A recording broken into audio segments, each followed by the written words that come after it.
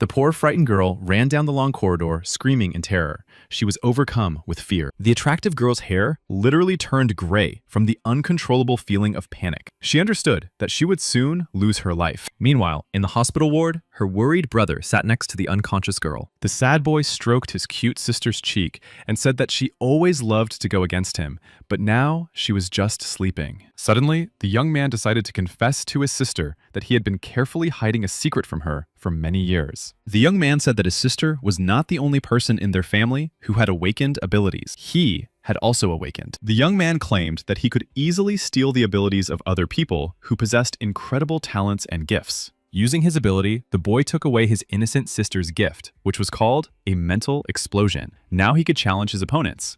The young man noticed that the girl's ability was rank D. Feifei could not turn into an ice statue from an unintentional attack. The boy wondered again if the attack on Feifei was unintentional, since the distance to her was quite large. The boy continued to think and finally decided that Miss Yang had ended up in that store quite by accident. Meanwhile, a terrible scene was unfolding in the hallway. The man in the suit with the large suitcase was justifying the hero's action. The angry couple said they would not sign the documents. They did not need the dirty money the lawyer was offering them. However, the expensive lawyer was not going to leave and just looked at the parents who were crying because of their grief. The girl's brother couldn't take it anymore and went out into the hallway to pick up the important papers. The girl's father was going to throw them in the trash.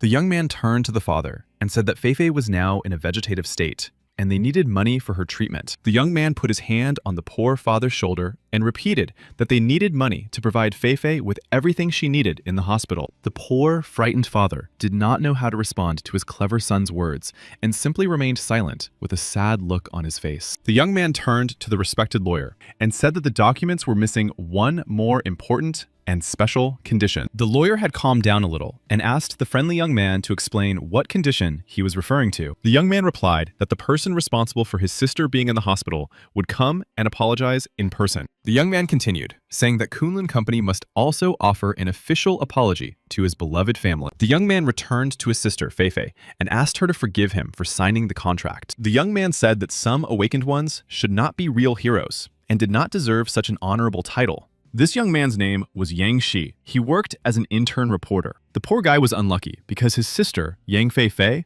had been hurt by a Category A hero. After the tragedy with his sister, Yang Shi decided to move out of his parents' house and move to the prestigious Mingyue district, which was very different from his previous neighborhood. In this unfamiliar territory, Yang Shi decided to stay in an elite building with an incredible number of floors. And so, the modest young man, Yang Shi, stood in the center of the gigantic hall with a suitcase in his hands and looked at two mysterious strangers. These charming girls, Ding Lan and Xiao Ai, were Yang Shi's new neighbors. The girls said they had a third neighbor. Ding Lan and Xiao Ai began to ask Yang Shi about his past life, but the guy was reluctant to trust strangers right away. Ding Lan suddenly said that it was rare to meet a new, normal neighbor these days, so they suggested celebrating the housewarming. Xiao Ai said that she was a freshman and would have to spend the whole day in the library. She couldn't go to the party. Yang Shi silently went to his room, and after a few seconds, replied that he planned to rest from his journey for now. Yang Shi climbed the stairs to his room and fell onto his comfortable bed to gather his strength. The guy was really tired. Yang Shi took out his phone and thought that the video where the heroes fought terrible monsters had already garnered a serious number of views. Yang Shi watched this dizzying video and continued to think that there had been too many videos about heroes on the internet lately. Yang Shi couldn't remember how long ago these events had begun, but suddenly, dark portals appeared all over the world, from which monsters emerged. Only so-called heroes with incredible abilities could stop the invasion of these terrifying monsters. To prevent these hunters from abusing their abilities, they were forced to undergo a certain certification process. As a result, they received certificates. Suddenly, Yang Shi realized that this was the very video in which the so-called hero accidentally injured his little sister, Feifei. Yang Shi carefully studied this strange video, and so far found nothing suspicious. Tomorrow, the guy will watch the video again. Yang Shi saw that it was already too late, and he was clearly tired from the boring and unpleasant move. The guy was already getting ready for bed. Before going to bed, Yang Shi decided to wash his face and brush his teeth, as tomorrow would be another difficult and unpredictable day. Yang Shi left his room to go to the bathroom, but suddenly stopped and was very surprised. In front of Yang Shi stood a charming, pretty girl who was clearly drunk. The poor thing couldn't stand and was holding onto the wall. Yang Shi silently looked at the attractive girl and thought that she was the last neighbor who had been out all night. The girl literally had glassy eyes, and at first glance, it seemed that she couldn't see anything around her. Youngsi waited a moment, and soon decided to greet the cute, seductive girl. However, there was no response. After a few seconds, the drunk girl finally spoke and said that she needed to use the restroom. Youngshi didn't have time to answer the gorgeous girl and just stood there, waiting for the restroom to become available. A few seconds later, Yangshi watched as his mysterious, cute neighbor began to vomit violently. The guy didn't know how to help her.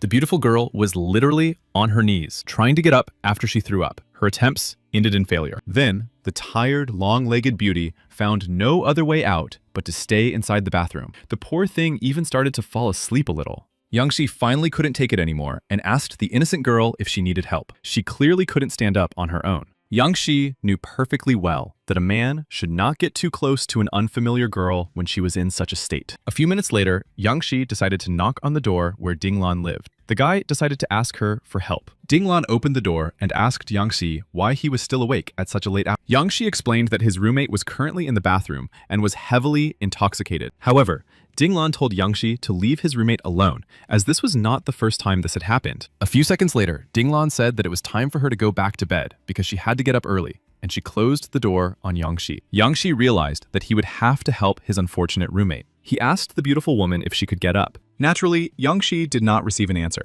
so he decided to pick up the beauty and place her in a warm, soft bed. When Youngshi put his roommate in bed, he immediately realized that she possessed an ability called brain overload. Youngshi thought that the mysterious girl was really smart, and if she studied well, she could achieve dizzying height. Youngshi decided that he had to take his roommate's abilities. The guy promised that he would repay her in the future. Youngshi kept thinking about what interesting effects would happen after he stole the charming girl's ability. The ability inside Yangsa told its owner that brain overload and mental attack were related to mental specificity. After a few seconds, Youngshi realized that these two similar abilities needed to be urgently combined into one. The blue and red balls collided with dizzying energy and soon turned into one huge ball. Youngshi held this fiery ball in his hand, and soon his ability told him that the merger had been successfully completed. Now Youngshi was sure that with this unique ability, he would be able to find certain aspects in the video where her sister was injured. Finally, Youngshi was able to go to his room to get some rest. The next morning, the weather was sunny. Youngshi lay in his comfortable bed under a warm blanket and was in no hurry to get up. The guy continued to think deeply. A sudden knock on the door finally made Youngshi get out of bed and put on a fancy, expensive shirt and pants. Youngshi slowly walked to the door and asked loudly who had disturbed him and forced him to get up so early. Standing at the door was the mysterious stranger from yesterday, whose name was Lin Naishui. The attractive girl handed Youngshi his coat. Youngshi reached out to take the coat from Lin Naishui and said that he had simply given the poor girl a helping hand yesterday. Youngshi asked the charming Lin Naishui how she was feeling after yesterday. Besides, the guy had taken her abilities. Lin Naishui replied that she was fine because she had long been accustomed to such a dizzying lifestyle. Youngshi replied with incredible calmness that he was happy for the charming Lin Naishui. The young man continued to look at her. The conversation between the main characters was suddenly interrupted by a cheerful, loud guy who was Youngshi's best and most loyal friend. Youngshi and Lin Naishui were startled by the surprise and continued to look at each other. The friend began to study the attractive girl. Youngshi's best friend also fell silent in surprise, as he had no idea that his loyal and devoted friend had been hiding such a girl from him. The cheerful young man suddenly changed his expression and pointed at the charming Lin Naishui, asking Youngshi who she was to him. Youngshi quickly replied to his loyal friend and asked him not to talk nonsense, as Lin Naishui was just his neighbor. Youngshi suddenly realized that he had been too impulsive, as renting an entire apartment for her alone was not cost-effective. Meanwhile, Youngshi's best friend grabbed his head to calm down quickly. The young man approached Lin Naishui. The happy guy introduced himself as Fan Peng, Youngshi's best friend and colleague. The young man was really pleased to meet her. Lin Naishui responded to Fan Peng's greeting and held out her hand to shake his. Fan Peng said that he had the ability to take photos and videos with his bare hands. The young man asked if the beauty would like to have a couple of pictures taken. Youngshi decided to join the strange conversation and said that Fan Peng had come to give him a ride to the editorial office. Youngshi and Fan Peng went to a publishing house called Lugan. This majestic building was truly impressive in size. Back in his office, Yang-si played the ill-fated video again, in which the hero fought a monster and accidentally wounded his sister. This so-called hero really did have amazing abilities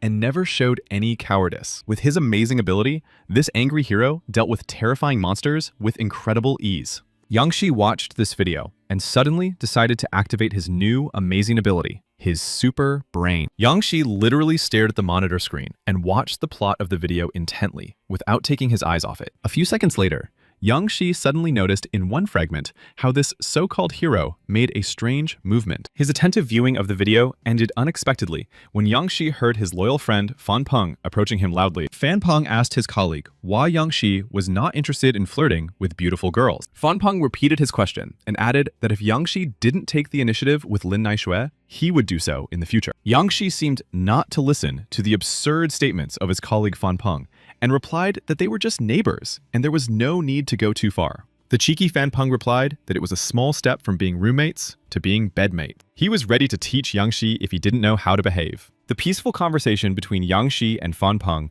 was interrupted by a dizzying scream coming from the street. Someone was shouting that a monster had appeared. The main characters immediately ran to the window to look at the dark, mystical portal through which the monsters were coming. This time, the city was invaded by a bloodthirsty, terrifying, one-eyed monster that planned to take the lives of many people. The frightened people on the street began to scream and run away as soon as they saw the giant tentacles of this one-eyed monster. People were already shouting in the streets that the disaster was classified as Category B and that people needed to take urgent shelter. It was also clear that the real heroes were already on their way and ready to save the innocent victims from the crazy one-eyed monster. A few minutes later, the swift feet that the frightened people had been so eagerly awaiting finally appeared. The brave and courageous hero slowly approached the giant one-eyed monster. It was the superhero of sharp and sour noodles who declared that he would not let the city of Lugan face the terrible consequences of the monster's presence here. With every passing second, the powerful and courageous superhero got closer and closer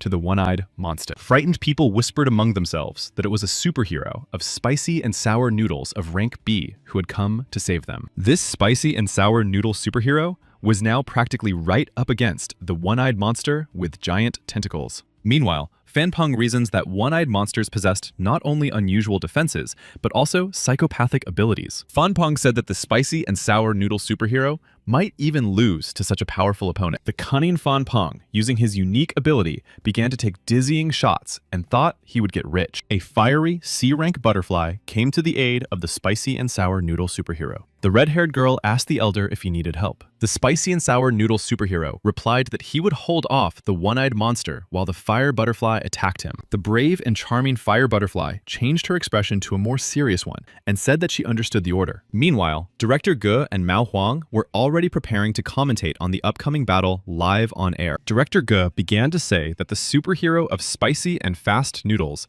was too selfish and arrogant when he first appeared.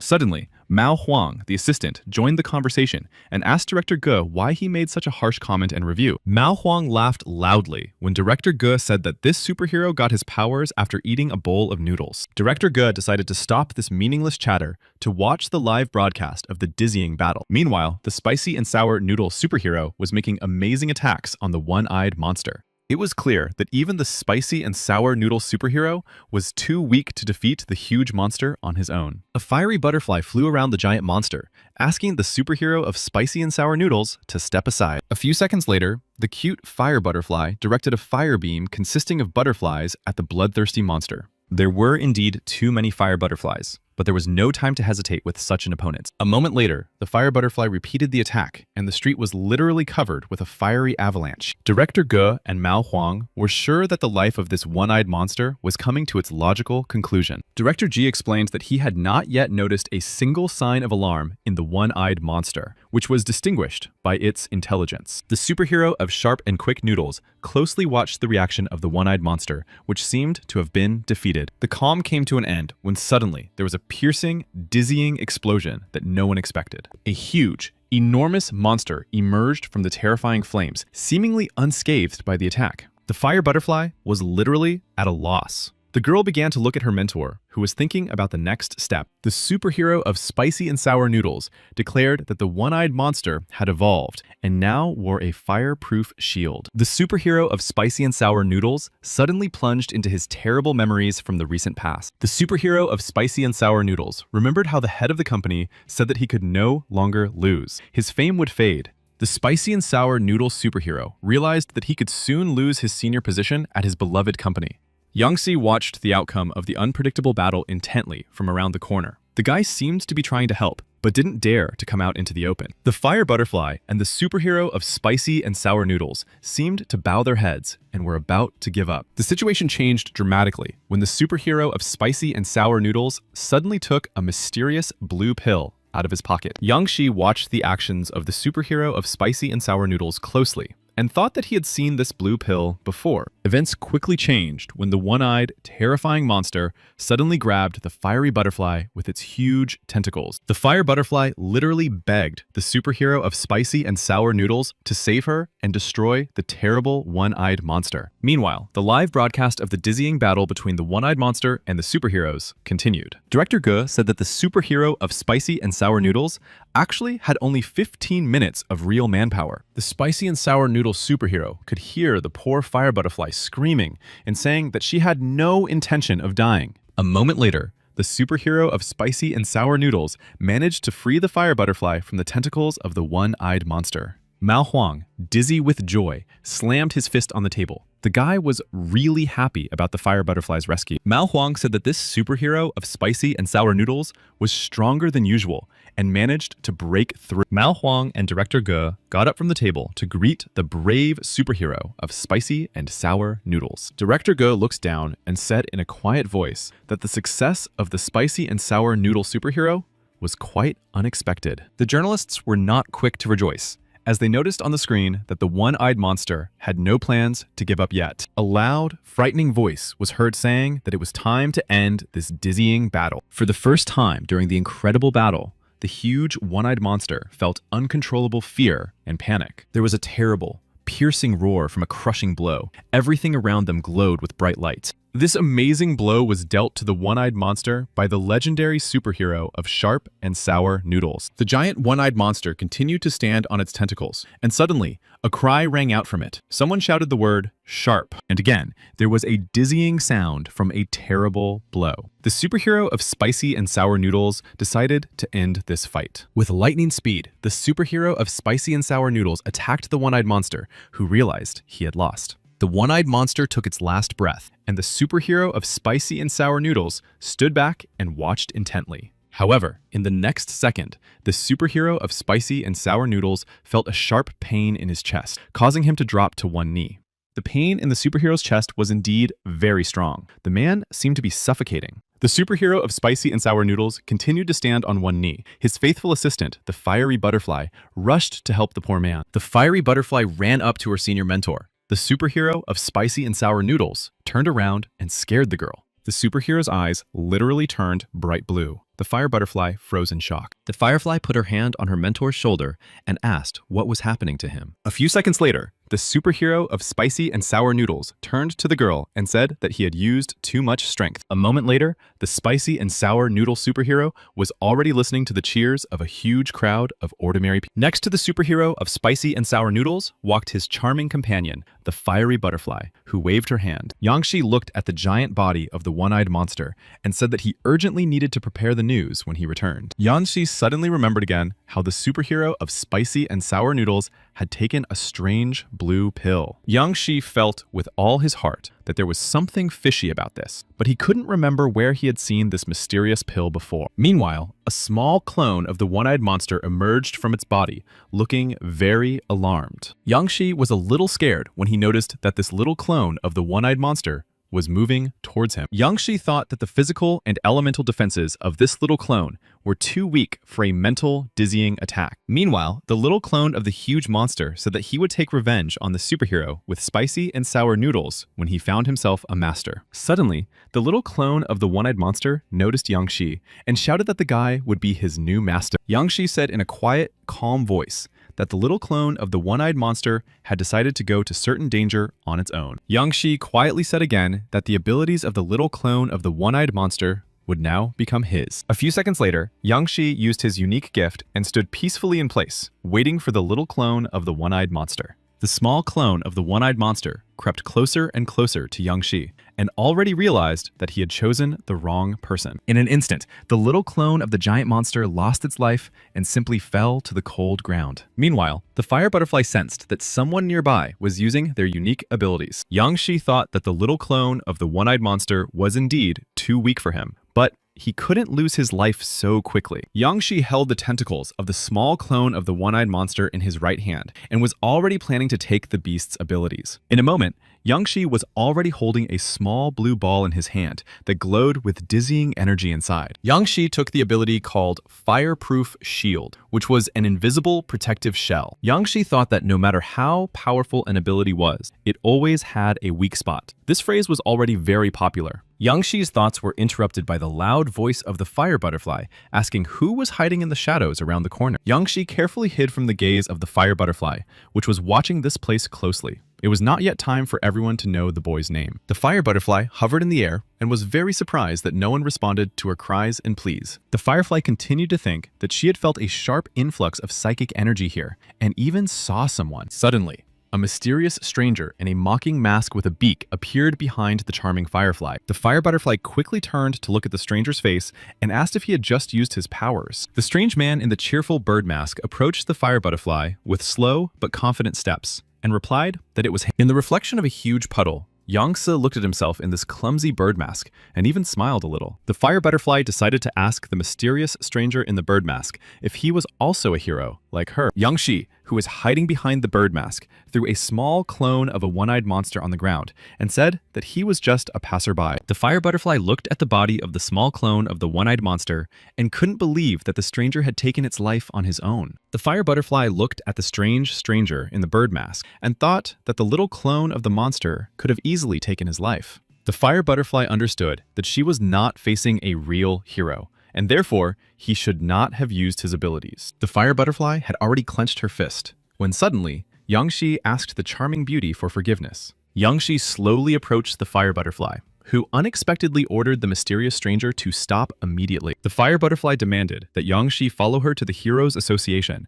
so that he could be thoroughly checked there. Yang Shi, in the guise of a mysterious bird, asked the fire butterfly if she thought she could stop him. Clearly, this strange question from Yang Shi greatly angered the charming beauty, the fire butterfly, who was not used to such treatment. The fire butterfly declared that Yang Shi had broken the established rules and now she could take action against him. Yang Shi asked the fire butterfly if this was how real heroes should treat ordinary people. Yang Shi, in the form of a mysterious bird, raised his hand when he saw a crowd of fire butterflies approaching him. A second later, the fire butterfly's flame was completely extinguished, and Yang Shi said it was his turn to launch a dizzying attack. Yang Shi put his hand in front of the frightened fire butterfly, which noticed that strange smoke was still coming from his hand. Naturally, the fire butterfly realized that she could not defeat such an opponent alone and asked Yang Shi for forgiveness. The fire butterfly asked not to be killed, and soon the attractive beauty flew away in an unknown direction. Yang Shi remembered again that the superhero of spicy and sour noodles and the ice hero took blue pills before their terrible battles. Yang Shi slowly took off his strange bird mask and thought that he would definitely find out the whole truth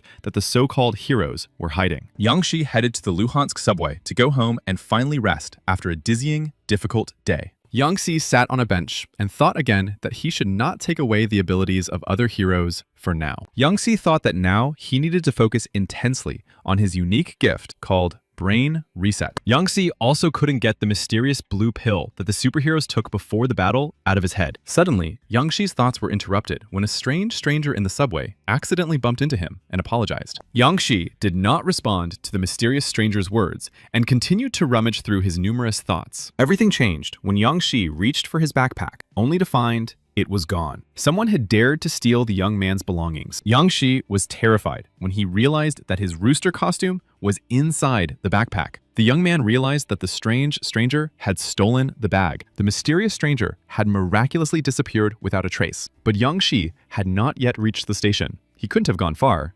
Yang Shi wondered if the mysterious stranger had the ability to become invisible. In that case, he would have to use his sense of smell. Yang Shi concentrated and activated his brain reset ability to heighten his senses. He quickly found the smell of the backpack in the train car. Yang Shi stared intently at the creepy robber, but didn't understand why he had changed so much. His aura was also different. Yang Shi realized that the guy did not have the ability to become invisible. Most likely, the robber could control his appearance and clothing. After the mysterious robber left the subway, Yang Shi slowly followed him and tried to carefully monitor his movements. Meanwhile, the cunning and crafty robber thought to himself that today had been a day of dizzying harvest. Yang Shi kept his eyes on the mysterious robber, who had no idea that he was being closely watched. For some unknown reason, the robber began to sweat profusely and feel uncontrollably nervous. The nimble thief suddenly stopped and looked around. Soon, the talented thief realized that he had encountered his pursuer. The robber looked in the direction of Yang Shi and remembered that it was from this boy that he had stolen the backpack in the subway car.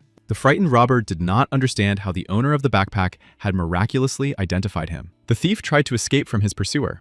A second later, the nimble thief ran at full speed in an unknown direction. Yang Shi asked the guy to stop.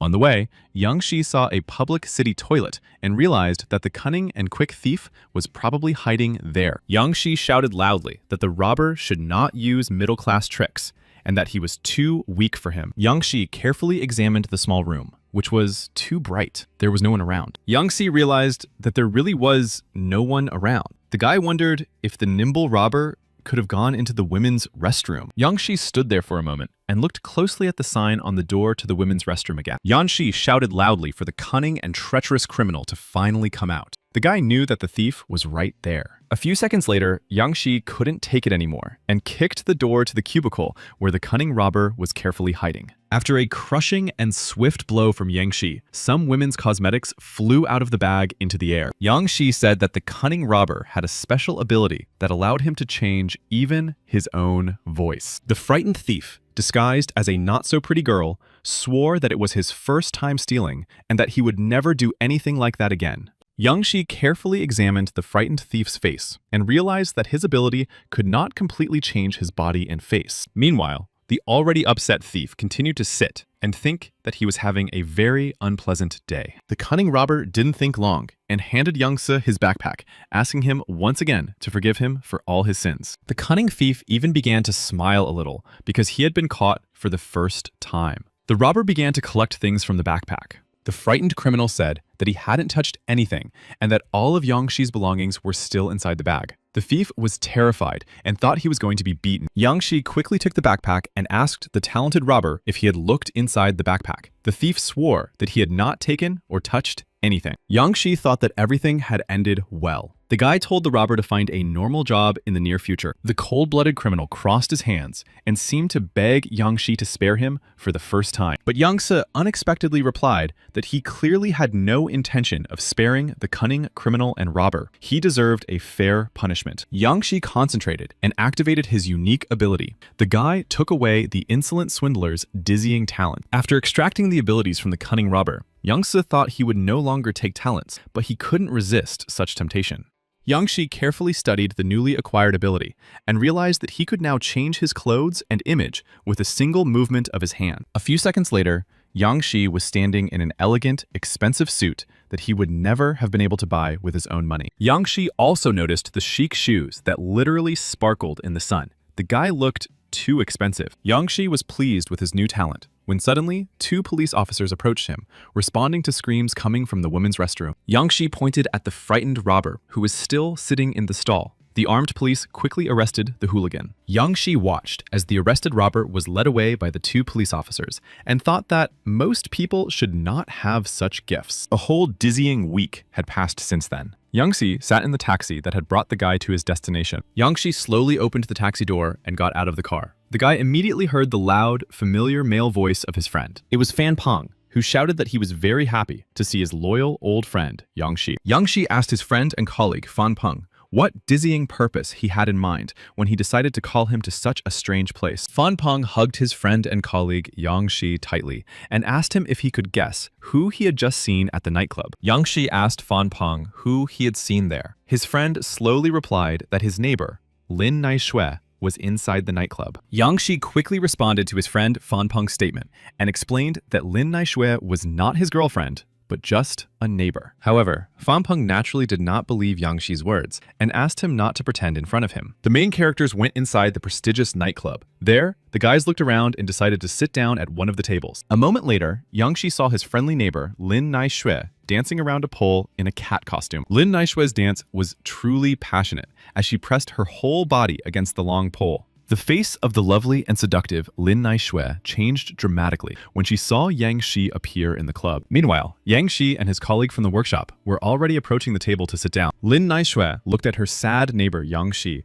and did not understand why he had come to such an unsavory establishment. Fan Peng decided to calm his friend Yang Shi, who literally lowered his head and began to feel sad. Fan Peng said that today, Yang Shi was, as they say, on his turf, and he needed to relax urgently. Fan Peng raised his hand and called over some girls he knew. Yang Shi continued to stare at the floor and said nothing. A moment later, 3 charming girls approached the table where Yang Shi and Fan Peng were sitting and greeted the important guests. Fan Peng introduced the 3 attractive girls by their names, Sisi Paopa and Tian Tian. According to the young man, they were his younger sisters. The 3 seductive beauties sat down at the table where Yang Shi was already sitting. One of the girls said that Yang Shi was a real handsome guy. Meanwhile, at the next table, there was also a cheerful group drinking expensive, strong alcohol. At the table sat a group of friends who complained that their older brother had taken their car. The guy would not have lost to Gao Zheng then. The guy's best friend, named Lei Yan, said that his friend had ultimately lost the race to Gao Zhang and that nothing could be done about it. The cheerful young man in the company of a seductive beauty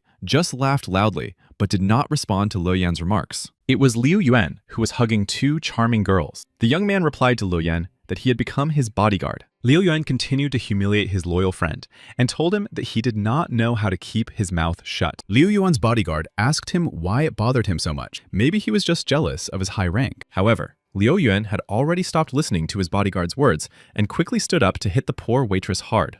That poor waitress turned out to be Lin Naishui. The attractive girl in a cat costume fell to the cold floor from the blow. Liu Yuan stood and watched as Lin Naishui sat on the cold floor. The guy asked why the alcohol was of such low quality. Liu Yuan continued to insult the frightened Lin Naishui and asked the poor girl how she dared to make him drink such cheap alcohol. A few seconds later, the cruel Liu Yuan drank the cheap alcohol on the head of the frightened Lin Naishui. Yang Shi could no longer tolerate such humiliation of Lin Naishui and got up from the table. Fan Peng tried to stop the naive guy. Fan Peng said that Liu Yuan had powerful parents and Yang Shi was no match for him in the upcoming fight. Meanwhile, poor Lin Naishui sat in a cold sweat in her wet cat costume and just cried quietly. Liu Yuan sat back down at the table and hugged the stunning girls tightly. He asked them if they knew how to apologize properly. Liu Yuan forced his entourage to pour an entire bottle of alcohol into the mouth of the frightened Lin Naishui. The other guests clapped their hands. The scene changed when Yang Shi entered the room dressed as a rooster. The guy attacked Liu Yuan's bodyguard with lightning speed. Frightened, Lin Naishui decided to crawl away and see what would happen next. Yang Shi slowly approached his opponent. Yang Shi asked loudly which of the distinguished guests was the son of the famous mechanical hero. Liu Yuan's bodyguard asked Yang Shi who he really was. Liu Yuan replied that this man was probably planning to take his own life. Yang Shi, dressed in a rooster costume, replied that he was going to make a lucrative deal with his so-called brother, Liu Yuan. Liu Yuan heard the words of the mysterious stranger and asked what kind of deal he wanted to make with him. Liu Yuan's bodyguard replied that it was quite late and that they had better leave the nightclub. However, Liu Yuan could not stand such a negative attitude towards himself and again showed aggression by hitting his bodyguard in the back. This weak blow did not cause any injury to the burly bodyguard, who simply glared at his master. Liu Yuan was already intoxicated and was showing off his courage in front of the mysterious stranger in the bird costume. Liu Yuan's bodyguard put his hand on the young man's shoulder and asked him to sit down at the table and rest. Liu Yuan's bodyguard decided to talk to this so-called actor dressed as a rooster himself. Yang Shi was sitting at the next table, holding a glass of strong alcohol. He asked the bodyguard if he wanted to attack him. Yang Shi slowly put the glass on the table and said that the bodyguard had interrupted an important conversation with Mr. Liu Yuan. Yang Shi slowly got up from the table, and loudly replied to the bodyguard that he would teach him a lesson soon. The brave and courageous bodyguard had already activated his fiery aura and replied that it was still unknown who would teach whom a lesson. The bodyguard wrapped bandages around his fists, which subsequently burst into bright flames. The man was already approaching his opponent. Yang Shi quickly analyzed his opponent and realized that he was using a C-rank fire element attack. Meanwhile, the girls were helping poor Naixue, who was already wiping away her tears. The girls said that this guy was really brave. The frightened girls discussed whether the mysterious stranger in the form of a chicken could defeat the fiery boxer. Meanwhile, the fiery bodyguard ran up to Yang Shi, who did not even try to dodge the crushing blow. Finally, the dizzying blow from the brave bodyguard hit Yang Shi's shoulder squarely, but he continued to stand his ground. Liu Yuan's bodyguard thought that the mysterious stranger was too naive. Once he became a hero, no one could resist his attacks. The fiery boxer decided to form a giant flame to attack his innocent victim once again. Meanwhile, the frightened nightclub patrons screamed in dizzying panic as they realized that an explosion was about to occur. A giant fiery vortex formed around Yang Shi. The body of the man in the rooster costume was almost invisible. But a second later, Yang Shi's hand suddenly appeared from the huge fiery hurricane, indicating that the guy was still alive. A moment later, the terrifying whirlwind of fire completely dissipated, and Yang Shi stood as if nothing had happened. Liu Yuan's bodyguard opened his mouth in dizzying amazement. The man did not understand how the mysterious stranger could have done such a thing. In addition, the fiery boxer turned his attention to the fact that Yang Shi was safe and sound. A moment later, the man in the rooster costume activated his dizzying mental attack ability. Poor bodyguard Liu Yuan froze in utter horror. The man realized that for the first time, he had lost in a fair fight. The fiery boxer fell to one knee from Yang Shi's mental attack. The guy in the rooster costume hit him on the head. Naturally, the frightened bodyguard fell to the cold floor from the surprising blow and showed no signs of life. Liu Yuan couldn't believe that such a strong, fiery boxer had been disarmed with just one crushing blow. Yang Shi had already approached the unconscious bodyguard and activated his ability extraction option. When Yang Shi took his innocent victim's gift, he looked at Liu Yuan, who was experiencing uncontrollable fear. Meanwhile, Liu Yuan still couldn't believe that his brave bodyguard could lose so quickly to some cocky guy. Yang Shi grabbed Liu Yuan by the throat. The frightened young man asked him what deal he was talking about and how much money he needed. Yang Shi did not let go of the frightened Liu Yuan, who asked him if he knew who his father was. The man in the rooster costume remained silent. After a few seconds, Yang Shi replied to Liu Yuan that he knew very well that his father was a legendary mechanical hero. Yang Shi tried to calm the frightened Liu Yuan and said that he did not plan to take his life, but simply wanted to share something. Yang Shi asked Liu Yuan loudly and clearly if he had ever wanted to have amazing abilities. Liu Yuan did not rush to answer the mysterious and powerful stranger, thinking that there might be a trap involved. Meanwhile, Yang Shi, dressed in a rooster costume, loosened his grip and released the terrified Liu Yuan's throat. Liu Yuan sat on the cold floor and asked the strange, powerful stranger if he considered himself a god. Yang Shi was about to leave and threw Liu Yuan a note with an address. The guy said that if he wanted to gain abilities, he had to come to that address. Liu Yuan asked when he should come. Yang Shi replied that he should come in 7 days, alone. Yang Shi took off his legendary rooster costume and went outside, where his loyal friend, Fan Peng, called him. Yang Shi quickly replied that the bar was too stuffy and he had gone outside to catch his breath. The guy asked what had happened. Fan Peng claims that Yang Shi had just missed a spectacular, dizzying show. He also asked if his friend would like to try some kebabs. Yang Shi continued to think about his little sister Feifei and said that the first part of his grand plan had been accomplished. Meanwhile, inside a huge building called Heroes of Kowloon, a dizzying scene was unfolding. Important high-ranking heroes sat at a huge table watching a replay of the video where Yang Shi defeated his opponent with one blow. At the head of the giant table sat the legendary mechanical hero, who asked his comrades what they thought of what they had seen. The lazy swordsman lowered his eyes to the floor and thought intently about the strange scene he had witnessed. The glacial adventurer decided to speak first and said that the mysterious man in the suit in the video used his hand like a knife.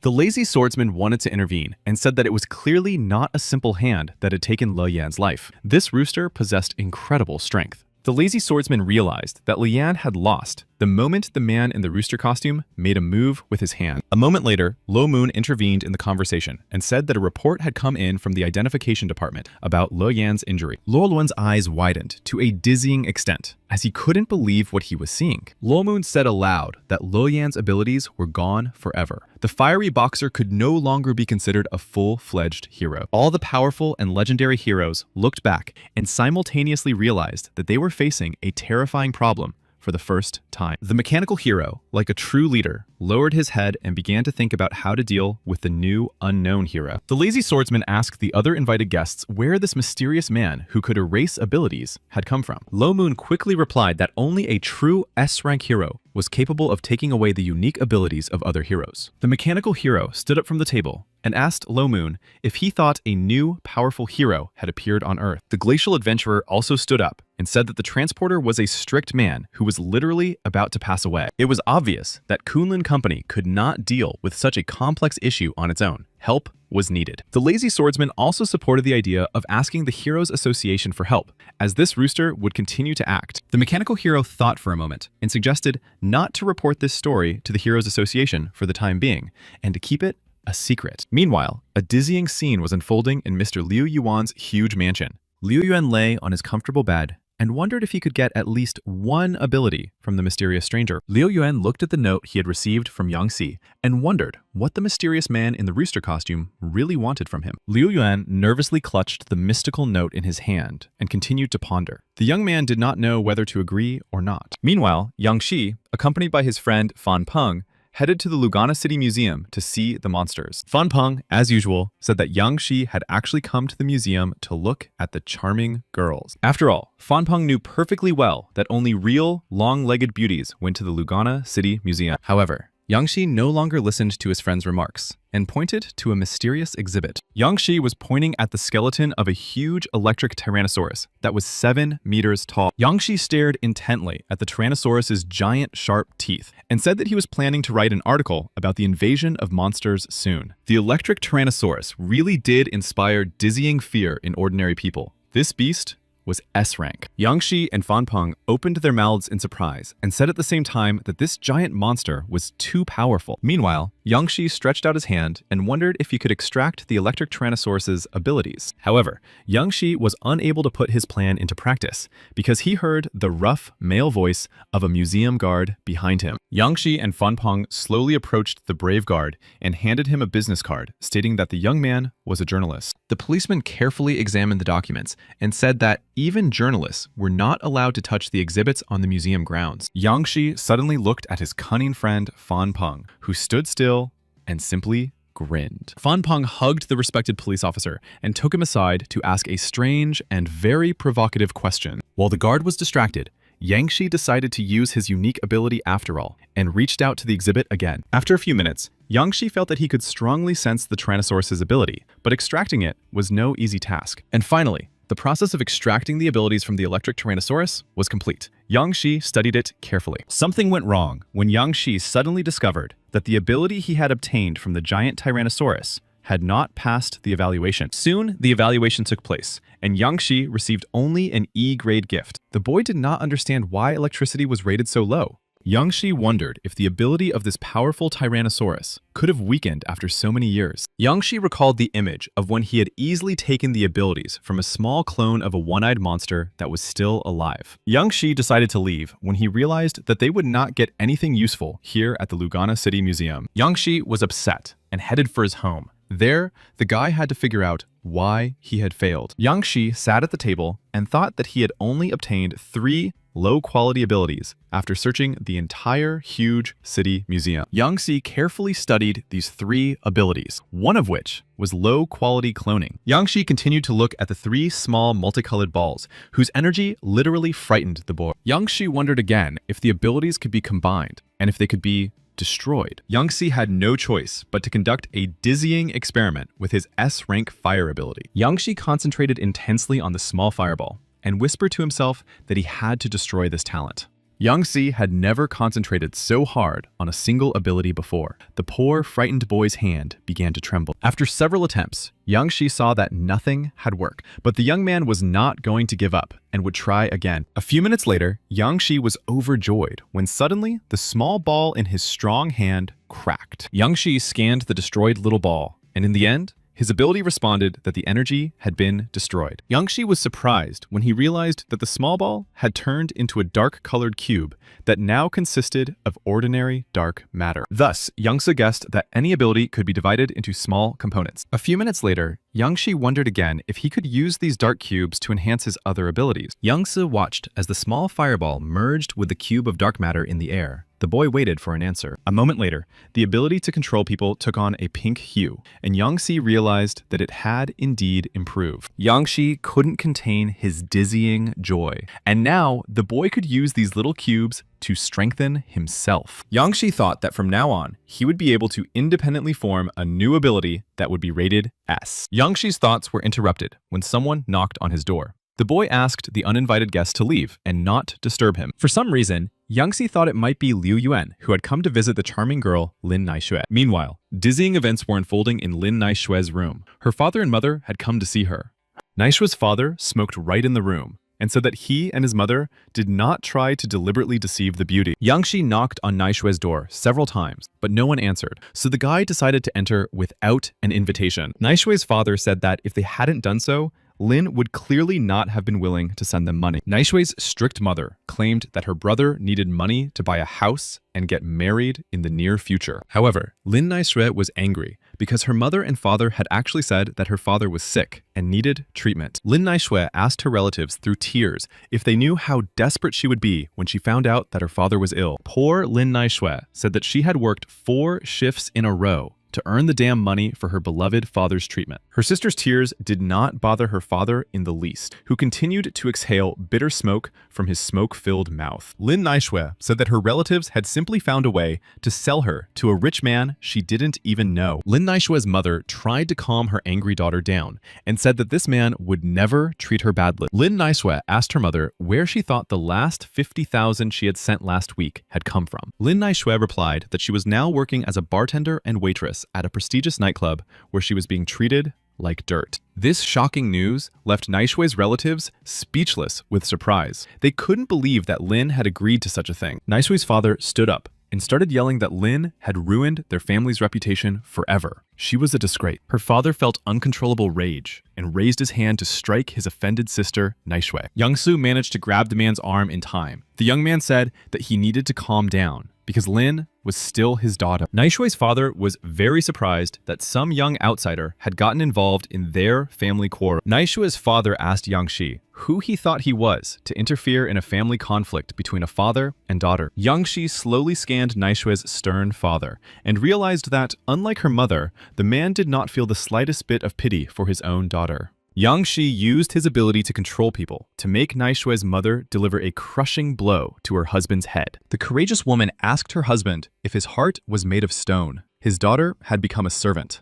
Naixue's father knelt before the courageous woman and said nothing. The man was truly ashamed of his behavior. Naixue's mother hugged her frightened daughter Lin tightly and said that she had hurt her deeply, but in fact, she had always loved her daughter. Naixue's father gathered his courage and raised his head, saying that her brother must now earn his own money. Yang Shi watched closely as his relatives finally found common ground, and for some reason, remembered his little sister, Feifei. Yang Shi asked himself who in this unfair world would not feel sorry for his beloved family. The next morning, Yang Shi and Lin Naixue stood at the train station and saw off the girl's parents. Naixue's mother waved to her daughter from the train window and asked her only child never to do anything foolish again. Lin Naixue thanked Yang Shi for agreeing to accompany her to the station. Now, the main characters had to return. Yang Shi said that he really hoped that Lin Naixue's brother would understand everything. It was more useful than the girl sending money every week. Lin Naixue asked Yang Shi to come closer so she could whisper something in his ear. Yang Shi literally blushed and turned red as a lobster. It had been a long time since the guy had been so embarrassed in front of a girl. Lin Naixue came up close to Yang Shi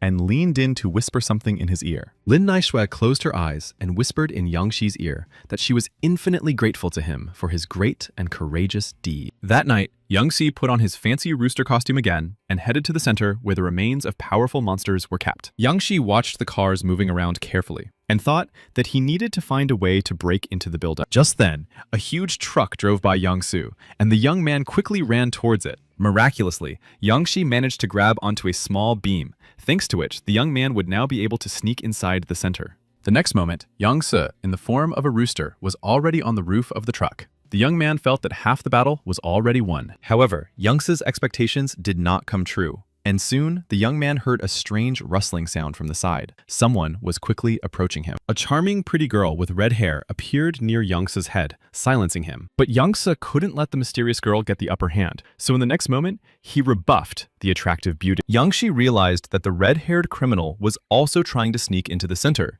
The guy was embarrassed when he realized that she was female. Young Si decided to greet the charming beauty in such difficult times and said hello to her. It was a coincidence. The red-haired girl became angry and said that she was very unlucky to encounter the so-called man in a rooster costume at that moment. A few seconds later, the red-haired rogue replied that she was a representative of the Fenhaya Chang Dodo Company. Young Si asked Chen Dodo to be quiet as the truck was approaching the unloading area. The girl couldn't get off the vehicle, but Young Si was no longer listening to Chang Dodo and asked the red-haired vixen to hold on tight as they were about to jump out while the truck was still moving. The main characters grouped together and in the next moment were lying on the cold ground in a very strange position. After a while, Young Si asked his new acquaintance, Chen Dodo, how long she was going to hug him on the ground. Chao Dodo literally lost her temper and said that if the situation did not require it, no one would want to hug such a person. Chang Dodo and Young Si slowly made their way to the room where the remains of the terrifying monsters were being processed. Chang Dodo asked Young Si why he was acting so strangely, as if he were a novice in this criminal business. Young Si did not hide anything and told the charming red-haired beauty that it was his first time doing this. He said he would listen. Chao Dodo believed in Young Si's sincerity and ultimately allowed the young man to follow her. And so the main characters approached the table on which lay a real werewolf. The monster looked almost alive. Chang Dodo said that her powerful boss needed hair from the chest of a real werewolf. Suddenly, Chang Dodo used her unique ability, and a mysterious bag appeared in her hand. Chang Dodo began to laugh and told Young Si that she could create a storage bag in which many things could be kept. A few minutes later, Chen Dodo turned to Young Si again and asked him to follow her to the next room. However, Young Si had already activated his ability extraction option and reached out his hand toward the immobilized werewolf's body. Chen Dodo froze in place from the dizzying sound. A loud alarm went off, and the heroes were quickly discovered. A scary man burst into the room and ordered Chen Dodo and Young Si to stay where they were and surrender immediately. The angry man told Chen Dodo and Young Se that the bloodthirsty monster was not actually dead. In the next moment, terrifying tentacles appeared around the body of the mysterious stranger. The man begged to be saved. Young Si was a little scared, but continued to stand still. Chen Dodo leaned on the guy's shoulder because her legs had weakened. The calm of the main characters was disturbed when suddenly those ill-fated tentacles reappeared near Chang Dodo's shoulder. A minute later, Chang Dodo was hanging in the air, begging Young Si to help her escape. Naturally, the courageous young man reached out his hand to her. With lightning speed, Young Si activated his Fire Strike ability and delivered a crushing blow to the bloodthirsty monster. Soon, Young Si realized that he had once again encountered a tentacle that was distinguished by its speed. Young Si quickly ran to help Chen Dodo, who continued to scream and call for help. The boy noticed the metal poles. Young Si reacted instantly and activated his metal transformation ability to save the innocent victim. Meanwhile, the bloodthirsty tentacle carried Chang Dodo's fragile female body further and further into the darkness. A few seconds later, the tentacles finally released the terrified Chang Dodo, who was already falling onto the icy floor. The red-haired beauty, Chang Dodo, hit her head hard on the floor. Young Si ran over to check on the girl. Chao Dodo was already trying to get to her feet and said that the tentacles had sharp hooks that caused her a lot of pain. The frightened protagonist did not understand why the mysterious monster had survived and was attacking ordinary people again. Soon, Young Si and Chang Dodo saw the terrifying, bloodthirsty monster that had captured several people. Young Si and Chen Dodo did not rush to help the frightened people because they did not yet have a rescue plan. Poor Chen Dodo was very concerned about the physical condition of the people who were being held captive by the cunning giant monster. Slippery tentacles like those of an octopus protruded from the huge eyes of the terrifying monster. It was truly horrible to look at. Young Si and Chen Dodo watched closely as the terrifying monster planned to take the lives of all the captives. Yang Shi had no other plan for rescue, so he once again activated his unique ability to transform metal. The huge beast had already seen the guy's attempts to attack and launched several tentacles at Yang Shi. Meanwhile, Yang Shi was already finishing his preparations for a crushing blow and had prepared metal arrows for the monster. Along with the metal arrows, spears and other metal weapons also flew at the huge monster. When Yang Shi saw that the tentacles were approaching his friend Dodo, he formed a shield around her that gradually shrank. When the metal shield became very small, Dodo grabbed her head and began to scream that she would soon be eaten. Yang Shi realized that this could not go on, and that he had to quickly find another way. Somewhere nearby, the guy saw cans of gasoline. Yang Shi turned to the frightened beauty Dodo and said that he had a brilliant idea that would save them from death. The brave and courageous Yang Shi began to make some strange movements, as if ordering someone to go forward to the end. A number of cans containing gasoline appeared in the air. These containers began to fly around the monster. After a few seconds, the gasoline cans were already circling around the giant mouth of the mysterious monster. Yang Shi watched intently for the moment when the cans would be near the mouth of the huge monster and directed a small flame there. A moment later, there was a terrible, dizzying explosion. Frightened people ran in different directions. The crackling and rumbling of the terrifying explosion literally made ordinary people feel real panic. For the first time, Yang Shi held his new friend, Dodo, tightly by the hand. The main characters tried to leave the room. Finally, Yang Shi and Dodo ran out into the street, but an unexpected encounter with a mysterious stranger awaited them. The creepy stranger was already pulling a huge sword from behind his back and saying that Yang Shi and Dodo should not have revived the giant monster. Dodo flew into a rage and asked the old man who he was and why he started talking nonsense as soon as he appeared on the horizon. The strange old man declared that Dodo was a disrespectful child. When he was in his prime, this girl was still drinking her mother's milk. Dodo shouted that the old man was being disrespectful, despite the fact that he was considered an elderly person. Memories flashed through Yang Shi's mind. Standing before him was Duan Shuilu, the man who had defeated King Kong Berserk 10 years ago. Yang Shi greeted the real hero, who was considered an A-rank. The young man did not understand why the old man was in the center of the remains processing plant. Duan Shuilu stopped listening to the young man's chatter and began attacking the terrifying monster that was still alive. In a dizzying battle with the monster,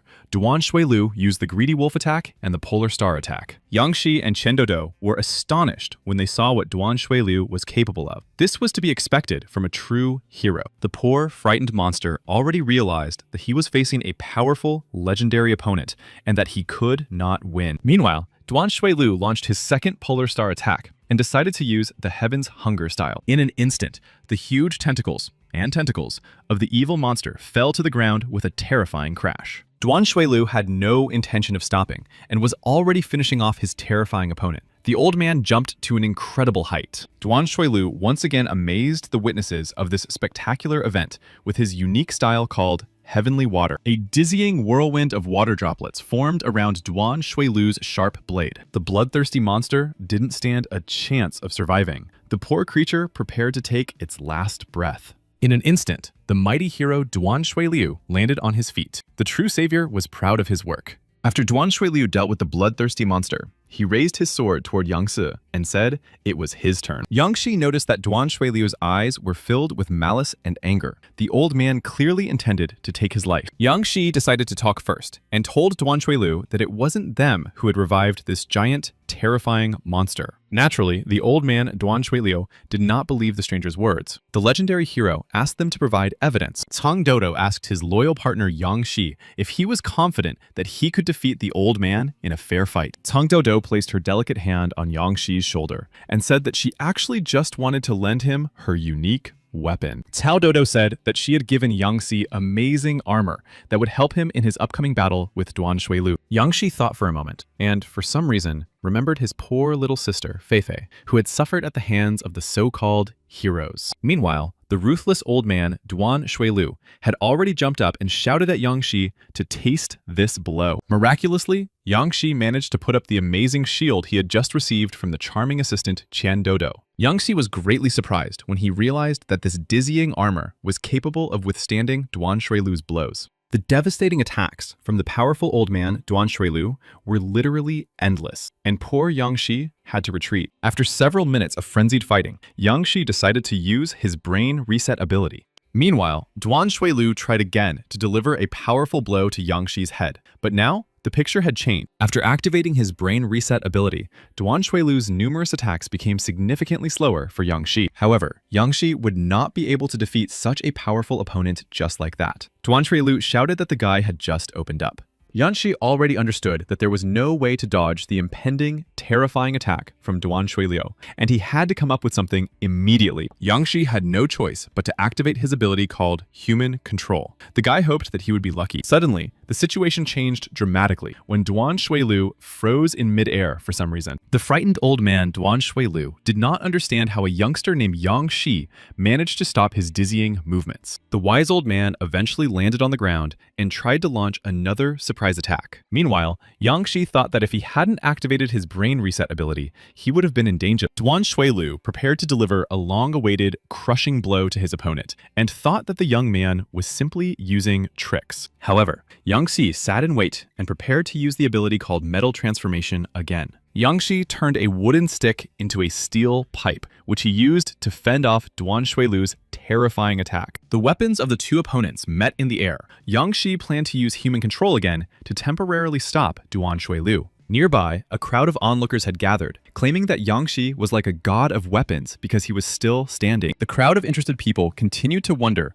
who this cunning god of weapons really was. Finally, Duan Shuilu decided to stop the hateful battle and asked the crowd of onlookers to leave the room immediately. Duan Shuilu said that he had already realized that Yang Shi was not a simple thief or robber, and that he had something to say to the young talent. Yang Shi continued to stand in place and waited impatiently to hear what the wise hero Duan Shuilu wanted to tell him. The words of the mighty hero Duan Shuilu were heard by Cang Dodo, who wondered if she should also leave the room. It turned out that Duan Shuilu was the manager here. Cang Dodo decided to quickly leave this monster remains processing center. Duan Shuilu said that Yang Shi was not a god of weapons, only his metal ability remotely resembled him. Duan Shuilu continued to say that Yang Shi's skills could not be compared to the abilities of a powerful god of weapons. Duan Shuilu once again praised the talented young man and said that he would never have come here to steal a little fur. Duan Shuilu decided to ask the main question. Had Yang Shi come here to find the secret of the world that few people in the world knew about yet? Yang Shi did not understand what exactly the wise hero Duan Shuilu was saying to him, but he did not interrupt the old man again. Yang Shi thought about what world secret Duan Shuilu was talking about and tried to ask for details. Yang Shi quickly responded and said that he had come to this center in search of the world's secret. The young man wanted to see the old man's reaction. Duan Shuilu laughed loudly and called Yang Shi an ambitious and courageous person. The old man thought that such a hero could be entrusted with secrets. Yang Shi still didn't understand anything, but decided not to show it. The young man planned to appear more knowledgeable. Duan Shuilu said that the real purpose of opening this center was to build a one-way tunnel into the unpredictable world of monsters. Duan Shuilu called this terrifying tunnel a white hole. Yang Shi grimaced behind his mask in dizzying surprise. Duan Shuilu began to say that 15 years ago, the white hole of Luhan City was opened, and several high-ranking heroes were sent there. Duan Shuilu continued to assert that the heroes had to penetrate the world of monsters at any cost. The old man was a direct participant. Duan Shuilu said that in this difficult mission, only he and two other heroes managed to stay alive. Duan Shuilu pointed to a strange figure and said that each center was built on the weakest places on the planet. While Duan burned the remains of monsters in these weak spots, they could easily enter the world of terrifying monsters and beasts. Yang Shi decided to ask the wise hero Duan Shuilu what he could tell him about the revived monster that attacked innocent people. Duan Shuilu said that it was actually a mutation of a bloodthirsty monster that happened to be near a white hole. Duan Shuilu claims that people needed to gather their strength to face the most dangerous monsters in that unpredictable world. Duan Shuilu was about to leave Yangsu, and before leaving, he shared some important information that it didn't matter which organization he belonged to. Meanwhile, an important and responsible conversation was taking place at the headquarters of the Heroes Association. A passionate woman with red hair reported to her boss that old man Duan Shuilu continued to tell his tale. However, the strict boss did not argue with the charming beauty and said that sooner or later, everyone would find out about the white hole. The red-haired girl said that she had a video conference from headquarters in which a large number of heroes participated. Someone on the big screen announced that they had already fulfilled all the basic requirements for consideration of the S category case. Next on the list of important conversations was a report from the Association of Heroes from the glorious town of Lugan. Everyone was eagerly awaiting the news. The elderly chief nodded his head and made it clear that he was now ready to begin the important conference between the associations. The assembled guests were waiting for news from the Association of Heroes of the city of Lugan, who were hesitant to tell the truth. Meanwhile, from the hospital room where poor little Feifei lay unconscious, the voice of her older brother could be heard. Yang Shi decided to share with his sister a fascinating story about the real reason for the creation of monster remains processing centers. Yang Shi also said that when he was lucky enough to get out of the center alive, ordinary people were surprised at how he managed to do it. Frightened witnesses to the big explosion asked the man in the rooster costume what had actually happened inside the center. At the exit, Yang Xi was met by his charming companion, Chen Dodo, who asked her so-called boss how he was feeling. Yang Xi was in no hurry to tell the lovely girl, Chen Dodo, about the white hole. Besides, the young man did not want people to know his name. Yang Xi nevertheless replied to Chen Dodo that he was fine. A few seconds later, the young man asked her to come closer to him. When Chang Dodo came up to Yang Shi, he decided to use his ability to control people. Frightened, Chang Dodo did not understand what had happened and simply obeyed her new master. In fact, Yang Xi ordered the modest, red-haired Chen Dodo to forget that the guy had used his fire and metal abilities. Yang Xi also ordered Chen Dodo to remember that it was he who had brought her this unique armor, which cost 10,000. A few minutes later, Yang Shi snapped his fingers to end the process of controlling the person. The guy hoped that everything would work out. Cao Dodo replied that everything was fine with Yang Shi, but it was time for her to go home because curfew had already begun. Yang Shi told his little sister Feifei that Chen Dodo reminded him of his sister, who loved money and was always cheerful. Yang Shi practically swore that when he finally took revenge on his offenders, he would find a way to wake her from her long sleep. The long-awaited night arrived, and Yang Shi went home again to think things through and conduct some experiments. Yang Shi was already sitting at his favorite table, deep in thought. The young man was trying to strengthen his abilities. Using metal transformation, Yang Shi made himself an amazing and very mystical ring, which he put on his hand. This amazing piece of jewelry was now called the Ring of Absorption, which could do incredible things. A few minutes later, a mysterious bottle with a strange blue liquid inside appeared in Yang Shi's hand. It was a potion of abilities. Yang Shi said that he must not let people know about his true ability. He had to deceive Liu Yuan. Moments later, a magical mask that looked like a real snake miraculously appeared on the table. Yang Shi tried on the new, amazing, and frightening snake mask and realized that now no one would recognize him. When Yang Shi boldly put on this snake mask, he once again used his amazing ability to transform. Thanks to Yu Ji becoming part of the planned story, an organization consisting of mini Yangtze will appear. And when Yang Shi now appears in public, in the form of a snake, he will introduce himself as Mr. Liu. The next morning, Yang Shi was on his way to an important and special meeting with his new friend, Liu Yuan. Yang Shi, dressed as a rooster, slowly approached Liu Yuan, who was literally lying unconscious on the cold ground. Yang Shi gently tapped the sleeping boy and ordered him to wake up immediately. He had an important conversation with Liu Yuan. Through his sleep, Liu Yuan at first began to act defiantly, but soon realized that standing before him was his new boss, Yu Ji. Yang Shi, in the guise of a rooster, thanked Liu Yuan for believing his words and coming here at the appointed time. Liu Yuan literally began to hug and kiss the feet of his new master, Yu Ji, and said that he would soon receive money and status. However, Yang Shi ordered his servant, Liu Yuan, not to do this again, and not to talk about girls and money. He was not interested in that. Yang Shi said that Liu Yuan could obtain the coveted abilities with incredible ease. To do this, the boy needed to look into his eyes. Yang Shi quickly activated his ability to control people and looked intently into the eyes of his new servant, Liu Yuanyu. Yang Shi understood that Liu Yuan was now completely under his control. The boy quickly asked what he knew about the blue pill. However, Liu Yuan was in no hurry to reveal all his secrets. The poor guy's eyes became completely transparent. Yang Shi was even a little scared because he didn't understand what had happened. For the first time, the guy thought that his mind control ability had failed. Yang Shi ordered Liu Yuan to slap himself, but the boy continued to sit in place. He thought that maybe he already had the ability. Yang Shi stretched out his hand and placed it on Liu Yuan's forehead, who continued to sit in place. He used a mental attack. Yang Shi thought that last time, Liu Yuan didn't attack him when there was a fight in the bar. It didn't seem like he had any abilities. In any case,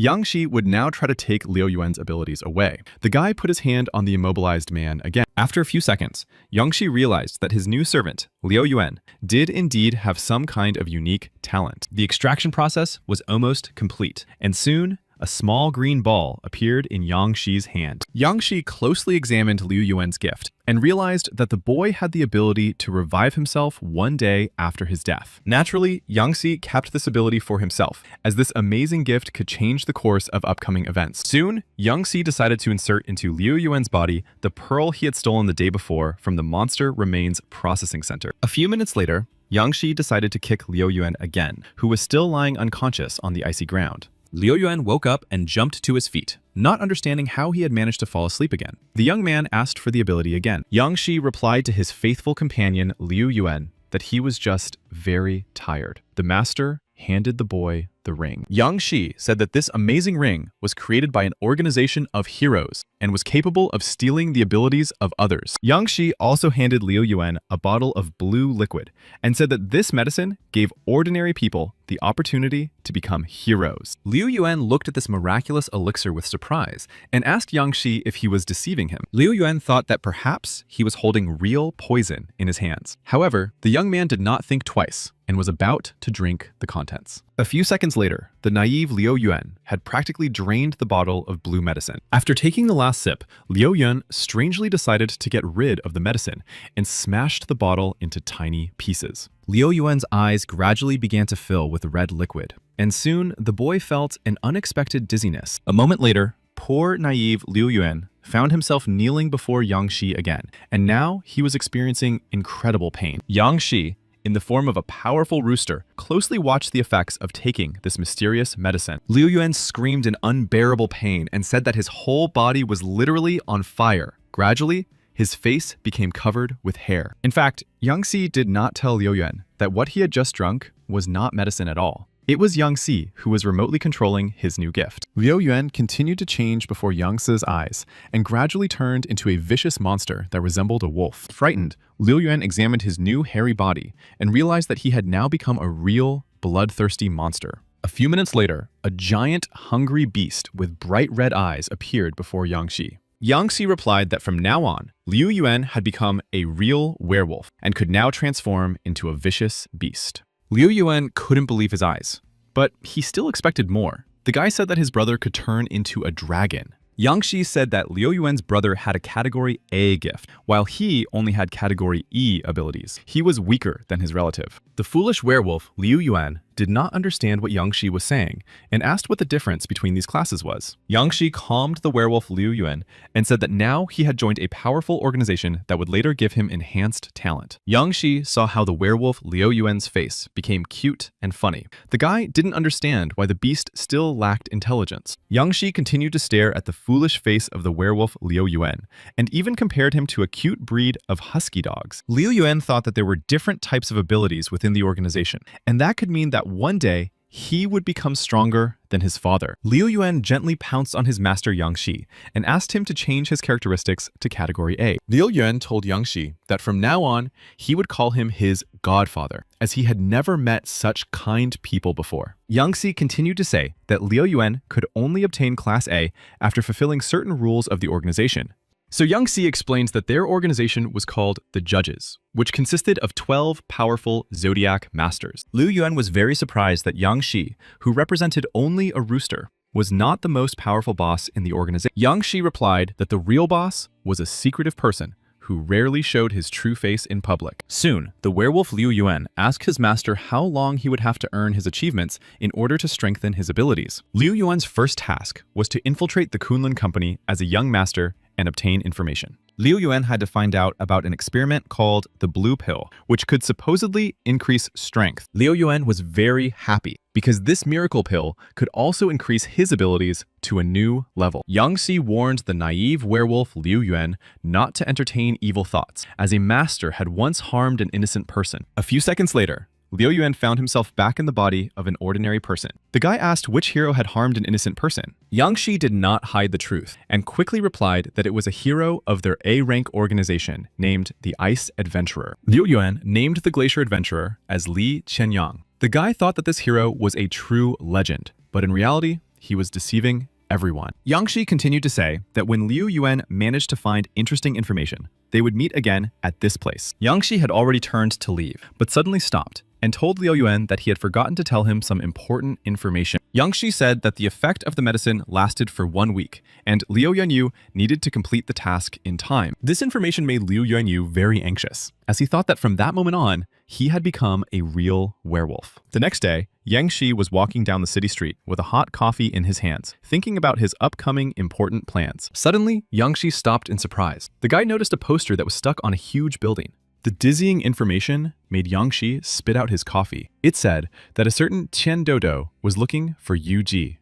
Yangshi forcibly tore down the negative poster and thought that this girl, Cang Dodo, had some tricks up her sleeve. Suddenly, Yangshi's thoughts were disturbed when he saw mysterious strangers leading Cang Dodo around the corner. Yangshi instantly recognized the charming red-haired girl and wondered what could have happened to her again. The frightened look on Cang Dodo's face indicated that she urgently needed outside help. Naturally, Yangshi, being a noble savior, decided to follow the mysterious strangers who had taken Qian Dodo around the corner. Qiao Dodo stood in front of the 3 strange strangers who had used force to drag her around the corner. One of the rude strangers began to tell the girl to stop screaming and to hand over the sharp blade to the gentleman immediately. The malicious partner of this insolent gentleman carefully hid his true face behind a black mask. Qiao Dodo continued to protest, saying that she had no idea what blade the young master was talking about in their conversation. The evil trio said that Qian Dodo took advantage of their young master's naivete and exchanged the blade for fake jewels. In their conversation, the criminals mentioned a legendary weapon called Muramasa,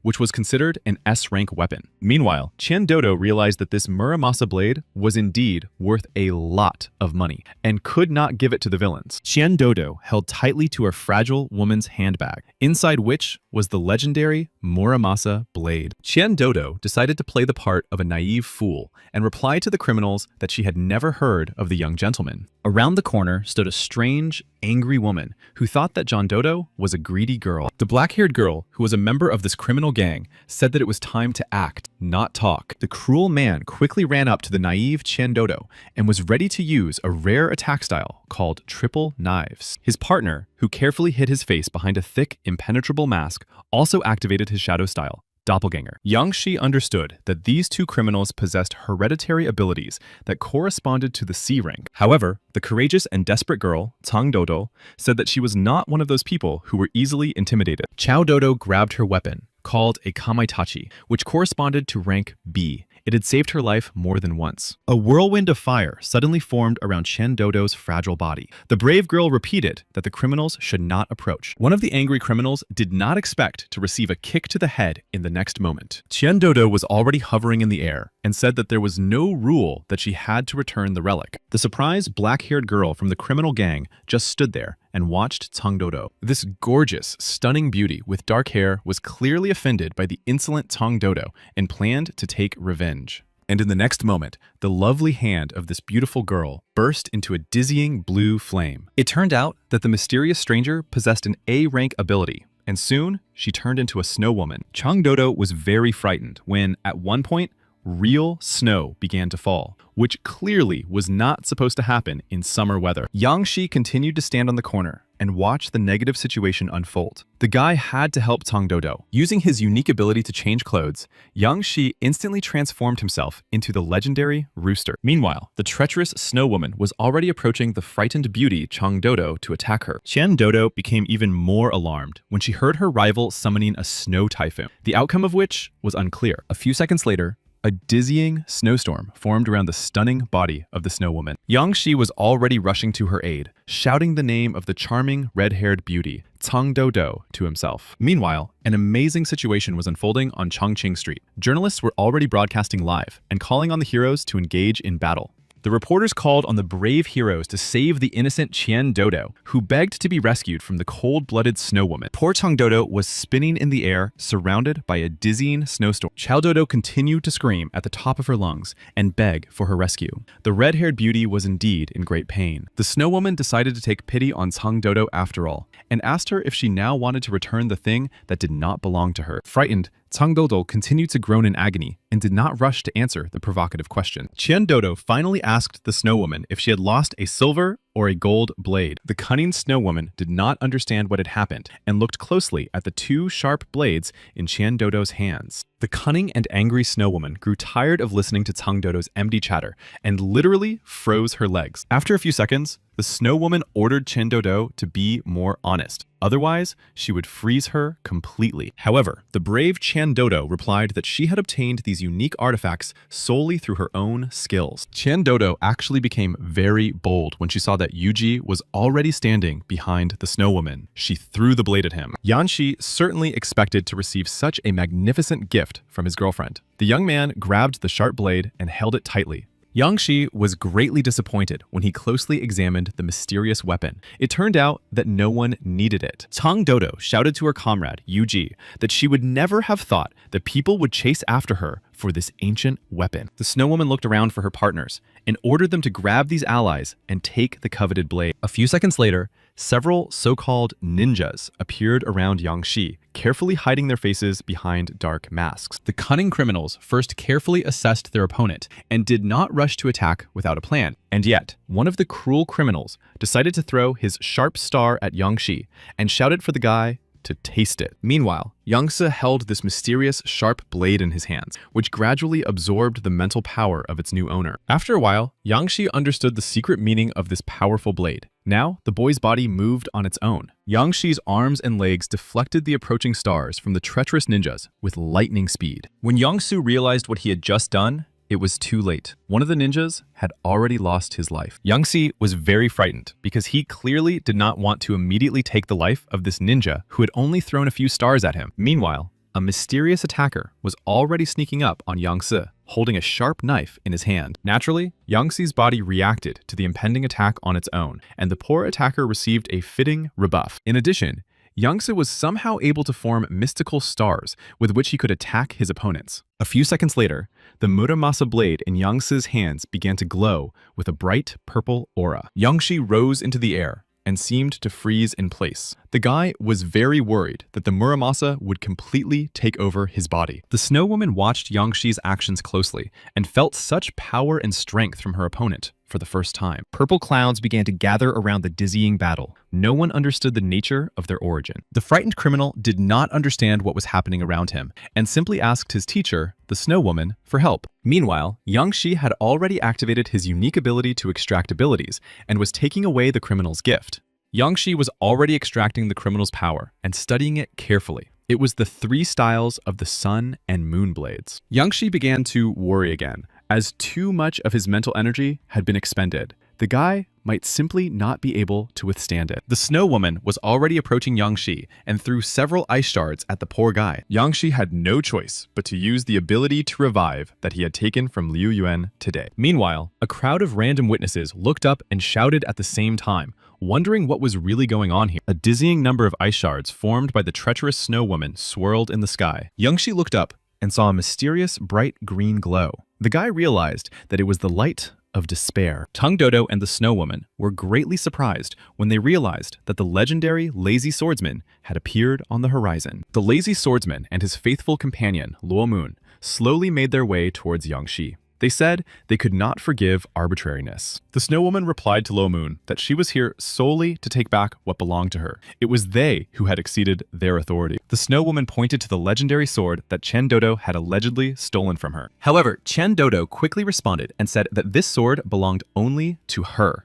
The snow woman was simply lying. The snow woman asked Tang Dodo to be quiet because 2 A-rank heroes had arrived, and she had no chance of winning. The snow woman froze the legs of the charming red-haired Chang Dodo again, who now could not move. The snow woman turned to Lo Moon and said that she just wanted to take the blade and then leave the city of Lugan. Lo Moon had no intention of simply letting the snow woman, who had behaved arrogantly in the first region, go. Lo Moon said that none of the heroes could come to the territory of the first region and leave of their own free will. Lo Moon told the lazy swordsman that he was leaving the snow woman for him while he dealt with Yang Su. The lazy swordsman replied to his comrade that he should not overdo it, as Yangxi was needed for the campaign in its entirety. Lo Moon had already made a dizzying leap towards Yangxi, who was still standing in place, waiting. Lo Moon's powerful fist was already approaching Yangxi's face. The poor guy managed to put his blade in front of him. There was a dizzying crash from the collision of Lo Moon's powerful force and the Muramasa blade. Changdodo was very frightened for the condition of her loyal comrade, Yuji. Luo Moon stood still and smiled, realizing that he was stronger than his opponent. Meanwhile, the Snow Woman turned to Yangshi and said that he too could lose his life at any moment. Luo Moon showed everyone around him that Yangshi was no match for him, and loudly proclaimed that Yuji was considered a nobody. The dizzying battle between the Snow Woman and the lazy swordsman was only gaining momentum. The man used the blade of strong wind. The Snow Woman continued to stand still and watched the approaching crazy force closely. The lazy swordsman's strong wind blade had almost touched the Snow Woman's pretty face. And finally, there was a loud crack, and the Snow Woman literally shattered into tiny ice shards. The lazy swordsman did not rush to rejoice in his victory, as it seemed to him that he had not hit the Snow Woman and that it was an illusion. The lazy swordsman was almost certain that the cunning Snow Woman had escaped, but she must be somewhere nearby. While the Snow Woman was distracting attention, Yangshi decided to hide around the corner to come up with a plan of attack. Yangshi cursed the legendary Muramasa blade, which had left him with almost no strength in his body. Yangshi suddenly thought that the Muramasa blade had been forged from a powerful monster, and that he could try to extract the monster's abilities. In the next moment, Yangshi activated his unique ability to extract power from the powerful blade. The extraction process was complete. Now, Yangshi had 2,500 units of dark, crazy energy. Small cubes of dark energy swirled in the air, and now Yangshi was thinking about how to use this artifact. Yangshi was ultimately a little disappointed, because he had planned to obtain a pearl of ability. Yangshi wondered what ability he needed to improve in order to soon face the powerful dragon. First, Yangshi thought about metal transformation, which had saved his life many times. Yangshi thought for a moment, and soon made the final decision to improve his metal transformation ability. A few seconds later, his metal transformation ability was greatly enhanced and was now called Rank A Metal Control. Yangshi was delighted with the situation and sent this magnificent pearl into his brilliant body. Soon, Yangshi saw a Snow Woman approaching him, who had accepted her defeat by the lazy swordsman. Yangshi looked around and said that he could literally feel all the concrete and metal in the nearby planes and cars. Yangshi clenched his fist and said that he finally had a chance to truly fight on equal terms with worthy opponents. With the help of his new gift of metal control, Yangshi gradually began to form a giant funnel behind him. Yangshi had never felt such dizzying strength and power before. For the first time, the boy thought he could take on the A-rank heroes. A few minutes later, Yangshi formed a giant blade of metal and concrete behind him. The Snow Woman watched her new partner Yangshi's actions closely and was amazed by his dizzying talent. Due to the crazy, unpredictable hurricane, the frightened Snow Woman tried to stay on her feet and not fly away. Meanwhile, Yangshi had already turned to face this huge blade of concrete and metal and was trying to control its power. The charming Snow Woman's eyes widened to the limit as she couldn't understand what was possible to do. Yangshi seemed to have turned into a different person who had never known defeat in his own life. With the help of certain rays from the blade, Yangshi growled to the Snow Woman and said he would be gentle and careful with her. Yangshi once again placed his hand on the Snow Woman's body and activated the option to extract her abilities. Yangshi began to carefully study the Snow Woman's new ability and realized that this gift was actually a summoning ability. Yangshi said aloud that he did not expect this elementary ability to be of the summoning type. It was practically every man's dream. Yangshi held the fragile body of the dark-haired beauty who had suddenly lost consciousness after losing her ability. Meanwhile, a lazy swordsman accompanied by Luo Moon appeared from around the corner. The opponents watched Yangshi's actions. Luo Moon asked who the unconscious girl was. The lazy swordsman noticed that Yangshi's aura had changed. Yangshi gently sat the former Snow Woman down near the wall and said that he had already dealt with her. The lazy swordsman did not rush to attack his opponent, but continued to study Yangshi's aura intently. The man understood that everything had changed. However, Luo Moon shouted loudly that trash like Yangshi clearly couldn't handle the strong Snow Woman on his own. Yangshi did not insult Luo Moon in response, and simply said quietly that he and the lazy swordsman could fight him to find out. Yangshi loudly asked his two powerful opponents which one of them would dare to challenge him first. Yangshi even wanted to joke a little and told Luo Moon and the lazy swordsman that they could try to attack him together. Meanwhile, on the big screen, journalists were already chanting that Yangshi had decided to challenge two A-rank heroes at once. An experienced journalist standing behind the main characters shouted that a dizzying battle was about to take place. Luo Moon said that despite the loud cheers from the audience, he would not team up with the lazy swordsman to defeat Yangshi. Yangshi began to feel sad because the battle between the two A-rank heroes could indeed go down in history. Will Moon quietly told the lazy swordsman that in order to defeat his opponent, he must first understand him. The lazy swordsman noted that the ring on Yang Shi's hand was too strange, and that thanks to it, his opponent could extract the talents of other heroes. The lazy swordsman stepped forward and asked his comrade Luo Moon not to worry, as he wanted to see how Yang Shi defeated the Snow Woman. The lazy swordsman told Yang Shi that if he ultimately succeeded in winning the battle, he would then have to fight the dragon. Before the dizzying battle, Yang Shi decided to cross his fingers so that luck would ultimately remain with him. And finally, the lazy swordsman made an amazing leap upward to deliver his crushing blow. Yang Shi remained standing still as the blades of the three swords approached him at lightning speed. In an instant, Yang Shi formed a fiery shield to cope with this dizzying attack from the lazy swordsman. Naturally, the terrible collision between Yang Shi's defense and the lazy swordsman's blow produced a piercing, strange crack. A few seconds later, Yang Shi was already behind the lazy swordsman, who had lost sight of his powerful opponent. Yang Shi swung hard to strike the lazy swordsman on the head, but the A-rank hero managed to raise his sharp sword. The moment Yang Shi's fiery hand collided with the lazy swordsman's sword in the air, he carefully observed his opponent's aura. The lazy swordsman guessed that Yang Shi was trying to control his sharp, legendary blade,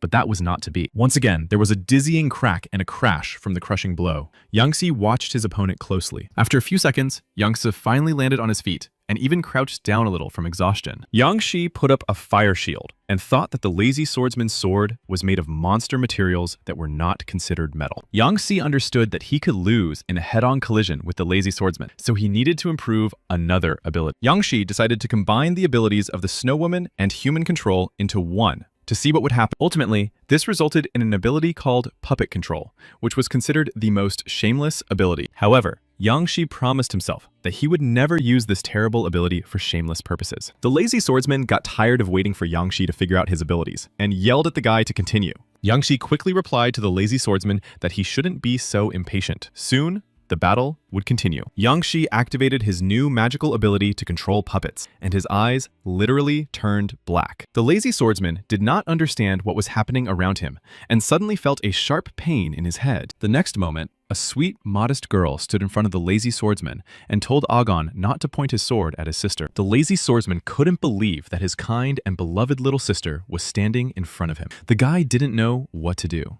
After a few seconds, the lazy swordsman decided to ask the mysterious stranger if she was really his sister. The strange, mysterious girl reached out her hand to the face of her so-called brother to caress his cheek. However, the planned plan did not come to fruition. The lazy swordsman tried to wound the girl with his sword. Yang Shi stood nearby, and his sharp sword shattered into small pieces. The lazy swordsman realized that Yang Shi had used his mental abilities and that he indeed had several gifts and talents. Yang Shi replied that the lazy swordsman had realized this too late. The boy also did not expect his opponent to possess the intent of a storm sword. The lazy swordsman made a grave mistake when he allowed himself to become angry. It was his sister who had recently lost her life. The crowd of witnesses and spectators was indignant because the lazy swordsman knelt on one knee and seemed to be giving up. Another spectator said he didn't expect Yuji to defeat the lazy swordsman so quickly. Now he has become his fan. The reporter asked the spectators if the man in the funny rooster costume could use a mental attack on the lazy swordsman. The reporter continued to say that the lazy swordsman's hands were shaking with dizzying fear and that Yuji's victory was just around the corner. The lovely Chen Dodo intervened in the conversation, raising her hand in support of her so-called brother, Yuji, who had not yet given her 10,000. Yang Shi heard loud cries from the charming red-haired Chen Dodo and wondered if someone in the audience had started complaining about him. Will Moon calmed his loyal companion, the lazy swordsman, and told him that he had actually done quite well in the fight. Will Moon said that the lazy swordsman had forced his opponent to use his last card, and now a real dragon would enter the battle. The lazy swordsman decided to tell Luo Moon not to look Yang Shi straight in the eyes,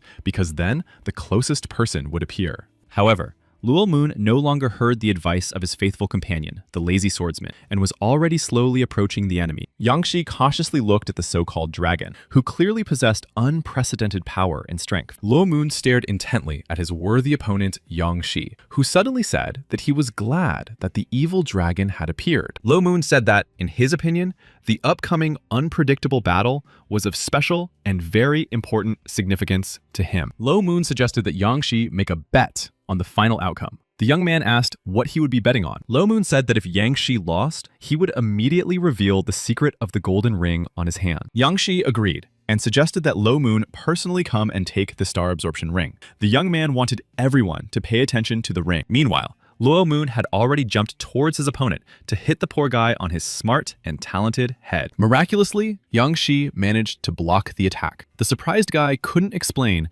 where Luo Moon got such incredible speed. A few seconds after the heavy kick, Lo Moon quickly moved behind his opponent in battle, and so Yang Shi received his first crushing blow from the vicious and aggressive dragon, Luo Moon. Naturally, Yang Shi, in the form of a cheerful rooster, felt incredible pain in his back, and the poor guy had to fly up. Lo Moon continued to stand in place, where he watched closely the torment of the poor, frightened boy, Yang Shi. The reporter told viewers that the metal controlling the rooster could not keep up with the amazing speed of the vicious dragon. Lo Moon watched as his opponent in the dizzying battle suffered from terrible pain. Yang Shi was practically invisible. Lo Moon already sensed the sweet taste of long-awaited victory, and even began to smile a little. Lo Moon said loudly that a hero could not use a double ability, and therefore something had to be done about it. Meanwhile, Yang Shi had already appeared when the dust around him cleared. The poor guy looked like he was suffocating. Yang Shi caught his breath a little, and thought that Luo Moon was really too fast for him, and that the dragon scales had a high level of protection. Lo Moon also decided to tell Yang Shi that he had pretty strong bones. Another hero would have been seriously injured long ago. Yang Shi realized that it was time to use his unique ability to control puppets. Lo Moon clearly did not expect such a dizzying attack from his worthy opponent,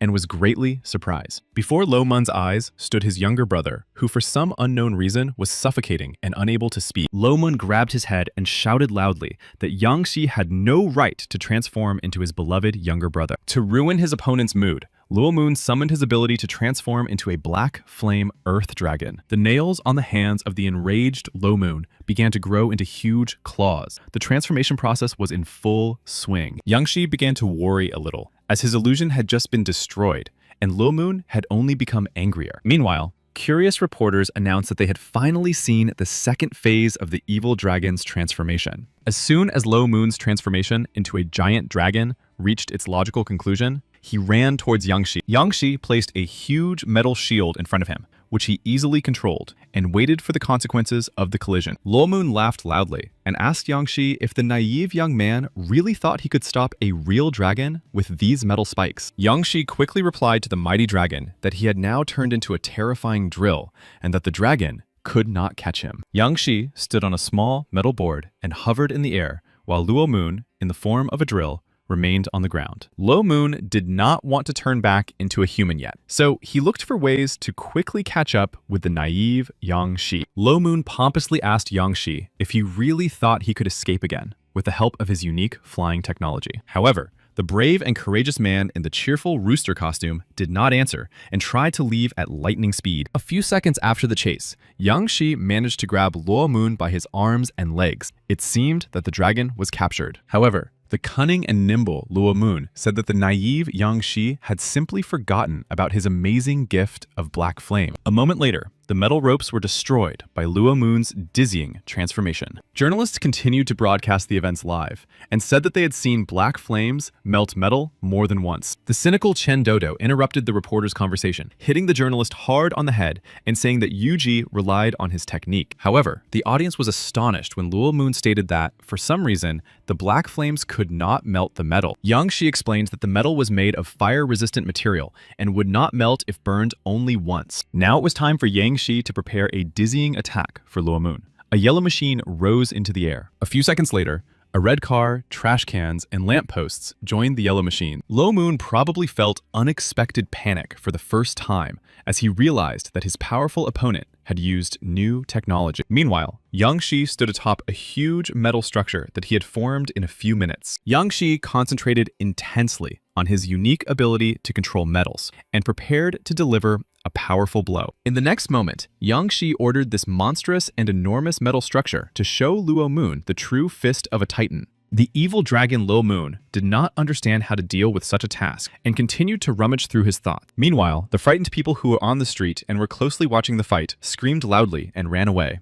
Luo Moon looked at this mysterious metal structure from Yangtze as if for the last time, and thought to himself that he would soon lose his life. A few seconds later, there was a devastating explosion on a global scale. Frightened people ran in all directions. Curious journalists waited for the hateful dust to settle to see if the evil dragon, Luo Moon, had survived such a blow. Angry reporters stood in the street and watched the metal structure closely. It was clear that Luo Moon had not survived. Suddenly, a cute, charming fire butterfly appeared in the air, flying in to find her brother Luo Moon. Behind the offended fire butterfly was the legendary metal hero, who ordered the girls to step back. The metal hero approached the edge of this dizzying metal structure to find Luo Moon. Lasers formed from the eyes of the powerful metal hero, which he planned to use to destroy the structure. After a few seconds, the huge metal structure began to crack and make strange noises. The curious people who had gathered again to watch the battle cheered when the metal hero appeared on the horizon. When the dust finally settled, the lazy swordsman appeared in the company of his faithful companion,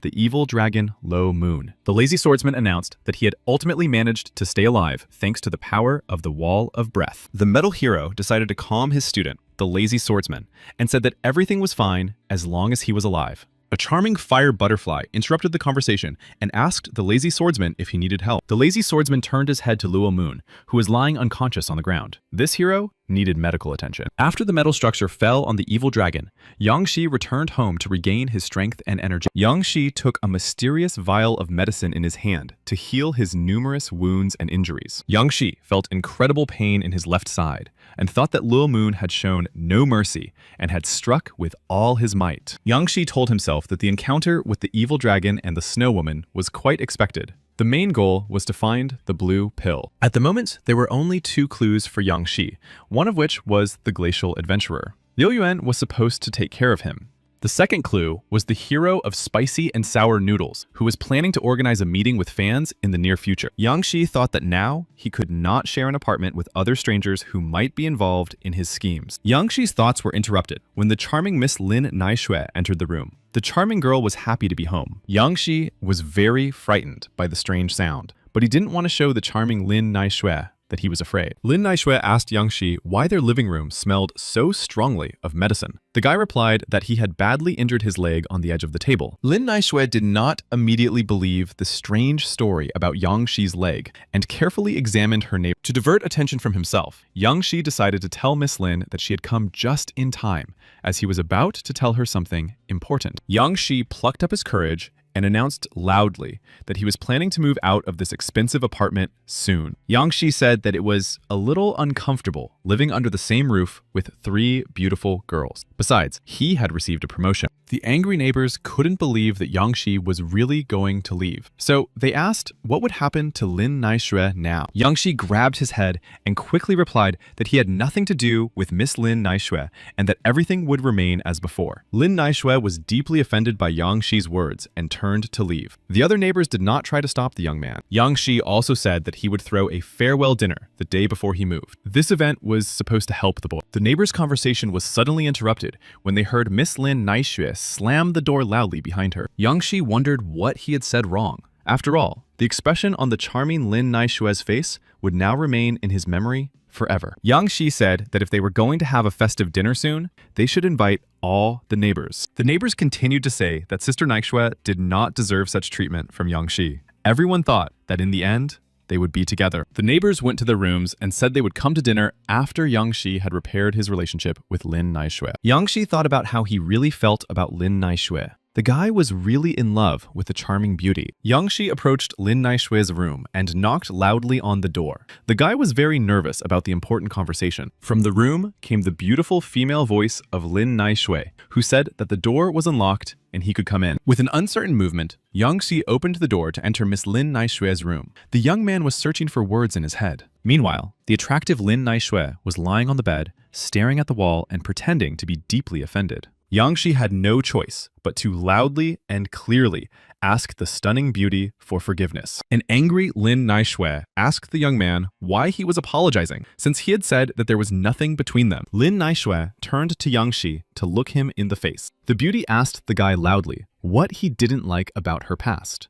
Yang Shi continued to look at the attractive Miss Lin Naishui, and again chose the right words so as not to offend the girl. After a few seconds, Yang Shi shouted that he didn't care about Miss Lin Naishui's past at all, and that she had simply misunderstood. Lin Naishui was tired of listening to excuses and asked directly why Yang Shi didn't like her. Was it because of her appearance? Yang Shi took Miss Lin Naishui firmly by the shoulders and asked the beauty why they couldn't just remain best friends. Yang Shi actually thought that Lin Naishui's relationship with her parents was falling apart, and now she was trying to find a new branch for her heart. Yang Shi also understood that most of Lin Naishui's kindness towards him stemmed from her lack of security. Since Yang Shi did not answer Lin Naishui's questions directly, she thought that her past made people look down on her. The lovely Lin Naishui was literally like a fragile porcelain doll that could break at the slightest touch. Finally, Yang Shi was about to confess his feelings, but his words were interrupted by Lin Naishui, who said that the guy's words were correct. Lin Naishui said she was too impatient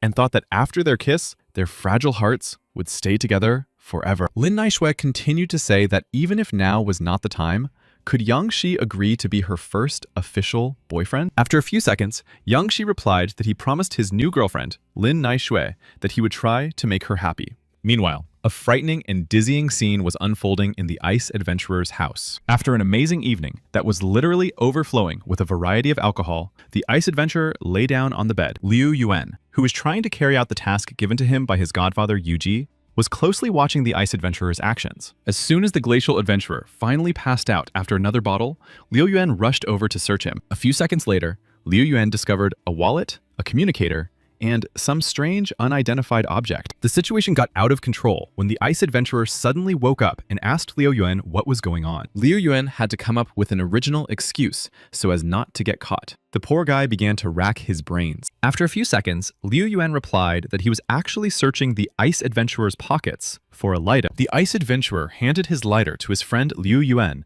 and asked him where the cheerful girls had gone. Liu Yuan replied that the cheerful girls were waiting in the next room. The guy asked the ice adventurer who he liked this time. After several hours of fun, the ice adventurer finally passed out completely, and now Liu Yuan was looking for something specific. Soon, Liu Yuan finally found the mysterious box that the glacial adventurer had carefully hidden from him. Liu Yuan took a small cube out of this mystical box, which emitted a very familiar smell. The guy didn't understand what he was holding in his hands. Liu Yuan barely restrained himself, as he really wanted to eat this strange little blue cube. But he was still afraid of the consequences. Liu Yuan began to ponder, in his not-so-bright mind, what this little cube could be. Soon, an original idea came to Liu Yuan's mind, that inside this blue cube was the very coveted blue pill. Poor Liu Yuan's thoughts were interrupted when a dizzying bang and crash sounded in the next room. Liu Yuan was very frightened and thought that Li Canyang had gone wild in the company of a cheerful, exotic girl. Liu Yuan saw no other way out but to take one cube out of the precious box and hide it on himself. Liu Yuan thought that his back pocket would be just right for hiding the precious little blue cube. Liu Yuan soon knocked on the door of the room from which a terrible rumbling and banging had just come, to see if everything was all right with Li Canyang. The ice adventurer did not understand why his loyal comrade Liu Yuan was distracting him at such an important moment. Liu Yuan tried to look around the room to analyze what the glacial adventurer had just been doing there. Liu Yuan paid particular attention to a mysterious object in the middle of the room that was completely wrapped in blue bandages. Liu Yuan gradually realized that inside these blue bandages was one of the cheerful, exotic girls. The ice adventurer said in a quiet voice that the attractive girl had accidentally lost her life. Liu Yuan tried to calm his agitated comrade Li Canyang, who was already about to run away. The people in the company had to figure it out. The ice adventurer was already hastily leaving the room, from which Liu Yuan's head was sticking out, asking him to take care of himself. Liu Yuan was not worried about the poor, lonely girl at all. He thought that the ice adventurer might have noticed the absence of the blue cube. Meanwhile, the ice adventurer was already going down the stairs to the parking lot and approaching his expensive car. The ice adventurer was already holding the mysterious box in his hand, which he was about to throw against the wall. A few seconds later, Li Canyang threw the mystical box against the wall in the parking lot. Small blue cubes scattered in all directions. The glacial adventurer stared at the malicious box with a furious look and said that after taking them, he had lost control of his power. The frightened glacier adventurer began to worry again and tried to calm down in the next minute. Li Canyang looked at the scattered blue cubes once more and finally decided to put them back in the box. As soon as the glacial adventurer gathered all the little blue cubes, he was astonished to realize that one was missing. Lee Chanyang got into his fancy car and thought that there were only a few days left until the next game. It didn't matter anymore. Lee Chanyang calmed down a little before starting his shiny car. The glacial adventurer didn't care how many cubes were left. Meanwhile, the conversation between Yang Shi and Fan Peng was gaining momentum. His colleague at work couldn't believe that his friend had decided to move out of the apartment. Yang Shi replied that it was just Fan Peng's delusion. He couldn't imagine what it was like to live with 3 charming girls. Fan Peng said that it was precisely in this so-called inconvenience that all the charm of living together lay. Yang Shi turned to Fan Peng to say that sometimes his dirty and vulgar thoughts made him think bad things about him. The main characters approached a huge house. Fan Peng asked where Yang Shi got the money to rent an apartment in this area. Yang Shi replied that his adopted son had given him the apartment. Fan Peng didn't believe him and thought that his friend had simply won the lottery. However, a few minutes later, Yang Shi told his friend that he was telling the truth and that Fan Peng simply didn't believe him.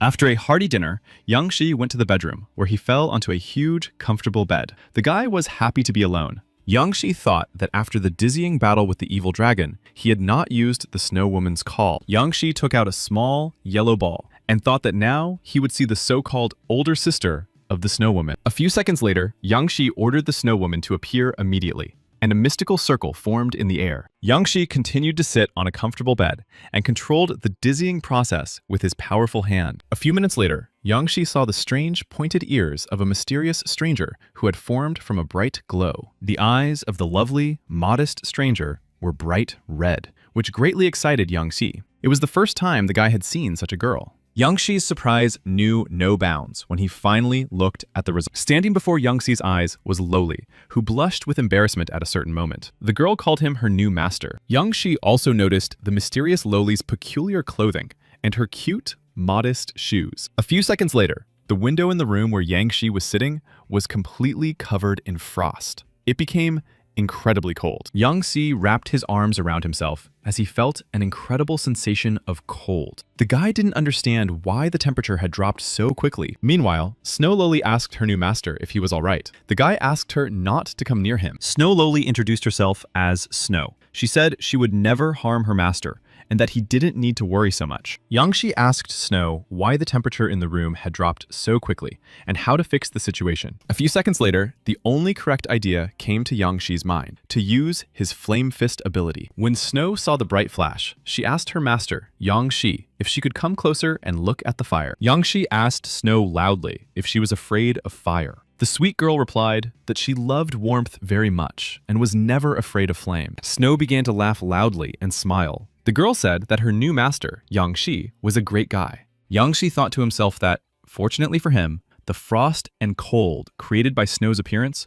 were only a passive effect. Meanwhile, while Yang Shi was distracted by his various thoughts, the cunning Snow approached her master's body and wanted to warm herself. However, Yang Shi's reaction greatly frightened the little girl Snow. The boy ordered the poor girl never to do that again without permission.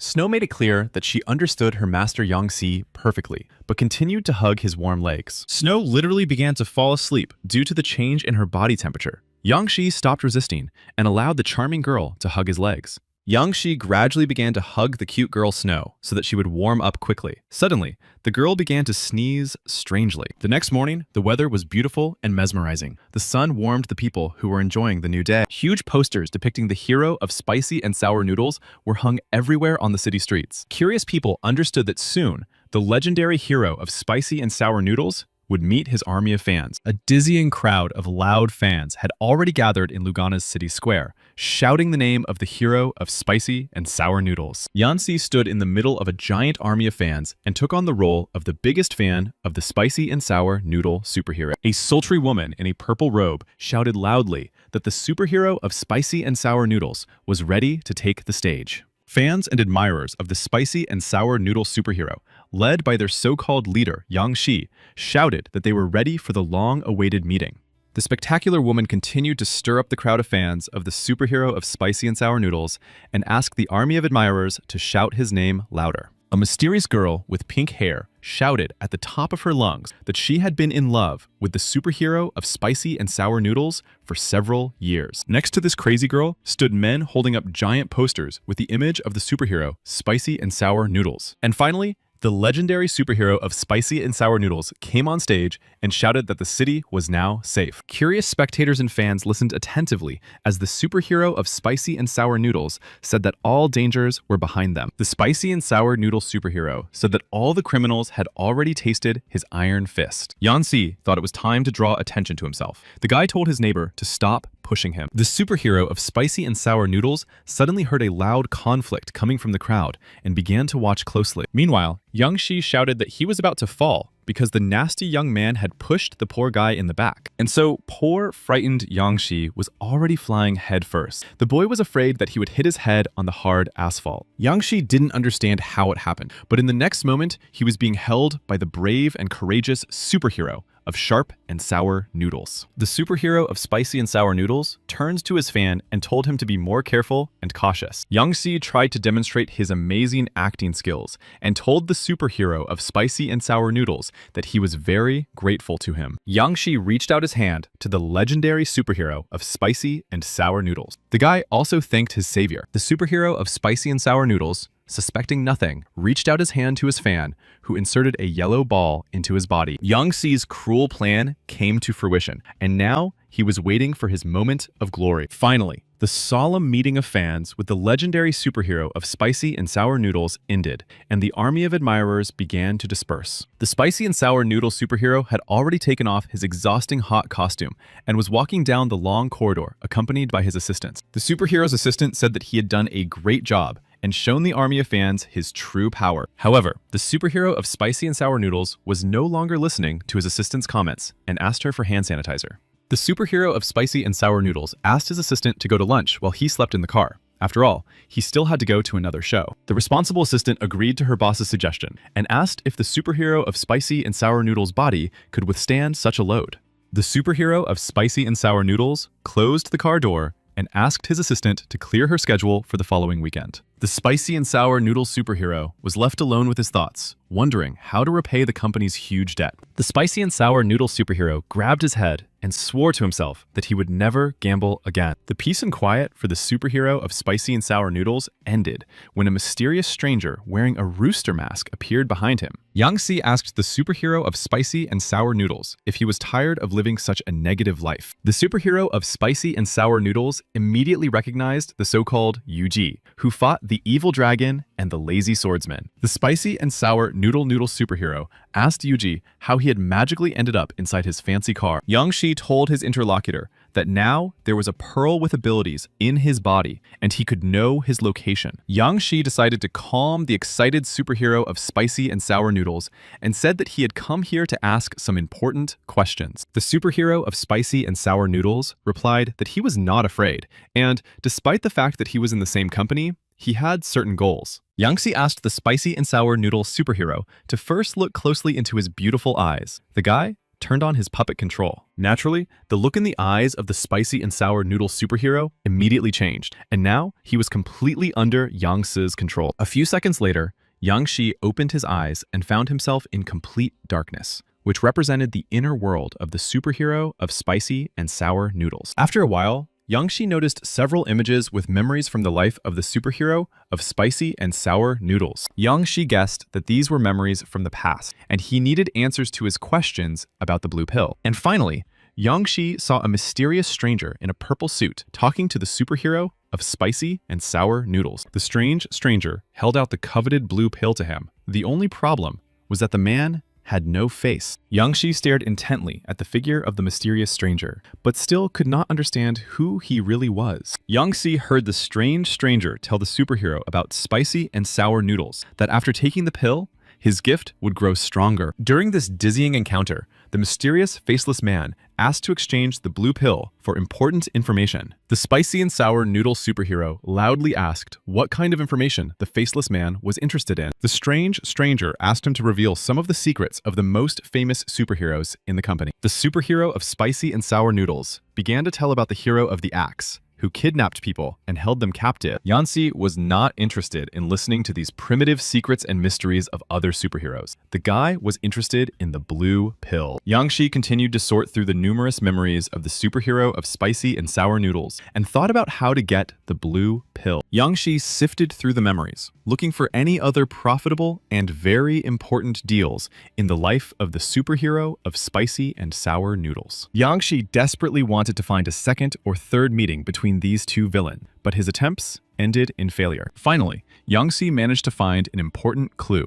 The faceless man asked the superhero of spicy and sour noodles who this Yuji was. The superhero of spicy and sour noodles replied that Yuji not only mocked the Termin's son, but also defeated the evil dragon. The mysterious stranger asked the spicy and sour noodle superhero if he knew anything about his abilities. The long-awaited meeting between the stranger and the spicy and sour noodle superhero took place in a parking lot near an expensive car. The strange, faceless stranger ordered the spicy and sour noodle superhero to tell him everything he knew about the so-called Yuji. The superhero of spicy and sour noodles said that Yuji had learned to erase the abilities of other heroes, but had never shown his true face. The mysterious stranger scratched his chin and repeated the words of the spicy and sour noodle superhero that Yuji could erase the abilities of others. In exchange for important information, the strange, faceless man handed the spicy and sour noodle superhero a small bag of blue pills. The strange stranger ordered the superhero to gather more information about Yuji. He set a new meeting. Yang Shi thought about how the appearance of the blue pill was primarily intended to gather information about the hero's weaknesses. Yang Shi thought that the mysterious strangers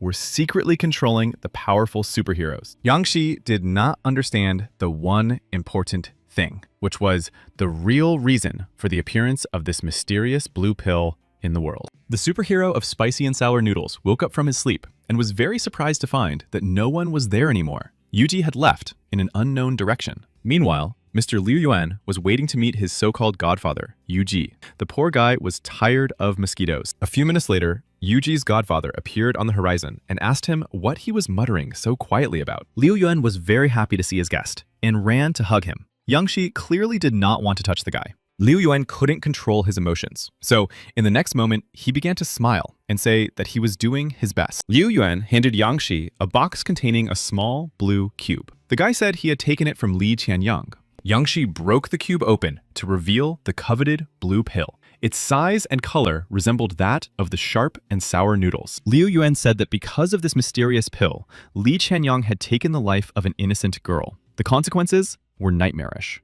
Yang Shi said that these cruel superheroes were willing to do anything for power and strength. They were not afraid of side effects. Liu Yuan agreed with his godfather. Yang Shi asked the boy who could truly be called a hero.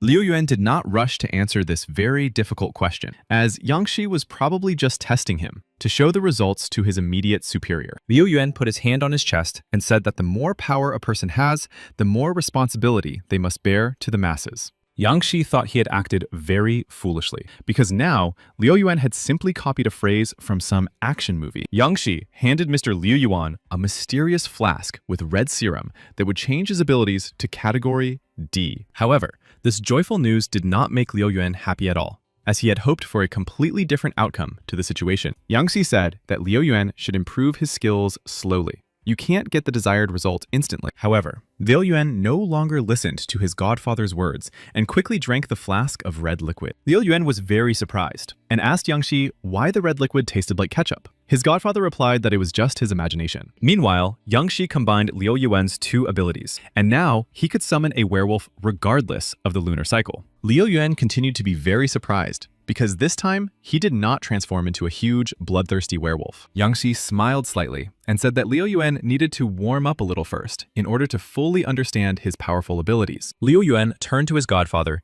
and didn't have time to ask him what he was going to do because a strong fist was already approaching his face. Liu Yuan literally howled in pain. Yang Se told the boy to endure it because he had to be ruthless first and foremost. A few minutes later, Mr. Liu Yuan was already looking at his giant tail and saying that he finally felt his power. Yang Shi was literally proud of his godson and ordered the guy to try to cancel his ability now. Liu Yuan obeyed and asked his godfather if it wasn't too tiring to constantly maintain such a form. Yang Shi asked his disciple Liu Yuan to continue gathering important information about the blue pill. Meanwhile, Liu Yuan had already transformed into an ordinary person. The young man knew that those who took these pills were unstable. Yang Shi said that in the second task, Liu Yuan also needed to gather information about heroes who were involved in very bad deeds. Liu Yuan took himself by the shoulder and swore that he would complete his godfather's next task. The boy was truly grateful for the care. Yang Shi said that after they found these heroes, they would turn them into raw materials. Liu Yuan didn't understand why some heroes weren't important. Yang Shi was about to leave Liu Yuan and said that he was going to absorb every ability of the unjust heroes. Yang Shi flew away on a metal board and said that his disciple had worked hard to improve his skills to rank C. Yang Shi flew over the calm, quiet sea. The view of the crystal clear water from above was breathtaking. Yang Shi continued to fly on the metal board, which now resembled a surfboard. Yang Shi took off his rooster mask and thought that the empty, deserted beach was the perfect place for the Snow Woman to practice. A moment later, Yang Shi raised his hand and activated the Snow Woman's call. A mysterious orange hole formed in the sky. And then, the cheerful, sweet girl Snow ran at lightning speed toward her master, whom she missed dearly. Yang Shi asked Snow to stop showing her affection and forced the innocent victim to engage in a training fight with him so that he could study her. Snow said she didn't want to hurt her beloved master. Yang Shi said that she was unlikely to succeed. In that case, Snow replied that she was ready to launch a dizzying attack. Yang Shi had to prepare seriously. Yang Shi smiled slightly so as not to show Snow that he actually considered her too weak for his abilities. A giant snow whirlwind gradually began to form around the pretty girl, which would eventually bring her victory. A few seconds later, a mysterious, mystical black hole appeared in the night sky, from which small snowflakes slowly fell. Yang Shi thought for a moment and tried to study the dark hole closely. Soon,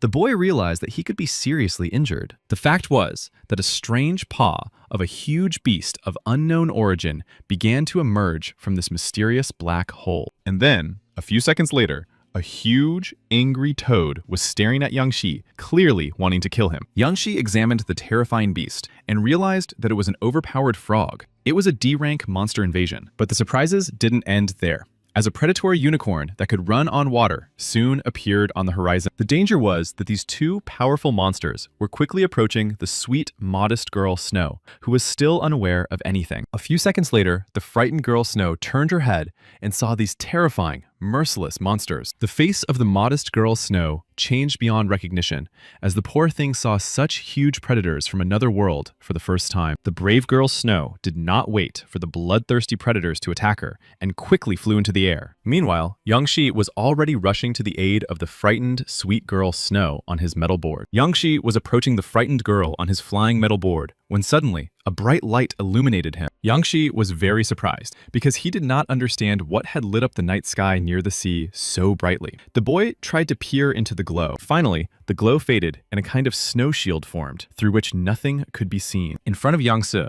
a charming, bright beauty hung in the air, who just a few minutes ago had called herself the cute girl Snow. The brave Snow Woman turned to the two predators who were trying to attack her and asked them if they were going home. The moon in the night sky illuminated everything around them perfectly, so the main characters could clearly see where the terrifying monsters were. The pumped-up frog looked up at the sky and tried to answer the Snow Woman in human language, but the beast couldn't do it. The brave Snow Woman continued to hover in the air and watch the actions of the pumped-up frog closely. Meanwhile, the pumped-up frog also looked at the Snow Woman and croaked in its language, which no one understood. The Snow Woman grew tired of listening to the incessant croaking of the bloodthirsty predator and tried to figure out what to do next. Suddenly, Yang Shi flew up to Snow on his metal board and noted that the girl had grown noticeably. Snow turned to her master and quickly replied that this appearance was actually her combat uniform. Yang Shi did not hide his embarrassment, as he clearly liked this female combat uniform. As a man. A moment later, the Snow Woman Snow fired several ice shards at the nasty pumped-up frog. Upon reaching their target,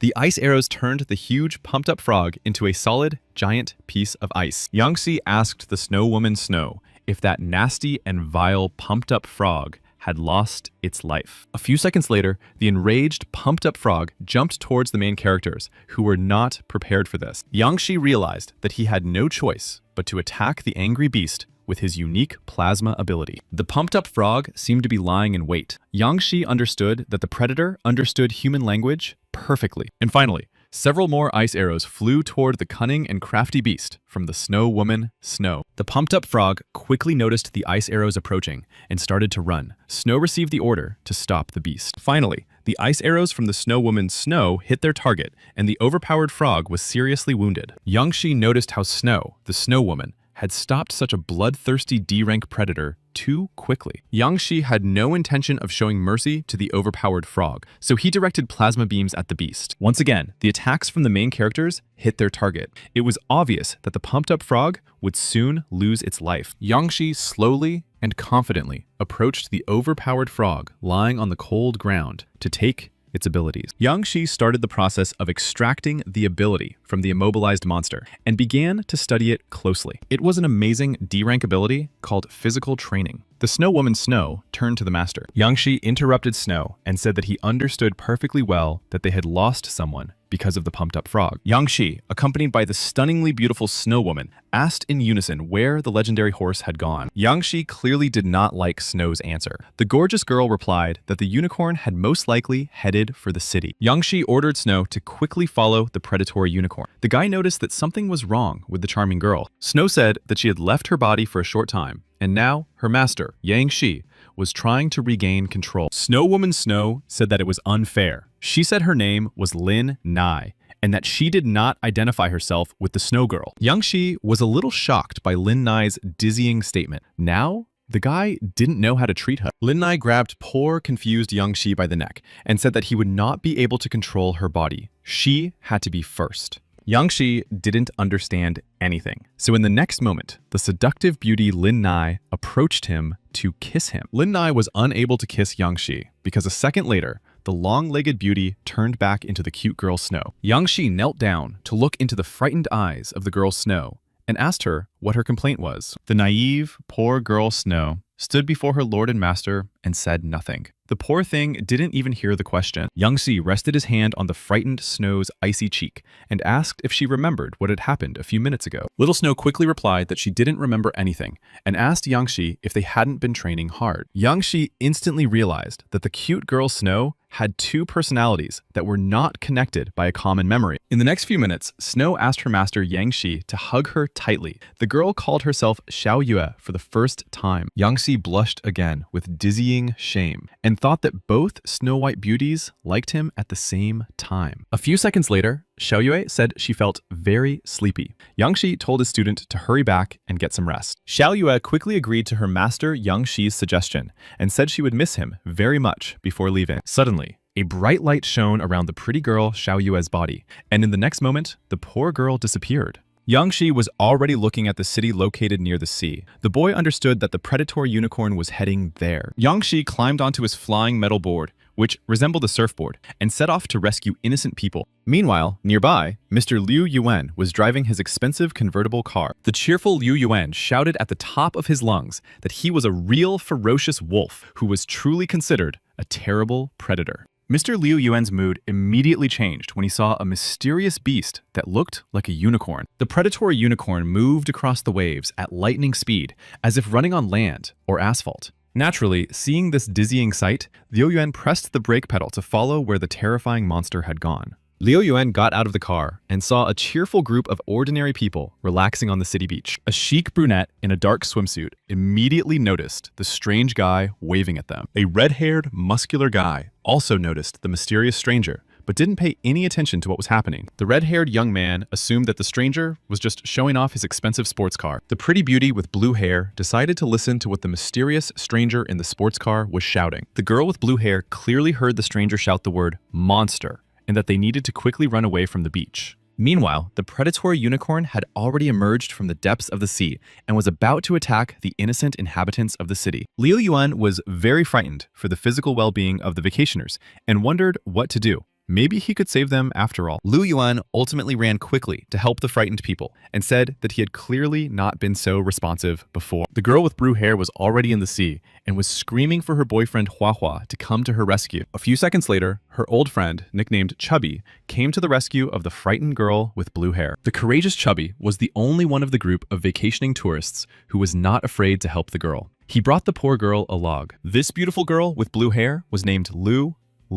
Chubby was glad that his friend was okay. Lulu asked her friend to grab the log as well. Chubby said that for Lulu's sake, he was ready to literally fight this monster in a fair fight, just so she would stay alive. In the next moment, Pooh's promise came true. The predatory unicorn grabbed the poor girl by the arm. Lulu held on to the log and tried to call for help, hoping to save Pooh from the unicorn's clutches. Lulu kept screaming at the top of her lungs so that someone would eventually hear her cries. The girl tried to save Poochliash. Only a few seconds later, Poochliash and the bloodthirsty predatory unicorn disappeared under the water of the sea abyss. The next moment, Lulu noticed a mysterious stranger from a sports car quickly swimming towards her. Liu Yuan told Lulu to swim to him immediately and he would help her get to shore. There was almost no time left. Lulu cried bitterly and begged her new friend Liu Yuan to first rescue Poochliash, whom the unicorn had dragged to the bottom. However, Mr. Liu Yuan said that he would return for Poochliash only after he had taken Lulu to safety on the shore. Lulu finally obeyed and hugged Liu Yuan tightly. She whispered in his ear that she was very afraid of powerful monsters. Liu Yuan was already swimming towards the shore and quickly picked up the charming beauty Lulu, who looked so thin but was heavy for him. The situation took a dizzying turn when a military helicopter with unknown people on board appeared in the air. Liu Yuan noticed that on board the so-called military helicopter were experienced journalists who had flown in to film a report. The chic, red-haired beauty, who was the leader of the journalists, said that there had been many reports of a monster and huge waves. The journalist saw how brave and courageous Liu Yuan carried Lulu out of the sea in his arms. The girl thought that they had miraculously managed to survive. A few seconds later, the reporter recognized Liu Yuan as a local internet celebrity. The girl thought that the young man had risked his life. Meanwhile, a difficult and very intriguing situation was unfolding in a high-rise building. A muscular man watched the report intently and said that the hero Bing Chuan had followed his father to a meeting at the Heroes Association. The muscular man's best friend asked him if he was jealous that Li Kongyang had taken his place of honor. The muscular man was surprised that his friend thought he was jealous. Better that than currying favor with nasty bureaucrats. They were the lazy swordsman and Lu Meng. The lazy swordsman told the evil dragon that his younger brother had been shown on TV saving a girl. Lu Meng quickly replied that the lazy swordsman was probably mistaken, as Liu Yuan would be afraid to meet a powerful monster. However, Lu Meng soon realized that it was indeed his younger brother, Liu Yuan, who was running away from the unicorn on the big screen. A red-haired reporter said that the predatory unicorn was chasing after Liu Yuan. The woman hoped that the heroes would arrive in time. Lu Meng grabbed the TV with his hands and did not understand why Liu Yuan was acting like a real hero. After all, he could have lost his life. Meanwhile, the predatory, bloodthirsty unicorn was already approaching the frightened Liu Yuan and his new girlfriend, Lulu. Despite his uncontrollable fear, Liu Yuan was really trying to help the innocent girl Lulu for the first time. Liu Yuan's fear intensified several times when he heard the bloodthirsty monster almost catch up with him and breathe down his neck. The lazy swordsman and Luo Moon watched the events unfold on the big blue screen and realized that Liu Yuan could lose his life. Lu Moon even squinted so as not to watch the predatory unicorn take the life of his beloved younger brother, Liu Yuan. However, a few seconds later, the lazy swordsman saw Liu Yuan transform into a real werewolf. Liu Yuan, in the form of a huge, hairy werewolf, ran as fast as he could from the bloodthirsty predatory unicorn, without letting go of Lulu. Lo Moon was very surprised, as he had never guessed that his younger brother, Liu Yuan, possessed the power of transformation. Liu Yuan continued to run in an unknown direction and began to jump high to speed up. The unicorn could not keep up with the werewolf. Meanwhile, the seductive girl Lulu was not at all afraid that she was in the arms of a werewolf, and even called Liu Yuan her hero. Liu Yuan decided to show off in front of the charming girl Lulu, and told her to just call him a legend. Liu Yuan, in the form of a hairy werewolf, put Lulu down on the ground and turned to face the unicorn to finally engage in battle. Meanwhile, Yangshi flew to the field of the dizzying battle, not yet eager to help his godson. Yangshi carefully examined the body of Poochliash, who was lying unconscious on the cold sand. The guy was glad that Poochliash was still alive. Yangshi turned to take a closer look at how his powerful godson, Liu Yuan, could actually fight. Just in case, Yangshi prepared several metal shards to help Liu Yuan in his upcoming battle with the unicorn. Meanwhile, the ferocious Liu Yuan, in the form of a werewolf,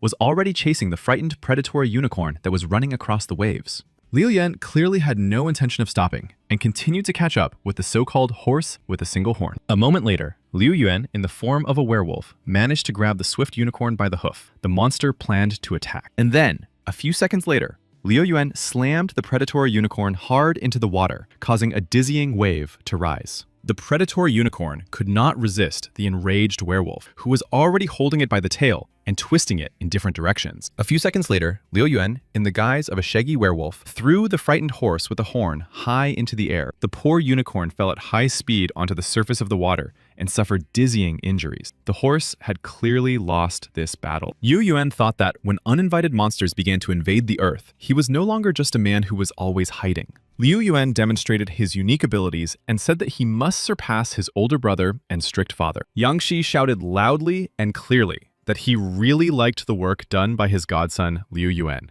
and that he had changed his opinion of him. Meanwhile, Lulu's loyal friends, who were very concerned about her health, had already rushed to the poor and frightened girl. Lulu told her friends that a cunning and nimble monster had dragged poor Puliash under the water when he was trying to save her. Her frightened friends were stunned and began to worry again that Puffy had probably lost his life underwater. Lulu pointed her finger at the werewolf Liu Yuan, who promised that he would ultimately save Puchliash and pull him out of the water. Liu Yuan, in his werewolf form, suddenly began to worry greatly as he sensed that something was wrong with the water he found himself in. A few seconds later, the werewolf Liu Yuan found himself in the center of a water tornado and screamed that he couldn't move or take a step. From the depths of the sea appeared the face of a cunning and treacherous unicorn who was going to take revenge on the insolent werewolf. The bloodthirsty unicorn delivered a treacherous blow to the werewolf Liu Yuan's back. The horn of the so-called horse inflicted a severe injury on the poor creature. In this dizzying battle, the predatory unicorn emerged victorious,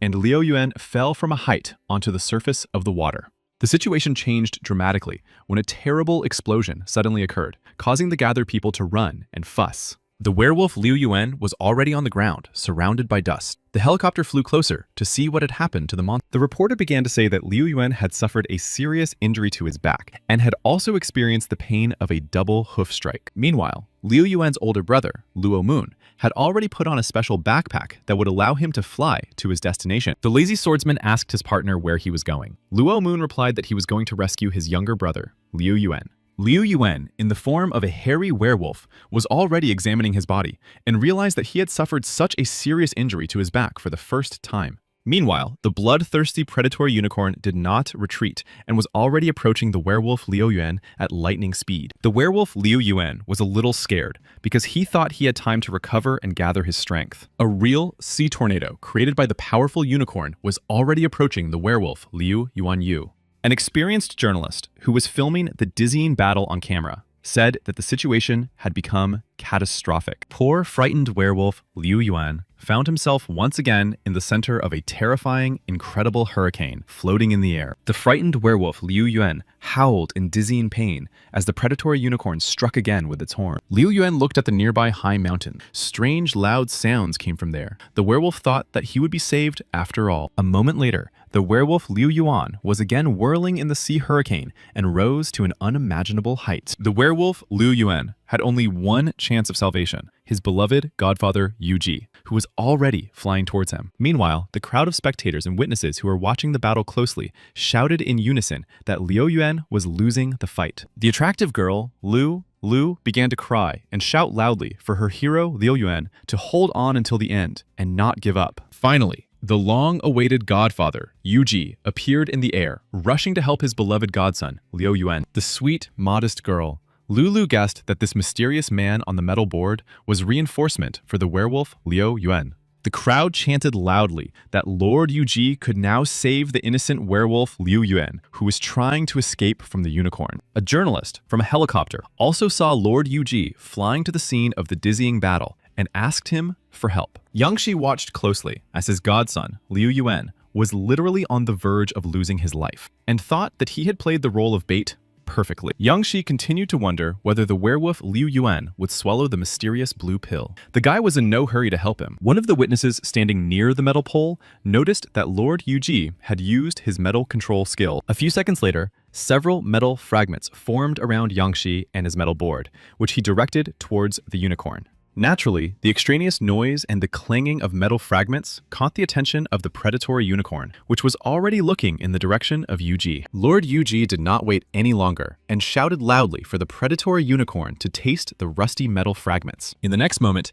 a huge army of metal arrows flew towards the predatory, insolent unicorn. The metal arrows hit their target and the poor, crazy unicorn howled in dizzying, excruciating pain. The frightened werewolf Liu Yuan had almost resigned himself to the fact that he would lose his life forever, and was simply waiting for his fate. The surprised journalist said that Lord Yuji had knocked out the monster with just one unique ability. Yang Shi flew on his metal board to the falling, wounded werewolf, Liu Yuan, and managed to catch him before he fell to the ground. The werewolf Liu Yuan lay unconscious on the metal board and slowly transformed back into human form. Meanwhile, Yang Shi was already looking at the motionless body of the predatory unicorn and saying that no one had given him the right to do such stupid things. For his numerous sins, Yang Se now had to permanently strip the unicorn of its unique abilities. A few seconds later, Yang Shi finally extracted the wounded predatory unicorn's ability, which was in the form of a ball. Yang Shi turned to Liu Yuan and said that he had helped him attract the attention of the blue pill, and now he would let his godson take the credit. Yang Shi rose into the sky again to fly towards the crowd of spectators and witnesses of the dizzying battle with the monster. Yang Shi slowly descended on his metal board and looked at the cute, charming girl with blue hair, Lulu. Lulu was kneeling next to her comrades, Pulyash and Liu Yuan. Yang Se said that their wounds had been treated in time, and their lives were not in danger. Suddenly, Liu Yuan regained consciousness and was overjoyed that his beloved godfather had ultimately helped him. Liu Yuan was very surprised when the lovely girl Lulu hugged him tightly and thanked him for saving their lives. Liu Yuan quickly replied that it was quite easy and asked the charming beauty Lulu not to press on his fresh wound. Lulu asked Liu Yuan why he had changed so much, since earlier on the internet, it was written that he was a wealthy heir. Lulu's other friends said that it was actually Lord Yuji who deserved the praise, as he had appeared in time and saved everyone. The words of this guy were interrupted by a mysterious, strange man who was walking quickly towards Liu Yuan. Liu Yuan had incredible hearing and already understood that some mysterious stranger was approaching him. This strange man said that Liu Yuan had violated the rules for using his abilities, and therefore he would have to go to the Heroes Association. The frightened people examined the mysterious stranger's clothes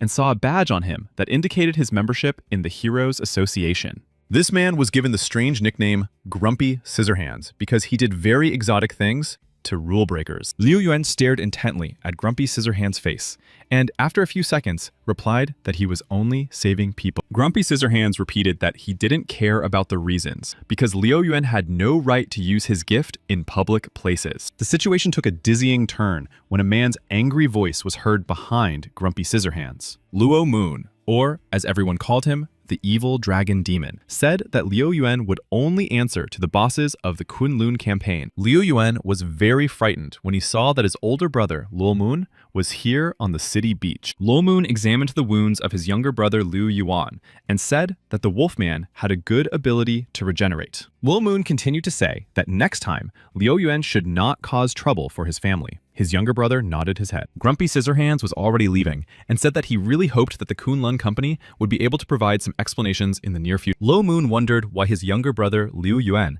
had never shown any signs of abilities before, and why they had awakened now. Meanwhile, Liu Yuan began to laugh loudly and rejoice, showing that he could now become a real hero. Yang Shi returned to his new apartment, where he tried to be alone with his thoughts and take a break from the constant fighting. Yang Shi had just taken a hot shower and had calmed down a bit after the dizzying battle with the predatory unicorn. Yang Shi carefully examined his newly acquired water ability. The guy thought he had quite a few talents related to the elements. Several multicolored balls appeared in the air, among which were plasma, flame, surfing mastery, and metallokinesis. Yang Shi closed his eyes and remembered his beloved younger sister, Fei Fei. The boy thought that now it would be nice to find a healing talent. Yang Shi thought that now he could easily enter the body of the superhero Sharp and Sour Noodles to look for something interesting. Yang Shi concentrated intently and suddenly found himself on a city street surrounded by green trees and bushes. The superhero of Spicy and Sour Noodles was walking down the street without his magnificent costume, humming something to himself.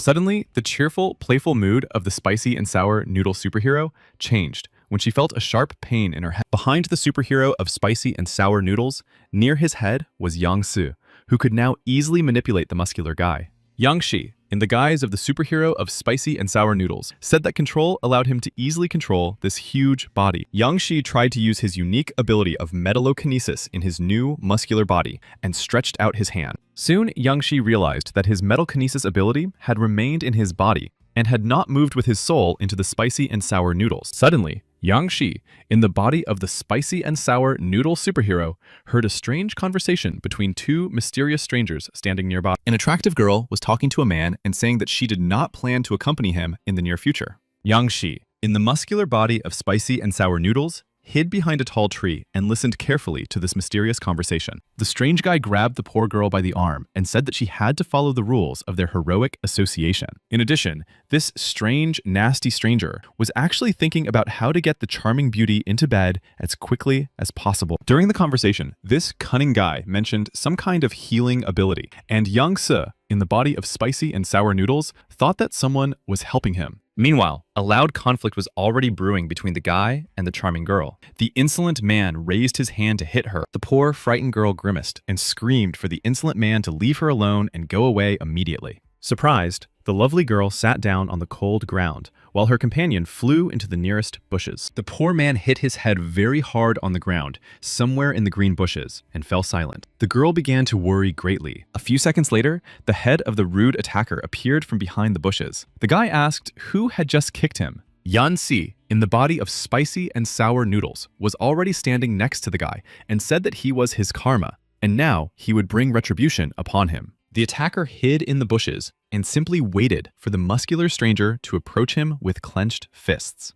The angry attacker realized that it was the hero of spicy and sour noodles and asked him why he was meddling in his business. Yang Si, in the body of spicy and sour noodles, hugged the frightened beauty and asked the attacker how he would feel if he had a daughter or sister. The frightened guy said that he had never harassed this sweet, modest young lady, and that she had voluntarily undergone training at his company. The poor girl wiped her tears and cried out that she had never voluntarily agreed to participate in these dirty deeds. Yang Shi, in the body of spicy and sour noodles, told the girl that if she wanted to become a real heroine, she needed to focus on her goal. The grateful girl looked at the hero of spicy and sour noodles with loving eyes and said that now she understood everything. A few seconds later, the sweet, modest girl turned to face the insolent attacker and stuck her tongue out at him, calling him trash. The proud girl ultimately left the two men alone and disappeared in an unknown direction. The guys were left alone. The attacker thought that this superhero of spicy and sour noodles must eat some kind of food to manifest his abilities. The cunning attacker showed that he was in pain after the blow,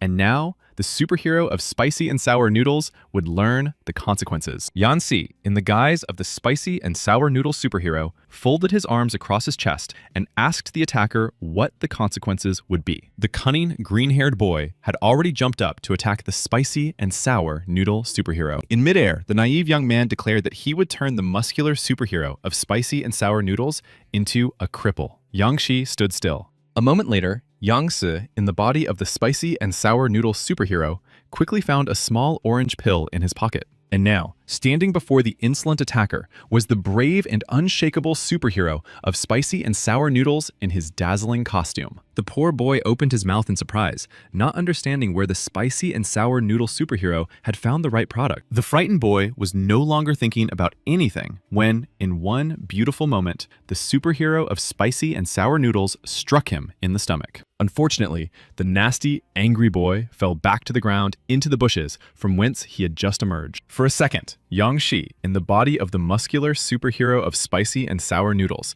was afraid that this nasty young man had lost his life. Yang Shi knew perfectly well that the effect of this mysterious pill lasted only 15 minutes, so he had to teach the lesson in time. Yang Shi, in the guise of a superhero of spicy and sour noodles, thought he would beat his innocent victim for 15 minutes until she begged for mercy. Yang Shi suddenly realized that after gathering a bunch of abilities, his inner strength had become a little scary. The poor superhero of spicy and sour noodles completely exhausted his resources and energy within 15 minutes. Yang Shi also knew that if he used the octopus's magic amulet, he would almost immediately use up all of the spicy and sour noodle's energy. In the end, Yang Shi realized that the transformation of the spicy and sour noodle hero could last a little longer than usual. Meanwhile, the frightened attacker tried to hide in the bushes and literally did not stick his green head out. With the help of the octopus amulet, the spicy and sour noodle superhero immediately found the naive intruder. Yang Shi, with the body of a muscular, spicy and sour noodle hero, grabbed the frightened guy by the throat and told him that only cowards hide. The surprised guy asked the superhero of spicy and sour noodles how he managed to find him so quickly among the bushes and trees. Yang Shi, in the guise of the spicy and sour noodle superhero, admitted that he had actually been hiding his true power for a long time. The frightened boy asked the spicy and sour noodle hero to let him go, and he would call the Divine Dragon Company. Yang Shi, in the body of spicy and sour noodles, agreed that he would let the cowardly attacker go if he did not seek revenge.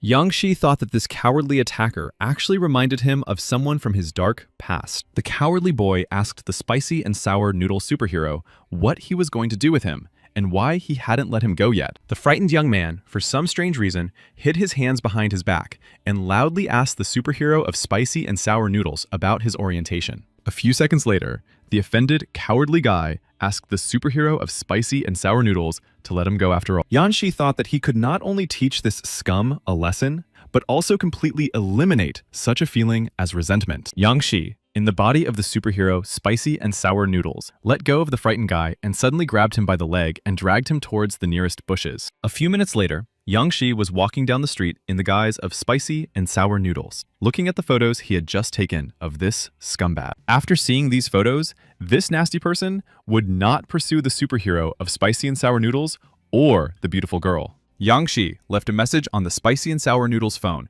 telling him not to delete the new photos so that there would be no problems with the forest ranger. Yang Shi no longer planned to remain in the body of the muscular superhero of Spicy and Sour Noodles, and the control was deactivated. A second later, the real Spicy and Sour Noodle superhero was looking at the unique photos on his phone. The Spicy and Sour Noodle superhero did not understand how these silly photos ended up on his phone. The guy did not remember anything.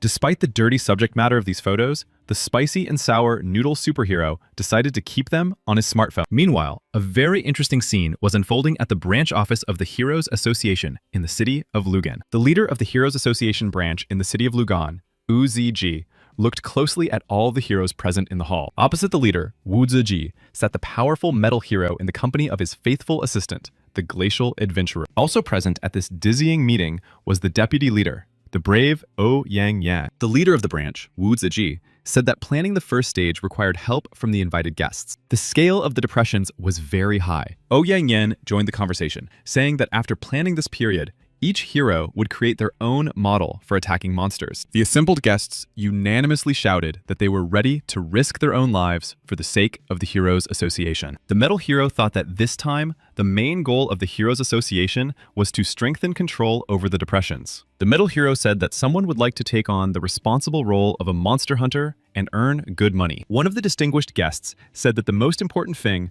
was the information that the world of monsters had an amazing ability. The second of the elite guests confirmed that this ability was that this world could improve weapons and items. The Ice Age adventurer looked at his boss, the metal hero, and thought that only the strongest mattered here. The metal hero thought that his main goal was to possess the owner of powerful strength and energy. The Ice Age adventurer said loudly that now they could safely improve the main element of their abilities. Meanwhile, Yang Shi was already carefully studying his new amazing ability to clone objects and people. Yang Shi looked at his clone, which he thought turned out quite well. Only, for some reason, he looked strange. Yang Shi continued to experiment and tried to combine the abilities of plasma and metallokinesis to see what would happen. To begin with, Yang Shi had to analyze the elements of low-level metallokinesis to improve them to level A. After a few seconds, Yang Shi developed a new amazing ability called shadow substitution. Yang Shi sent this amazing gift of shadow substitution to the body of his new clone, who is now able to create shadow doubles. Yang Shi named the double Yuji and told him that he must always remain calm and level-headed at all times. Yang Shi ordered the intelligent clone to transform into a new person with a snake mask on his face. Yuji was truly frightening in appearance. Yang Shi ordered Yuji to set out on his journey to become the second saint. The time had come for the snake to reap abilities for its master. At the airport in the second district of Shazhou, a plane was already landing, with the cheerful young man Yang Shi on board. As soon as the plane landed and the passengers were allowed to disembark, the brave and courageous Yang Shi began his journey to the exit. Yang Shi walked along the city street of the second district of Shazhou and thought that he did not know that the weather was so hot in this area. Yang Shi was about to cross the road when suddenly a mysterious taxi blocked his path. The driver opened the door to talk to him. Behind the wheel sat a strange red-haired taxi driver who asked Yang Shi if he was from the first district and where he was planning to go. Yang Shi quickly answered the annoying taxi driver and got into the car without much hesitation. They set off on their journey. During the trip, Yang Shi sent a message to Mr. Liu Yuan,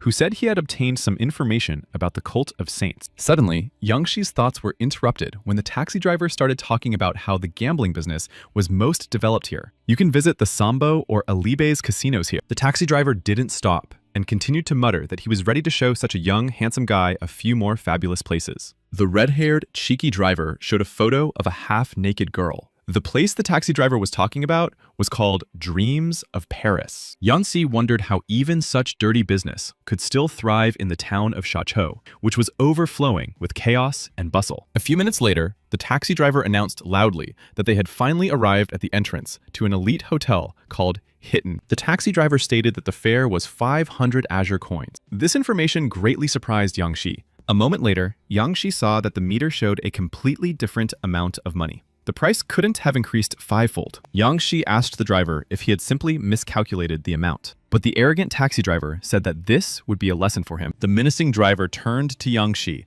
and asked if it would be difficult to choose between his life and a small amount of money. But in the hand of the arrogant, self-confident taxi driver was a firearm, which the attacker clearly intended to use. Yang Shi thought that he would not hesitate either, but it was this arrogant, red-haired taxi driver who deserved a lesson. A few minutes later, Yang Shi was standing in the huge hall of the Hitten Hotel in the company of his loyal friend, the red-haired taxi driver. Using his puppet control, Yang Se forced the arrogant driver to take his suitcase directly to his luxurious room. The hotel staff were very surprised that Yang Shi had managed to get the taxi driver to take his things to his room. One of the charming girls began to apply lipstick, thinking that Yang Shi would want to invite the beauty to a festive dinner. As soon as Yang Shi approached his room, he turned around to let the cunning taxi driver go. He told him that one must always be polite. Yang Shi got into the elevator and went up to the 37th floor. The guy had a card in his hand with a photo of a huge, muscular guy. Yang Shi was looking for the so-called B-rank masked hero. A second later, the guy activated the transformation option and turned into a snake. And so the snake approached room 441. According to his information, this was where the masked hero lived. The snake slowly but surely approached the door, and his shadow was visible even from the other side of the room. The snake carefully approached and pricked up his ears to hear the voices coming from the hotel room. He needed to know how many people were there. Soon, Zmei could make out female and male voices. The mysterious man asked the girl to come closer to him. The huge masked hero was in the cheerful company of charming young girls who did not hide their graceful figures. The playful mood of the attractive girls suddenly changed when someone kicked the door to the room open. The masked hero was also a little frightened, but he did not rush to reveal himself, as he could not ruin his reputation as a hero. The masked hero saw strange shadow rays approaching him, so the man asked who was there and for what purpose. Meanwhile, Snake Yuji had already begun to control the shadow streams and launched several shadow rays at the masked hero. The masked hero showed his true face for the first time when he asked the attractive girls why they did not cover him with their bodies. Everything changed dramatically when several shadow rays controlled by Snake Yuji grabbed the half-naked girls by the throat. It was clear that the poor, frightened girls in their underwear were literally suffocating as the shadow beams squeezed their throats. The masked hero finally decided to engage in combat with the stranger after absorbing the uncontrollable fear of these girls.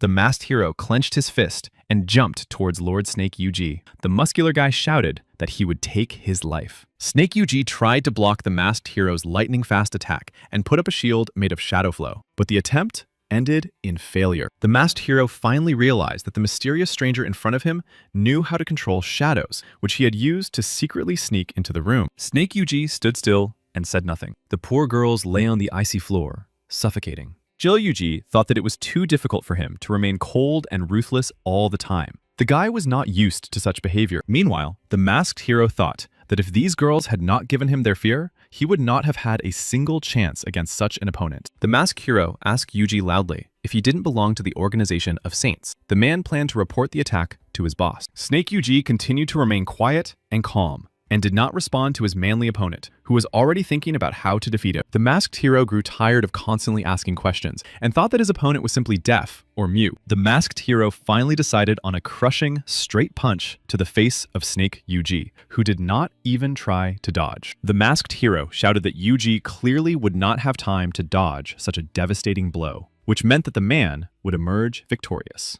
The masked hero was astonished when at one point, Yuji's face disappeared, and a shadow hole appeared in its place. A few seconds later, The shadow hole completely enveloped the arm of the muscular masked hero, who did not understand how to repel the attack. Gradually, the fear in the masked hero's body subsided, and he no longer felt superior to his powerful opponent, the snake Yuji. Yuji the snake stretched out his hand. The frightened masked hero begged to be spared. Otherwise, the priest would not let it go. The masked hero shouted that he surrendered and asked the snake Yuji to spare him. However, the enemy stood calmly and called him trash. A moment later, Yuji finally touched the masked hero's face with his hand, and the poor guy began to moan loudly from the dizzying pain. In fact, Yuji had no intention of killing the masked hero, and simply activated the ability extraction option. This was a rank S ability called the Mask of Fear. This unique gift allowed the user to absorb other people's fears and increase their own power. The frightened masked hero began to scream and ask where his incredible ability had gone. The man begged for it to be returned. Yang Shi thought that with the help of puppet control, he would finally be able to see the face of this priest he kept talking about. A moment later, Yuji activated the puppet control option, and now the former masked hero was completely under his control. A few seconds later, Yang Shi plunged into the inner world of the muscular masked hero.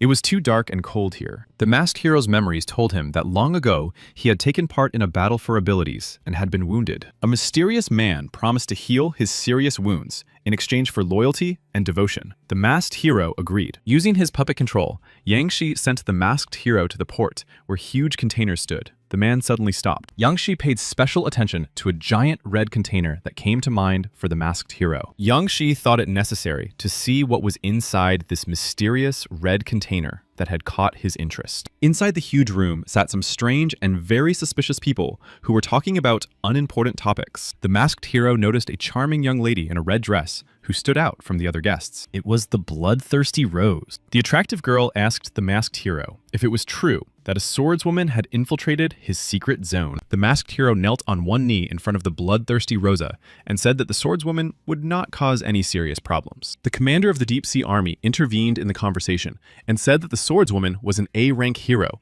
and that the masked hero would not be able to defeat her. The great magician of the earth joined the conversation, saying that the disciples of the holy organization were not afraid of some A-rank hero. The holy priestess put an end to the meaningless chatter and ordered her subordinates to bring the swordswoman here immediately. The great earth mage, the commander of the Deep Sea Army, and the bloodthirsty Rose bowed their heads and made it clear that they understood their boss's order. The masked hero said loudly and clearly that this swordswoman was in for a dizzying lifetime vacation in the afterlife. The commander of the Deep Sea Army called the masked boxer to him. The muscular man asked his boss what his orders were. The commander of the Deep Sea Army said that soon a shipment would arrive at the port of the first district, which would be inside a red container. The commander of the Deep Sea Army told the masked boxer to go to the port tomorrow morning and find out about this insolent girl. The commander of the Deep Sea Army repeated that the boxer in the mask should not miss the chance he had been given and should not disappoint his boss. And so Yang Shi, in the body of the boxer in a mask, stood in front of the red container, which was opened with a fingerprint lock. Right on the door of the red container, Yang Shi saw a lock that opened with a fingerprint. Yang Shi had already approached this mysterious red container and tried to place the masked boxer's finger on it to open it. However, his first attempt to open the strange lock ended in a spectacular failure, and Yang Shi had to use plasma. A few seconds later, Yang Shi, in the body of the boxer in the mask, stood in front of a tall staircase that led down in an unknown direction. Yang Shi did not think that the container would turn out to be just an illusion, and that the real goods were hidden somewhere deep underground. A few minutes later, Yang Shi, in the body of the boxer in a mask, saw a so-called security guard sitting in the room. The frightened guard at first did not believe that someone had actually gotten in, but then he recognized his immediate superior. The guard quickly stood in front of his boss, the masked hero, and began to report that no problems or difficulties had occurred in his absence. The guard continued to say that valuable goods had recently arrived, which the masked hero should already know about. Yang Shi, in the body of a muscular boxer in a mask, ordered the poor guard to take him to the designated place and show him the valuable goods. Tears of despair began to appear in Yang Shi's eyes as he observed prisoners in this frightening place along the way. The insolent guard shouted loudly at one of the children to stop crying. If the child angered the masked lord, the guard would punish him. The poor boy quickly stopped crying and simply fell silent. The child did not even try to look at Yang Shi. Next to the boy stood a second friendly boy with blue hair who did not make a sound so as not to deserve punishment. Yang Shi, in the body of the boxer in the mask, thought that these so-called saints were clearly real sinners because they kept children in cages. Yang Shi noticed that the older boy was no more than 15 years old. They had been kidnapped from different parts of the planet. A brilliant plan to rescue these innocent children who had forgotten what sunlight was like was forming in Yang-se's mind. Yang-se, in the body of the boxer in the mask, began to shout that he was ready to punish anyone involved in this unjust event. The voice of the muscular masked hero made everyone present feel uncontrollable fear and panic. Loud, nasty voices could be heard from one of the many cells. A man was beating a harmless boy who was chained up. The yellow-haired guard yelled at the boy, whose whole body was covered in bruises and abrasions. The man said that the prisoner had dared to bite him. The guard with yellow hair was indeed experiencing dizzying pain because the prisoner had bitten off a piece of his ear. The enraged guard had already tried to deliver a crushing blow to the boy's head, but the masked boxer stopped him. Yan-se, in the body of the masked hero, asked the guard why it was so loud here and what trouble the poor man had caused. The poor boy with green eyes, who was chained to the wall, looked up at the masked boxer. The masked hero approached the sweet-looking captive boy and asked him why he had attacked the guard. The green-eyed boy said nothing and continued to stare into the eyes of his enemy, the masked boxer. The guard with yellow hair explained to the masked boxer that the boy just wanted to escape, and that was why he had attacked him. Suddenly, a preacher from the holy organization Bogomol approached the boxer in a mask with a two-handed sword and said that it was time to teach the captive sister a lesson. Surprised, the masked hero even jumped up and asked Bogomol with the two-handed sword what sister he was talking about. The praying mantis, with a two-handed sword, pointed to a quiet, sweet girl who was sitting in the corner and saying nothing. The mantis with the two-handed sword said that the girl had been practically deprived of her life by ordinary fear. The mantis soon turned to the masked boxer and asked why he had come here, since it was time for his long-awaited vacation. The masked hero replied that he liked the two blondes that the mantis had recommended to him, but that he had come here on the orders of the commander of the deep-sea army. Yan-se, in the body of the masked hero, ordered the immediate release of the captive boy, as a substantial sum of money had been offered for him. Bogomol approached the boy and said that he didn't care how many teeth he had, as a huge sum would be paid for the boy. Bogomol grabbed the boy by the throat and was about to pull out his last teeth. The boy screamed that he would kill everyone. Yan-se, in the guise of a boxer wearing a mask, thought that the boy should be patient a little longer and that soon he would fulfill his cherished wish. Bogomol suddenly stopped and turned his head toward the boxer in the mask. He asked him if he understood the boy's language. Suddenly, the boxer in the mask stretched out his hand, which began to burn with blue flames, and replied that of course he understood everything. With a dizzying blow, the boxer in the mask literally pierced the naive Bogomol with a two-handed sword, who did not expect a trick from his boss. The mantis with the two-handed sword slowly got up and realized that he would soon lose his life. The poor guy asked the masked hero why he did it. The masked hero decided to answer his wounded comrade and said that he wanted to help the child, who was considered his fellow countryman. Only now did the mantis with the two-handed sword realize that it was not the masked hero standing in front of him, but some stranger. A second later, Yang-se, in the guise of the boxer in a mask, delivered a dizzying blow, after which Bogomol, with the two-handed sword, said nothing more. Meanwhile, the other guards looked at their boss, the man in the mask, in bewilderment, unable to understand what had happened. Yan-se activated his shadow control ability and said loudly that the guards would lose their lives today. The guard with yellow hair soon realized everything and jumped up to deliver a crushing blow to the boxer in the mask. However, the blow from the guard with yellow hair did not reach its final destination. He was enveloped in shadow. Soon, the shadow stream created by Yang-se spread throughout the room and began to attack the other guards. The yellow-haired guard screamed loudly in unbearable pain and asked his second partner to save him.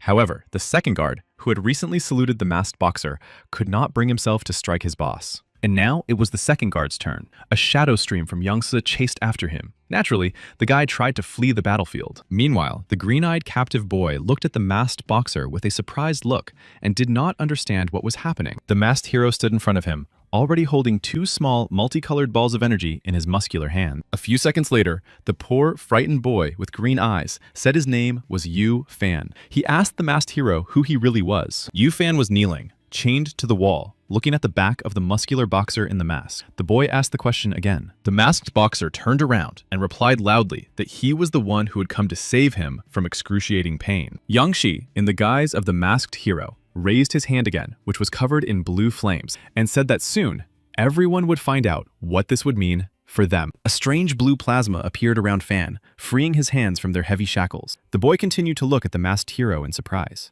The masked boxer told Yu-fan to stay where he was for a few minutes while he dealt with the other guests. Yu-fan slowly got up and headed towards his little sister, who was still sitting in the corner, watching the situation unfold. Yufan knelt down and hugged his little sister tightly, who was crying with happiness at being reunited with her brother. Yang Shi suddenly remembered his younger sister, Feifei, who was currently lying unconscious in the hospital at the hands of the superhero. A few seconds later, several more armed guards ran towards the masked hero, shouting for him to surrender. Yang Shi, in the body of a muscular, masked hero, had no intention of surrendering and shouted that they would all soon lose their lives. Suddenly, Yang Shi felt a mysterious stranger approaching him from behind, who had a very feminine, pleasant voice. The lovely, beautiful girl was the mistress of sounds. The charming young lady greeted the spearman and said that they needed to surround him. The spearman clearly heard the words of the attractive girl, Wu Yu, who was the mistress of sounds, and agreed to prepare for the attack. The spearman said decisively that the mistress of sounds should attack first. Then they would have a chance. The charming young lady Wu Yu, the mistress of sounds,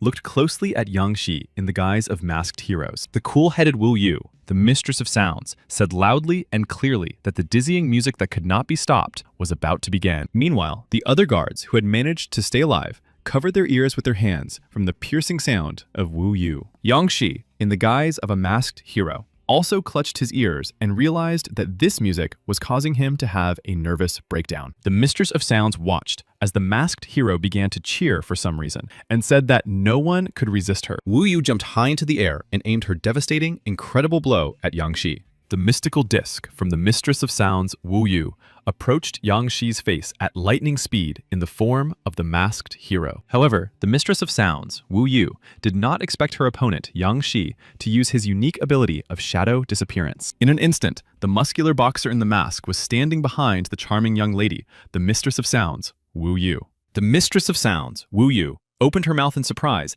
and did not understand how the boxer in the mask could literally disappear before her eyes. The masked boxer did not wait long and delivered a powerful, crushing kick to the back of the mistress of sounds, Wu Yu. The agonizing cries of pain from the mistress of sounds, Wu Yu, were heard by her loyal and responsible partner, the spearman. The spearman rushed to the aid of his wounded friend, the mistress of sounds, Wu Yu, and threw a fiery spear at the masked hero. This mystical fiery spear approached the back of the powerful Yang Shi, who was still in the guise of the masked hero, with astonishing speed. Yang Shi, in his masked body, was already finishing off his opponent, the master of sounds, Wu Yu, and had no intention of sparing the attractive girl. Finally, the enemy's fiery spear hit its target, the back of the muscular, huge masked hero. It was a serious wound. The masked hero's eyes turned black, and he tried to activate his unique Shadow Stream option. Yang Shi, in his masked body, concentrated so that the energy of his body was focused in one point, and he struck the ground with his fist with all his might. Meanwhile, the spearman decided to address his opponent, the masked hero, and asked him why he had betrayed the organization after all. However, Yang Shi, in the guise of the masked hero, said nothing and continued to sit on one knee on the ground. After a few seconds, Yang Shi finally replied to the wounded Bogomol with a two-handed sword that he had come here to save these children and for justice. The spearman began to laugh loudly and said that even if the masked boxer managed to defeat him, he simply could not escape from this room. The spearman also said that the commander of the Deep Sea Army was already somewhere nearby. The masked boxer said that he would kill everyone. The spearman held his fiery spears in his hands and stared intently into the eyes of his opponent, the masked boxer. The spearman decided to use his unique gift, but for some reason began to fear the masked boxer. Yan Si, in the guise of a masked hero, began to absorb the spearman's dizzying fear and increased his incredible strength several times over. The spearman did not want to show his fear to his opponent, so he shouted that if the boxer in the mask approached, he would easily take his life. Yang Shi, in the body of the masked hero, stopped listening to his opponent's empty chatter and took up a fighting stance. The spearman threw several fiery spears at the muscular, masked hero, in the hope that his opponent would be seriously injured. The spearman watched closely to see if the masked hero would dodge the dizzying attack. The spearman did not expect Yang Shi, in the body of the masked hero, to launch a terrifying attack with the help of a shadow stream. The spearman was wounded. Yang Shi sat down a little, exhausted, and thought that the dizzying battle with the worthy opponent, the spearman, was really difficult. One of the boys asked the masked hero if he was injured. Yang Shi replied that it was nothing, and that he had come here to free them. Yang Si quickly opened the cage, and the frightened children began to come out, one by one. The man told the children to hurry up. Youngsi turned his head and saw Yufan approaching him, holding his younger sister behind his back. Yufan said that he no longer intended to suffer constantly and wanted to become as strong and fast as Yangse in the near future. Yufan knelt before Yangsi and asked him to become his teacher. The masked hero said that the boy must swear eternal loyalty to him. Yufan raised his green eyes and said he was ready to swear that from now on he would be Yang Shi's most devoted student. Yang Shi, in the body of a muscular masked hero,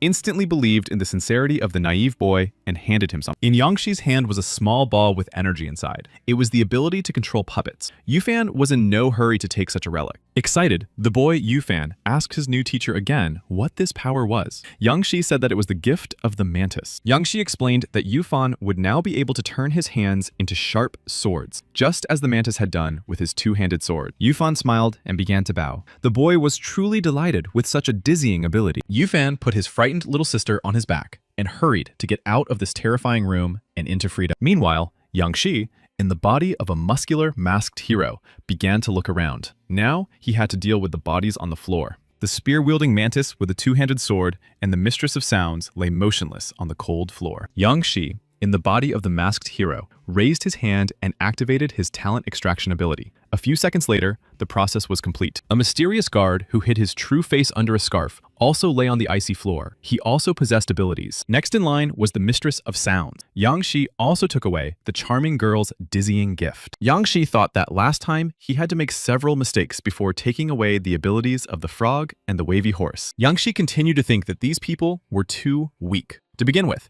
the guy planned to improve the Shadow Exchange to rank A. Yangshi looked at the improved version of the Shadow Stream and thought that now it should be much easier for him to fight the powerful priest. Yangshi, in the body of a muscular, masked hero, finally left this terrible territory and had already exited the red container. The situation changed dramatically when the masked boxer saw a sharp sword belonging to a stranger approaching his neck from the left. Yangshi turned and saw a seductive young girl in combat gear, who asked who he was and where the children had come from. The strict fair girl did not remove the sharp sword from the masked hero's neck and repeated her question. The girl was waiting only for the truth. Yangshi, in the guise of a muscular, masked hero, turned his head and realized that he had seen this attractive young lady before. The cunning girl continued to stare intently at her opponent, the masked hero, and wanted to hear an answer. Meanwhile, the happy children looked at the attractive girl and said that she was their beloved sister, Blanche. The happy children ran up to their sister Blanche and said that this strongest superhero had saved them from captivity. Sister Blanche finally lowered her sword. The joyful children said that this masked hero had been injured while trying to protect them during the battle. For some unknown reason,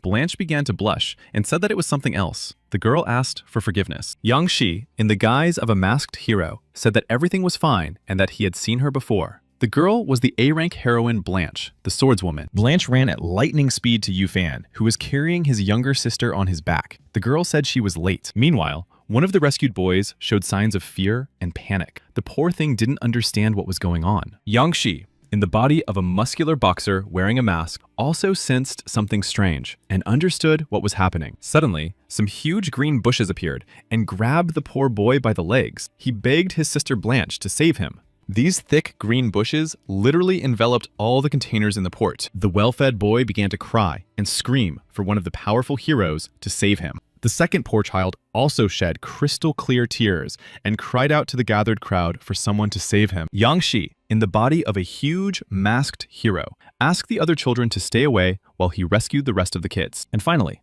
Yangshi saw where these thickets were growing from. It was a cruel trio, led by a holy priestess, sitting on a large, red rose. In the guise of a muscular, masked hero, Yangse stared intently at the commander of the deep-sea army, the bloodthirsty Rose, and the great mage of the earth. The bloodthirsty Rose spoke and said that the masked hero made her laugh. The girl thought that he imagined himself to be a real hero. The commander of the deep-sea army stared intently at his opponent, the masked boxer, and continued to stand still. The great mage of the earth also stood still and watched closely for Yangshi's reaction in the body of the muscular boxer in the mask. The holy priestess, sitting on a huge red rose, ordered her 3 subordinates to show this bug the true power of the saints. The bloodthirsty Rose was to be the first to engage in a dizzying battle with the masked hero. The attractive girl froze for a second in surprise. The bloodthirsty Rose stated that using abilities with such a wide range was undoubtedly very tiring for her. Meanwhile, the holy priestess turned to the swordswoman Blanche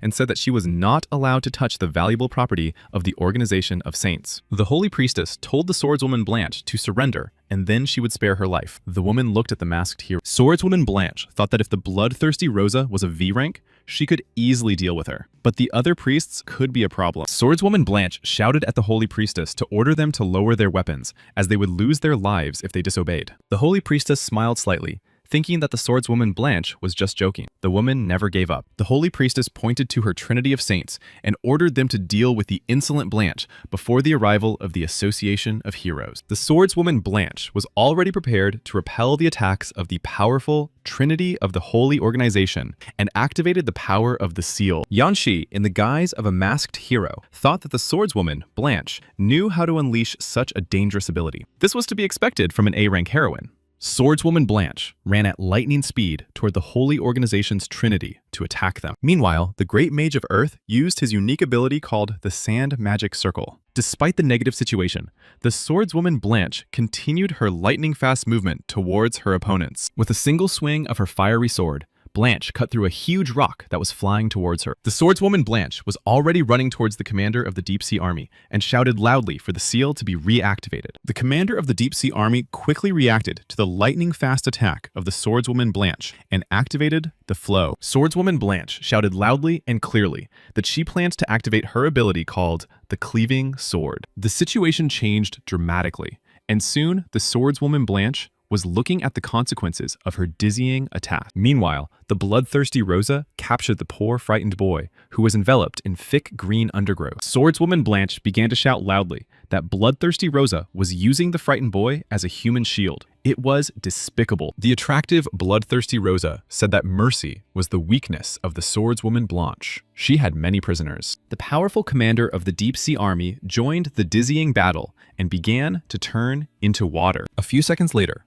the cunning commander of the Deep Sea Army was already standing behind the swordswoman Blanche with a weapon in his hands. Swordswoman Blanche had no idea that the cunning commander of the Deep Sea Army was standing behind her, raising his sword to her throat. Yanxi decided to intervene in the difficult situation, as the swordswoman Blanche could lose her life in the next moment. The commander of the Deep Sea Army delivered a crushing blow to the mask of the Snake Lord Yuji. The mask fell to the floor. The cunning Snake Lord Yuji loudly proclaimed that the commander of the Deep Sea Army had just broken his second mask, which was a great pity. The Snake Lord Yuji prepared to deliver a dizzying blow to the head of the nimble commander of the Deep Sea Army. The commander of the Deep Sea Army doubled over in agony as Yuji's blow landed squarely on his frail neck. The Lord of Snakes, Yuji, watched intently as his opponent, the commander of the Deep Sea Army, lay on the cold floor. The Snake Lord Yuji stopped the brave and courageous beautiful swordswoman Blanche with his hand. The guy asked her not to come near for the time being. Meanwhile, the holy priestess raised her hand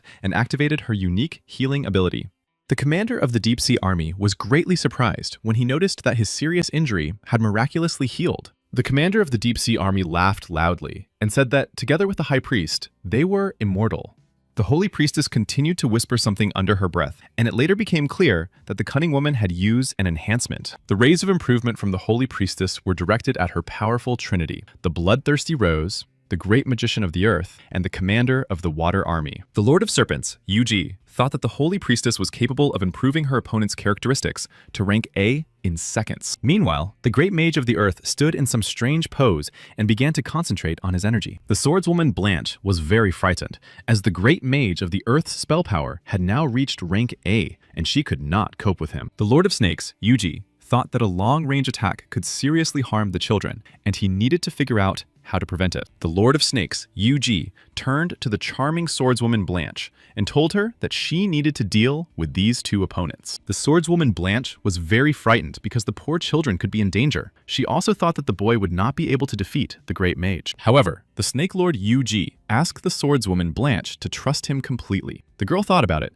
and realized that she really did believe him. The powerful swordswoman Blanche's expression changed dramatically, and she shouted that she would help the Snake Lord Yuji clear the way. The swordswoman Blanche once again activated her amazing seal power and approached the commander of the Deep Sea Army. With her sharp, fiery sword, the charming swordswoman Blanche struck the commander of the deep-sea army on the head. The commander of the deep-sea army managed to put his sword in front of him and was therefore not injured. But he needed help. Bloodthirsty Rose was already prepared to come to the aid of her partner, the commander of the deep-sea army. Cunning Rose asked the commander of the deep-sea army to stop insulting her, otherwise she would no longer help him. Bloodthirsty Rose was preparing to put her amazing spell, called the Rose Spell, into practice. Swordswoman Blanche was frightened again, as she felt her powerful strength begin to weaken for the first time. Bloodthirsty Rose said that her body needed strong love, and could awaken this desire in the swordswoman Blanche. It became really hot. At that moment, the cunning commander of the deep-sea army used an illegal cloning technique in the battle. In the end, the Bloodthirsty Rose and the commander of the deep-sea army managed to capture the poor swordswoman Blanche, who was trying to break free. The swordswoman Blanche was not going to give up, as she had another clever trick up her sleeve. The girl activated the Seal of the Mind. The commander of the deep-sea army was a little surprised, as he had never seen an A-rank hero possess a mind seal before. A few seconds later, the swordswoman Blanche literally disappeared in an unknown direction before the eyes of her powerful opponents. Swordswoman Blanche loudly declared that she had recently received this devastating gift of the Seal of the Mind, which gave her the right to be reborn. With a single blow of her sharp sword, the swordswoman Blanche dealt a crushing blow to the Bloodthirsty Rose, from which red liquid poured out. Meanwhile, the great magician of the earth completed his transformation and unleashed an amazing ability. A few seconds later, standing before the Serpent Lord Yuji was no longer just a man in a hat, but a huge dragon. The frightened boys hanging on the thorny spikes of the roses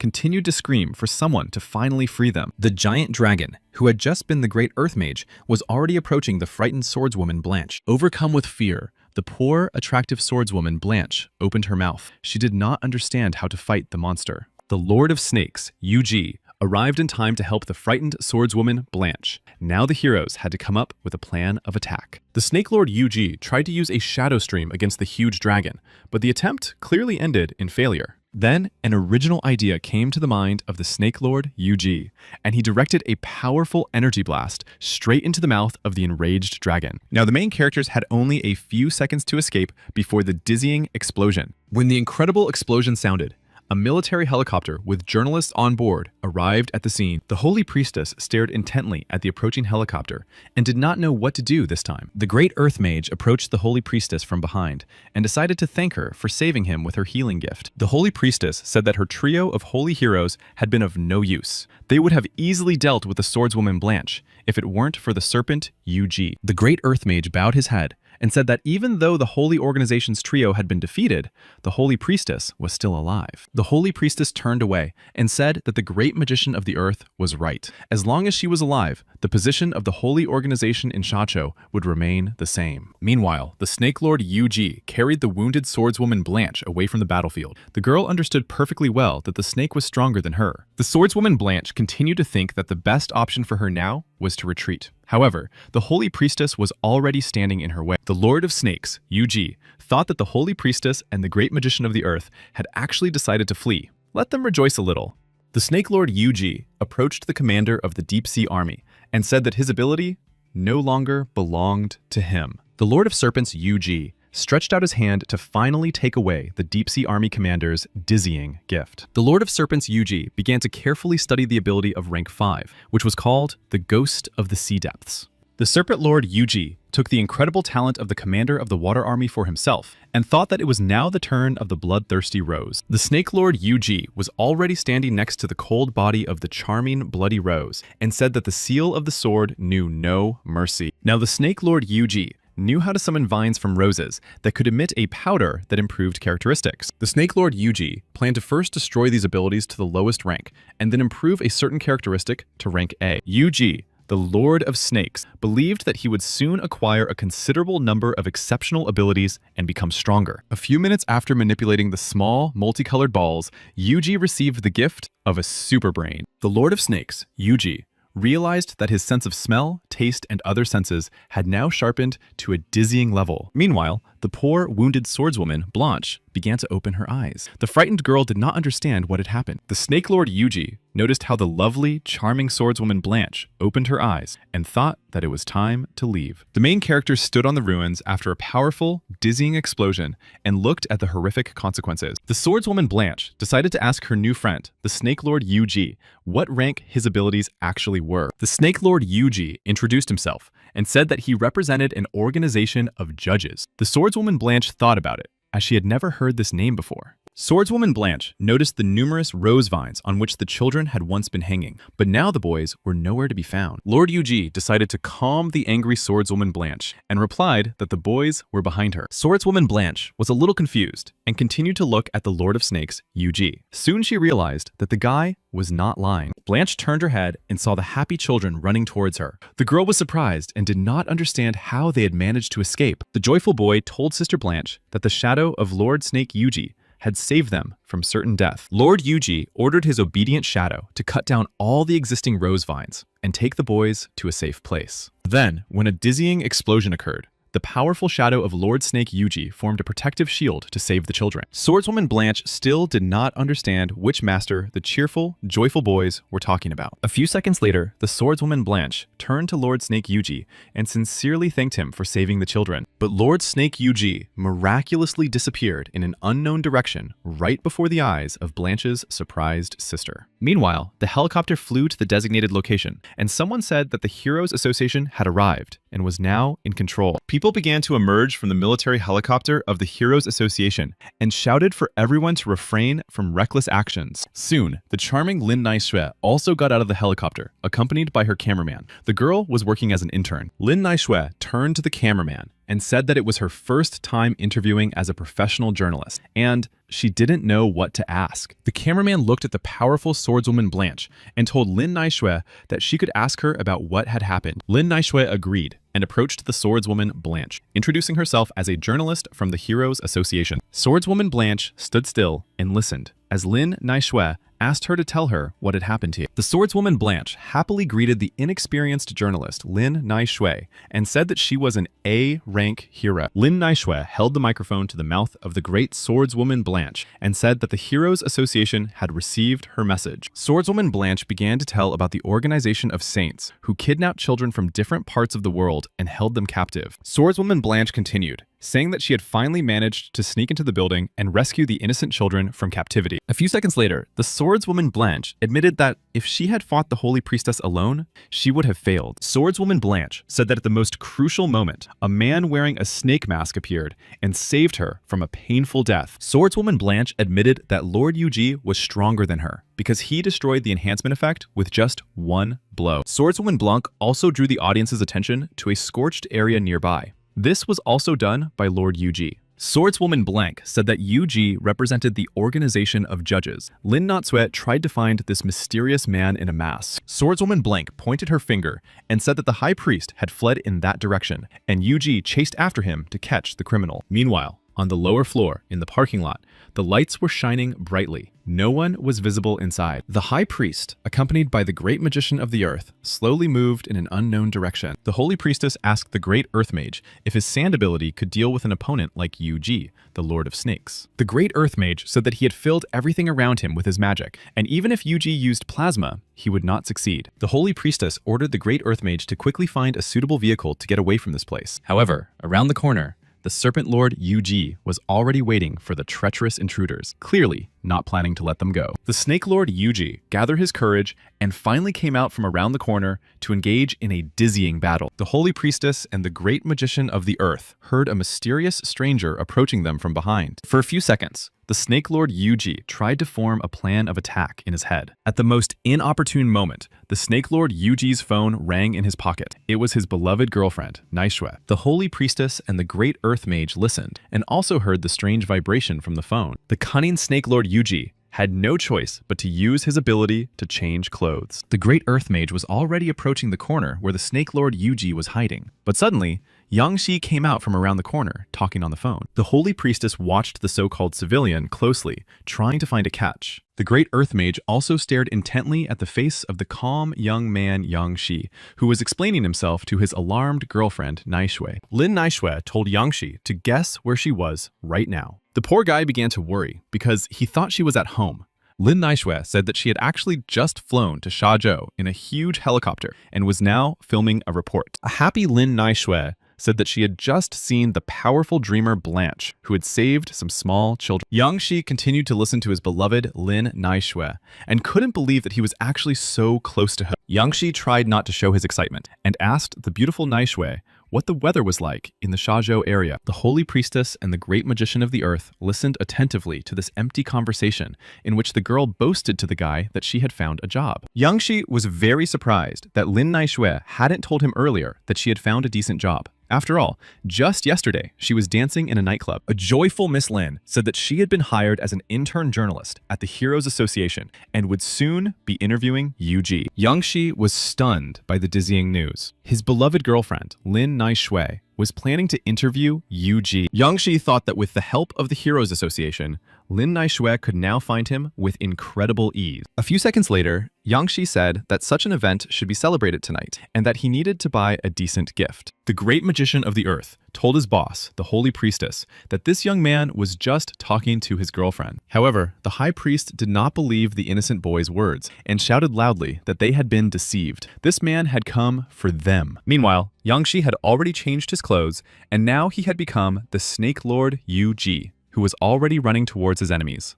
The great magician released his hellhounds, which were supposed to tear the enemy to pieces. However, the Snake Lord Yuji easily dealt with these ferocious dogs with the help of his shadow streams. The holy priestess told the great magician of the earth that they needed many more of these earthly animals to deal with Lord Yuji. The great earth mage claimed that each dog in this pack was capable of opposing a powerful A-rank hero. The Snake Lord Yuji had already released his shadow rays, which destroyed a huge army of these nimble dogs. The poor, frightened dogs did not have time to react to the numerous attacks from the shadow stream. The dogs realized that they could lose their lives. A few minutes later, the Lord of Snakes was already standing behind the holy priestess and even managed to wound his powerful opponent in the shoulder. In addition, the Lord of Snakes, Yuji, also touched the shoulder of the great earth mage with his shadow rays. The holy priestess was very frightened and did not understand how Yuji managed to wound her. She thought he possessed electrical magic. The cunning holy priestess said that if Yuji let her live, she would repay him and make him a rich man. However, Yuji, the Lord of Snakes, said that he saved people's lives only for the sake of justice, not for money. Meanwhile, the shadow stream created by Yuji tightened its grip on the great earth mage's neck. The poor old man literally couldn't breathe. While Lord Yuji's attention was focused on the great earth mage, the holy priestess managed to swallow several blue pills. The Snake Lord Yuji noticed that the holy priestess had somehow managed to overcome the shadow rays and free herself. A dizzying aura began to form around the powerful holy priestess, possessing incredible power. The embittered holy priestess began to smile and said that she could not only heal, but also possessed another amazing gift. A few seconds later, the cunning holy priestess took a magical sword that glowed brightly out of her own mouth. The Lord of Serpents, Yuji, had already felt a similar aura when he encountered the sword of the powerful swordswoman Blanche. The cunning holy priestess said that she possessed an amazing weapon called the Spear of Justice. The holy priestess raised the Spear of Justice and loudly shouted the spell of the Thorns of Rebirth, which Yuji clearly did not like. Magically, mystical holes began to appear in space, from which strange weapons emerged. The holy priestess continued to speak in a quiet voice, but Yuji, the Lord of Snakes, heard her talking about endless spears of compatibility. The mad holy priestess shouted at the top of her lungs for these endless spears of justice to make the enemy suffer. The Snake Lord Yuji did not understand what was happening and simply stood in place, preparing for a dizzying attack. And finally, the endless spears began to approach the Snake Lord Yuji, who was darting from side to side. Yuji had no choice but to try to escape from these hateful spears of infinity, but they kept up with him. A few minutes later, one of the spears of infinity struck the leg of the poor Snake Lord Yuji. The holy priestess rejoiced and said that the young man would not live. The Snake Lord Yuji sat still and thought that even such a light attack could hook one of his limbs. Yuji noticed that the light spread across the ceiling, allowing these spears of infinity to easily find his location. The Snake Lord Yuji could think of nothing better than to try to outmaneuver these spears with his dizzying speed. The Holy Priestess laughed loudly and asked Lord Yuji if he really thought there was anything faster than light in the world. The Holy Priestess continued to rejoice and be glad because she understood that the Lord of Snakes, Yuji, had fallen into a terrible trap. Meanwhile, the Snake Lord Yuji used his new super brain ability and began to sort through various ideas in his head. Lord Yuji had less and less time, as the spears of infinity were already approaching his head. The Holy Priestess froze in place and waited for these powerful and fast spears to finally do their job. But in the next moment, the Snake Lord Yuji managed to activate his dizzying ability of instantaneous movement. The Snake Lord Yuji literally began to move around the room faster than the speed of light. The guys seemed to surround the Holy Priestess. Soon, the Snake Lord Yuji came up with a new and original idea and resorted to the help of fast shadow blades. Finally, the Holy Priestess began to sense that something was wrong. She did not think that any shadow blades could harm her. In an instant, the Snake Lord Yuji was already behind the Holy Priestess, whose spears were still searching for the enemy in the light. The Lord of Snakes, Yuji, turned to face his powerful opponent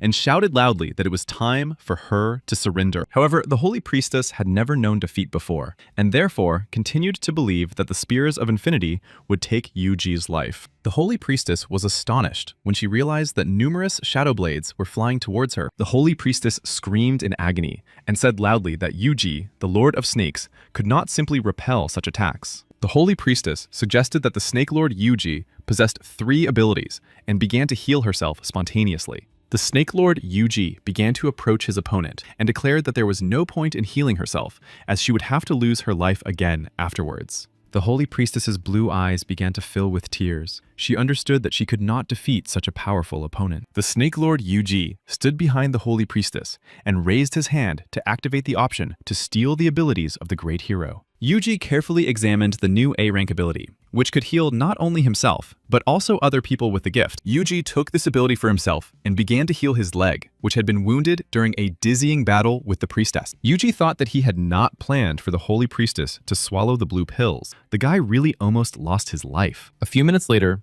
Yuji approached the body of the great magician and activated the ability theft option. He took the magic of sand. Suddenly, Yuji, the Lord of Snakes, turned around when he heard loud noises. This meant that the Heroes Association had arrived. The Heroes Association in the helicopter shouted loudly that the entire area was now under their complete control. People began to disembark from the Heroes Association's military helicopter, saying that the sound they heard had broken the windows here. The charming Miss Lin Naishui also got out of the helicopter and told the live audience that a terrible battle had taken place here. Lin Naishui entered the building and was shocked when she saw the Holy Priestess lying on the cold floor. The cameraman also ran up to Lin Naishui to survey the area. The man saw the body of an old man who was a great magician of the earth. The pretty young lady, Lin Naishui, clearly didn't like what she saw, covering her mouth with her hand and saying, "I'm sorry." The cameraman saw that his partner, Lin Naishui, was uncomfortable and said that such an attractive beauty needed a rest. However, Lin Naishui was no longer listening to what the cameraman was saying,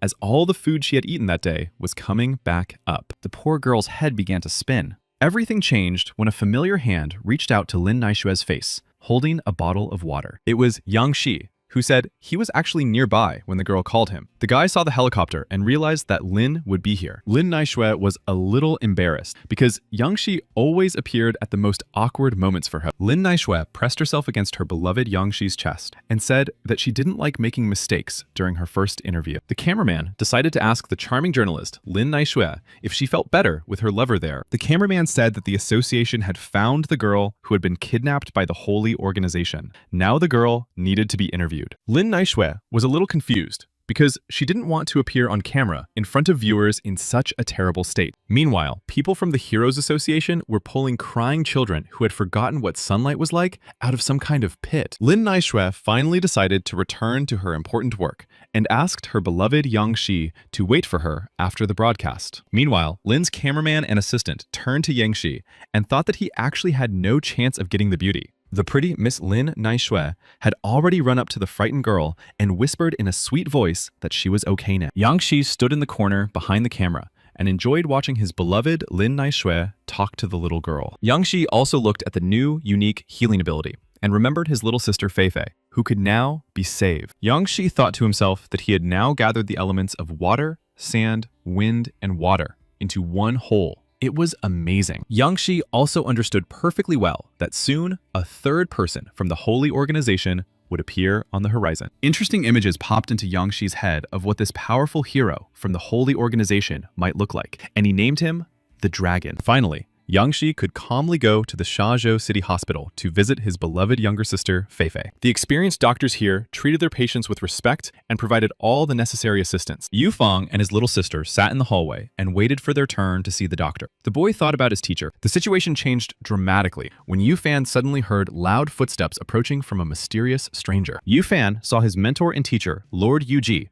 who asked him not to make any noise. Yu Fan listened with particular attention to the words of his teacher and mentor, Yuji. The little girl also covered her mouth. Using his unique ability, Yuji ordered the experienced doctor to temporarily leave the office to talk to Yufan. Yuji asked the boy how his little sister was doing. The boy said that she had most likely lost her life. However, the Snake Lord Yuji said that it seems to him that the girl was still alive, just very weak. Yufang was very surprised and looked his mentor, the Snake Lord Yuji, straight in the eyes. Was he telling the truth? The Snake Lord Yuji took the poor girl by the hand and tried to use his new healing ability. This pretty girl was named Yu Shun. She opened her eyes and looked at her brother Yu Fan. The Snake Lord Yuji said that he would take them out of this hospital later. For now, the girl should not be shown to experienced doctors. Yu Fan looked at his mentor slyly and made it clear that he had heard the order loud and clear. Nothing could stop the boy. The Snake Lord Yuji handed the boy a suitcase with money and asked him to infiltrate the class of heroes at Yanjing University as soon as possible. However, Yufan was a little scared because only people with enormous power were admitted to this prestigious university.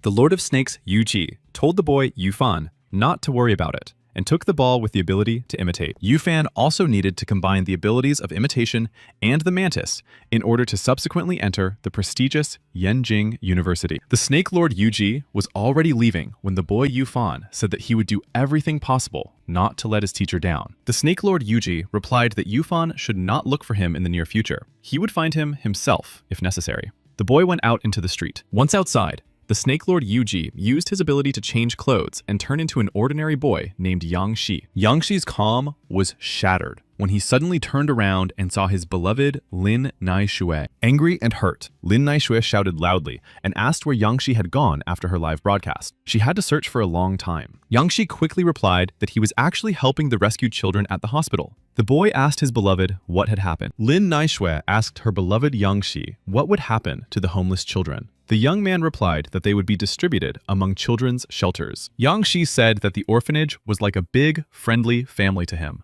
The guy hoped that they would grow up healthy and strong. After such heartfelt words from her beloved Yang Shi, Lin Naishui couldn't help herself and kissed the young man right on the lips. Yang Shi clearly did not expect such a passionate kiss from his beloved Lin Naishui, and his eyes widened to a dizzying extent. Lin Naishui was a little embarrassed and said that Yang Shi had been working too hard over the past 2 days and needed a rest. Meanwhile, Lin Naishui's friends and colleagues waved to her and said they would see her again soon. Lin Naishui decided to say goodbye to her beloved and said that she still had too much work to do. They would see each other in a few days. Yang Shi was even a little offended because, as always, strangers had appeared at the wrong time and prevented him from enjoying Lin Naishui's company. Yang Shi headed to Shazhou Airport to fly home to Lugan, where he planned to visit the local hospital immediately. A few hours after the flight, Yang Shi was already standing by the hospital bed, where his younger sister, Feifei, was lying. Yang Shi strongly hoped that his new ability of holy healing would help him bring back his beloved sister, Feifei. Yang Shi held out his hand, from which a dazzling bright light subsequently formed. Almost the entire hospital ward lit up when Yang Shi activated his unique holy healing ability. Yang Shi's resentment knew no bounds when, after a while, Feifei reacted to his holy healing. Frightened, Yang Shi did not understand what had actually happened, as he was sure that holy healing would bring his sister Feifei back to him. Despite the fact that the first attempt did not lead to a positive result, Yang Shi decided to try again to wake his sister up. Yang Shi, in a state of anger, leaned on the hospital bed and began to think about why the healing ability had not worked. Suddenly, a mysterious piercing sound rang out, which greatly frightened Yang Shi. His eyes widened in horror. mysterious little blue balls began to appear from the fragile little body of his sister Feifei. Yang Shi tried to grab these mystical blue balls with his hand, using his evasion skill. Soon, Yang Shi realized that these blue balls instantly split apart, but became several times stronger than they were before. Yang Shi once again thought that the magic of light was unable to cope with this mystical blue glow that fed on Feifei's energy. Yang Shi understood that he needed to stop moving according to plan. It was too slow and uncertain. He needed a source of pills. Before his dizzying encounter with the mysterious source of the blue pills, Yang Shi needed to improve 3 of his abilities. Among the improved abilities were cloning, metal control, and transformation. Yang Shi began the important process. The first ability in Yang Shi's strong hand was the C-rank ability called Transformation. Yang Shi also took the second ability, called Cloning, into his hand, and prepared to combine these 2 talents. Yang Shi even began to sweat a little as he concentrated intensely on one point. The young man could not afford to make a mistake. Yang Shi thought that now, with all his accumulated abilities, he should easily advance to S-rank. Due to his intense excitement and anxiety, Yang Shi even fell to his knees because he couldn't control such a powerful action in his hands. After a few seconds, Yang Shi finally succeeded. An S-rank metal control ball hung in the air in front of him. Now, the powerful young man, Yang Shi, waited to meet the mysterious source of the blue pills with even greater desire. With the help of puppet control, Yang Shi immersed himself in the muscular body of the superhero of spicy and sour noodles, who was standing on the roof. The superhero of spicy and sour noodles stood alone on the roof, looking at the starry sky, waiting for the arrival of his invited guest. A few minutes later, a so-called purple hole appeared in the sky, from which the leg of a mysterious, faceless man emerged. The faceless man turned to the superhero of spicy and sour noodles and told him that they hadn't seen each other in a long time. The mystical faceless man asked the superhero of spicy and sour noodles if he had obtained any important information. The hero of spicy and sour noodles crossed his arms over his chest and said that he could tell him something interesting about Lord Yuji. The faceless man replied that if the information from the hero of spicy and sour noodles was reliable, he would pay twice as much this time.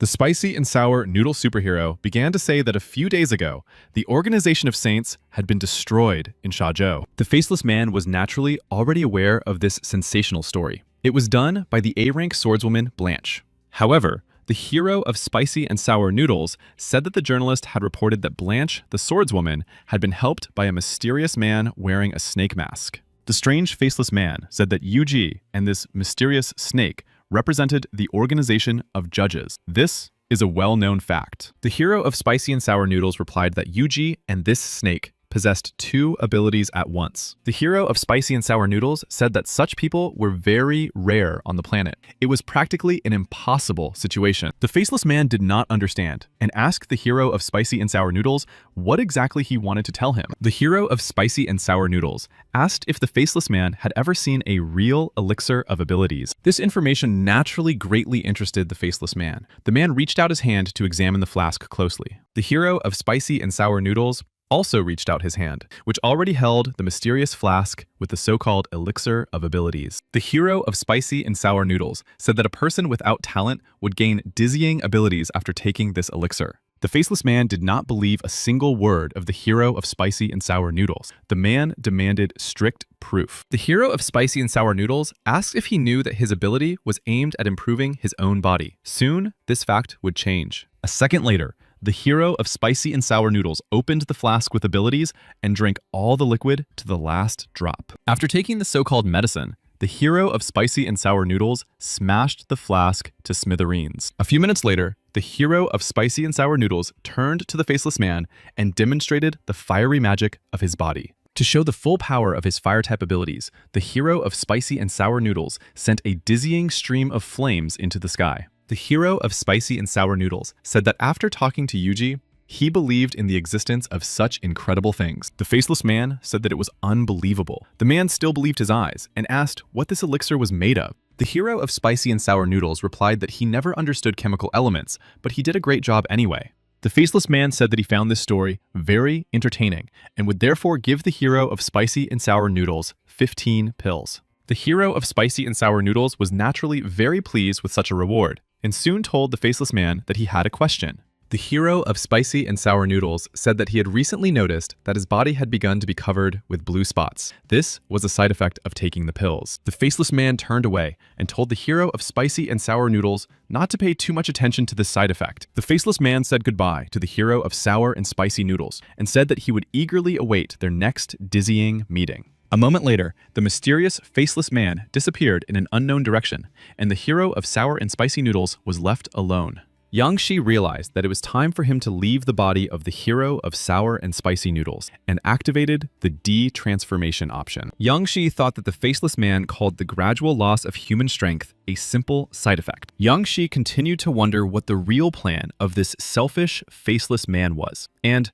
where did he get the blue pills? Yang Shi was about to leave the roof of the apartment building when he suddenly noticed the hero of spicy and sour noodles muttering something. The hero of spicy and sour noodles leaned against the wall and sat down on the cold floor. The poor man lowered his head and continued to whisper something under his breath. Yang Shi decided to talk to the hero of spicy and sour noodles and told the man that if he stopped taking those pills, his daughter would forgive him. Meanwhile, a cute, cheerful girl peeked around the corner and watched what her beloved daddy was doing on the roof. The cheerful mood of the pretty girl changed when she saw her beloved father just sleeping on the roof. The girl's name was Tian Tian. She was very upset with her dad because he had promised to keep her company on her birthday. Tian Tian suddenly fell silent when she accidentally saw a bottle with mysterious blue pills lying on the floor. The hero of spicy and sour noodles quickly took the strange bottle of pills from Tian Tian and told his daughter that it was not a toy. Tian Tian hugged her beloved father's legs and looked at him with loving eyes. Her father could no longer be angry. The hero of spicy and sour noodles thought that he had actually come to the roof to meet the faceless man and get the pills. However, the hero of spicy and sour noodles couldn't remember anything. Despite all the strangeness, his father called Tian Tian back to the party to taste the cake. Meanwhile, a dizzying scene was unfolding in Mr. Liu Yuan's house. It was already night outside. Mr. Liu Yuan was walking down the hallway, shouting that he was tired of the hateful treatment. He was literally forbidden from doing anything. Liu Yuan suddenly fell silent and stopped when he saw that the light in the old man's office was still on. Liu Yuan opened the door slightly and shouted to the old man to go to bed, because tomorrow would be a difficult day. When no one answered, Liu Yuan decided to go inside the office. The young man stood there for a long time, but then began to look for something. After a few seconds, Liu Yuan noticed a strange piece of paper lying on the table. Naturally, the young man couldn't just walk past. Liu Yuan picked up the piece of paper and wondered what could have made these old, practically rotten bones work late into the night. The sheet contained several requirements for the deployment plan for the Baichang station in the city of Lugan. Liu Yuan knew where the white area was located. Liu Yuan did not expect such an event and realized that he would not have a better chance to become a hero and savior in the near future. Yang Shi was inside the publishing house, where he worked as an intern, trying to print some important documents. Next to Yang Shi sat his colleague from the workshop, staring intently at the computer monitor,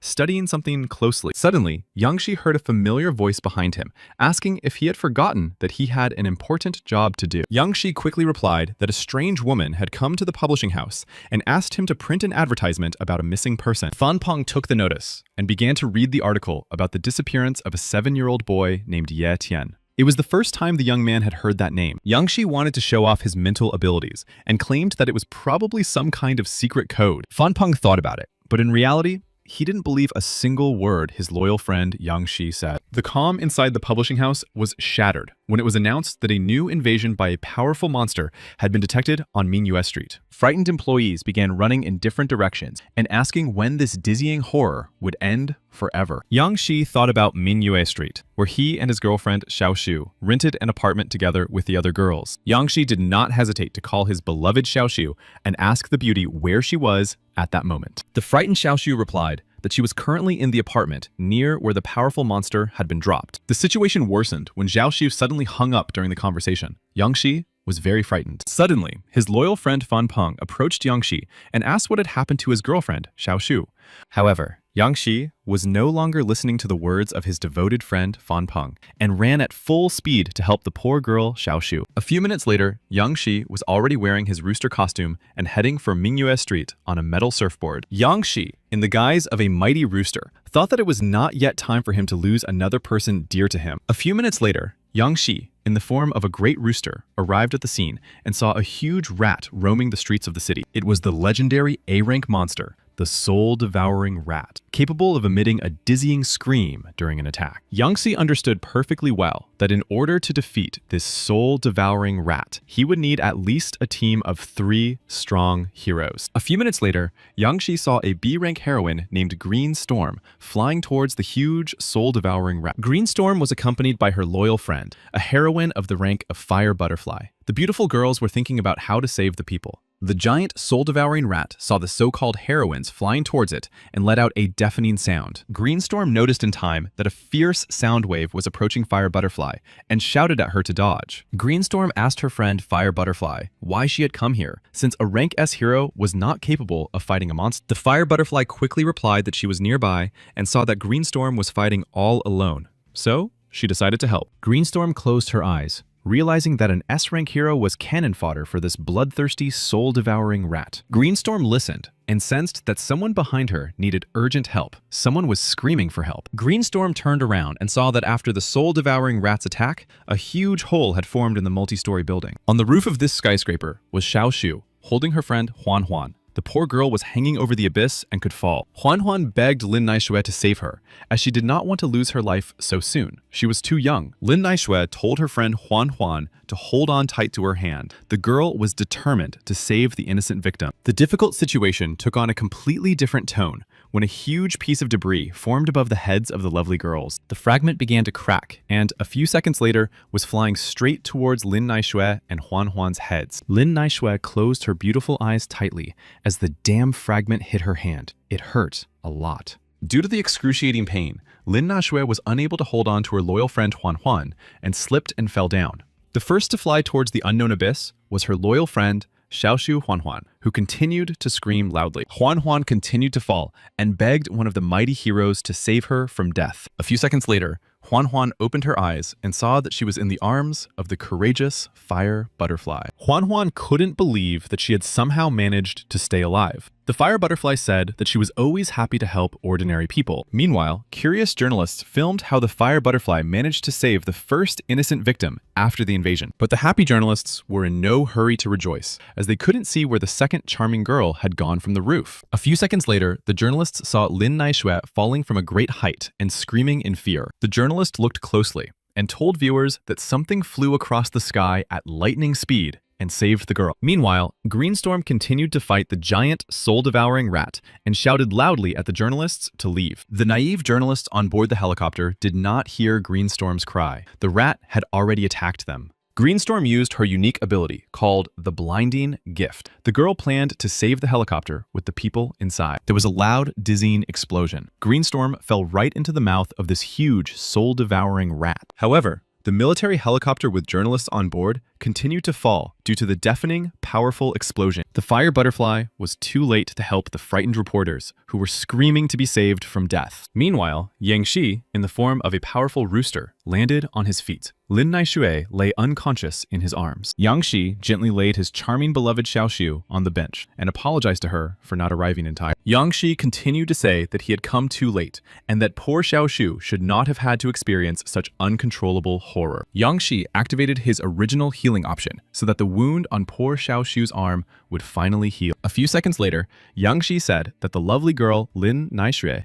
was now completely fine and no one would hurt her anymore. A moment later, the charming Miss Lin Naixue's eyes opened. The poor girl was regaining consciousness. Xiaoshu looked closely at the rooster mask on Yang Shi's face and asked him if she was still alive. Xiaoshu reacted quickly when she realized who was standing in front of her. The girl asked why Yuji had pretended to be a good person at first and then a bad person. Xiaoshu continued to say that now she knew for sure that Yuji was a real hero, because he had saved the girl from death. Yangshi looked intently into the charming eyes of his beloved Xiaoshu and thought that he could not reveal his true identity to her. Yangshi said loudly that Lin Naixue needed to rest a little and then go to the nearest shelter. Evacuation was necessary. Yangshi already had one foot on his metal surfboard and rose into the sky to fight the soul-devouring rat. Meanwhile, Miss Lin Naixue waved to her mysterious hero Yuji and wanted to talk to him some more. Xiaoshu thought she was experiencing some strange feelings. It seemed like she was seeing Yuji for the first time, but he seemed so familiar to her. Yangshi flew on his metal surfboard and activated a new cloning option. It was quite unexpected. Yang Shi told his double, Yu Ji, that his power would now be the heart of light and the power of the Snow Queen. Suddenly, an original idea came to the clever Yang Shi's mind. Yu Ji should temporarily appear in public in the guise of a mysterious girl. A moment later, Yang Shi's double really did transform into a mysterious fairy tale girl. Yang Shi looked closely at the figure of the mysterious girl and thought that finally, the third member of the organization of judges had appeared. Yang Shi decided that the girl would be called Mao Rabbit. Now, she needed to go and help the rest of the people. Yang Shi continued to watch as the huge, soul-devouring rat moved through the city streets and destroyed houses. Yang Shi suddenly switched his attention to the neighboring roof, where the mysterious girl was standing, preparing to attack the rat. Journalists also noticed that there was some kind of brave and courageous heroine standing on the roof of a skyscraper, but they couldn't see her face yet. It was the heroine Explosive Fist, who said she never thought she would have to save Lugan in the middle of her vacation. The journalist soon gasped in amazement as she recognized the heroine Explosive Fist. The heroine of Explosive Fist, A rank,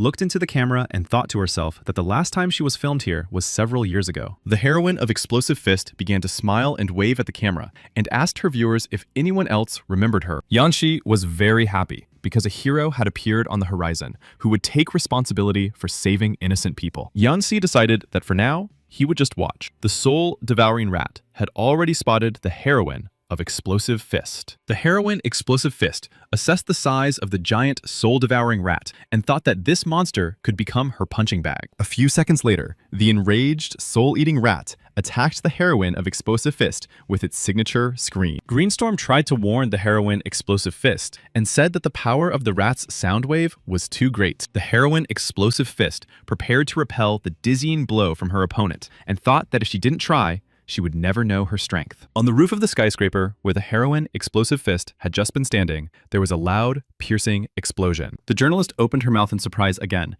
as the heroine Explosive Fist could easily dodge the rat's blow, but remained in place. Meanwhile, the skyscraper that the soul-devouring rat had just attacked began to literally crack before their eyes. The soul-devouring rat monster began to rejoice at its premature victory and continued to walk through the city streets. The soul-devouring rat's joy ended when the powerful heroine Explosive Fist suddenly appeared in the air. The fiery eye of the giant soul-devouring rat monster widened at the unexpected event. The heroine Explosive Fist clenched her palm into a fist to attack the insolent, soul-devouring rat in the next moment. The heroine Explosive Fist formed several more fists around herself to ensure that the attack would be successful, and in a few seconds, all the powerful fists hit the soul-devouring rat right on target. The monster howled in agony. The heroine Explosive Fist began to smile and explained why the soul-devouring rat was no longer rejoicing in its so-called victory. Naturally, the heroine Explosive Fist's loud words greatly angered the cunning monster, the soul-devouring rat. Meanwhile, the heroine Explosive Fist had already landed on the roof of another skyscraper and was waiting for a response from the soul-devouring rat. The heroine Explosive Fist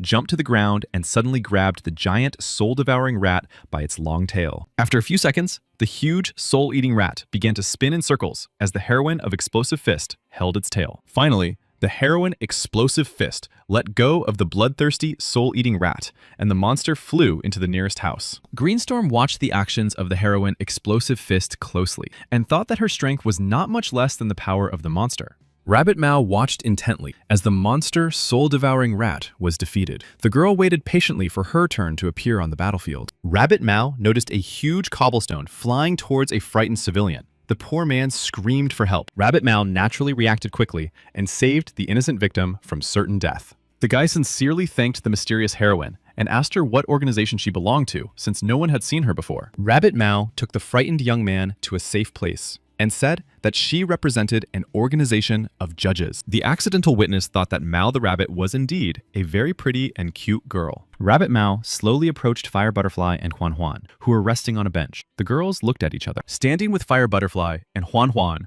was a girl who asked Rabbit Mao to heal the poor girls. Rabbit Mao nodded and approached the lovely Fire Butterfly and Huan Huan and activated her healing ability. The audience and witnesses watched intently as Rabbit Mao healed the wounds of Fire Butterfly and Huan Huan. It was a real miracle. Rabbit Mao shouted loudly that all ordinary people should immediately flee the battlefield and seek safe shelter. Rabbit Mao suddenly fell silent as she heard the huge, soul-devouring rat monster behind her make its sound again. Greenstorm covered her ears with her hands and thought that now this dizzying sound had become much stronger. It felt like her head was going to explode. The heroine Explosive Fist also covered her ears with her hands and asked if this soul-devouring rat was a berserker. Yan-Si, who had been watching the actions of the superheroes and the huge soul-devouring rat monster all this time, thought that the situation had worsened. The fact was that the embittered and enraged rat was devouring the souls of innocent people who were nearby with every passing second. The giant soul-devouring rat was literally becoming stronger and faster. Young-So was already thinking about how to defeat it. The insolent soul-devouring rat continued to devour the souls of the frightened people around it, and even smiled slightly at the superheroes. Greenstorm asked the heroine Explosive Fist if she had a plan for what to do next, as the rat was devouring people's souls. Meanwhile, the bloodthirsty soul-devouring rat activated its second ability to heal itself and was now ready to attack again.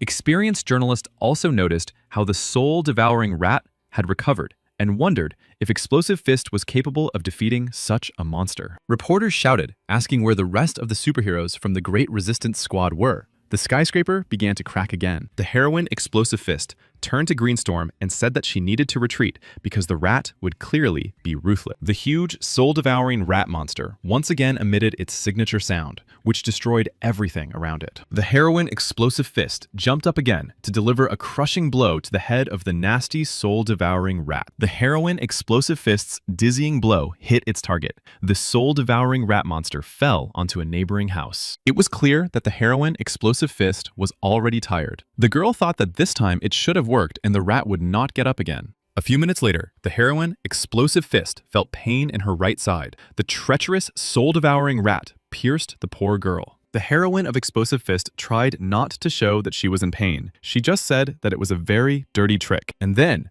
after a while, the evil, monster, soul-devouring rat attacked the frightened heroine Explosive Fist again. The heroine Explosive Fist hit the ground with incredible force and howled in dizzying pain. The heroine Explosive Fist raised her head with her last ounce of strength and thought that she couldn't lose her life here. She had to get rid of the rat. Greenstorm came to the aid of the wounded heroine Explosive Fist, who was very concerned about her mistress's physical condition. The heroine Explosive Fist was very surprised and even angry at Greenstorm. The girl had to hide in a shelter. Greenstorm shouted loudly that it was her duty as a true hero to protect people. She couldn't just run away and hide from the monster. Meanwhile, the heroine Explosive Fist was already losing consciousness and could not respond to her student, Greenstorm. Despite the fact that the heroine Explosive Fist was seriously injured, the journalist said that the audience could clearly see how she fought with dignity. The enraged monster, the soul-devouring rat, was already approaching Greenstorm and the heroine Explosive Fist, who was still lying on the ground. The soul-devouring rat planned to launch another dizzying attack, so the heroine Explosive Fist shielded Greenstorm with her body. The situation changed dramatically when spectators and random witnesses noticed a stranger approaching the rat. A loud and clear question was heard to the monster, soul-devouring rat, asking how it dared to attack such a heroine as Explosive Fist. A huge, sharp spear flew towards the bloodthirsty rat and soon hit its target. It was Yang-Si and his faithful assistant, Rabbit Mao. The main characters watched the monster's dizzying reaction closely. The reporter rejoiced again and said that at the most opportune moment, when they so desperately needed help, the A-rank hero Yuji appeared. The reporter noticed the charming girl Rabbit Mao standing next to her master Yuji. The heroine's Explosive Fist and Greenstorm did not understand what Yuji and Rabbit Mao were actually doing. They came to rescue them. Yuji, accompanied by his faithful assistant, Rabbit Mao, threw several metal spears at the bloodthirsty, soul-devouring rat. A few seconds later, the numerous spears finally hit their target. The poor, monster-eating rat howled from so many wounds. Everything became clear to the heroine Explosive Fist when the soul-devouring rat began to heal itself by absorbing people's souls. The heroine Explosive Fist thought about how to block this unique ability of the terrible, soul-devouring rat. Greenstorm suggested simply closing the mouth of this bloodthirsty, soul-devouring rat. The heroine Explosive Fist lightly hit her partner.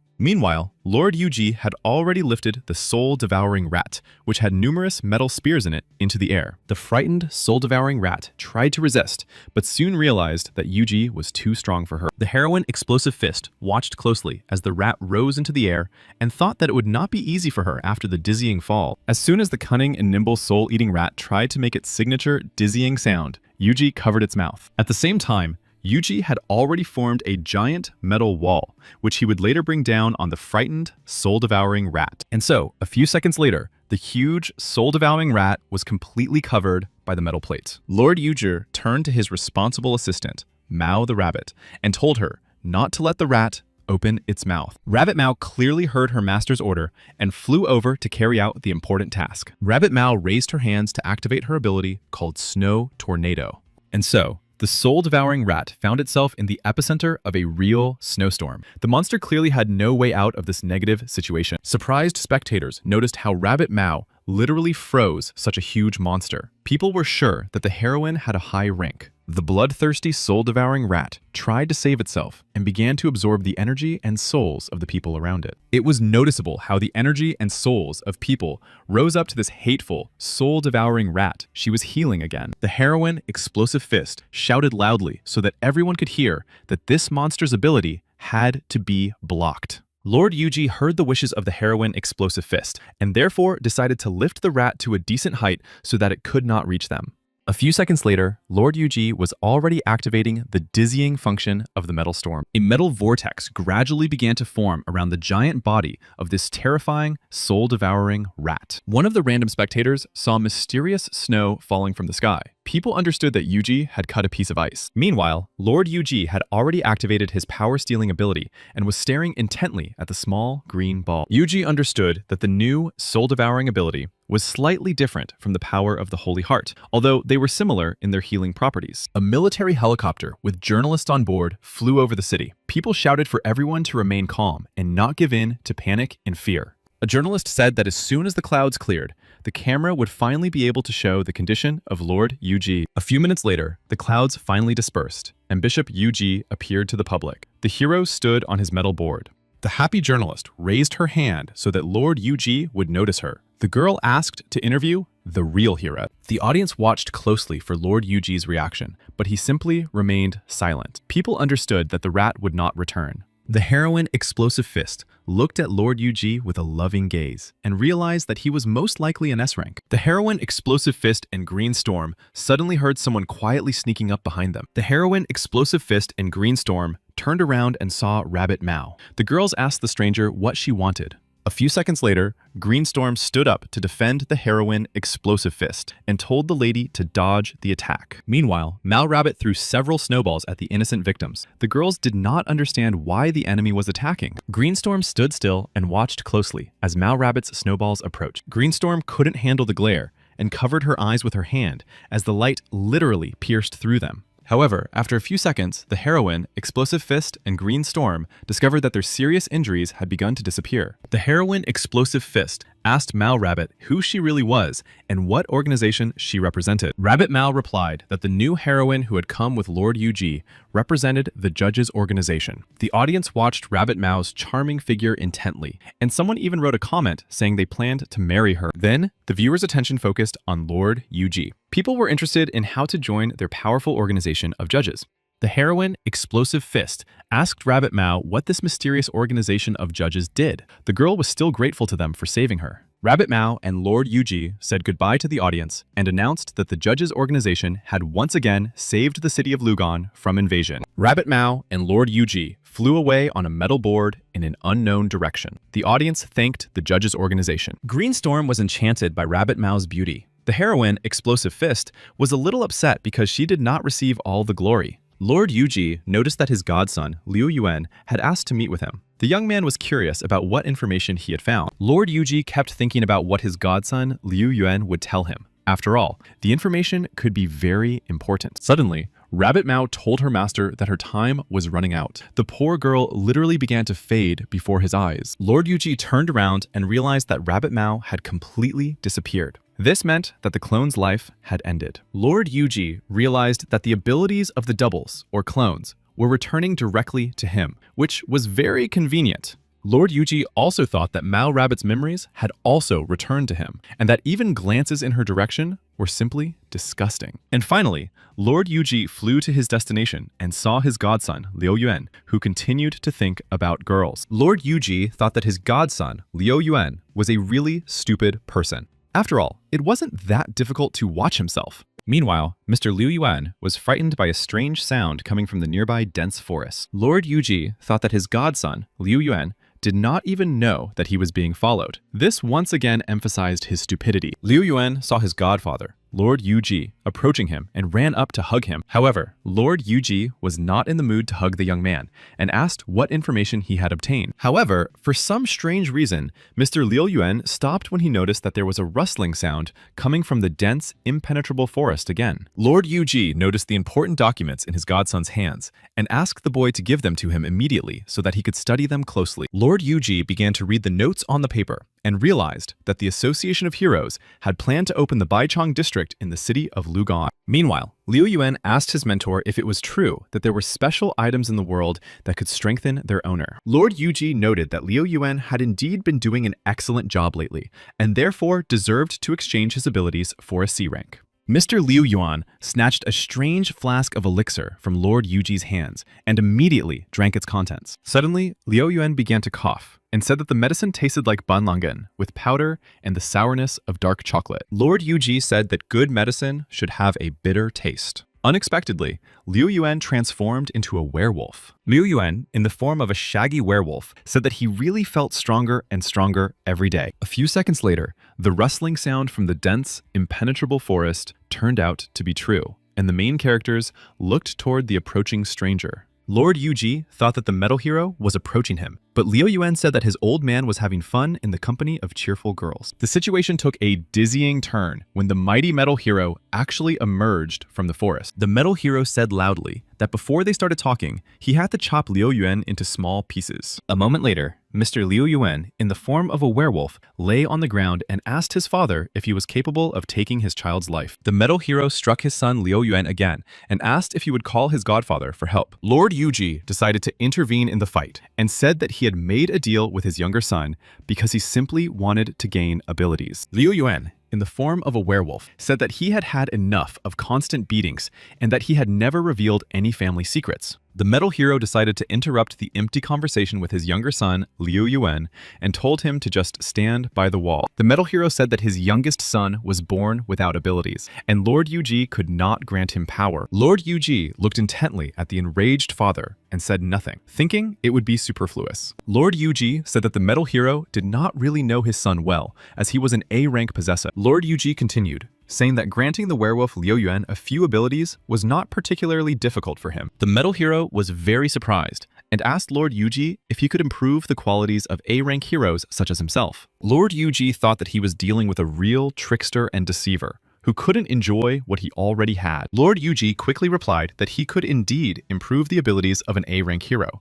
but the price of such an action would be too high. The metal hero stood still and thought deeply. After all, the man had never heard of such possibilities before this moment. The metal hero finally spoke up, asking Lord Yuji to share more details about this important information. Lord Yuji nodded and held out his hand, which contained something very important. Lord Yuji opened his hand, which actually held the legendary blue pill. The guy asked the metal hero if he knew anything about it. The metal hero caught the mysterious blue pill and began to study it closely. The man replied that he had never seen anything like it before. Lord Yuji laughed loudly and asked the metal hero if he really didn't know that someone in his company was using blue pills. Lord Yuji said that if someone ate this mystical blue pill, their strength would increase threefold. The metal hero decided to ask Lord Yuji if he knew which company produced these blue pills and who was in charge of it. The metal hero turned to the werewolf Liu Yuan and ordered him to calm down immediately and tell him everything he knew about the blue pill. Liu Yuan said that Li Kongyang, the hero of Bin Chuan, had taken these mysterious blue pills in front of him to get rid of some people. The metal hero examined the blue pill more closely and said that such a small pill could have such properties. The metal hero turned to Lord Yuji and asked what he wanted the man to find out about this organization. Lord Yuji replied that he needed not only information, but also the metal hero's help to get into the Baiyang White area. The metal hero smiled slightly and replied that the White Area plan was a bad place where ordinary people lost their lives. Lord Yuji showed the metal hero the absorption ring, and said that with its help, he would absorb the genes of abilities. The metal hero said that it was the most important ingredient for making the elixir, which was taken from the bodies of powerful monsters. The metal hero also said that the white region was home to a staggering number of monsters waiting for their fate. The metal hero asked Lord Yuji how he could prove that the elixir of abilities was truly effective. Lord Yuji said that if the metal hero thought that the organization of judges was impossible to deal with, that was his right. The metal hero turned to his son, Liu Yuan, and began to concentrate. Something was happening.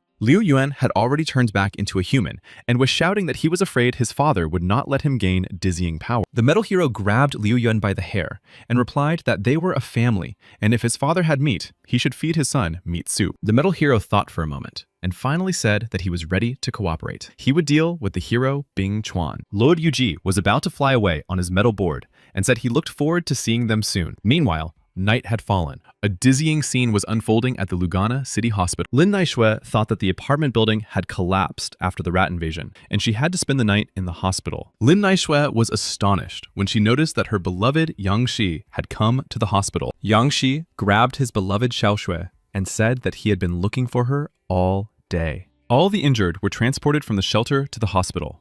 Lin Naixue said that her injury was minor, but now she had nowhere to live. Yang Shi didn't see a problem with that and offered to move in with her. Lin Naixue began to cry, saying that moving in together was too big a decision for her. She was clearly not ready for such a turn of events. Lin Naixue hurried out of the room to avoid a negative conversation and asked him not to talk about the subject anymore. Lin Naixue leaned against the window and said in a quiet voice that all she could think about right now was that mysterious chicken. Yang Shi was very surprised and asked Lin Naixue what chicken she meant just now. The guy didn't understand anything. Xiao Shui said that today she had almost lost her life and was saved by the very Lord Yuji that the whole city was talking about. Xiao Shui continued to say that Yuji was very handsome and that she would need to interview him in the near future to tell the story of his exploits. Yang Shi was tired of listening to such statements from his beloved girlfriend Xiao Shui and took the charming beauty in his arms. A few seconds later, Yang Shi laid the attractive girl Lin Naixue on the bed. The poor girl did not understand what was happening. Suddenly blushing, Lin Naixue looked intently into the eyes of her beloved Yang Shi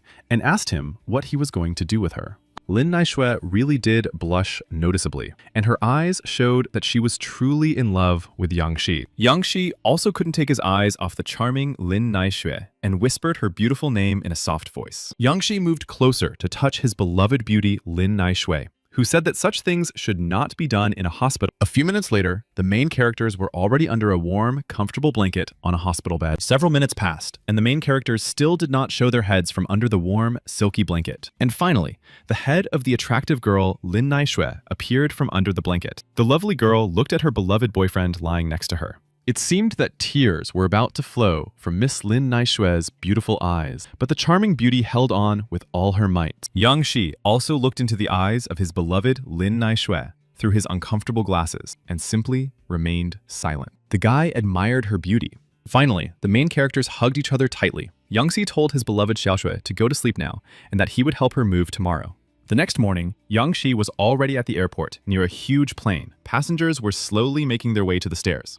Yang Shi was talking on the phone with his beloved girlfriend, who asked where the frying pan was in his apartment. The guy thought it was in the kitchen cabinet. Yang Shi realized that Lin Naixue would never find the frying pan, so he told her to use the map he had given her. Yang Shi had already taken his seat on the plane and said he would call his charming girlfriend, Xiao Shui, when he landed. Yang Shi's seatmate started laughing loudly when he heard the guy start meowing in a strange voice. The young man was very embarrassed. A few minutes later, the giant airliner took off and flew to its destination. Everything seemed to be going according to plan. Yang Shi sat in his seat, his mind racing with thoughts. Suddenly, the young man noticed a familiar face in the next row. It was the charming Miss Qian Dodo with her friend. Yang Shi thought it was strange to meet her on the plane.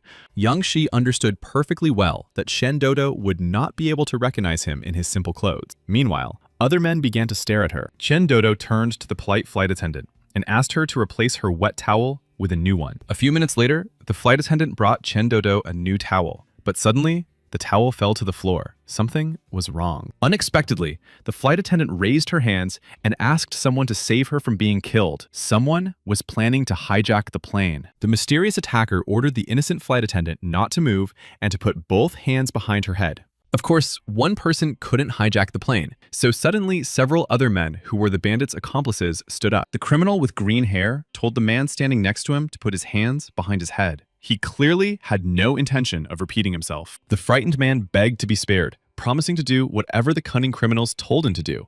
Yang Shi noticed that the weapons in the hands of the arrogant, self-confident robbers were made from mutated animals. One of the attackers noticed Yang Shi staring intently at his weapon. The man began to shout loudly. Yang Shi put his hands behind his head and thought that he could not turn into Lord Yu Ji in front of the crowd at that moment. Qian Dodo also did not resist and did what the arrogant, cunning attackers told her to do. The poor, frightened flight attendant heard one of the attackers address her. The bandit ordered her to open the door to the cockpit. The robber pointed his gun at the terrified woman. The flight attendant begged him not to take her life and said she would do whatever he wanted. Horror struck the plane when one of the attackers fired several shots. The fact is that the treacherous attackers cold-bloodedly killed the pilot, and one of the hijackers took his place at the controls. The frightened flight attendant loudly announced that the plane was now under manual control. No one understood where the airliner was headed. The attacker put a gun to the flight attendant's temple and replied that they were heading for the tallest tower in Shazhou,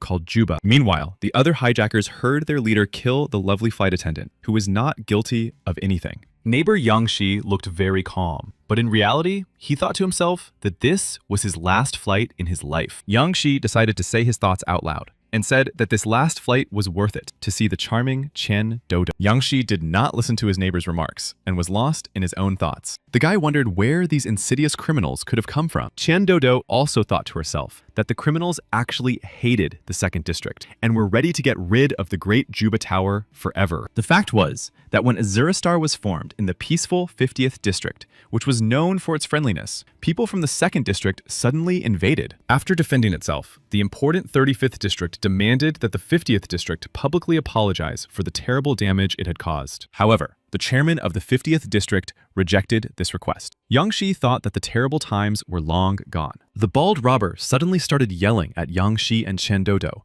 and ordered the frightened people to shut their unpleasant mouths. Qian Dodo called this bald robber boss and asked him for forgiveness. The girl promised not to talk anymore. However, the strange bald criminal suddenly grabbed the frightened beauty Qian Dodo by the arm and said that she really wouldn't do anything else.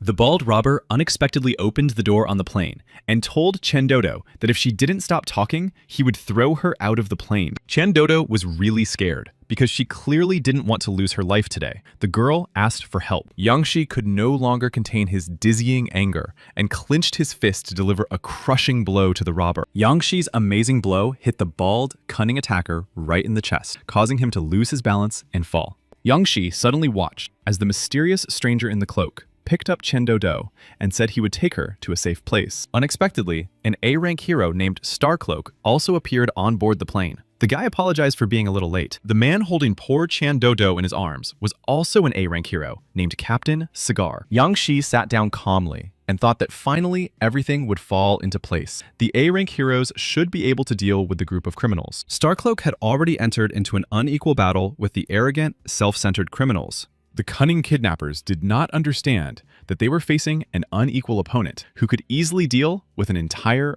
army. Yanxi had already guessed that this superhero's plasma was a spiritual creature with the strongest self-awareness. The leader of the criminal gang realized that he was facing the famous Starcloak and began to applaud him, thinking that he could defeat him. Starcloak said loudly that there were only 2 attackers left. The guy asked if they would like to lay down their weapons and run away. The evil leader of the criminal gang replied that all the people of the 2nd District were stupid and unworthy. He had a backup plan. It turned out that the cunning and arrogant leader of the criminal gang possessed a special ability, a fruit and meat bomb. The hero Starcloak clearly did not expect such petty criminals to possess such dizzying power. Captain Cigar also opened his mouth in incredible surprise. Now the heroes had to come up with an original plan to save the people. A few seconds later, there was a terrible explosion, and it became clear that the plane would soon crash. After a certain amount of time, the giant airliner continued to lose altitude and fall. The frightened people on board had already resigned themselves to their fate. The passengers were truly experiencing uncontrollable fear and were holding on to any heavy objects so as not to fall. Captain Cigar ordered the innocent victims to immediately put on oxygen masks so they wouldn't suffocate.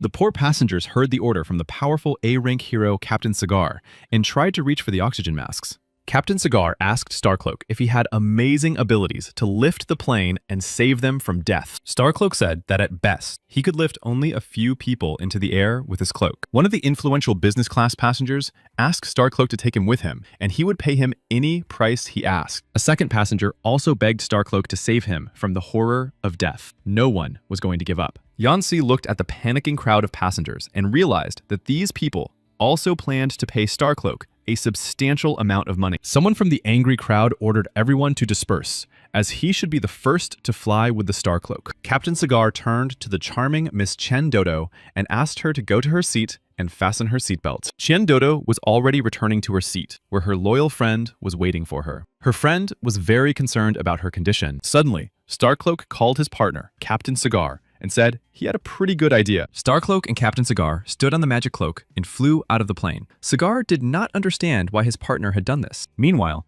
Yangtze thought that he could create a double, or clone, outside the plane, which would then save the plane and the people inside. Yangtze had already activated his shadow cloning ability, and thought that even with 10% of his abilities, the clone would be able to prove himself as a hero. A few seconds later, the head of Lord Yuji from the Organization of Judges appeared behind the beard. Now, all hope rested on his shoulders. Meanwhile, the plane continued to fall steadily. The passengers waited for Captain Cigar and Starcloak to return. Captain Cigar was already thinking about using his abilities to form a huge parachute that would slow down the fall. Starcloak urged his partner to hurry up. Otherwise, the number of victims could seriously damage their reputation. Captain Cigar activated his unique ability, called Cigar Smoke, and began to suck in the air around him. After a few seconds, Captain Cigar began to blow the accumulated air out of his magical lungs. In this way, Captain Cigar managed to form several parachutes that clearly slowed down the speed of the fall. Captain Cigar knelt on one knee and said that these abilities had really exhausted him. He was left with almost no strength. Suddenly, Starcloak began to do suspicious things behind Captain Cigar's back and said that he was grateful that his partner was a good person. Captain Cigar looked into the face of his partner, Starcloak, and said that it was his duty as the bearer of such power. Starcloak whispered something to his mystical cloak, which possessed its own consciousness and mind. Lord Yuji watched the falling plane closely and realized that the A-rank heroes had done something to slow its fall. Starcloak made his self-developing cloak attack Captain Cigar. The villain said that the hero's words made him sick. Lord Yuji watched intently as Starcloak, for some reason, cold-bloodedly took the life of his partner, Captain Cigar. Starcloak said that he was much better than Captain Cigar, but every time during a mission, his partner took all the glory for himself. Starcloak was about to leave, and said he would tell reporters that Captain Cigar had lost his life in a plane crash. A few minutes later, Starcloak left, leaving the wounded Captain Cigar alone with his last thoughts in life. Yanxi quickly flew to the wounded Captain Cigar and said that his healing ability would save his life. The guy turned on his gift of light. Captain Cigar replied that healing was useless because Starcloak had wounded him with a spiritual weapon. Such wounds cannot be healed. Captain Cigar said that he had been too naive to trust Starcloak. Now, his son would never see his father again. Meanwhile, the cruel Starcloak flew toward the plane that was plummeting downward. The superhero returned as if nothing had happened. The frightened passenger shouted loudly that now the A-rank hero would finally save them from certain death. Starcloak said that his loyal partner, Captain Cigar, had put all his strength into slowing down the plane's crash and was now resting. Starcloak said he could only take a few passengers with him. The rest of the people would have to wait for help from another hero. Starcloak took several charming girls with him, among whom was Chen Dodo's loyal friend Yu Ran. The frightened beauty Yu Ran said that she was not going to leave her loyal friend Chen Dodo and planned to stay. However, Starcloak did not listen to anything else and simply left the plane. The rest of the passengers thought they had been abandoned. The frightened passengers looked up and began to pray loudly. Some still hoped that some kind of hero would come to their rescue. Meanwhile, Yang Shi stood over the body of the wounded Captain Cigar and activated his talent theft ability. Yang Shi took Captain Cigar's cigarette smoke ability and said that the time would come when he would take revenge for him. The poor, agitated passengers suddenly noticed a mysterious stranger approaching them, whom they recognized as Lord Yuji. Lord Yuji immediately activated his unique ability, Metal Control, and tried to save the innocent people from losing their lives. Lord Yuji began to worry a little when his first attempt to stop the plane in mid-air failed. He had to try again. Meanwhile, the ground was rapidly approaching, and at any moment, the plane could collide with the Earth. The consequences would clearly not be to the public's liking. And then the plane finally hit the ground. or more precisely, the sand. The passengers were very happy because the impact was insignificant. The happy, joyful people quickly realized that they had landed in some mysterious desert. The passengers gradually began to exit the plane and asked each other where Lord Yuji and Captain Cigar had gone. The charming Miss Chandodo stood on the sand, thinking that she would lose her life and never see her family again. Chandodo wondered if the great Lord Yuji had saved the plane and all the passengers. Why hadn't she seen him yet? Suddenly, from the other side of the desert, the hero's Starcloak appeared, showing the way to numerous ambulances. Meanwhile, a military helicopter appeared in the sky with journalists on board who planned to show the situation in real time.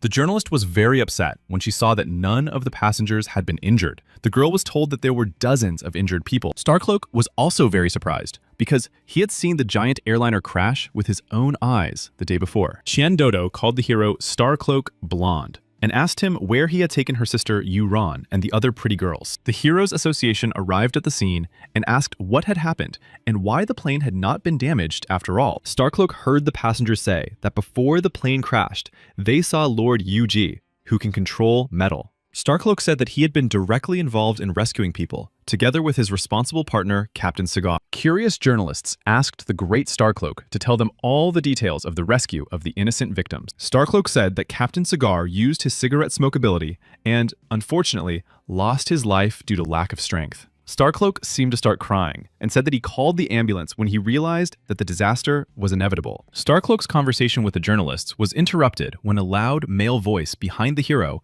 claimed that it was all a lie. Lord Yuji was holding Captain Cigar in his arms, who, sadly, was no longer breathing. Starcloak was very surprised by the appearance of the uninvited guest, but then showed that he was very sorry for his beloved partner and friend. The charming Miss Chandodo immediately ran up to Lord Yuji and asked him if it was true that he had saved the plane and its passengers. Lord Yuji said that he had only helped to slow down the fall a little, but that the real hero was the legendary Captain Cigar. Chandodo asked Lord Yuji if Captain Cigar had really lost his life due to exhaustion after using his ability. Only the passengers who were staring intently at Captain Cigar's body understood that the man had been stabbed with something sharp, like a knife. The passengers began whispering among themselves, but then Lord Yuji suddenly pointed his finger at Captain Cigar's partner. In front of the journalists, Lord Yuji asked Starcloak what had really happened to the outstanding hero, Captain Cigar. Lord Yuji decided to tell the truth and told viewers that Starcloak had tricked Captain Cigar and taken his life. Lord Yuji also said that he had evidence. There was red liquid on Captain Cigar's partner's cloak. One of the passengers opened his mouth in surprise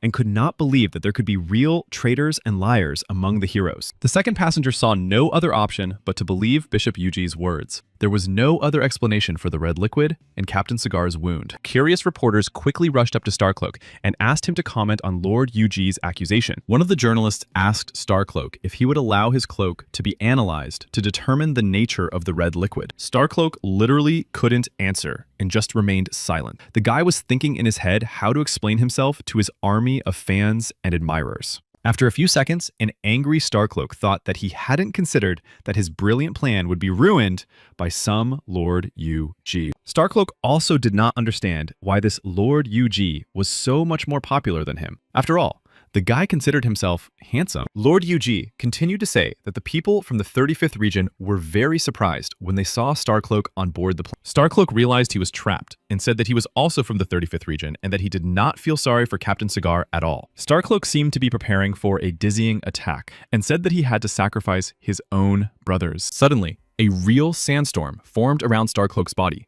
The attacker shouted that all the people from the second region would lose their lives. A few seconds later, the passengers of the plane and the people from the Heroes Association bus found themselves inside a terrible sandstorm. Starcloak decided to recall his difficult childhood, during which he had a favorite cloak. It was a gift from his beloved and caring mother. Starcloak was born in the 35th region, where people literally worshipped flowers. The sun almost never shone here.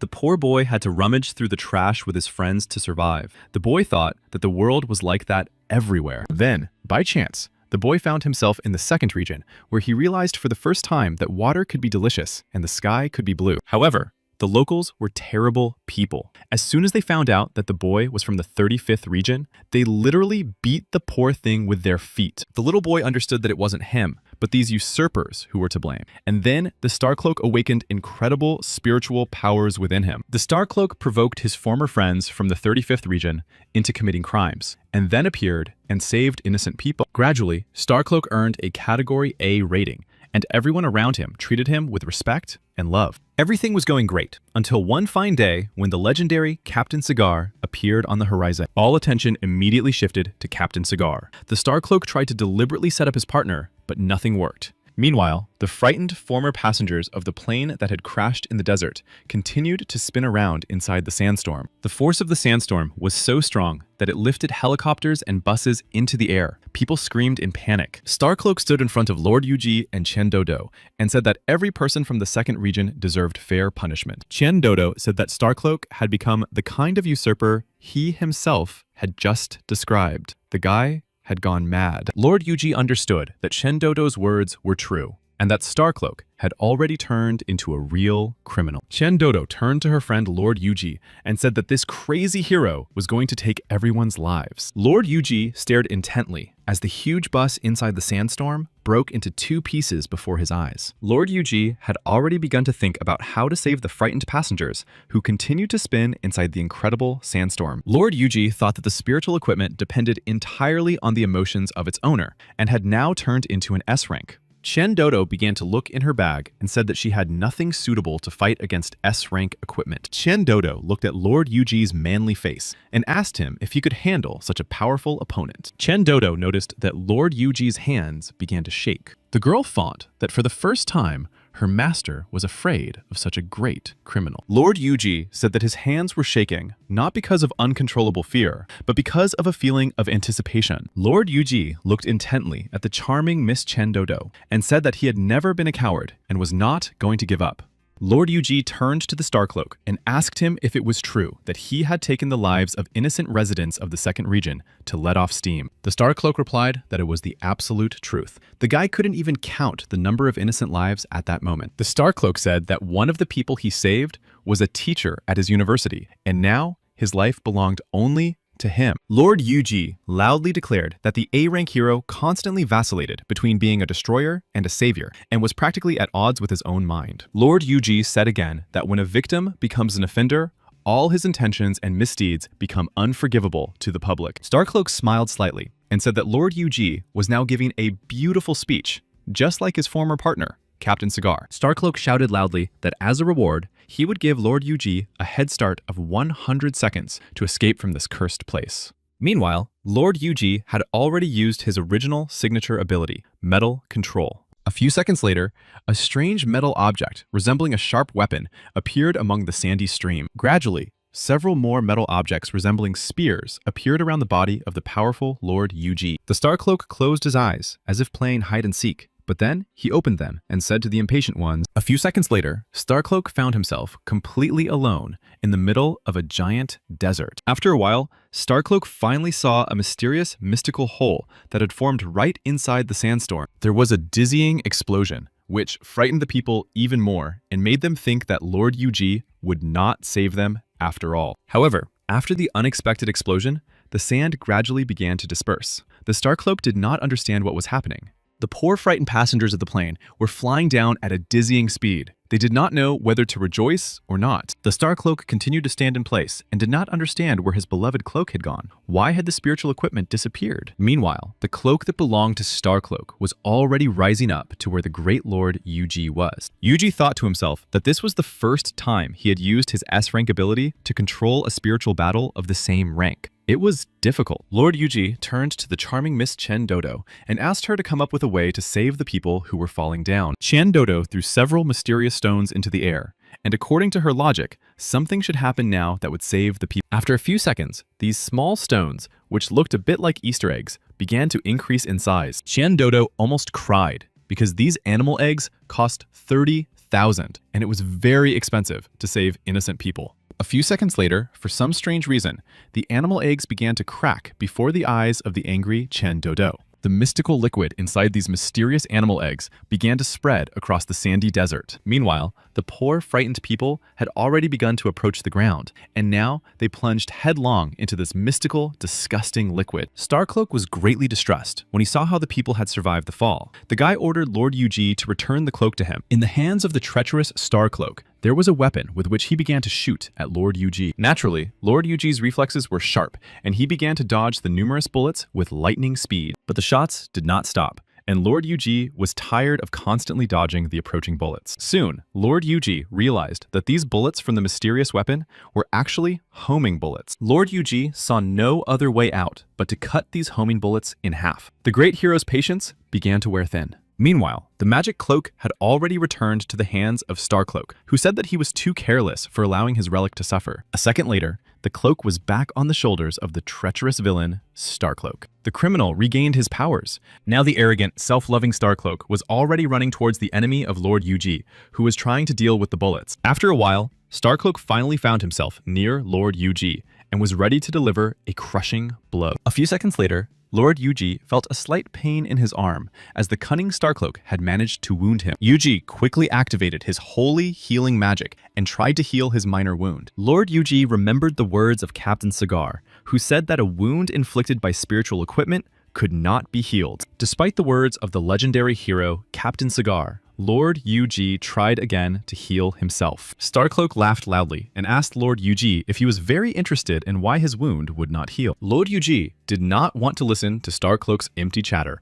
and asked if he would mind if this equipment ended up in his hands. The Starcloak really began to feel dizzying rage and anger. The guy would do everything possible to take his opponent's life. Starcloak began to search his own pocket for a mysterious item that would help him carry out his plan. It was a few blue pills that could increase the power of the Starcloak several times over. Lord Yuji understood perfectly well that almost every lost hero used these mysterious pills for power. The situation became much more complicated when the cloak instructed its owner to swallow all the blue pills at once. The guy clearly did not want to use all the pills. Lord Yuji noticed again that with the increase in power, the owner began to lose control over the spiritual equipment. A few seconds later, the Starcloak began to shout loudly that because of Lord Yuji, he had to swallow the nasty pills again. Meanwhile, the cloak of the so-called hero began to increase in size, and its master was so frightened that he could not fly. And so, under the influence of the blue pills, the powerful cloak completely covered the worried Lord Yuji. Lord Yuji realized that he had fallen into a dizzying trap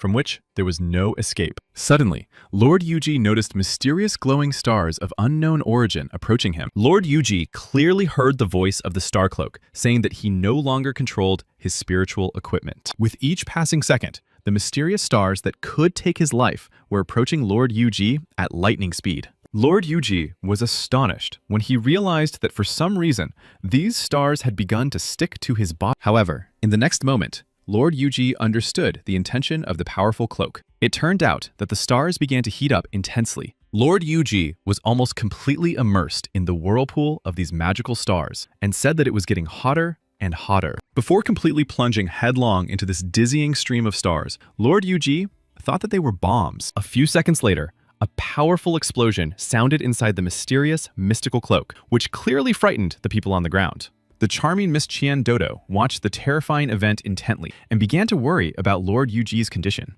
The starry cloak nearby made Chen Dodo cover her mouth and stop screaming. The guy was enjoying his victory. Soon, the mystical cloak opened and thick smoke poured out of it. The Starcloak said that Yuji had turned to ashes. The attractive Miss Chen Dodo covered her mouth in surprise. She couldn't believe that her master Yuji had lost his life. A few seconds later, Chen Dodo saw a mysterious metal cocoon appear in the smoke. It was in this metal cocoon that Lord Yuji hid, thinking that for a moment he had lost his vigilance and nearly lost his life. The people who had been watching the dizzying battle raised their hands and shouted that Lord Yuji was magnificent. Lord Yuji stood opposite his powerful opponent, Starcloak, and said that he had received something from Captain Cigar. Starcloak did not understand anything and wondered how Lord Yuji had managed to survive such a terrible explosion. Meanwhile, Lord Yuji lit a cigar and looked into the face of his sworn enemy. The guy was planning something. A second later, Starcloak saw a huge image of the legendary hero Captain Cigar behind Lord Yuji.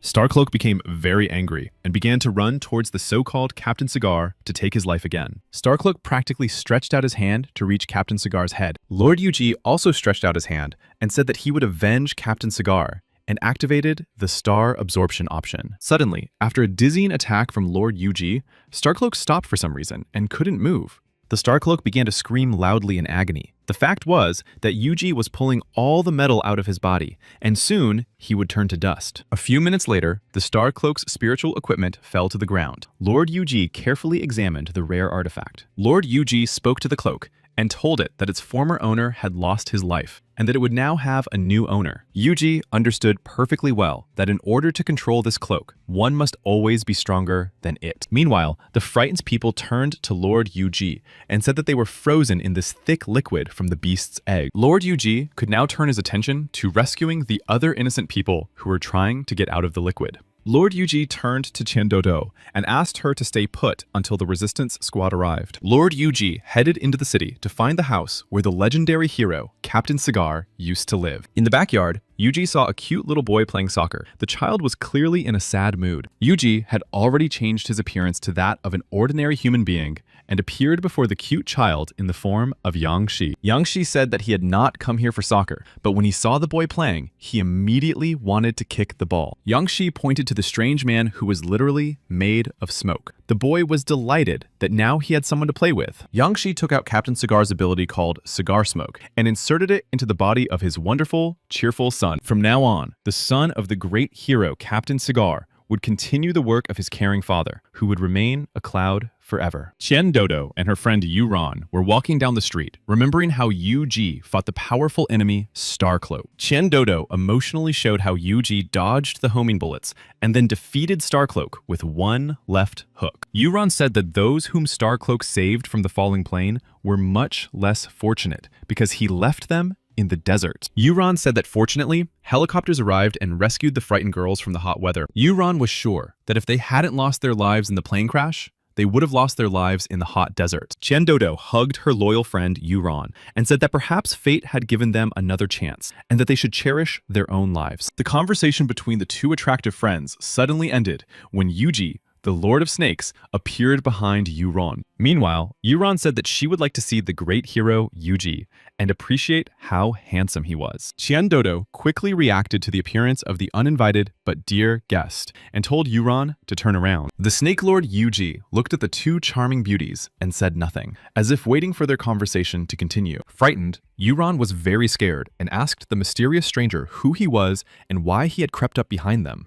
After a few seconds, Lord Yuji finally asked the charming Miss Yuron why she was so surprised. Dodo said that this man in a snake mask looked quite familiar. He must have belonged to the organization of judges. Yuron told Dodo that the swordswoman Blanche had once said that a mysterious stranger in a snake mask had helped her in her battle with the holy organization. Dodo said that she was a friend of the great Lord Yuji, who had recently been on the verge of losing her life. Dodo thought that they were both from the organization of judges, but this snake was too cold towards her. Dodo said that she and Yuron had come to this strange place on the instructions of the organization of judges to help with valuable goods. The snake decided not to answer the charming Miss Dodo for the time being, and simply grabbed her friend Yuron's hand. Suddenly, Dodo turned around and asked the snake and Yuron why they had moved a few meters away from her. Zmei replied that Dodo had asked where the valuable goods were, and so the hero pulled on the mysterious rope. Snake thought that Dodo was a little greedy and therefore needed to be teased a little. The poor girl fell into a deep pit. Her loyal friend Yuron approached the edge of the deep pit and asked Dodo how she felt after the fall. However, Yuron never received the long-awaited answer to her numerous questions. Her friend began to worry greatly. The snake stood behind her and began counting down. Yuron understood that something was about to happen in the next moment. Soon, Yuron finally heard the familiar female voice of Dodo, saying that she was now a rich girl. Dodo called her responsible but still frightened friend Yuron to come downstairs and look at this dizzying picture. Dodo continued to say that until that moment, she had never seen so many different kinds of jewelry. The small room was indeed completely covered with a huge fortune. There were gold bars here. Dodo dove headfirst into a pile of gold coins and said that she would live here forever. The snake said loudly that these jewels belonged to the judge's organization, and under certain circumstances, they were being transferred to Fanghai. Qian Dodo turned and winked at the snake. The girl said that she and her friend Yuran would definitely be able to help them with this merchandise. Qian Dodo asked her friend Yuran what she thought the organization of judges had transferred these treasures to Fanhai for. Snake decided to answer the question himself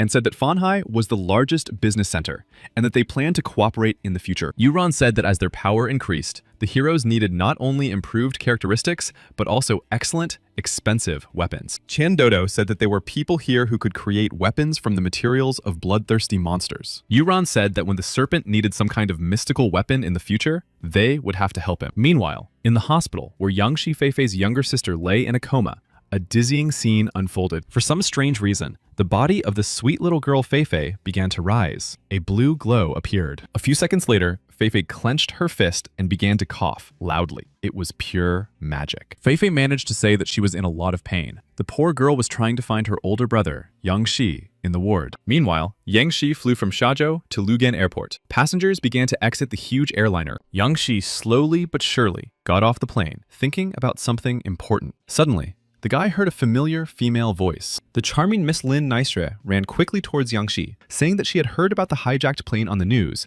and was very worried about him. As the attractive beauty Lin Naishui ran towards her beloved Yang Shi, other men looked at her with loving eyes. Yang Shi hugged his Xiaoshui and told her she was overreacting. The poor girl began to cry loudly and sob. Yang Shi continued to hug his beloved Lin Naishui and said that he felt fine. Everything was fine. Lin Naishui said that if something like this happened again, Yang Shi should immediately send her a message. Yang Shi said that it was time for them to go home, and then the guy would meet with his godson for an important conversation. Meanwhile, the cheerful Mr. Liu Yuan was surrounded by two attractive girls and said that his old man had disappeared somewhere. Liu Yuan thought that his godfather had actually used him to get close to his old man. The playful mood of Liu Yuan and his two charming companions ended when a mysterious stranger activated his psychic explosion ability. The poor frightened girls began to look at each other and realized that they were losing consciousness. Maybe they had drunk something. Liu Yuan was very concerned about the physical condition of his friends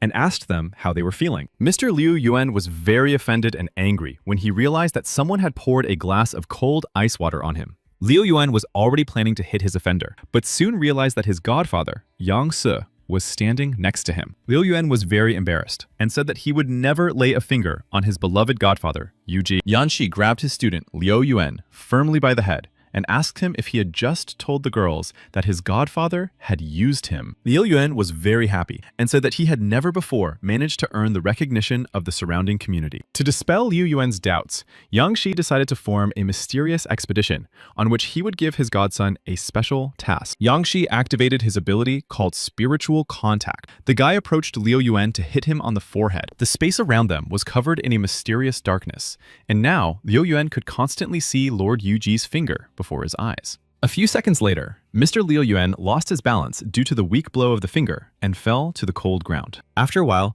Mr. Liu Yuan opened his eyes and saw that he was in some kind of darkness near a large magic circle. Frightened, Mr. Liu Yuan still could not understand where he was, but he decided to reach out his hand to find out. Liu Yuan dared to lie down in the center of this mystical magic circle, and a voice in his head said that the contact was connected. A few seconds later, Mr. Liu Yuan closed his eyes again as he felt a strange, dizzying pain. Then Liu Yuan opened his eyes again and realized that he had a strange feeling that he had been transported somewhere very far from home. Suddenly, a mysterious voice told him that Liu Yuan had made spiritual contact with Yu Ji and found himself between body and soul. Frightened, Liu Yuan finally saw his godfather, Lord Yu Ji, and asked him where the lower part of his body had gone. Liu Yuan tried to take even the smallest step, but the lower part of his body was missing in this strange place. Lord Yu Ji asked his godson not to be surprised, as they were in a space where a person could create anything with their spirit. Liu Yuan listened attentively to his mentor, Lord Yu Ji,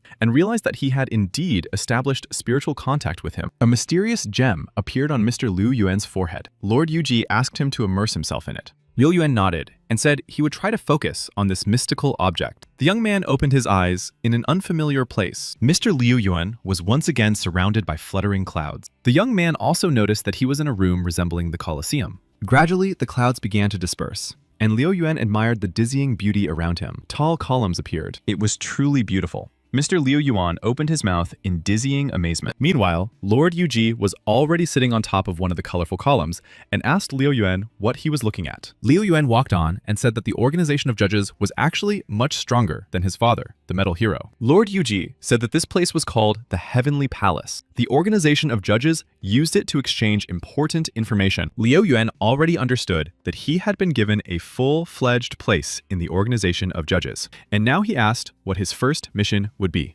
However, Lord Yuji was in no hurry to reveal all the secrets to his godson, Liu Yuan, and simply raised his hand. Yuji said that at the moment, there was a vacant position in the organization of judges called Rat. Liu Yuan tensed up a little. However, a second later, Mr. Liu Yuan began jumping for joy and said that he would take on the responsible role of the rat. Liu Yuan tried to approach the column where his beloved godfather, Lord Yuji, sat on the throne, but suddenly hit an invisible barrier. Frightened, Mr. Liu Yuan was very offended and asked his godfather why he could not approach the coveted throne. Lord Yuji quickly replied that Liu Yuan was too hasty. No one said that it was within his authority to appoint him to this position. Lord Yuji asked his godson, Liu Yuan, if he ever wanted to attain the same high rank as him. Lord Yuji repeated that the rat's position was vacant and that Liu Yuan could now become one of the candidates for this position. Mr. Liu Yuan was offended again and asked if there were other candidates for this honorable position, such as his clumsy father. Lord Yuji replied that Jisei Zhangsheng was also one of the candidates for this position,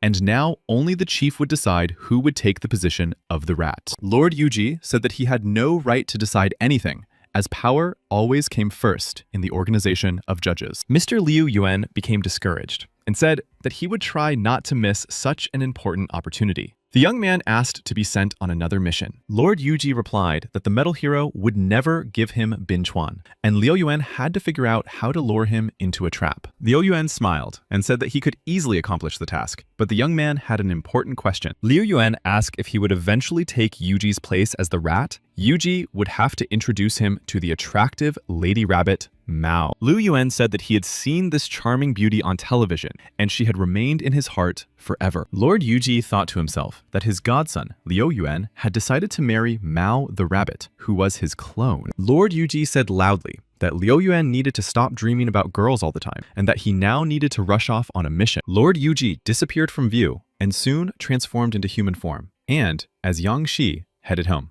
Yang Shi sat at the dinner table and thought that the financial company from the second region had, for some unknown reason, imposed a fine on the swordswoman, Blanche. Yang Shi was very surprised that the financial company would pay 5 million to the person who could deal with the swordswoman, Blanche. Yang Shi's thoughts were interrupted. Miss Lin Naishui entered the room and told her lover that the barbecue chicken was ready. Miss Lin Naishui carried the mouth-watering dish to the table, but it was clear from her eyes that she was upset. Yang Shi looked at this amazing dish and showed his mood to impress Lin's amazing culinary skills. Xiaoshu asked her beloved Yang Shi why he reacted so strongly. The girl thought she looked bad. Xiaoshu said that she had planned to give her beloved boyfriend Yang Shi a dizzying surprise. Yang Shi asked what the point of this amazing surprise was. However, Xiaoshu simply stuffed a piece of chicken into his mouth. Lin Naishui asked Yang Shi if he had seen the news on TV about the dreamer Blanche. The girl was upset. Yang Shi was impressed by the taste of the dizzying barbecue chicken and asked Xiaoshu why she was so upset about it. Xiaoshu began to say that she had recently heard from other experienced reporters that the swordswoman Blanche was in cahoots with some secret organization. After that, Blanche the swordswoman was spotted during an invasion in the second region. Later, the cunning villain disappeared in an unknown direction. Xiaoshu said she couldn't believe that the swordswoman Blanche was a criminal because she considered her to be a noble heroine of rank A. For some reason, Xiaoshu asked her lover, Yang Shi, why he was so worried about the future of the swordswoman Blanche. Yang Shi said that he was actually personally acquainted with the brave swordswoman Blanche, and that she was not the type of person capable of committing crimes. Yang Shi said that a person with such an appearance and reputation as the swordswoman Blanche could still have her own secrets. Lin Naishui was greatly surprised that her beloved young man personally knew such a courageous heroine as the swordswoman Blanche. Yang Shi decided to change the subject and said that every day he simply admired the culinary skills of his beloved Xiaoshu. However, Lin Naishui suddenly slammed her Japanese chopsticks on the table and stood up to make an important announcement. Xiaoshu said that if she also helped others, Perhaps Yang Shi would pay more attention to her. Yang Shi did not understand why his beloved Xiaoxiu was showing signs of jealousy, so he took her by the shoulders. Yang Shi gently kissed his beloved Lin Naishui and said that he was just investigating the case and not what the jealous beauty thought. After a passionate kiss, Xiaoxiu still did not let go, but on the contrary, began to distance herself from her beloved Yang Shi. Yang Shi noticed that his girlfriend Xiaoxiu's cheeks were flushed, which meant that she was very embarrassed. Again, Yang Shi said that for him, Xiaoxiu was the perfect girl, and that the swordswoman Blanche was not even in the same league as her. Xiaoxiu repeated her boyfriend's words that she had misunderstood. Yang Shi nodded and asked her not to be jealous anymore. Yang Shi said that he had been working as a reporter for several years, and it was important for him to know all the details of this high-profile case. The lovely Xiaoxiu looked at Yang Shi with loving eyes and asked if it was really true. Yang Shi asked Xiaoxiu if all journalists were like him. The guy replied that he only liked Lin and no one else. And finally, Lin Naishui melted and hugged her beloved boyfriend Yang Shi tightly. The girl told him that he was the best. Yang Shi thought that he needed to ask his beloved for forgiveness for stealing her abilities from him. Yang Shi went to his room and sat down at the computer. A few minutes later, the guy shouted loudly and said he didn't believe it would happen so quickly. The fact was that Yang Shi saw that he had received an email from someone important to him. The message was from the charming Miss Qian Dodo, who was surprised that the great Lord Yuji himself had contacted her. Qian Dodo had found important information on the darknet about the Fan Hai organization. Yang Shi thought that you could find anything on the underground internet. Yang Shi was very surprised that the darknet also already knew how the hero of spicy and sour noodles had taught the forest ranger a very important lesson. Yang Shi was surprised again when darknet users learned that the hero of spicy and sour noodles possessed a new, unique ability. Yang Shi also tried to find information about Bin Chuan here, but unfortunately found nothing. Then the guy tried to find news about the swordswoman Blanche. Soon, Yang Shi stumbled upon the dizzying information that the masked boxer was considered one of the Knights of the Round Table. Yang Shi wondered if the organization of the Knights of the Round Table did not understand that the masked hero was actually connected to the organization of saints. Yang Shi thought that, in fact, the organization of the Knights of the Round Table had something to hide from the public. Yang Shi was upset again when he saw that darknet users were saying that Yuji was related to the swordswoman Blanche. Yang Shi jumped up in shock when he learned that information about him was worth 30 million. Yang Shi thought that at the moment, the swordswoman Blanche was being pursued by hunters, and the main reason was Lord Yuji. Meanwhile, Luo Moon, the dragon demon, argued with his father, the metal hero, about why he had allowed Bin Chuang to participate in the White Realm. However, Luo Moon's courageous father, the metal hero, asked his son if he doubted the fairness of his decision. Luo Moon said that his father had promised to give this place to him. He planned to go to the White region with the heroine Explosive Fist. Metal Hero stood up from the table and started yelling at Luo Moon. The man said that he had changed his mind, and now the boy was not suitable. Luo Moon became angry again and asked why his father had suddenly changed his mind. The angry dragon thought it was because he had lost to Lord Yuji. The metal hero slammed his fist on the table and asked his insolent son Luo Moon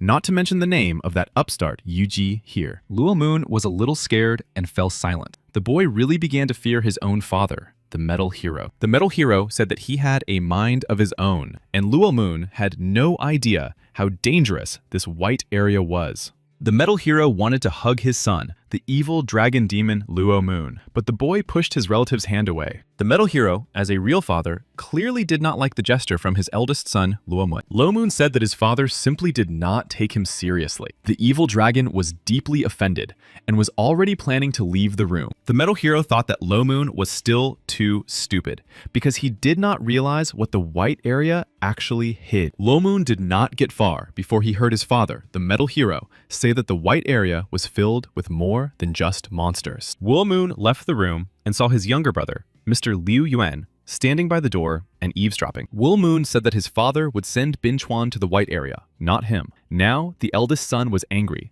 and felt uncontrollable rage. Mr. Liu Yuan said that didn't their old man know that the white area was actually a territory of immense value, Liu Yuan decided to hurry to the heavenly palace to tell his godfather, Yu Ji, what he had learned. Liu Yuan concentrated on the precious stone on his forehead, and in the next second fell to the cold ground. Liu Yuan was transported to the heavenly palace, where Lord Yu Ji was already waiting for him. His godfather asked what had brought the young man there. Liu Yuan said that he had important information. The metal hero was sending Bing Chuan on a mission to the White region. Lord Yu Ji was very surprised and asked Liu Yuan what the great metal hero was really up to. Liu Yuan replied that he did not understand and did not know. Even his older brother, Luo Moon, began to argue with his strict father. Lord Yu Ji thought that it would not be easy for him to deal with Bin Chuan. If he disappeared, people would start asking questions. Lord Yu Ji turned to his godson, Liu Yuan, and asked why they shouldn't take part in the upcoming operation in the White area together. Liu Yuan was surprised again and did not understand what Lord Yu Ji was really thinking. The young man also wanted to understand what was on his father's mind. Lord Yu Ji replied that the main task for Liu Yuan was for him and Bin Chuan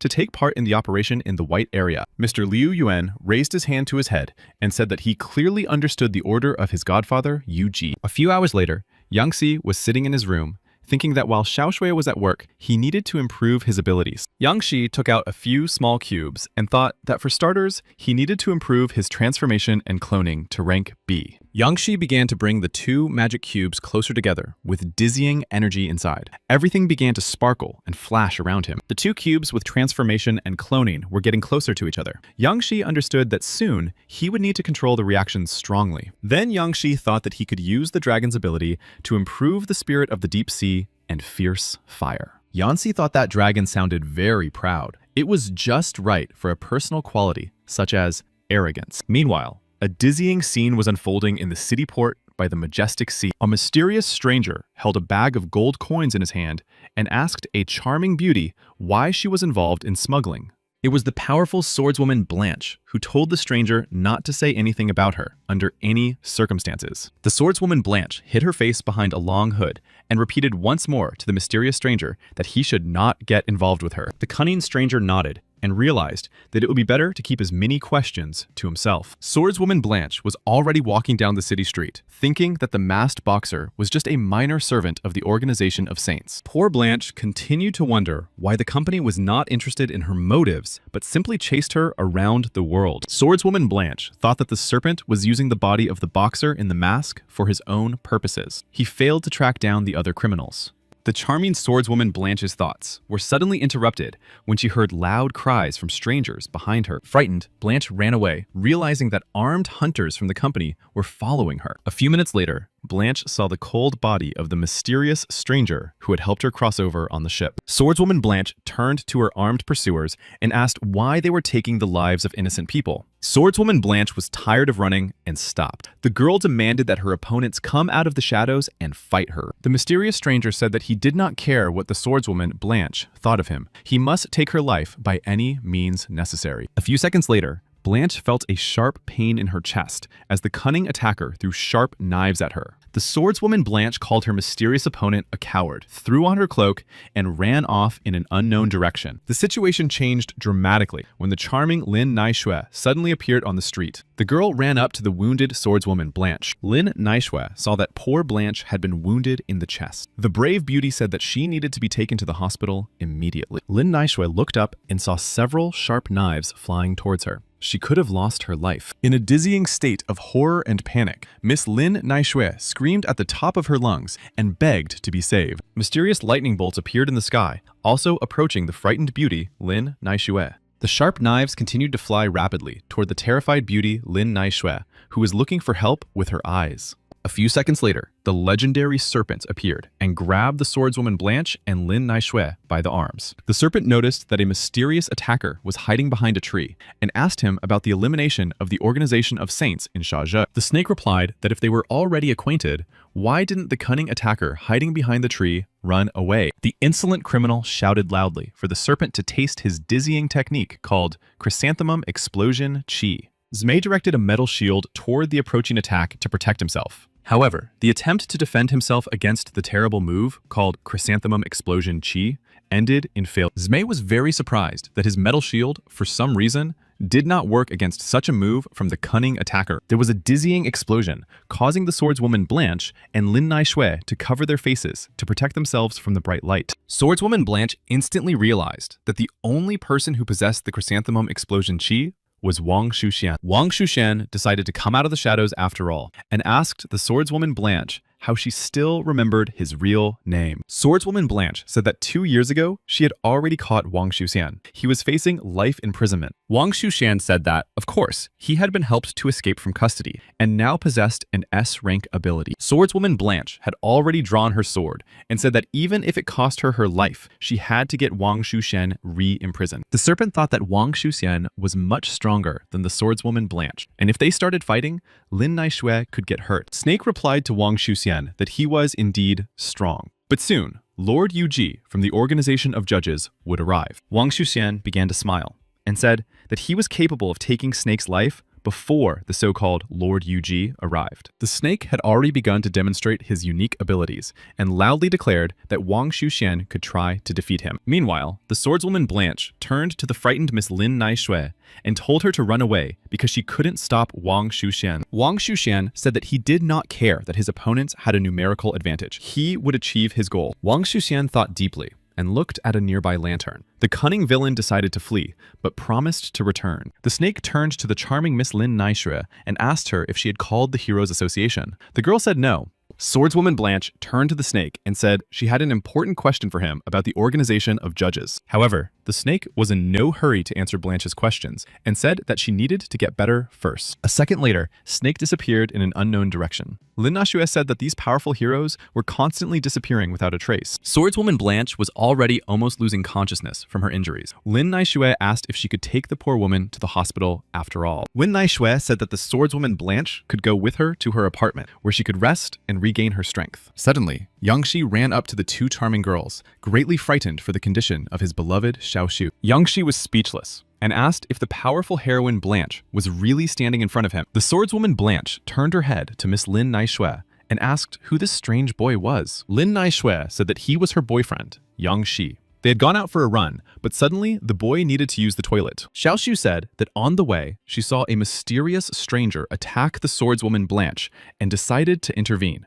Yangshi agreed to let the swordswoman Blanche stay in their apartment for a while so she could recover her strength and energy. Yangshi also offered to carry the charming swordswoman Blanche in his arms, to carry the poor wounded girl who was almost unconscious. The main characters approached the house where Lin Naishui and Yangshi lived and asked the swordswoman Blanche who had actually attacked her. The swordswoman Blanche said that a mysterious attacker had been following her since she was in the city of Lugan. The girl asked how the heroes had ended up at the port. Miss Lin Naishui said that they had just gone for a walk and were trying to spend some time together without anyone disturbing them. Swordswoman Blanche said that she was a so-called criminal and that the boys did not need to save her from an armed attacker. Lin Naishui said that the swordswoman Blanche she knew always sacrificed her own life to save innocent people. Blanche Machitsa decided to confess that she had never worked with the Organization of Judges and had not taken the life of the boxer in the mask. Yancy decided to intervene in the conversation between the two seductive beauties and said that he had heard that the boxer in the mask was somehow connected to the Organization of Saints. Swordswoman Blanche said that someone was trying to frame her for the death of the boxer in the mask. The perpetrators were trying to set up the poor guy. Yangshi said that this mysterious person had probably also decided to frame the Organization of Judges. Lin Naishui said that the Organization of Judges had already proven its worthy reputation, as Lord Yuji had saved Luhan more than once. Swordswoman Blanche said that perhaps the couple in love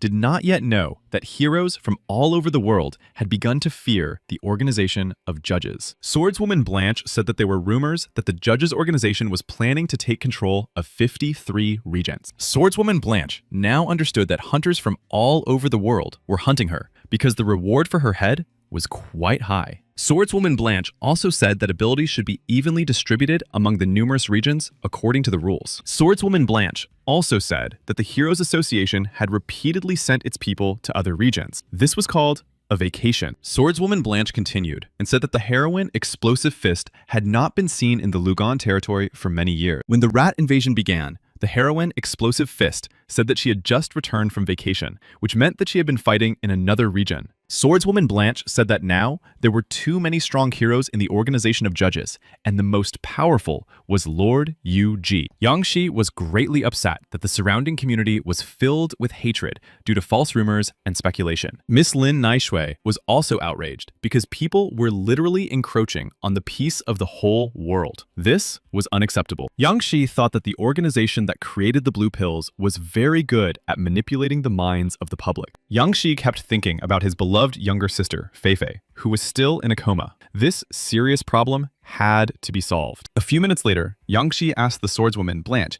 if she had come to Lugan to oppose the powerful organization of judges. The swordswoman Blanche replied that her goal was the opposite. The girl planned to help the organization of judges. Swordswoman Blanche said that she had already met the serpent, who had saved her life many times. Even now, he had come out of nowhere. Yanxi thought that he had actually heard suspicious noises while jogging and had transformed to save Xiaoxiu. Meanwhile, dizzying events were unfolding at the main office of the Fanghai Chamber of Commerce. Chen Bukui was talking to the charming Chen Dodo and her friend Yu Ran, saying that he didn't think strong competitors would appear on the horizon. Chen Bukui said that it would be nice if Dodo joined the organization of judges. However, the beauty said that Yu-ji had not offered this. Chen Dodo decided to offer to bribe Lord Yuji with treasures. Yuran said that her friend was too smart. Chen Bukui told Chen Dodo to invite Yuji to the monster weapon exhibition and give him an S-rank weapon as a gift. Chen Bukui began to laugh loudly, and his beloved granddaughter, Chen Dodo,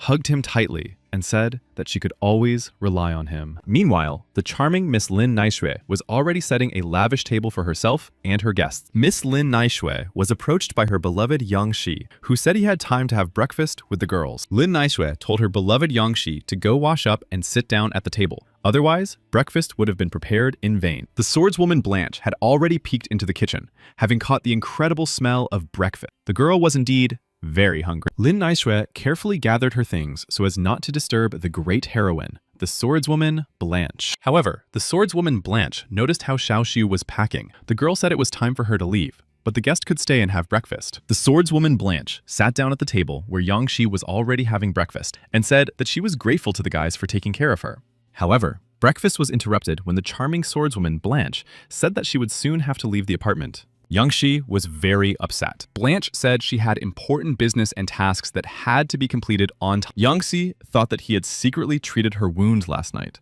not to send her into the hands of cold-blooded hunters. A second later, Yang Shi noticed that there was no one at the table anymore. The guy was very surprised that he hadn't noticed Blanche the swordswoman getting up from the table. A few hours later, Yang Shi was standing on the seashore, where he thought he should try out the dragon's skills. The sea really did inspire calm and dizziness. The scenery was literally mesmerizing. Yang Shi, dressed in the uniform of the so-called new dragon hero, watched as a mysterious ship approached him. Yang Shi, in the guise of a dragon, carefully examined the passengers of the giant vessel. The young man contemplated how to appear to them. On board, mysterious strangers whom Yang Shi had never seen before were having fun. Ordinary people were enjoying music and dancing. However, after a moment, it became clear that Chen Dodo and her faithful companion Yu Ran were on board. The girls were indignant at the appearance of the guests. The first uninvited guest was the dragon with the fiery staff. Chen Dodo told him that no one had invited him aboard the vessel. The leader of this gang was the so-called Dark Sword Master, who said that he was not going to miss the chance to see an S-rank weapon. Next to the Dark Sword Master stood a seductive, dark-haired beauty named Jill. Chen Dodo told the criminal trio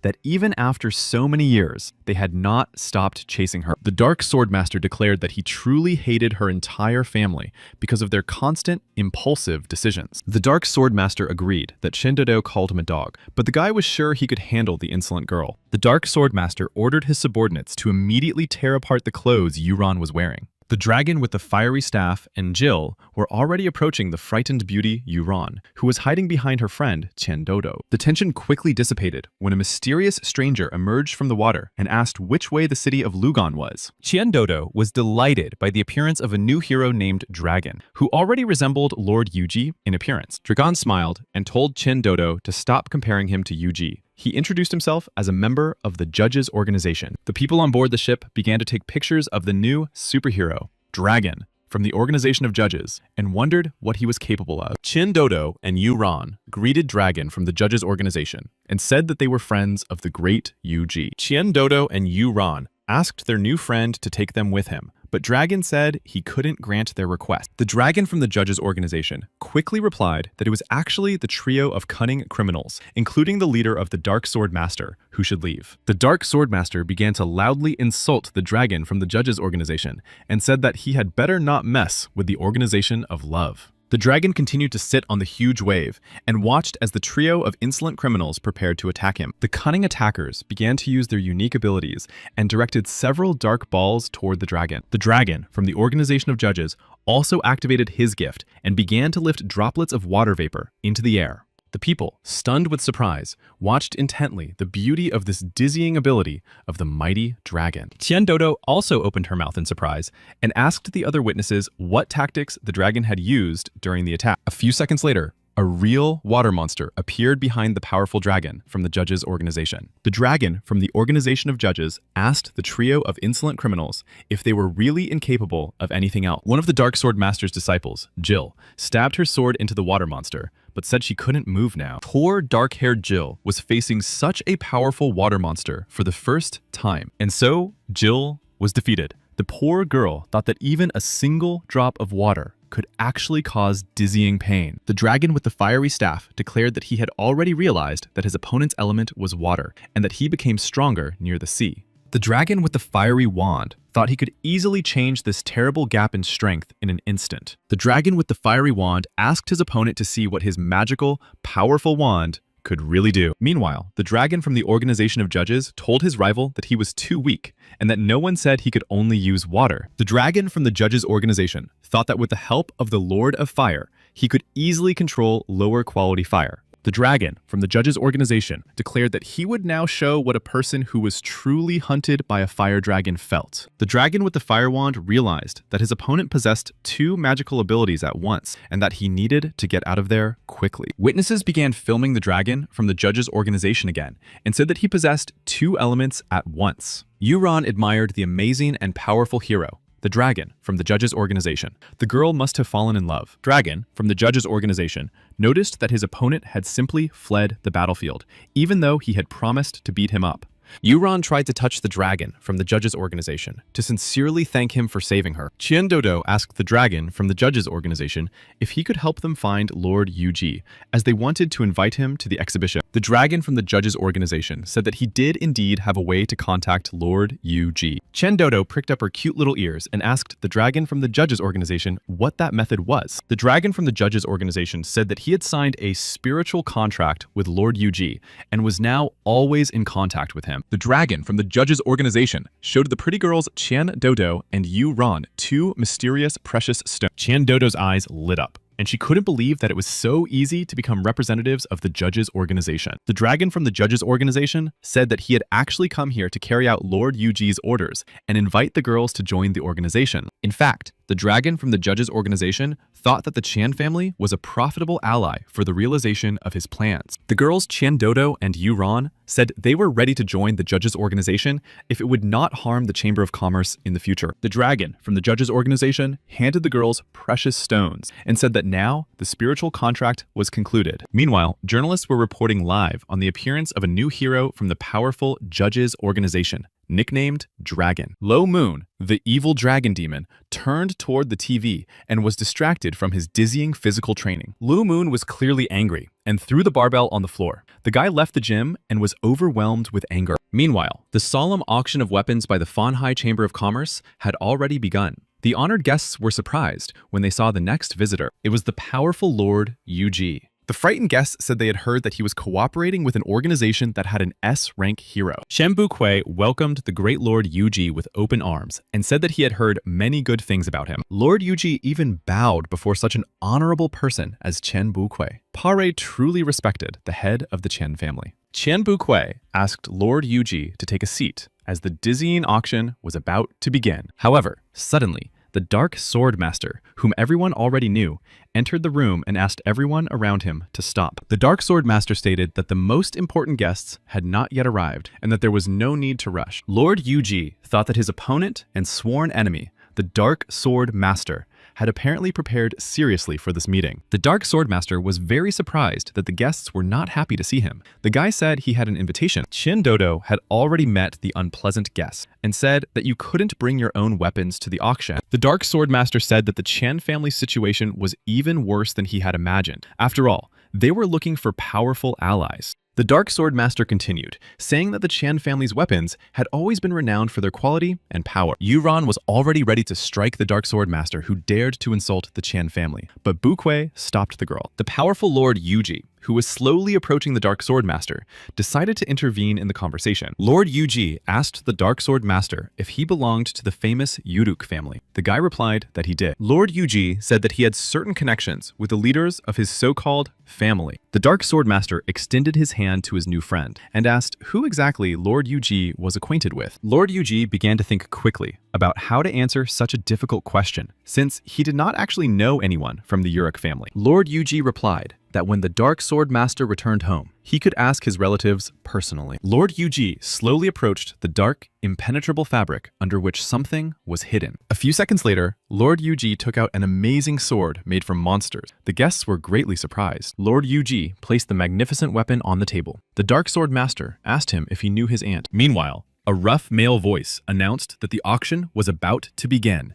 and everyone should take their seats. Lord Yuji no longer heard what the Dark Sword Master was saying to him and sat down next to the head of the great Chen family. Meanwhile, the solemn auction began, and a man came on stage to welcome everyone to the Fengsha Chamber auction. The host of the dizzying event started the bidding and said that the starting price for the monster weapon was 3 million. The Dark Sword Master watched the situation closely and thought that the Chan family was deliberately inflating the price for this armor. The next lot was the famous Gloves of Light. The auctioneer loudly announced that the starting price for this relic was 200 million. The Dark Sword Master was very upset and surprised, as he thought that Old Man Xian had deliberately put his trump card up for auction at the beginning of the event. The dragon with the fiery staff told his boss, the Dark Sword Master, that he was looking at an S-rank weapon. The attractive Miss Qian Dodo thought that these powerful gloves were her father's favorites. Lord Yuji was lost in thought, thinking that the budget for the entire organization of judges was 200 million. Meanwhile, the head of the Chen Bukui family turned to Lord Yuji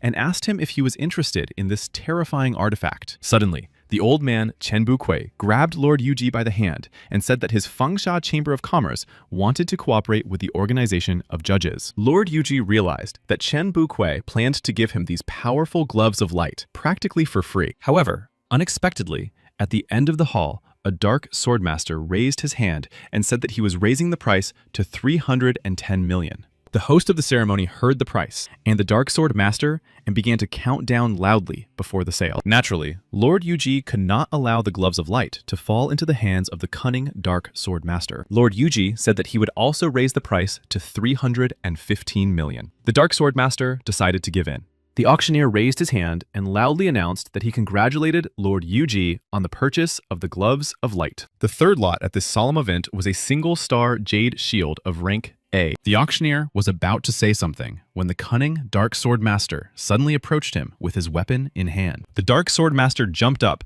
and said that if the Qian family was selling something, the buyer should first test the power of the lot. Lord Yuji stood up from his seat and shouted loudly that he had already expected that the Dark Sword Master would not be able to control his emotions. Yuran suddenly stood up and said that the jade sword was made of S-grade materials, similar to a patterned black bee. Qian Dodo ran up to Lord Yuji and asked him to lend her the Gloves of Light to destroy this powerful shield. However, Lord Yuji did not respond to the charming beauty Qian Dodo and simply stroked the cutie's head. Lord Yuji told Qian Dodo not to worry too much and to be patient. She just needed to wait. Meanwhile, the Dark Sword Master struck the one-star jade sword with all his might with his powerful sword. The Dark Sword Master froze in place and shouted loudly that this couldn't be. The guy didn't take his eyes off the shield. It turned out that with the first strike, the Dark Sword Master couldn't even scratch the great one-star jade sword. The Dark Sword Master had no choice but to deliver one dizzying blow to the jade shield, but the sword broke. Meanwhile, the gathered spectators began to laugh and smile, thinking that the member of the Uruk family was using a fake weapon. Surprised, Qian Dodo asked the great Lord Yuji if he knew in advance that the Dark Sword Master's sword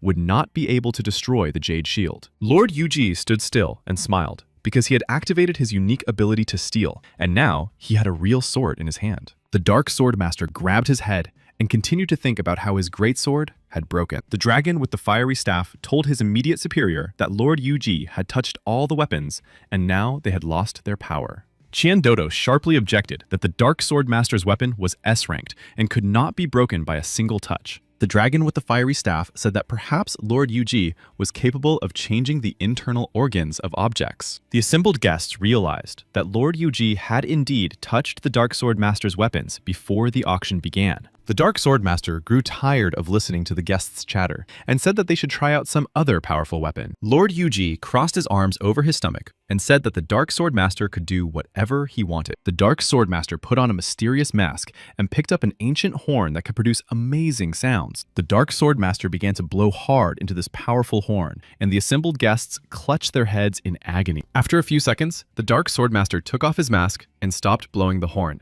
The guy said it was an S-rank weapon. Miss Qian Dodo couldn't take it anymore and said that the Dark Sword Master should leave immediately because he was slandering their clients. The dragon with the fire wand told his boss that there was most likely a traitor in the family who understood what was going on. The Dark Sword Master listened to his subordinate's version and, together with the dragon with the fire staff and Jill, decided to leave. Lord Yuji thought that the Dark Sword Master had managed to interrupt him before he could remove the dark energy from another magical item. Lord Yuji also planned to take the dark energy from the mysterious mask worn by the Dark Sword Master. Yuran approached Lord Yuji and asked him if he had deliberately approached the Dark Sword Master to distract him. Qian Bukui asked Lord Yuji to go to a special room for important people so that he could tell them what he had done with the sword. Meanwhile, a very dizzying scene was unfolding in the center of the town of Lugana. The swordswoman Blanche was walking alone down the street. Suddenly, the charming swordswoman Blanche stopped because she sensed someone approaching her. Swordswoman Blanche was very frightened when she realized that she had encountered a so-called special group called the Five Elements. Several mysterious criminals were waiting for poor Blanche on the roof of a skyscraper, while the rest were sitting in trees. The seductive beauty of this group asked the swordswoman if she had heard the advice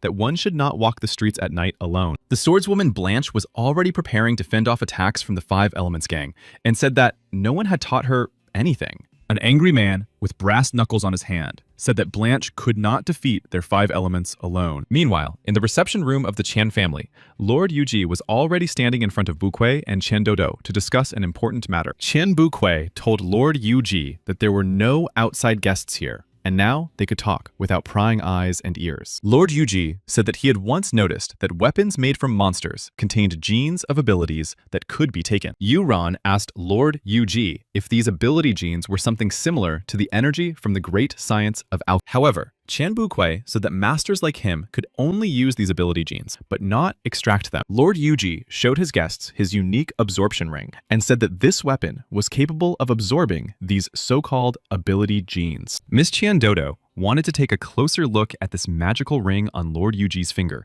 as she couldn't believe that such a thing was possible. Qian Bukui continued to say that he had made some achievements in alchemy, but he had never been able to extract them from weapons. Qian Bukui handed Lord Yuji a wolf's paw that could prolong healing. The old man wanted to see how Yuji would extract the genes. However, Lord Yuji said that inside this wolf's paw, there were only 30 units of dark energy that were better left untouched. Lord Yuji handed the wolf's paw back to the courageous leader, Qian Bukui, and asked him to confirm whether he was right or not. Qian Bukui took the wolf's paw in his hand and realized that the energy from this magical artifact had indeed completely disappeared. The charming Miss Yuran decided to intervene in the conversation and asked Lord Yuji how exactly he used the extracted genes afterwards. Lord Yuji thought that Yuran had finally asked a worthy question. The guy planned to tell the guests about the so-called elixir. Lord Yuji said that with the help of these genes, he had created amazing elixirs, which was why the members of the judges' organization had several abilities. Qian Dodo's eyes lit up quickly,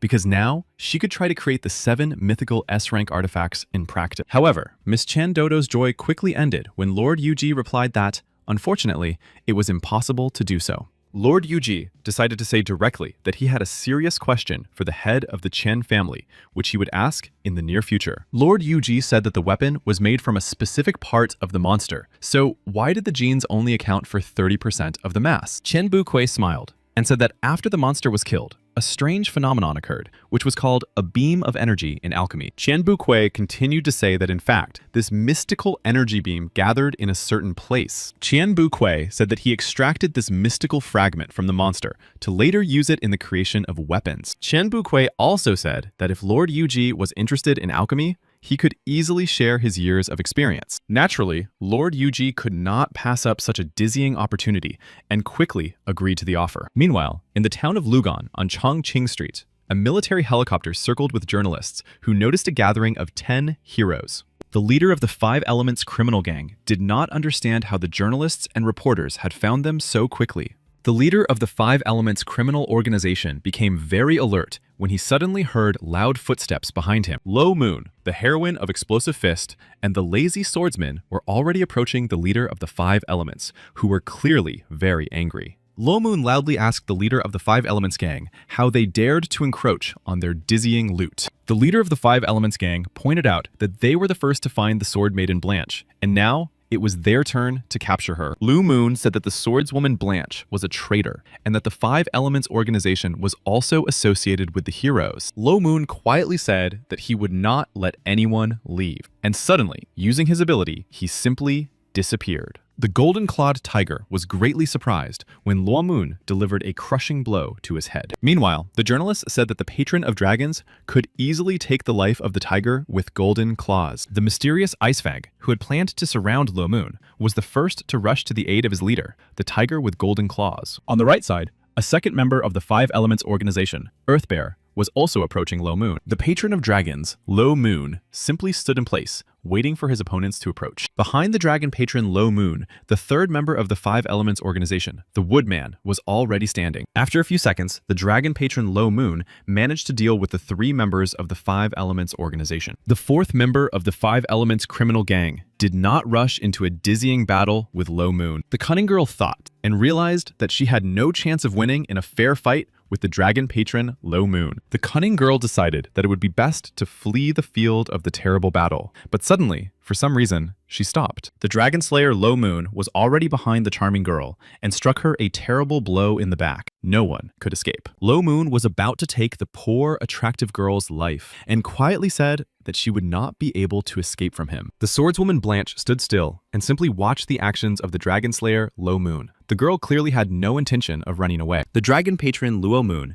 had already turned to the charming swordswoman Blanche and said that it was her turn. Meanwhile, Lo Moon's younger brother, Liu Yuan, watched the dizzying battle intently on television in the company of the Fire Butterfly. The Fire Butterfly said that the swordswoman Blanche was not in the best shape at the moment and would not be able to defeat Lo Moon. However, Mr. Liu Yuan thought that the most important thing for him was whether the swordswoman Blanche was a member of the judges' organization. The Fire Butterfly began to smile and said that Liu Yuan's expression gave him away, and that he was really worried about his brother, Luo Moon. Mr. Liu Yuan asked the Fire Butterfly to continue watching TV without him, as he urgently needed to use the restroom. Mr. Liu Yuan actually planned to immediately contact his godfather, Lord Yuji. Lord Yuji was already waiting for his godson, Liu Yuan, to arrive at the Heavenly Palace. Liu Yuan was very excited and said that his older brother, the dragon patron Lu Meng, was already preparing to attack the swordswoman Blanche. Liu Yuan also asked if it was true that the swordswoman Blanche was in a relationship with the serpent. Lord Yuji was no longer listening to him. Lord Yuji said that these were all rumors, as the serpent was too old for such a young and charming lady as Blanche. Despite this strange answer, Liu Yuan still wondered if the swordswoman Blanche could be the snake's illegitimate daughter. After a few seconds, Lord Yuji finally said that he would immediately send reinforcements to the swordswoman Blanche. Mr. Liu Yuan replied that he would closely follow the live broadcast and report if anything went wrong. Lord Yuji watched intently as his beloved godson, Liu Yuan, hurried home to watch television. Meanwhile, Lord Yuji thought that now he could grant his doppelganger dragon from the organization of judges 2 more types of abilities. Among the new abilities of the dragon from the judges organization were control of the wind and control of the earth. Clearly, the double would now be stronger. Liu Yuan was going home to watch TV, so he could closely follow the live broadcast in which journalists were reporting on the battle. Now Lord Yuji was left completely alone in the Heavenly Palace. The guy had time to think. Meanwhile, the patron of dragons, Lu Meng, told the swordswoman Blanche to quickly call her comrade Yuji here. The swordswoman Blanche stood still and did not respond. Lu Meng repeated that he did not plan to take the poor man's life today. Soon, the brave Miss Blanche finally said that if Lu Meng wanted to fight, he should not delay. The dragon patron Lu Mon nodded and shouted for the swordswoman Blanche to get ready and show all her power and strength. Swordswoman Blanche was ready to parry the devastating blow from the powerful dragon patron Lu Mon. But Blanche was not prepared to see Lu Mon move in front of her with lightning speed. The dizzying battle stopped when the dragon patron Lu Mon suddenly heard the loud footsteps of a mysterious stranger. Naturally, Lu Mon turned to look his mysterious opponent in the face. At first, the dragon patron expected to see Yu Ji. However, the dragon patron Lu Mon did not expect a sharp greatsword to fly towards him from his opponent. In the next moment, the evil demon Lu Mon felt intense pain in his chest as the sharp sword pierced the poor man. The swordswoman Blanche realized that the dragon patron Lu Mon had been wounded and now activated her powerful abilities. Miss Blanche tried to deal with Lu Mon using her signature seal power technique. The evil demon managed to put up a shield. Swordswoman Blanche landed on her feet after her dizzying move and looked toward the military helicopter. The frightened reporter said that unfortunately, their equipment had been slightly damaged, but the image would soon reappear. Lu Mon, the patron of dragons, had almost healed and approached Blanche again. Lu Mon repeated that the beautiful Blanche should immediately call her comrade Yu Ji for help, but the swordswoman did not respond. The dragon patron Lu Mon jumped up again to deliver a crushing blow and said that it was just a warm-up. However, the brave and courageous swordswoman Blanche was not frightened by Lu Mon's beastly roar and managed to put up a protective dome. It became clear that poor Blanche was in serious trouble and could not defeat such a powerful opponent on her own. Suddenly, Lin Naishui ran into Chongqing Street, holding a microphone in her hand and saying that Lu Mon and the swordswoman Blanche were still fighting. Lu Mon, the dragon patron, managed to break through Blanche's protective circle and grabbed the poor girl by the throat. The evil demon Lu Mon repeated that the swordswoman Blanche should call her friend Lord Yu Ji for help or lose her life. The dragon patron Lu Mon had no choice but to throw the terrified swordswoman Blanche against the wall. The poor swordswoman Blanche lost consciousness from the terrible, dizzying blow. Lu Mon's strength was truly enormous. A curious reporter said that after such injuries, the swordswoman Blanche would most likely never walk again. The swordswoman Blanche was still sitting near the wall, practically unconscious. The angry dragon patron Lu Mon was approaching. Suddenly, the legendary heroine Explosive Fist entered the boring battle and asked the dragon patron Lu Mon to stop. The lazy swordsman also asked his mentor Lu Mon to control his own power. They were afraid that Blanche might remain crippled. However, the dragon patron Lu Mon turned to his friends and asked why they were protecting the so-called traitor. Suddenly, the brave swordswoman Blanche stood up and asked the dragon patron Lu Mon if he was done with his negotiation. The brave Miss Blanche said that if Lu Mon had finished talking, she was ready to continue. Lin Naishui said that, not long ago, the swordswoman Blanche had sacrificed herself for the safety of the great city of Lugan. The dragon patron Lu Mon said that everyone had heard clearly that the swordswoman Blanche planned to continue this crazy fight. The dragon patron was astonished when he saw that his devastating blow had hit some kind of watery space. A moment later, the dragon patron Lu Mon realized that he was facing a powerful river guardian who had come to Blanche's defense. The dragon from the organization of judges was already standing next to the swordswoman Blanche and asked the charming beauty for forgiveness. The swordswoman Blanche was outraged that this mysterious dragon said she was a member of the organization of judges. The dragon came closer and replied that if the swordswoman Blanche planned to stay alive today, she simply had no choice. The dragon from the judges' organization landed on his feet and stood opposite the powerful evil demon Lu Mon, patron of the dragons. The dragon asked the evil demon Lu Mon what the lovely swordswoman Blanche had done to make him attack her. Lu Mon became angry again because he had planned to meet with Lord Yu Ji. The evil demon asked where their comrade was. The dragon from the organization of judges declared that he was quite capable of fighting Lu Mon on his own and suddenly activated the power of the river guardian. Huge water hands began to squeeze the frightened Lu Mon, who was trying to restrain the powerful river guardian. The cunning dragon from the judges' organization decided to show off his abilities a little and activated his gift of suppression. After a few minutes, Lu Mon, the patron of dragons, noticed that the river guardian's water hands were beginning to disappear. Lu Mon continued to smile as he was truly impressed by the dizzying power of his new opponent. And then, a few seconds later, the river guardian's giant hand was back near the face of the dragon patron Lu Mon. There was a dizzying explosion. It was clear that the river guardian's hand had dealt a crazy blow to the evil demon Lu Mon. Meanwhile, Lord Yu Ji was already carrying out his dizzying plan. The guy arrived at the designated place. Near the steps to the huge castle, Lord Yuji realized that it was too quiet here. It was as if a strange trap was being set. Naturally, Lord Yuji did not like such a frightening silence, and he began to look around carefully. Lord Yuji stood on a giant tree and stared intently at the surrounding area. Something was clearly wrong. In Lord Yuji's hands was a mysterious diary that he suddenly remembered at the most crucial moment. The day before, Chen Bukui had given this mysterious diary to Lord Yuji, saying that it contained the notes of a certain alchemist named Daimon. Chen Bukui said that these were very valuable materials, and it was desirable that they not fall into the wrong hands. Even then, at Chen's estate, Lord Yuji noticed that the pages of this wonderful diary glowed miraculously. Mr. Chen Bukui said that he would gladly lend this mysterious diary to Lord Yuji for a while. Lord Yuji became a little carried away with reading, and then apologized for taking such a keen interest in the mysterious writing. Lord Yuji reread these strange entries, and noticed that there were inscriptions that could be read by people with spiritual power. Lord Yuji understood that Mr. Chen had most likely never seen this mystical inscription that only he could read. The alchemist Daimon said that he had come here from the distant planet Odysseus and was a member of the powerful Alfonso family. Daimon also said that he landed on a plane where he later discovered a mysterious hero stone. Before leaving, Daimon said that he had taught some people to open a door to another world of monsters, which he called the White Area. Daimon suggested that the lucky person reading this should immediately go in search of this legendary hero stone. Daimon also said that he gave this stone to humans because humanity may soon find itself in slavery. Suddenly, the diary began to emit a mysterious, mystical light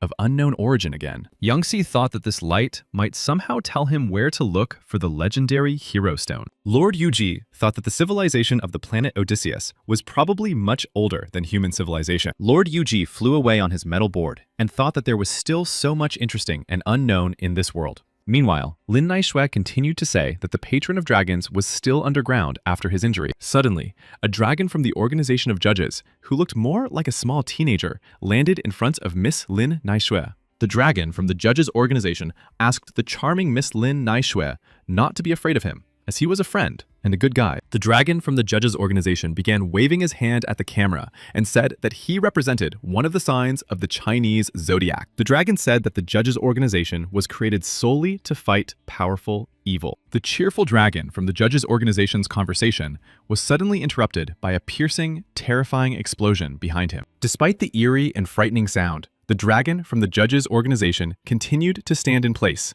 and seemed to be showing off in front of the camera. The situation took an unexpected turn when Luman appeared behind the dragon from the organization of judges in the form of a dragon. Luman, in the form of a real, powerful dragon, caused uncontrollable panic among the viewers of the live broadcast. The dragon from the judges' organization said that Luman was now in the third phase of his transformation and had practically lost his mind. The dragon from the judges' organization flew into the air and asked Lin Naishui to ensure the safety of the other people. The experienced journalist Lin Naishui remained standing in place and thought that this dragon from the judges' organization was a brave person. On Chongqing Street, a very heated situation continued to unfold. The dragon from the judges' organization found himself on the River Guardian's wave again. The dragon in the River Guardian looked at the giant monster that, just a few minutes ago, had been in the form of the human Lu Mo. Suddenly, a mysterious stone hand, formed by the dragon from the judges' organization, began to fall on Lumon's head. Lumon, in the form of a ferocious monster, grabbed this stone hand and tried to bite it with his giant fangs. Lumon, in the form of a fire-breathing dragon, tried to deal with this mystical stone hand of the River Guardian while already in the air. Meanwhile, Liu Yuan and the fire butterfly watched the live broadcast of the battle intently. The boy thought that the dragon was a strong hero. Suddenly, the sweet and modest fire butterfly asked Mr. Liu Yuan if he thought it had gotten cold in the room. Liu Yuan and the fire butterfly looked up and saw that, for some strange reason, the roof of their building had been blown off. Fire butterfly thought that, like a great master, he had practically been reduced to fine powder. Meanwhile, Luman, in the form of a mighty dragon, continued to fight the stone hand of the River Guardian. And finally, Lu Mon managed to bite this nasty stone in half, which gradually turned into small fragments. There was no end to the horror when these small fragments flew down to where the charming Miss Lin Naishui was standing. Frightened, the lovely Lin Naishui closed her eyes so as not to see the fragments of the stone hand approaching her at lightning speed. Soon, Miss Lin Naishui opened her eyes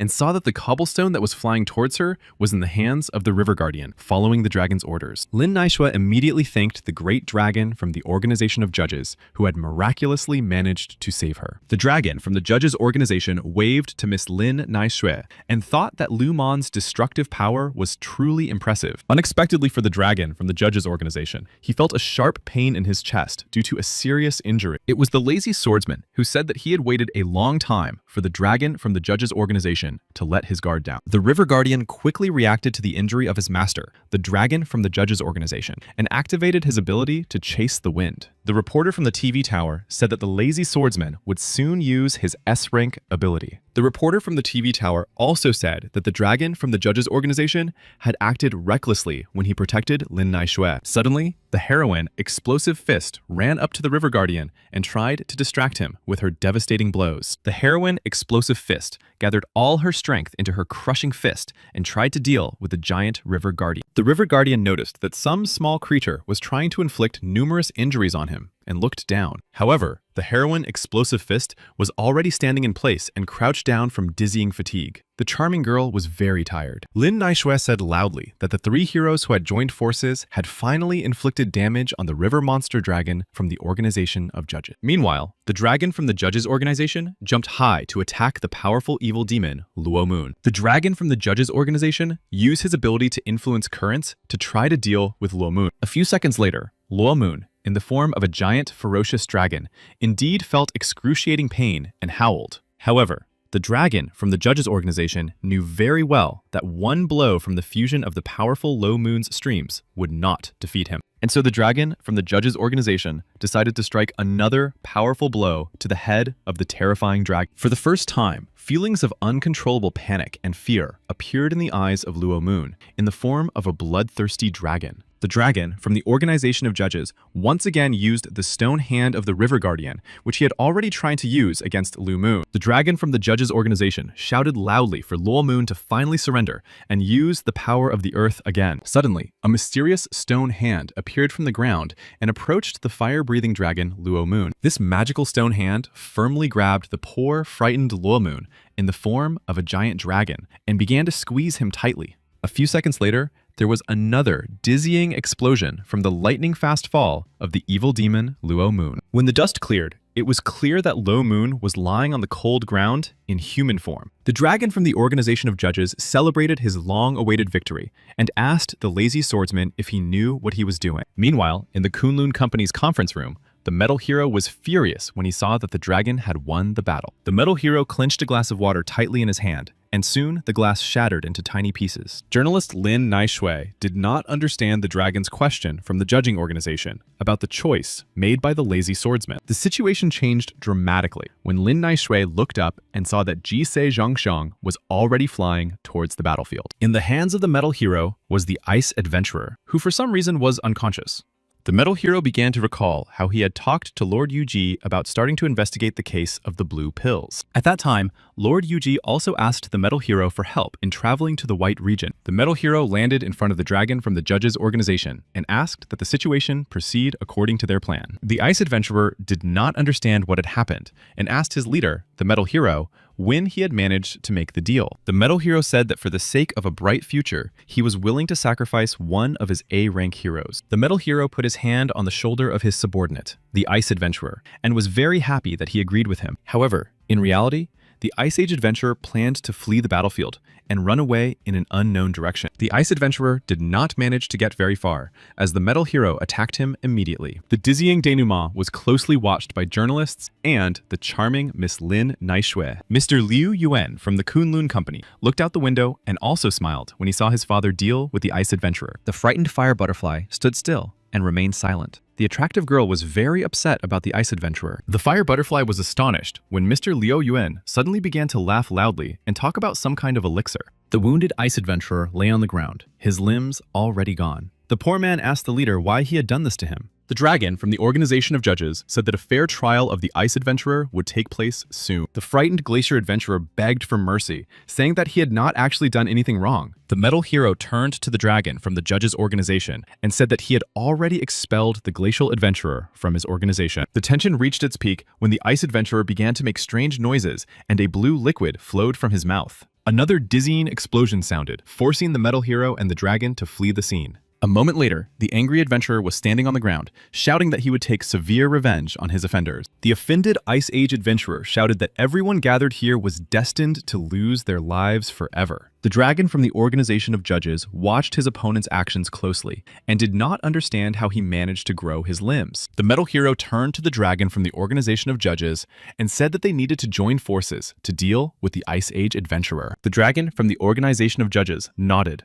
and activated a new ability called Phoenix Bird. The dragon from the judges' organization hung in the air, and behind him rose a giant firebird that resembled a phoenix. The ice adventurer just laughed and said that his ice powers would be enough to turn the fire phoenix into his servant. A few seconds later, the cunning ice adventurer fired several ice bullets at the firebird phoenix. When the ice bullets hit their target, a giant, dizzying shard of ice was formed. A minute later, the cunning ice adventurer flew up to cut through this huge, incredible shard of ice. The ice adventurer turned his head toward the dragon from the organization of judges and declared that this was too easy for his power. The ice adventurer had already fired several ice bullets at the metal hero and asked him to demonstrate his power. Meanwhile, the metal hero was not afraid at all and was already preparing to deliver a decisive, crushing blow. In an instant, the metal bullets hit the ice adventurer's target. Another powerful explosion rang out. The metal hero thought about how the blue pills increased not the quality, but only the quantity. To completely defeat the powerful ice adventurer,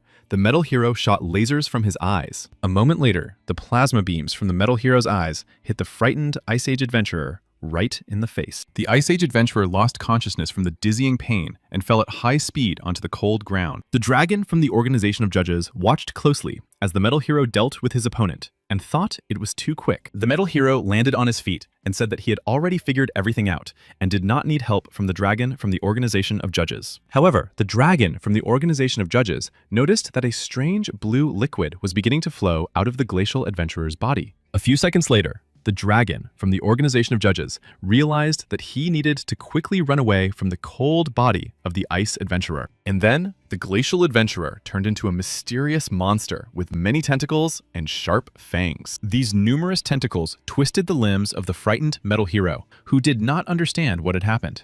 The dragon from the judges' organization also did not understand anything and asked the metal hero to try to blow them up. Meanwhile, the ice adventurer was already back on his feet, and strange, mystical blue tentacles were coming out of his body. The ice adventurer began to laugh loudly, and said that it seemed to him that the rumors about these pills were not lies. The metal hero looked closely at the mysterious monster, and couldn't believe that this was his former comrade, the ice adventurer. The dragon from the organization of judges thought that this was probably the very secret of Bin Chuan that no one was supposed to know about. The source of the blue pills, known as the Faceless Man, was closely watching the terrifying situation on the neighboring street. The Faceless Man said that he was very upset, but now number 52 had definitely failed. The Faceless Man thought that the more he studied magical power and the inner workings of humans, the stronger he became. The Faceless Man continued to think that he would have to wait until these two heroes fought the glacial adventurer. Meanwhile, behind the Faceless Man stood Lord Yu Ji, who thought that he was not the only one waiting for his prey here. Miss Lin Naishui told her viewers that they had to leave the scene of the superhero battle because the helicopter couldn't get close. Lin Naishui noticed that Bing Chuan's transformation was becoming more like some kind of mysterious infection. The dragon from the organization of judges did not stand still and used his ability to merge streams. Sharp arrows flew at the monster. The dragon from the judges' organization noticed that most of these blue tentacles were tangled up, as if they had no consciousness. The ice adventurer asked the metal hero why he was acting so strangely, as if he didn't want him to join his organization. The metal hero was still hanging in the air, and the ice adventurer's blue tentacles were developing around his body. The ice adventurer suddenly began to say very crazy things, that their dark blue race used humans as food. Suddenly, Bin Chuan began to scream loudly, and then grabbed his head. The monster did not understand why his head had started to hurt. Bin Chuan said that it was the metal hero's fault for setting his head on fire the day before. It was he who made him feel excruciating pain. Unexpectedly for the audience, the tentacles dug into the head of the Ice Age adventurer, who later said that he felt much better. The dragon from the organization of judges understood that the body of the real Bin Chuan was still lying somewhere on the cold ground. The metal hero shouted to his partner, the dragon, that he could try using the magic egg to blow up the monster. The dragon from the judges' organization nodded and was already ready to hide under the wings of the firebird phoenix. The dragon from the judges' organization ordered the fiery phoenix to immediately set fire to several tentacles of this vile monster. The metal hero got ready and finally nodded toward the monster with his mystical egg, which possessed incredible power. A few seconds later, the egg actually hit its target, and now everyone gathered was preparing for a dizzying explosion. The metal hero hung in the air and stared intently at the dragon from the organization of judges. The man had concealed something. The fact was that the metal hero had not mentioned that the radius of the explosion would be 500 meters, and the dragon would not be able to escape. The metal hero continued to watch the incredible situation unfold and eagerly awaited the consequences. The dragon from the organization of judges heard what the metal hero said and began to worry greatly about the impending explosion. The egg from the metal hero began to spin at an astonishing speed, which meant that an explosion would occur shortly. And then there was another piercing sound from a terrible, powerful explosion. Everything around was covered in dust. When the thick dust began to settle, several drops of this mysterious blue liquid were visible on the ground. The dragon from the organization of judges sat in this blue liquid and thought that the metal hero was cunning, but did not understand much. The audience gathered around the screens and waited to see what would happen next. Everyone was very upset when they noticed that the dragon had no legs. However, the viewers' sadness quickly evaporated when they saw a mysterious character approaching the scene. It was the legendary hero of spicy and sour noodles who said he couldn't stand aside when such a monster was ruling the roost. The hero of spicy and sour noodles was not surprised when the powerful heroine Explosive Fist appeared behind him. The legendary superheroes were shocked when other people began to approach them, saying that they could also help in the situation. Meanwhile, the brave Miss Lin Naishui told viewers that this would be the longest night in the city of Lugan since the invasion had taken place. Despite the difficult situation, journalist Lin Naishui said that there was no reason to lose hope, as heroes had joined the fight. Journalist Director Ge from the television tower also said that they should not lose heart and that they would wait for dawn. The dragon from the judges' organization looked at the gathered crowd and said, "Did they really plan to become food for a powerful monster?" The heroine Explosive Fist loudly replied to the arrogant dragon from the judges' organization that they simply had no choice. The dragon from the judges' organization asked all the guests and heroes present to step back because he didn't want to hurt anyone. The dragon from the judges' organization activated his ability called Wind Blast. In fact, he thought his body was a clone. The heroine Explosive Fist stood on the ground and watched the actions of the powerful dragon from the judges' organization closely. The heroine Explosive Fist asked her partner, the hero Sharp and Sour Noodles, what the dragon from the judges' organization was really up to. The hero of Spicy and Sour Noodles noticed that the monster's skeleton was hidden somewhere deep inside, and that someone had to get closer to deliver the final blow. Meanwhile, the brave and courageous dragon from the organization of judges had already headed towards the powerful monster using a wind blast. Due to the lightning speed, the mask on the face of the dragon from the judges' organization began to tear in the wind. And once again, there was a dizzying explosion, which raised a huge cloud of dust. Naturally, this situation forced the heroine Explosive Fist to cover her seductive face with her hand. The hero of Spicy and Sour Noodles also covered himself from the approaching fragments and small stones so as not to get injured. Soon, the dust began to gradually dissipate, and it became clear that the monster's huge blue tentacles had completely disappeared. Meanwhile, Director Ge from the television tower stood up from his desk and prepared to tell viewers about the consequences. Director Ge began to shout that no one really believed that the organization of judges was capable of resisting such a powerful monster. Poor Miss Lin Naishui began to cry as she realized that the dragon from the judges' organization had most likely lost his life for the sake of the city of Lugan. The sad Miss Lin Naishui could not hold back her tears and said that they now wanted to thank the dragon from the judges' organization. A tear fell from the eyes of the charming Miss Lin Naishui and fell to the ground. But suddenly, the hand of a mysterious stranger appeared. Meanwhile, Lord Yuji stood on the roof of a skyscraper and watched the situation closely. Lord Yuji turned around and quickly formed a new clone of the dragon from the organization of judges and told him that he had now become a new hero. Lord Yuji, accompanied by the new dragon from the organization of judges, watched the dizzying sunrise on the roof of the skyscraper. Meanwhile, at the scene of the incident, the metal hero landed on his feet to see what had happened to the monster. The metal hero stared intently at the huge dark hole from which strange sounds suddenly came. The metal hero was even a little scared, because he thought that all the key characters had lost their lives and asked who was there. After a while, the metal hero noticed a mysterious blue artifact floating in the air. The curious metal hero decided to touch the magical relic to understand what he was dealing with. He was astonished when a rough voice behind the metal hero said that he was not worthy of touching the relic. The metal hero was greatly surprised because the mysterious attacker was unable to pierce his armor, but he suffered serious damage. It was the same faceless man who pierced the metal hero with his blue, glowing sword. Journalist Director Ge stood up from the table and began to shout. Could it be that this faceless man was fighting on the side of the powerful monster? The frightened metal hero asked the stranger who he really was and why he had not sensed the impending attack. The faceless man said that the metal hero was simply too weak, and that was why he had not sensed anything. The faceless man tried to take the mysterious blue stone for himself, but suddenly sensed that someone was quickly approaching. It was Lord Yuji, who already held the blue stone in his hand and said that from now on, it belonged to the Organization of Judges. Journalist Director Ge was excited and said that the legendary Lord Yuji had appeared,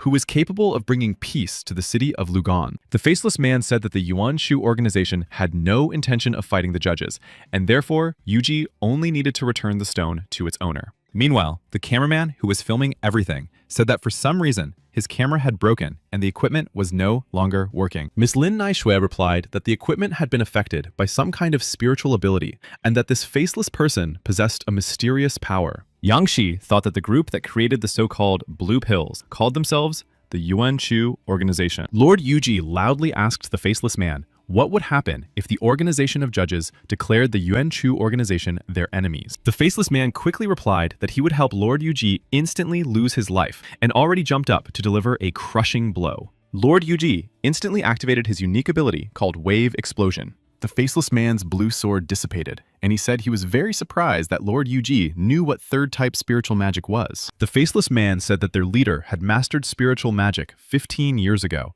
and that only he could handle such a powerful weapon. Lord Yuji immediately thought that the spiritual particles of the dark blue race were somehow connected to the condition of his younger sister, Feifei. Lord Yuji once again decided that he would not allow the faceless man to escape from the scene of the crime. However, the faceless man said that he had planned to fight Yuji in a fair fight, but his leader had assigned him a new, unique task. The faceless man tried to escape and said that next time he would definitely take the dark blue stone from Lord Yuji. Lord Yuji shouted loudly that no one had given the faceless man the right to run away and that he had to stand his ground until the end. For some reason, the faceless man suddenly stopped and turned to face Lord Yuji to say something. However, Lord Yuji had already launched his amazing attack called the Wave Explosion at the faceless man. The faceless man said loudly that the power of this wave explosion was indeed too strong. The faceless man thought that his powerful shield might not be able to withstand a few more blows from Lord Yuji. The faceless man tried to give a worthy rebuff to the powerful Lord Yuji, but suddenly realized that his defense had been destroyed. The poor faceless man fell to the cold ground at lightning speed, suffering devastating injuries. Lord Yuji said that now the faceless man was a prisoner of the Organization of Judges and would do whatever he said. The faceless man replied that he admitted defeat and was ready to lose his life in the next moment. Lord Yuji leaned over the wounded faceless man and said that if he answered his many questions honestly, he would spare him. Lord Yuji asked how the hero Bing Chuan was connected to the so-called blue filth and these mysterious pills. The faceless man said that nothing would change if he told Lord Yuji about the elementary particles. The faceless man said that a large number of these elementary particles were concentrated in the bodies of the dark blue race. Their sprouts tracked the location of areas of light so that they could then brazenly obtain the soul of a representative of the dark blue race. The more stable these sprouts were, the more particles of power a person could absorb, thereby unlocking secret combat skills. The Yuan Shu organization actively trades dark blue pills to find the perfect body for its upcoming reincarnation. The faceless man said that, naturally, not every ordinary person was able to withstand the interaction of the dark blue particles. This also happened to Bin Chuan, who once failed during a dizzying battle and lost his stable ring. Lord Yuji asked the faceless man if a person who had already been infected with these dark blue particles could be cured in the future. The faceless man was surprised that Lord Yuji was interested in such a question. Could it be that among the numerous test subjects, there was someone dear to him? Lord Yuji became very angry and used an ability called the Blades of Power to make the faceless man speak again. However, the faceless man began to laugh loudly and said that he had actually been waiting for this crushing blow. In an instant, the faceless man disappeared before Lord Yuji's eyes, heading in an unknown direction. Frightened, Lord Yuji stood still and thought that he had made a terrible mistake and let his enemy escape. However, the body of the mysterious, faceless man continued to lie in place, and Lord Yuji was soon able to see his true face. Lord Yuji watched with bated breath as the magical effect dissipated around the cold body of the faceless man. The legendary metal hero also watched the amazing situation closely, as he also wanted to see the enemy's face. And after a few seconds, it became clear that the person lying on the ground was Director Oh Yang, who was considered the head of the Luhan City Heroes Association. Lord Yuji thought that Yuan Shu's organization had already infiltrated the management of the Luhan City Heroes Association. The metal hero said that he could be a witness if Yuji began to accuse Director Oh Yang of a crime. Lord Yuji became very angry and asked the metal hero if he knew how difficult it was to raise a hero with 4 abilities. The metal hero did not understand why Lord Yuji had started shouting angrily and asked him what he really wanted. Yuji replied that Mr. Liu Yuan would soon become his successor and be reincarnated as the dragon of the judges' organization. Yuji also said that Liu Yuan would soon become an A-rank hero and be transferred to the Kunlun Company. The metal hero nodded and now thought about how to present this dizzying fact to the other members of the Kunlun Company. Lord Yuji stood on his flying metal board and set off in an unknown direction. During the flight, Lord Yuji used his transformation and called his doppelganger, the snake from the judges' organization. Lord Yuji ordered the snake from the organization of judges to immediately deal with the swordswoman Blanche. Meanwhile, Lord Yuji planned to go to the city hospital to visit his younger sister, Feifei. Lord Yuji thought that after Bintuan lost his life, he felt a strange wave, so he needed to check on his sister. Lord Yuji rushed to the city hospital at breakneck speed to meet his beloved sister, Feifei. Meanwhile, the metal hero held an emergency meeting of the Kunlun Company and said that Principal Oh Yang had been infected. The metal hero went on to say that Director Oh Yang was connected to some kind of secret organization. Now, every member of the Kunlun Company had to answer honestly the questions from the Heroes Association, which would arrive shortly. The spicy and sour noodle hero and the explosive fist heroine nodded and hurried out of the huge office. Mr. Liu Yuan also plans to leave with the superheroes, but suddenly stopped when his father called his name. Mr. Liu Yuan was very surprised that his so-called father wanted to talk to him about something. The metal hero stated that he had actually made a lucrative deal with Lord Yuji, and it concerned raising his son's rank. The metal hero told his younger son, Liu Yuan, that Lord Yuji planned to make him the successor of the Kunlun Company. The metal hero also said that Liu Yuan would soon become an A-rank hero and that he should not miss such a unique opportunity. However, Mr. Liu Yuan thought that he actually wanted to join the organization of judges and become the new dragon. Liu Yuan was very angry that his father was forcing him to run errands for the family and carry out various unimportant missions. Liu Yuan decided to speak his mind and replied to the metal hero that he would literally be wasting his own strength. The metal hero thought about how Lord Yuji had done everything he could, but he clearly underestimated his relationship with his son. The metal hero decided to give his youngest son, Liu Yuan, a big hug and tell him to his face that he had grown up. Meanwhile, the next morning, the lovely swordswoman Blanche sat on the city street, clearly feeling sad and disappointed. Suddenly, a mysterious stranger approached the charming, lonely swordswoman Blanche and held out his hand to her. It was Snake from the organization of judges who offered to help the attractive swordswoman Blanche get back on her feet. However, the brave and courageous swordswoman Blanche was not ready to show her weaknesses and said that she could manage on her own. The swordswoman Blanche tried to get back on her feet, but unexpectedly fell back onto the cold ground. The poor girl was exhausted. Swordswoman Blanche began to cry loudly and said that she was very sorry that the dragon from the organization of judges had lost his life because of her. The serpent from the organization of judges replied that the swordswoman Blanche should not feel guilty and said that Yuji had sent him to help her cope with her difficulties. Poor Blanche thought for a moment and ultimately decided to accept the help of the powerful serpent from the organization of judges. The next morning, Lord Yuji was already standing on the roof of a skyscraper located opposite the city hospital. Lord Yuji noticed that there was some strange energy in the hospital. The entrance to the building was blocked by a dark blue barrier. Soon, Lord Yuji managed to get inside and found himself in a long corridor where there was no one. Naturally, Lord Yuji understood that he could be trapped and tried not to rush, acting carefully and cautiously. Suddenly, a mysterious dark blue monster that the guy had clearly never seen before began to walk toward Lord Yuji. Lord Yuji thought that the energy had transformed all the victims in the supermarket into dark blue forms. Unexpectedly,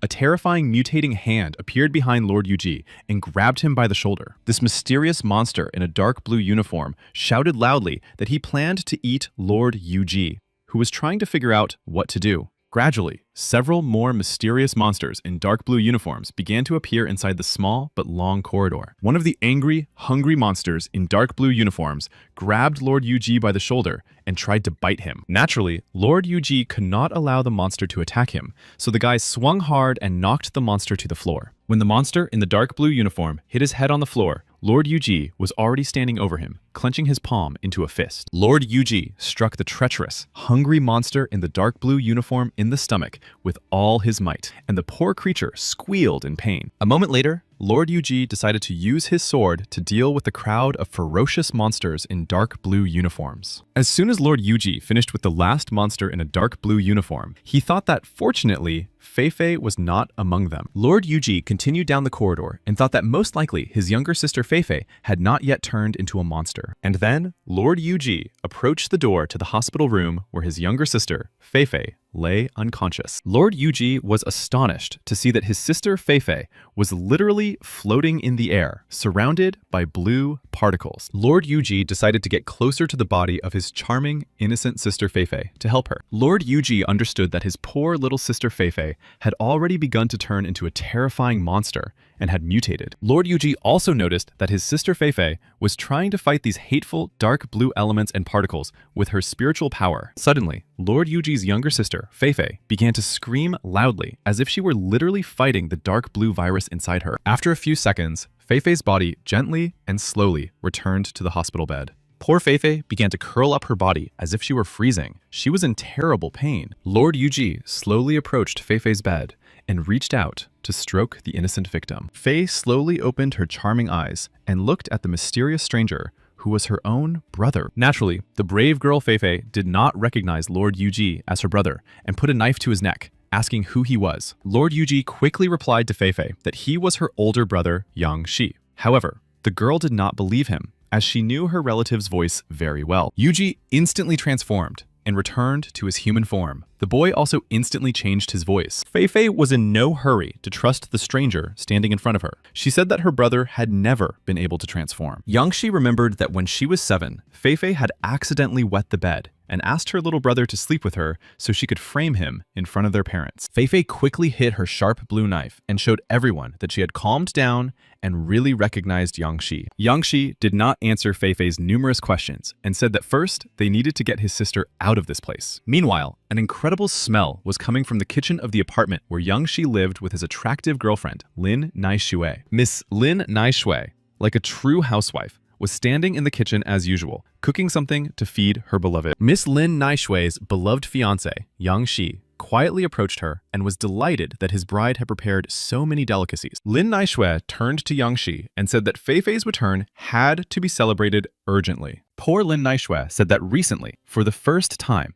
she had felt how powerless an ordinary person could be in the face of unknown forces. Miss Lin Naishui recalled how the dragon from the organization of judges had saved her from death, but then sacrificed himself to save the city of Lugan. Lin Naishui hugged her beloved Yang Shi tightly and said that now she had begun to appreciate her love even more. Miss Lin Naishui truly loved her handsome fiancé, Yang Shi, and looked at him with loving eyes. Yang Shi understood perfectly well that at that moment, he needed to gently kiss his beloved Lin Naishui to show his love. Yang Shi was already slowly approaching the luscious lips of his beloved Lin Naishui when he suddenly heard his sister's voice from the bathroom. Lin Naishui was very embarrassed by her sister Feifei and decided to push her fiancé, Yang Shi, away. Her sister was already asking if dinner was ready. Miss Lin Naishui replied loudly to Feifei that the table had been set long ago and she and Yang Shi were waiting for her to take a shower. Cheerful Feifei was already coming out of the bathroom in a great mood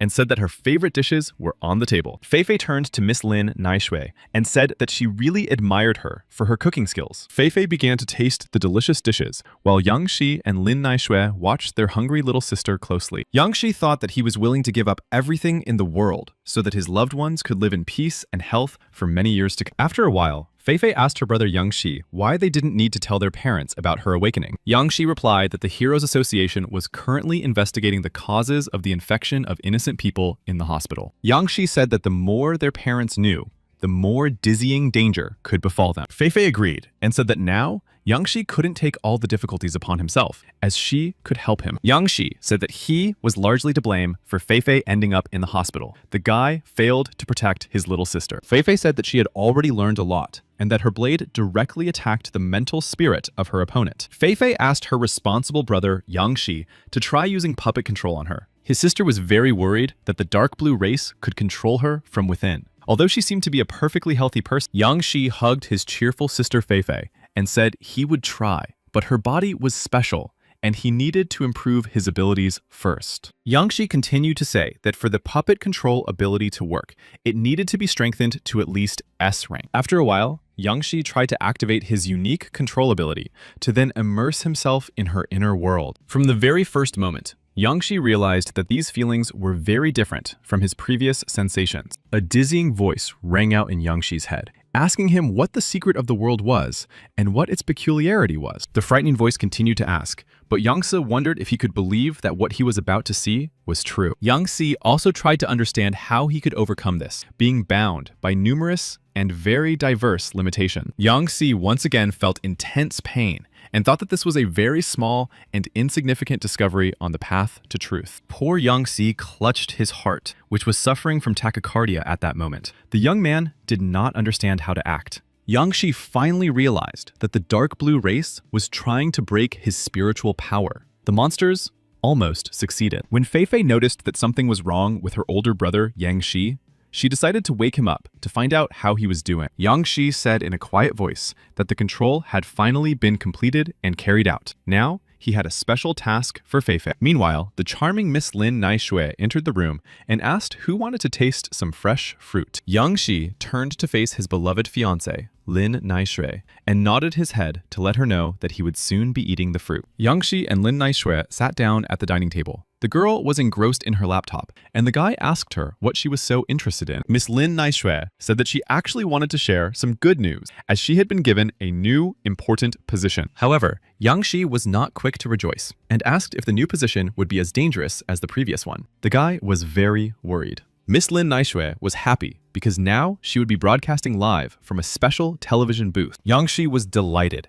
and was already getting up from the table. Before leaving, the guy decided to reach out and touch his beloved girlfriend's hair. In fact, Yang Shi planned to give his charming beauty, Lin Naishui, a special snake-shaped ornament. This ornament was called a green snake chain. Miss Lin Naishui was very happy and thanked her fiancé, Yang Shi. Meanwhile, a dizzying situation was unfolding on the grounds of the Qian family's giant estate. The brave and courageous swordswoman Blanche was in a hot spring, wearing only a swimsuit, watching her friends intently. Next to the charming and beautiful swordswoman Blanche sat Qian Dodo and Yu Ran, who were also enjoying the hot spring. Yu Ran decided to start the conversation first, and said that this hot spring was actually good for the body and would help the swordswoman Blanche. Swordswoman Blanche was very surprised, as she really needed to restore her strength and health as soon as possible. After a few minutes, Blanche stood up and said that the organization was looking for her, and it was time to leave. Qian Dodo and Yu Ran thought that Blanche actually had to carry out an important and responsible assignment from the organization of judges. Qian Dodo thought to herself that Blanche the swordswoman was doing a great job with her important mission, which was to lie low. Meanwhile, the charming swordswoman Blanche found herself in the heavenly palace a few seconds later. Lord Yuji was already waiting for the arrival of the great swordswoman Blanche and asked her if she knew anything about the territory of the Four Seas. Lord Yuji said that the organization of judges was sending Blanche there to study the so-called dark blue race. The swordswoman Blanche knelt on one knee before Lord Yuji and replied that she would gladly carry out her first important task. Meanwhile, Yang Shi thought that his lie had worked, and that his team of explorers finally had its first worthy member. Lord Yuji stretched out his hand and said that for now, the swordswoman Blanche should go to the Qian family and regain her strength. Swordswoman Blanche bowed once more before her master Yuji and said that she understood everything, then headed back. Yuji's assistant, Mao the rabbit, watched Blanche's behavior closely and turned to face her master. Rabbit Mao said that she actually adored the swordswoman Blanche and would like to get her autograph next time. Lord Yuji began to smile and said that Mao the rabbit had met her true idol for the first time. Master Yuji hid from the public that from now on, his younger sister Fei Fei would be hiding behind Mao Rabbit's mask. Fei Fei, in the guise of Mao the rabbit, said that she was looking forward to working with Blanche the swordswoman in the future. Fei Fei also thought that she still had a unique chance to get an autograph from the charming swordswoman Blanche. Lord Yuji laughed again and said that the autograph didn't really mean anything. Now, it was time to think about a bright future. Feifei, wearing Mao the rabbit mask, turned to her brother and asked him what he planned to do in the near future. Lord Yuji said that he had long suspected that the Knights of the Round Table were somehow connected to the dark blue race. Lord Yuji planned to give the hero of spicy and sour noodles and Liu Yuanyu the task of gathering information about the dark blue race. Meanwhile, the brave swordswoman Blanche was to go on a reconnaissance mission to the Four Seas territory and gather information. Yu Fang was also supposed to infiltrate the Heroes Association and gradually rise to dizzying heights there. In addition, Lord Yuji said that in the near future, he needed to meet with a very important person who was a true friend to him. Yu Fan sat on a bench in complete solitude and tried to open a bottle of sweet soda. Yu Fang did not yet realize that his master, Lord Yuji, had appeared behind him and said that the boy had been very tired lately. Yu Fang was not even startled and slowly stood up to greet his powerful mentor and teacher. Lord Yuji put his hand on the boy's shoulder and asked him how he was doing and how he was progressing with his important task. The sad boy Yufan said that he had not yet learned to awaken his power. The boy said that his power exceeded that of a human being only 7 times. However, Yuji said that when this mark reached 10 times, then a person could be considered a true A-rank hero. Lord Yuji was about to leave and said that Yufan could become the next winner in the upcoming hero competition. Yufan clenched his fist and said that for the sake of the judges, he would give it his all. Before leaving, Lord Yuji raised his hand for some reason and paused. The young man had forgotten to say something. Yuji said that the danger was too close and that he needed to use his control to control Yufan's body. The boy Yufan did not object and leaned against the wall so as not to fall when Lord Yuji would enter his head. Lord Yuji had already activated his unique control function, and the boy Yufan seemed to sink into prostration. Meanwhile, the mysterious little girl in the pink baseball cap was running away from her angry pursuers. They were members of the powerful Fire Cloud Club, who said that the girl had interfered in their business and ruined it. The brave girl said that their organization was actually getting rich by imitating the criminal code of the region. The tension between the girl and the fierce members of the secret organization reached its peak when a black cloud swept by. Miraculously, the brave girl managed to dodge the approaching dark cloud,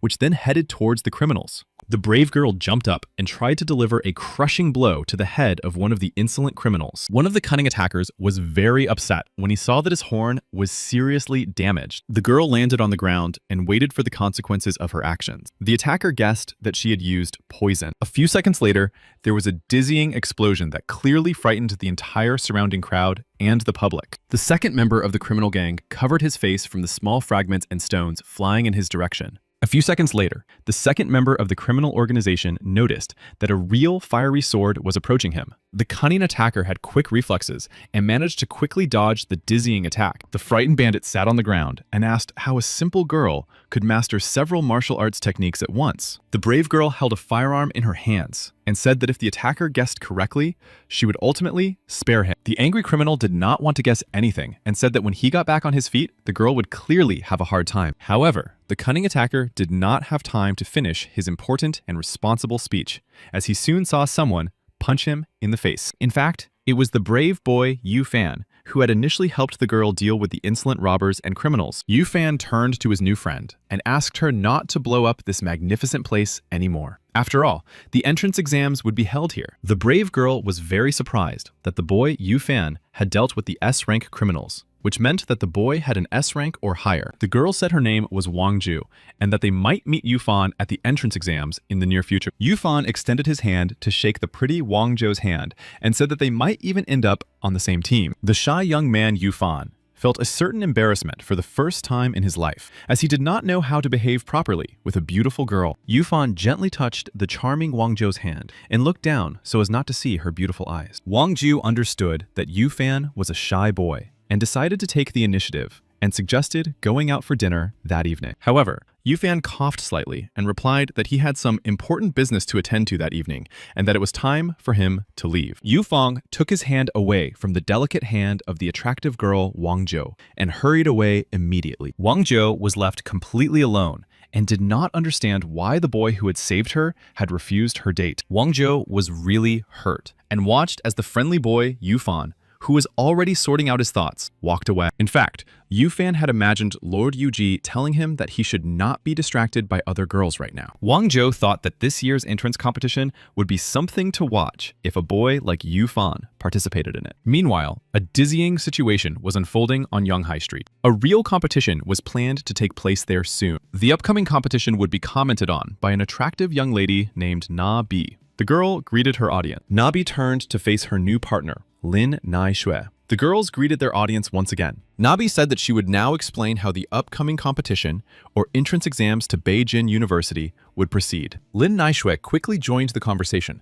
and explained that the students would have to complete a task within a certain time. Nabi winked at Naishui and said that the guys would encounter dizzying traps and obstacles along the way. Standing next to Yufan was his so-called brother, who said that the boy did not have a car and would clearly not be able to complete the task. Yufan said that he would not use his unique abilities because he already possessed exceptional speed. His brother laughed loudly and replied that today would definitely not be without surprises. No one believed in the gifted boy's talent. The brother asked Yufan if he had heard that the organizers had invited two A-rank Purple Panthers named Luo Chuan and Shengzi. The conversation between the two brothers stopped abruptly when a mysterious stranger behind them called Yufan by name. It was the charming Miss Wang Ju, who said that they had finally met and would be participating on the same team. Wang Ju approached Yufan, leaned over, and said that they had agreed to work together. The boy could not help but keep his word and promise. The two young people's conversation was interrupted by a cheeky brother who said he had super speed. However, the cunning Wang Zhou said that there were millions like him,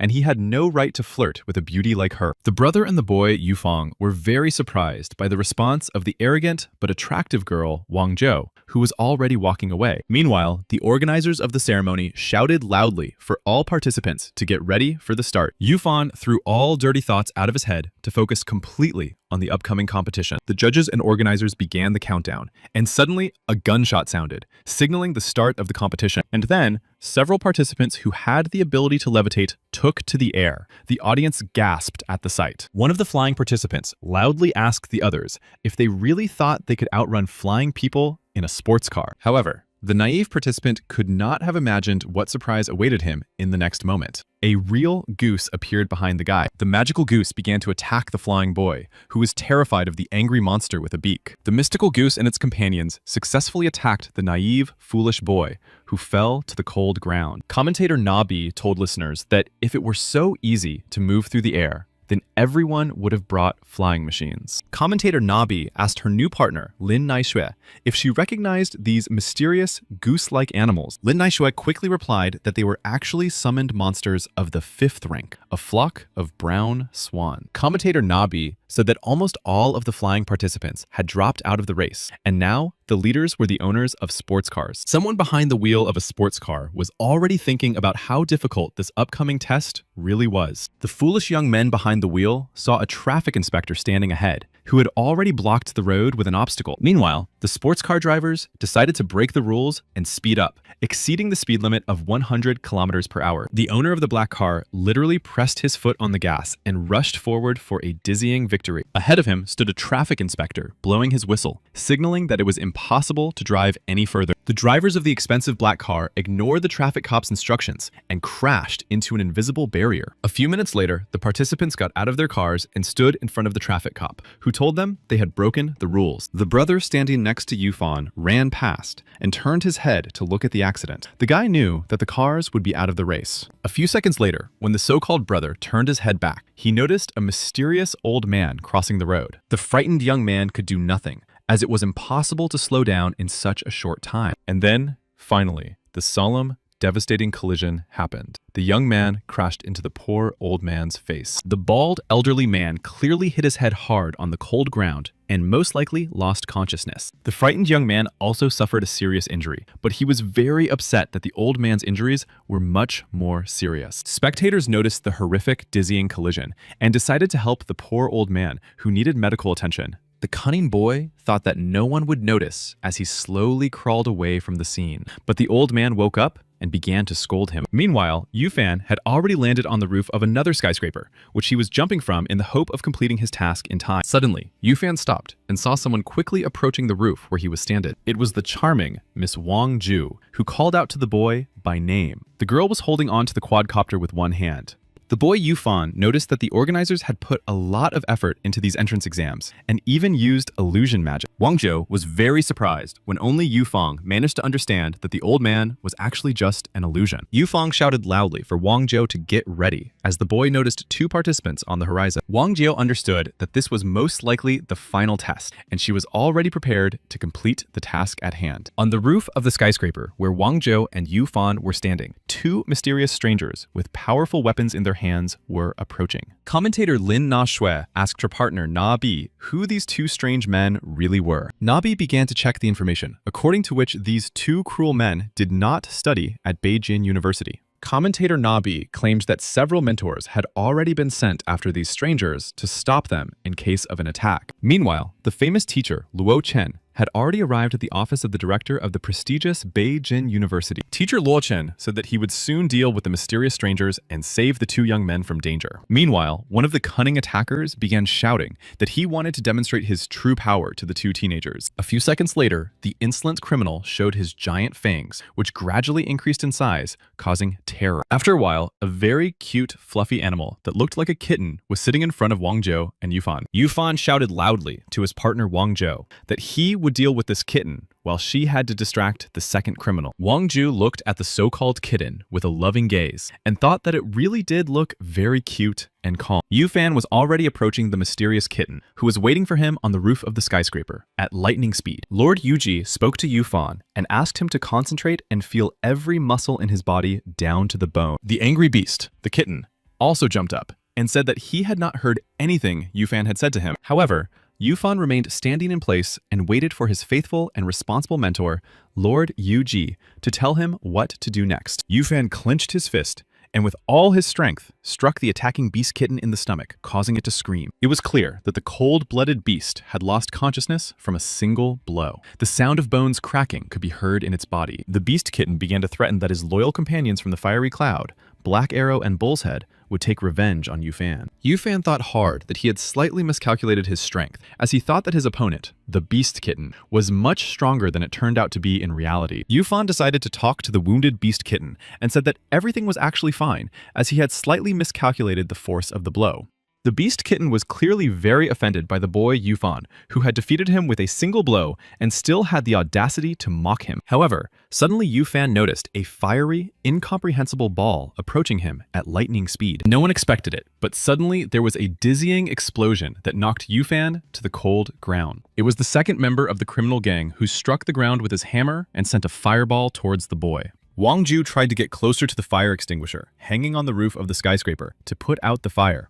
Wang Zhou was unable to get close to the coveted fire extinguisher, but suddenly, a similar mystical object appeared in her hands, which she used to extinguish the flames. Lord Yuji and Yufang guessed that Wang Zhou was able to recreate certain objects. This was her special ability. Yufang turned around and saw that the beast kitten had disappeared in an unknown direction. The boy was very surprised. Soon, Yufan turned his head and discovered that the second member of the criminal organization had taken his wounded comrade away. Commentator Lin Na Shui told her viewers that one of the attackers was called the Flying Beast from the Fire Cloud organization. Lin Na Shui also noted the boy Yufan, who managed to defeat a rank 5 hero with a single blow, which was surprising. Commentator Na Bi raised her hands and said that now it was time to send gifts. And who knows, maybe Yufan would become a superhero in the future. Meanwhile, the wounded fighters from the Fire Cloud clan landed somewhere nearby and tried to heal their devastating wounds. The flying beast and his faithful assistant slowly moved down the street in search of shelter. However, the criminals were clearly unlucky. On their way, the members of the Fire Cloud organization were stopped by teacher Luo Chen from Beijing University, who said that it was wrong to attack students. In his hands, teacher Luo Chen held a mysterious map with which he could easily deal with the heroes of rank 5. Meanwhile, Wang Zhou and Yufang continued on their way to their long-awaited victory. The kids sincerely hoped that they would pass this exam. Wang Zhou became very concerned when she looked at the tournament table, where the boys were in last place. Meanwhile, in Yufan's head, he heard the voice of Mr. Yuji saying that it was time for him to go. The boy nodded his head. Meanwhile, somewhere on a remote island that almost no one knew about, terrible events were unfolding. A dark blue monster with giant tentacles instead of limbs flew into the cave at lightning speed. These huge tentacles approached a mysterious stranger who was hiding his face under a dark hood. The enigmatic man with red eyes called this giant dark blue monster Rhodes. The stranger knew that he was still alive. With every passing second, Rhodes moved closer and closer to the mysterious stranger, trying to surround him with his dark blue tentacles. After a few seconds, Rhodes finally began to speak and said that he had important information for his high-ranking master. Rhodes stopped and looked intently at his master's face. The monster seemed to be very afraid of the powerful ruler's reaction. After a few seconds, Rhodes stated that a certain UG from the Organization of Judges had reached the 3rd level of spiritual power and posed a threat. Rhodes' master was clearly not pleased with such frightening information, and his gaze was filled with fear and panic. This mysterious master thought that another 3rd level fighter had appeared on this planet, which was very dangerous. Meanwhile, little sister Feifei told Yangshi that the dark blue sprouts in her body had awakened again for a few seconds. Yangshi listened carefully to the words of his lovely sister Feifei and asked if she could now see through the eyes of other people. Fei nodded and said that she had already managed to see some episodes from the lives of 3 representatives of the dark blue race 3 times in a row. Yangshi quickly grabbed his laptop to open the map. He asked his sister if she remembered at least one location of these episodes. Feifei quickly replied that there was the White Tower of the city of Loshi, the clubhouse in the 2nd region, and the last one was inside a mysterious mansion. Feifei sat on the bed and hugged her favorite pillow as she tried to calm down. The girl was very upset. Yangshi began to quickly tap his fingers on the keyboard and suddenly stopped, as if something very important had occurred. Yangshi turned his laptop toward his sister, Feifei, and said that he had found the clubhouse. His sister had to confirm it. Frightened, Feifei did not expect her brother Yangshi to find such important information so quickly, and that she would have to remember everything again. A second later, Feifei said she was sure it was the very clubhouse where representatives of the dark blue race came for their hairstyles. Yangshi thought that there was definitely a girl among the leaders of the Knights of the Round Table, but she had no abilities. Feifei said that in the 3rd episode, she saw a fountain, a strange lawn, and a mysterious artifact. A moment later, Feifei fell onto a soft bed and told Yangshi that she was very tired and couldn't remember the small details anymore. Feifei asked her brother Yangshi to download her memory into his head and check the information himself. Meanwhile, at a meeting of the Kunlun Company, the metal hero was talking to his sons, Luo Moon and Liu Yuan. The metal hero crossed his arms in front of him and tried to find the right words so as not to offend anyone present. Metal hero turned to his eldest son, Lo Mu, and said that he had called him for a reason, to share some news. Metal Hero announced that Liu Yuan would now be in charge of the company, and Luo Moon would take his place in the Heroic Alliance. Liu Yuan's younger brother did not want to look directly into the eyes of his powerful brother Luo Moon, who was very upset. Suddenly, Luo Moon said that their father had finally seen the true talent in his younger son, Liu Yuan. Luo Moon said that Liu Yuan was more suited to this responsible role, while he simply dreamed of becoming the strongest hero in the world. The metal hero said that he understood perfectly well that Luo Moon harbored resentment toward the Organization of Judges because of his failure in battle. The metal hero asked Luo Moon's eldest son if he knew the real reason why all the members of the judges' organization were so strong. Luo Moon couldn't hold back and showed his emotion, saying that the members of the judges' organization clearly worked harder and trained more than the other heroes. The metal hero replied to Luo Moon's eldest son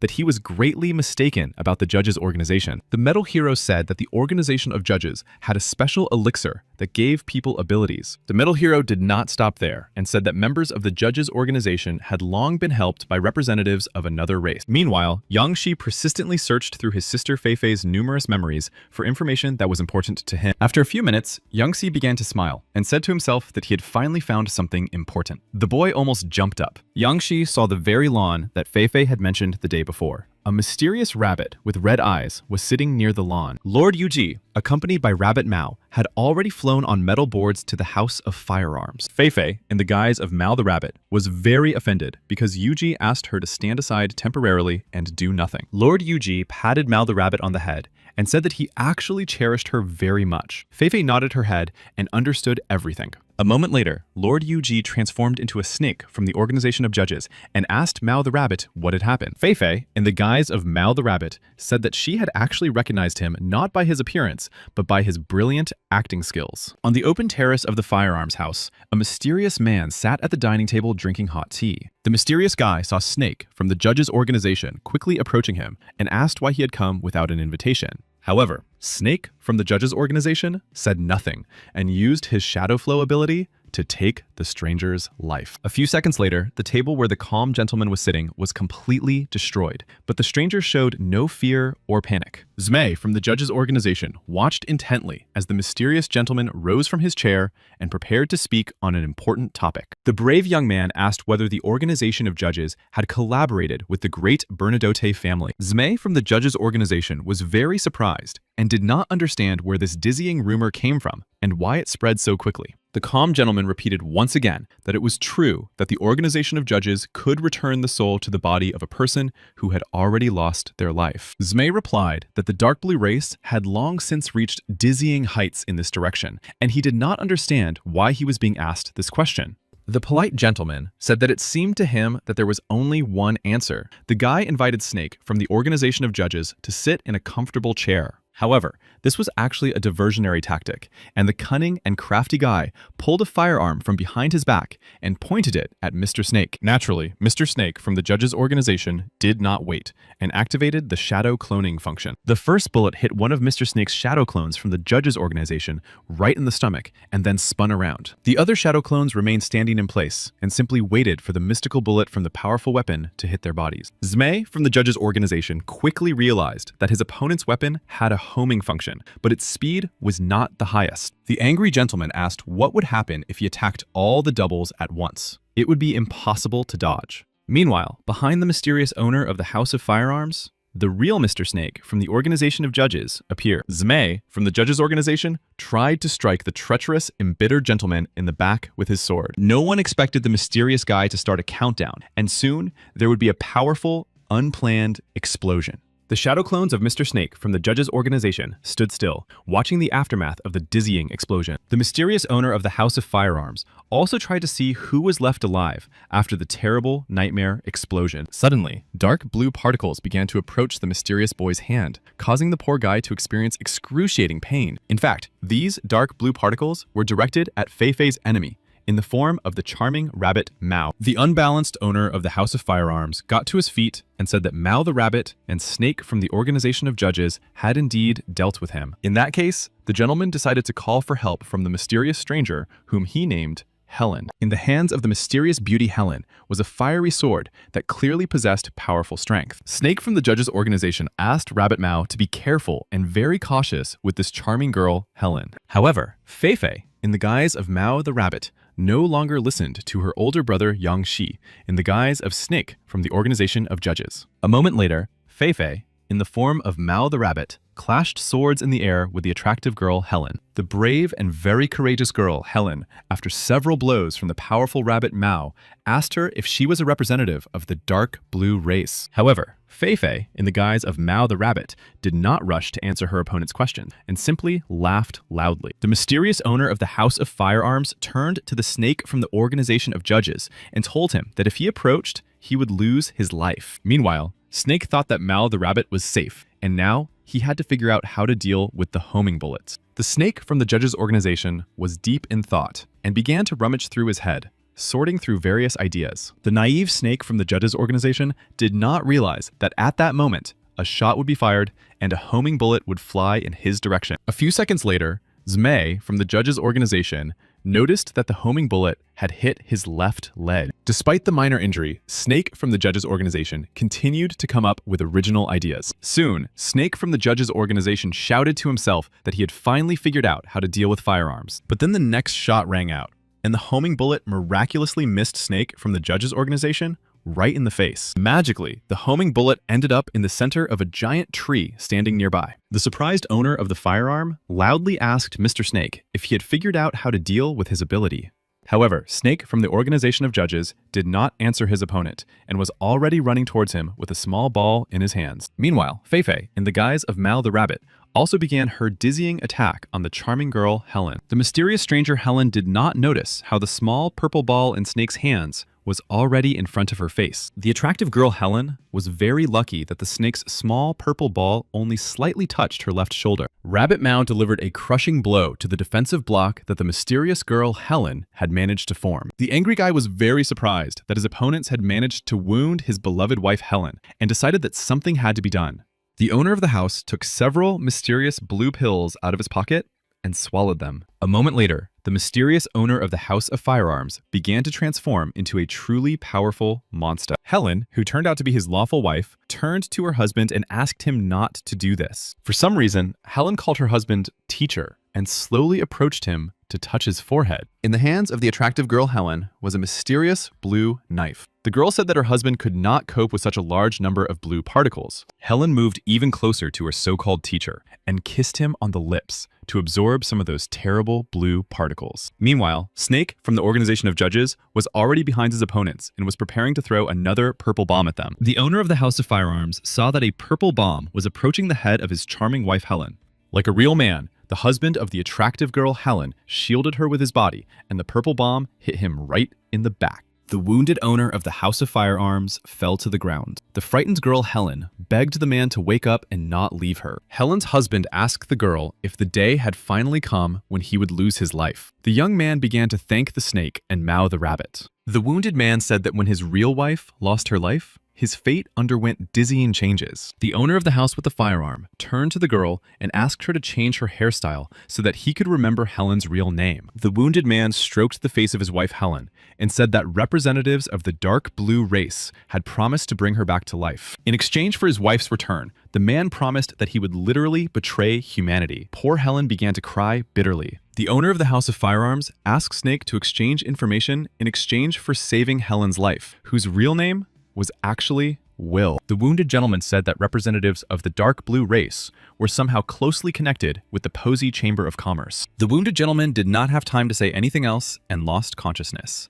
A crying Vil asked her teacher to return to him. Fei, dressed as Mao the rabbit, asked Snake from the judges' organization what would be the best way to get rid of this girl, Vil. However, Snake from the judges' organization said that Vil, who was a representative of the dark blue race, should be left alive for now. Vil said that when she joined the dark blue race, she was already prepared to give up everything in the world for the future of her beloved teacher. Meanwhile, the man's soul was already leaving his body. Vil continued to cry and hugged her beloved one last time. A few seconds later, a mysterious blue stone fell out of the wounded man's body, which was similar to the stone from Bin Chuan's body. The snake from the organization of judges immediately picked up this mysterious stone, which held many secrets. Fei, in the form of Mao the rabbit, watched closely for the reaction of the offended girl Vil and asked her brother if she would meet her love. The snake from the judges' organization said nothing to his younger sister Fei and simply watched Vil and her teacher. The snake from the judges' organization did not answer his younger sister Fei. After a few minutes, he turned to the metal board. The snake from the judges' organization called Mao the rabbit and said it was time for them to fly home to think things over. Fei, in the guise of Mao the rabbit, asked her brother where they were going now. The girl was impressed by Vil's reaction. Meanwhile, Snake from the judges' organization had already transformed into Lord Yu Jie and remained silent. Fei, in the guise of Mao the rabbit, noted that her older brother Yang Shi was truly a master of transformation. Meanwhile, a huge crowd gathered at the stadium of Beijing University to welcome all the participants of the competition. Among the award-winning participants of the dizzying competition were Yu Fang and his now loyal friend Wang Ji. Lord Yuji closely watched the reaction of the modest boy Yu Fan, who had already managed to make friends. Lord Yuji met with the boy Yu Fan in the living room of his house and was already holding a mysterious magic ball in his hand. Lord Yuji placed this magic ball in Yu Fan's body and told him that he was now considered an A-rank hero. Lord Yuji said that Yufan had done an excellent job with the task at hand, but now he needed to pass the entrance exam. Lord Yuji also noted that he would have to leave for a while. Yufan asked the Lord where he was going. Lord Yuji did not hide the truth from the modest boy Yufan and replied that he was planning to go to the Four Seas region. Meanwhile, at the headquarters of the Dragon Lord of the Kunlun Company, Mr. Liu Yuan was trying to open the safe he hated so much. Mr. Liu Yuan looked at the combination lock and wondered if the password for this safe was his date of birth. Mr. Liu Yuan smiled slightly and finally tried to enter the code into the lock. The boy would have been very surprised if it had opened. Miraculously, the safe opened, and Liu Yuan saw that inside was a notebook containing information about the Four Seas. Mr. Liu Yuan took this mysterious book with him and thought that Luo Moon was too naive to use his date of birth as a password. Liu Yuan did not yet realize that his actions were being closely watched by Luo Moon's older brother, who did not know why he needed the book. Despite the situation, Luo Moon thought that Liu Yuan felt very happy. Liu Yuan headed to the Heavenly Palace to give the book with records of the Four Seas territory to Lord Yuji. Yuji opened the book and began to read that since time immemorial, there had been two races on Earth that lived on different continents. After the invasion of beings from other worlds, the Earth was divided into four parts: the Association of Heroes, the Army of Iron Blood, and the Union of Trading Companies. All of the above forces existed in the Mixed Lands. Defense was carried out through agreements between organizations. Whatever relationship the Dark Blue race had with the Bo Si organization and the Stone of Wisdom, it all boiled down to free maritime territory. Lord Yuji closed the mysterious book and said that now he understood that he needed to get to the free sea territory. Lord Yuji approached his godson Liu Yuan and said that he had done an excellent job this time. Mr. Liu Yuan was already rubbing his delicate hands and saying that he clearly deserved a dizzying reward. Lord Yuji told Liu Yuan not to worry, as he clearly deserved the mystical elixir for his work. Liu Yuan was no longer listening to his godfather Yuji and drank the mysterious elixir. The young man asked what rank he now had access to. Mr. Liu Yuan was very upset when Lord Yuji quickly replied that the boy had only drunk a rank B elixir. However, Lord Yuji hastened to cheer up Mr. Liu Yuan and said that he now had two types of B rank abilities. Lord Yuji said that now Mr. Liu Yuan had not only the ability of a werewolf, but also the mask of terror. Meanwhile, a dizzying romantic story was unfolding in Yangshi's apartment. The clinking of glasses could be heard at the dinner table. Miss Lin Naishui and her beloved Yang Shi decided to have a romantic candlelit dinner. Miss Lin Naishui said that she was very happy to have gotten a prestigious job abroad for a whole year. Yang Shi looked sadly at his beloved fiancée Lin Naishui and said that he could easily keep her company. However, Lin Naishui said that she could take care of herself, while Yang Shi worked on their bright future together. Yang Shi had no choice but to agree. The guy was actually very worried that he would not be with Xiaoxiu for so long. Yang Shi thought that as soon as the dizzying situation in the world calmed down, he would definitely be with his beloved. Yang Shi took his beloved girlfriend, Xiaoxiu, by the hand and asked her to dance. He asked the beauty to bring him some souvenirs. Miss Lin Naishui smiled sweetly and simply nodded her head. The attractive girl even blushed a little. A few minutes later, the romantic dance ended, and Miss Lin Naishui's expensive, chic dress ended up on the floor. The couple in love found themselves in bed under a warm blanket, touching each other and whispering sweet nothings. Yang Shi gently kissed his beloved girlfriend, Miss Lin Naishui, and said that he would miss her very much. Meanwhile, light romantic music began to play on the gramophone. The couple gave themselves over to passion in bed. The next morning, mysterious strangers knocked on the door of the great Chen family estate. The door was opened by a very friendly, handsome man with a large mustache, who asked the guests if they were members of the judges' organization. It was Yang Shi, accompanied by his younger sister, Feifei. The young people replied that the man with the mustache was right, and he asked them to come inside. Yang Shi and Feifei went into the office of the head of the Qian family and immediately noticed the charming Qian Dodo. Qian Bukui told the honored guests that he had already communicated with representatives of the judges' organization. Qian Dodo looked closely at Yang Shi's face and said that they had been on the same flight when the Star Cloak incident occurred. Yang Shi seemed a little embarrassed and said that he felt awkward that Lord Yuji had seen him in such a state of panic. Yang Shi loudly proclaimed that Lord Yuji had given him an elixir with A-rank abilities and allowed him to join the organization of judges. Qian Dodo was very surprised and asked if it was really that easy to obtain A-rank abilities. The girl asked what Yang Shi was capable of. Mr. Qian Bukui asked his granddaughter Dodo to stop asking guests about their abilities. It was inappropriate. However, Yang Shi said that it was not difficult for him to tell, and replied that his ability was called a plum-style folding military naval suit. Yuran was also very surprised, as it was the first time she had heard such a strange name. The girl became interested. Yang Shi replied that it was not surprising, as his ability combined martial arts and a plum-style suit. Qian Dodo noticed the cute girl next to Yang Shi and asked the guy what she could actually do. Yang Shi quickly came up with the name Han Ye and said she was Mao the Rabbit's protege. She was also an A-rank ability user. Feifei, or rather Han Yue, said that her dizzying ability was to control ice. Yang Shi interrupted his younger sister and said that Lord Yuji had ordered them to travel through the Free Sea territory under the name Qian. The head of the Qianbu Kui family replied that he was glad to hear this information, as it was high time for his family to return to the Free Union. A few hours later, Feifei was already alone in the city's seaport. Her older brother, Yang Shi, approached the sad Feifei and asked what his beloved younger sister was thinking about. Feifei said that she was sad because tomorrow they would have to leave their hometown of Lugan. Yang Shi said that it would only be temporary. Fei nodded and said that she thought she would spend the rest of her life in Lugan. She had never heard of the Four Seas territory before. Yang Shi replied that this was not surprising, as the three powers and the government had carefully concealed their existence from the public. Yang Shi said that as soon as people learned about the existence of the Four Seas territory and the passage to another world, real chaos and turmoil ensued. Feifei agreed with her older brother Yang Shi's statement and said that the local residents had to live in constant fear. Yang Shi told Feifei not to worry too much, but in the end, she would still have to defend herself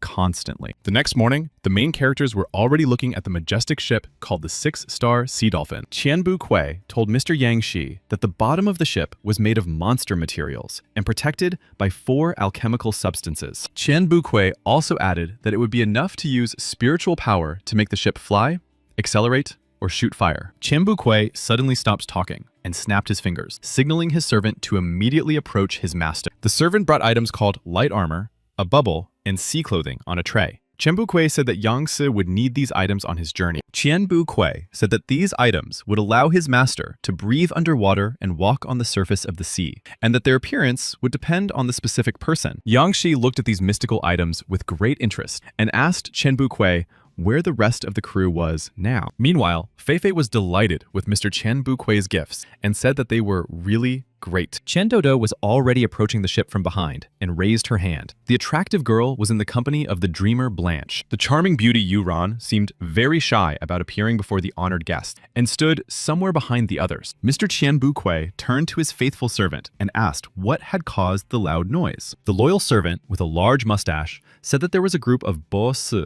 a young master from the Ge Lin Asa family, as well as Ge Lin himself. Yang Shi was very surprised when he heard Mr. Qianbu Kui's loyal servant mention these mysterious names. Yang Se thought that this mystical group of Bo Si had decided to come here on their own, right into his hands. That was their mistake. Mr. Qianbu Kui asked his loyal servant and comrade why the Bo Si group had started making so much noise again. The mustachioed man said that the Bo Si group had originally planned to travel on a 4-star ship, but then heard about the Qian family. The servant also noted that the young Master Sei, for some reason, wanted to occupy the platinum room where Mr. Yang was already staying. Meanwhile, on the deck, young Master Sei was already flirting with the shy beauty Yuran and saying that she was irresistible. Young Master Sei also said that he had never seen such beauty in the 4 seas. Mr. Qianbu Kui decided to intervene in the conversation between the two young people and began to cough loudly to get their attention. Young Master Sei said he was glad to finally meet the head of the Qian family.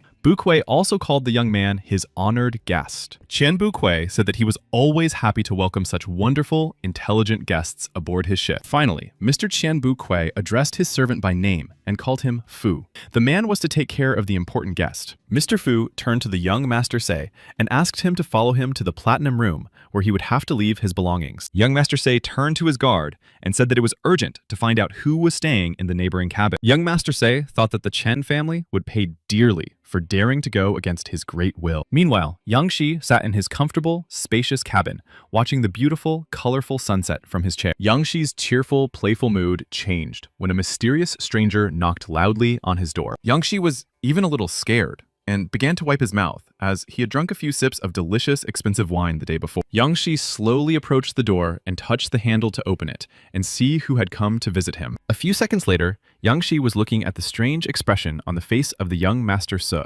who had come in the company of his guards. Yang Shi began to smile broadly and asked why such an honored guest as the young Master Se had come to his cabin. However, the young Master Se became angry and asked Yang Se if he would pack his things and vacate the room himself, or if he needed help. Yang Shi ignored the angry young Master Sei's loud remarks and asked in a quiet voice if he would like an album with Miss Yuran. Young Master Sei's expression immediately changed, and he asked his interlocutor where he had gotten the photo album with Miss Yuran's personal photos. Yang Shi quickly replied that he would never lie to the second heir of the powerful Ge Lin family. Young Master Sei nodded and asked Yang Shi what the price was for this unique photo album with pictures of Yuran. Yang Shi also quickly replied that first, young Master Sei should look at the amazing, colorful photos, and then he would announce the price. Young Master Sei's bodyguards stood in place and waited for orders from their powerful master. Young Master Sei turned to face the guards and ordered them to stay outside while he enjoyed the photos of Miss Yu Ron. Young Master Sei closed the door in front of the muscular guards and followed Yang Shi. The young man was really eager to see the photos. But just a few seconds later,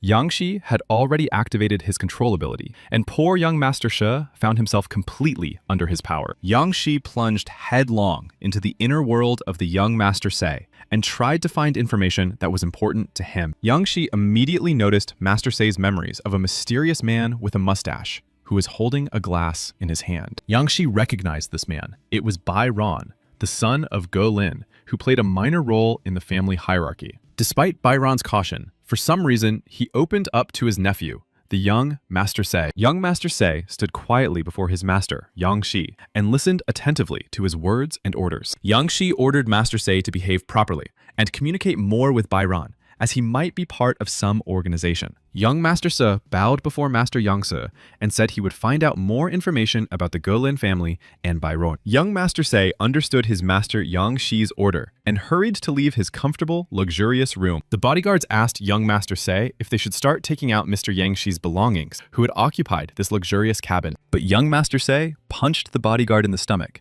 and said that this room was not suitable for him, and that he planned to stay in Mr. Qian's cabin. The poor guard endured excruciating pain, but a moment later, he nodded his head and said that he understood young Master Sei's order. And so, young Master Sei and his muscular bodyguards left Mr. Yang's room, thinking that their lives would soon change. Soon, a 6-star ship called the Sea Dolphin was already approaching a huge arch. Fei Fei was on the deck and asked her older brother Yang Shi where they had arrived. The boy replied that it was a free customs area. Yang Shi looked closely at the mysterious giant arch and thought that some important secrets might be kept here. Mr. Yang Shi's thoughts were interrupted when he heard the voice of a strange man behind him. It was a soul hunter. The soul hunter said that he was in charge of this place. Yang Shi thought that the man was really strong. Qianbu Kui greeted the soul hunter, the new guest of honor, and said he was glad to see him again. The soul hunter extended his hand to Mr. Qianbu Kui and said that he had no doubt that they would meet again someday. The soul hunter said that Qianbu Kui had once visited the free customs territory. This time,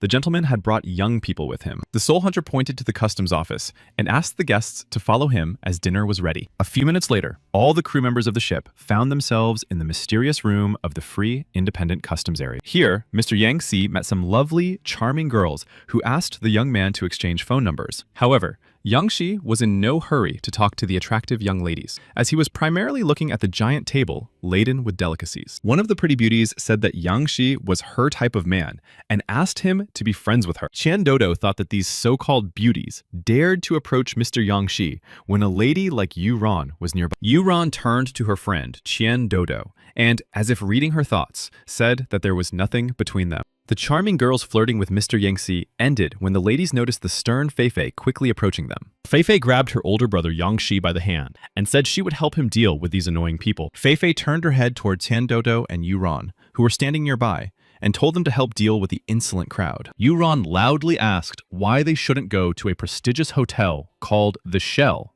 in the near future. Tian Dodo supported her friend Yu Ron's idea and said that there was a luxurious event at the Shell Hotel that everyone would definitely enjoy. Poor Yangxi asked Yu Ron what event she was talking about. The frightened boy tried to wipe the lipstick mark off his cheek. Tian Dodo approached Mr. Yang Shi and pointed to his cheek. The girl said that the boy had not completely wiped off the lipstick. Miss Tian Dodo handed Mr. Yang Shi a towel so he could wipe off the lipstick himself and said that he would understand everything. A few hours later, the main characters finally arrived at a prestigious hotel called The Shell. At the entrance, the main characters were greeted by a mysterious, beautiful girl who said that today they were having a mermaid party. Yangxi looked closely at the mermaid's tail and thought that these people had the ability to transform themselves. Miss Yuran came closer to Mr. Yangxi's face and said that she would soon find out everything herself. Meanwhile, Miss Chen Dodo told Yangxi to stay where he was while she went to change her clothes. The assembled guests watched intently as an incredible number of different fish swam around in the huge aquarium.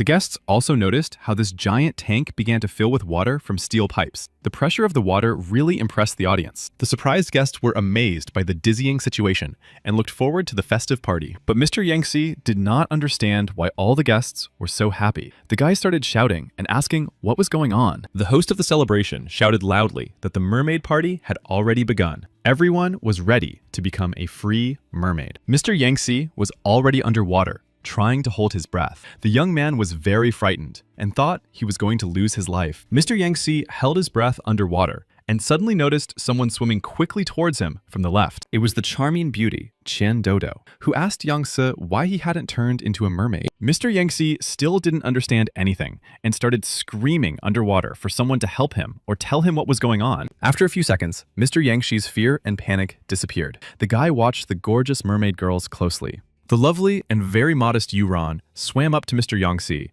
and watched the handsome young man closely. After a few seconds, Yangtze realized that he had turned into a muscular, pumped-up guy with a tail like a real mermaid. Yangtze turned toward the charming Yuran, who was examining his body. It was clear that the girl was embarrassed. Mr. Yangtze watched as various fish and jellyfish swam around him and even tried to catch up with them in his new amazing body. Mr. Yangtze's dizzying swim in the body of a mermaid suddenly stopped when he noticed a terrifying and very frightening sight. The fact was that a huge, bloodthirsty shark had appeared on the horizon and was already trying to attack its innocent victim. The assembled guests in the bodies of mermaids also noticed the giant shark approaching them, capable of biting them in half. The frightened guests in the bodies of mermaids rushed to swim away in different directions to confuse the bloodthirsty predator. However, the shark watched each guest in the form of a mermaid closely and did not rush to choose its prey among them. A serious question arose in Mr. Yangtze's mind. Were these real monsters or just transformed humans? In any case,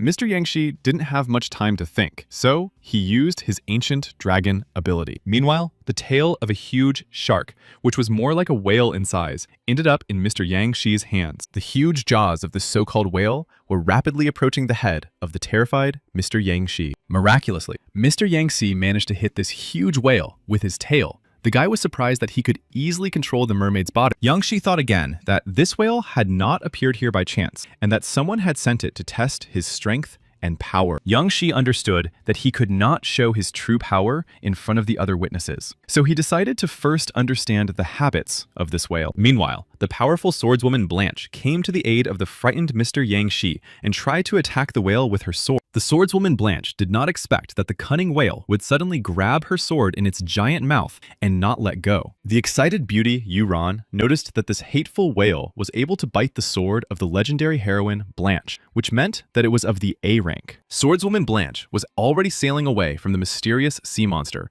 which clearly possessed dizzying power. It turned out that the huge whale had somehow struck the swordswoman Blanche hard on the head with its long tail. Chen Dodo shouted loudly for her sister Yuran to look in the opposite direction, as something terrible was happening there. Mr. Yangtze was helped by his charming younger sister, Feifei, who demonstrated her icy abilities. A few seconds later, the huge, bloodthirsty whale began to freeze right before the eyes of the spellbound spectators and witnesses. After a while, the huge chunk of ice containing the vicious, aggressive whale began to sink to the bottom. Meanwhile, witnesses who were nearby asked each other if she had ultimately managed to escape. Other spectators and participants in this festive party began to think that this was the long-awaited end and that they were safe. The joy and merriment of the happy mermaids was shattered when suddenly the huge, bloodthirsty whale jumped out again. The poor, frightened mermaids began to hide again and look for a safe shelter. Real panic and commotion began. The giant whale was quickly approaching the area where Mr. Yangtze was located. The frightened young man decided to temporarily swim away from the scene of the battle.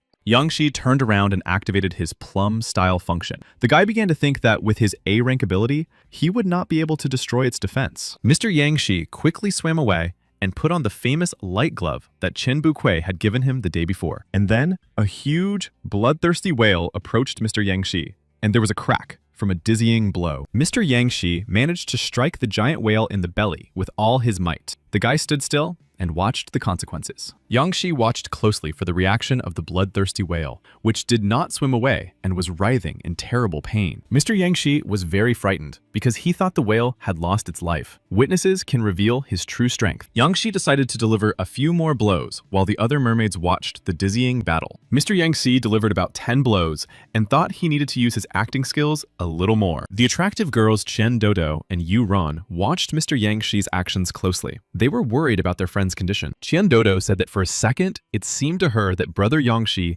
had defeated the terrible whale. Blanche, the swordswoman, did not believe it. A few minutes later, the charming trio of girls saw the tired and exhausted Mr. Yangshi fall to the bottom. In fact, Mr. Yangshi had activated his unique ability of reverse transformation.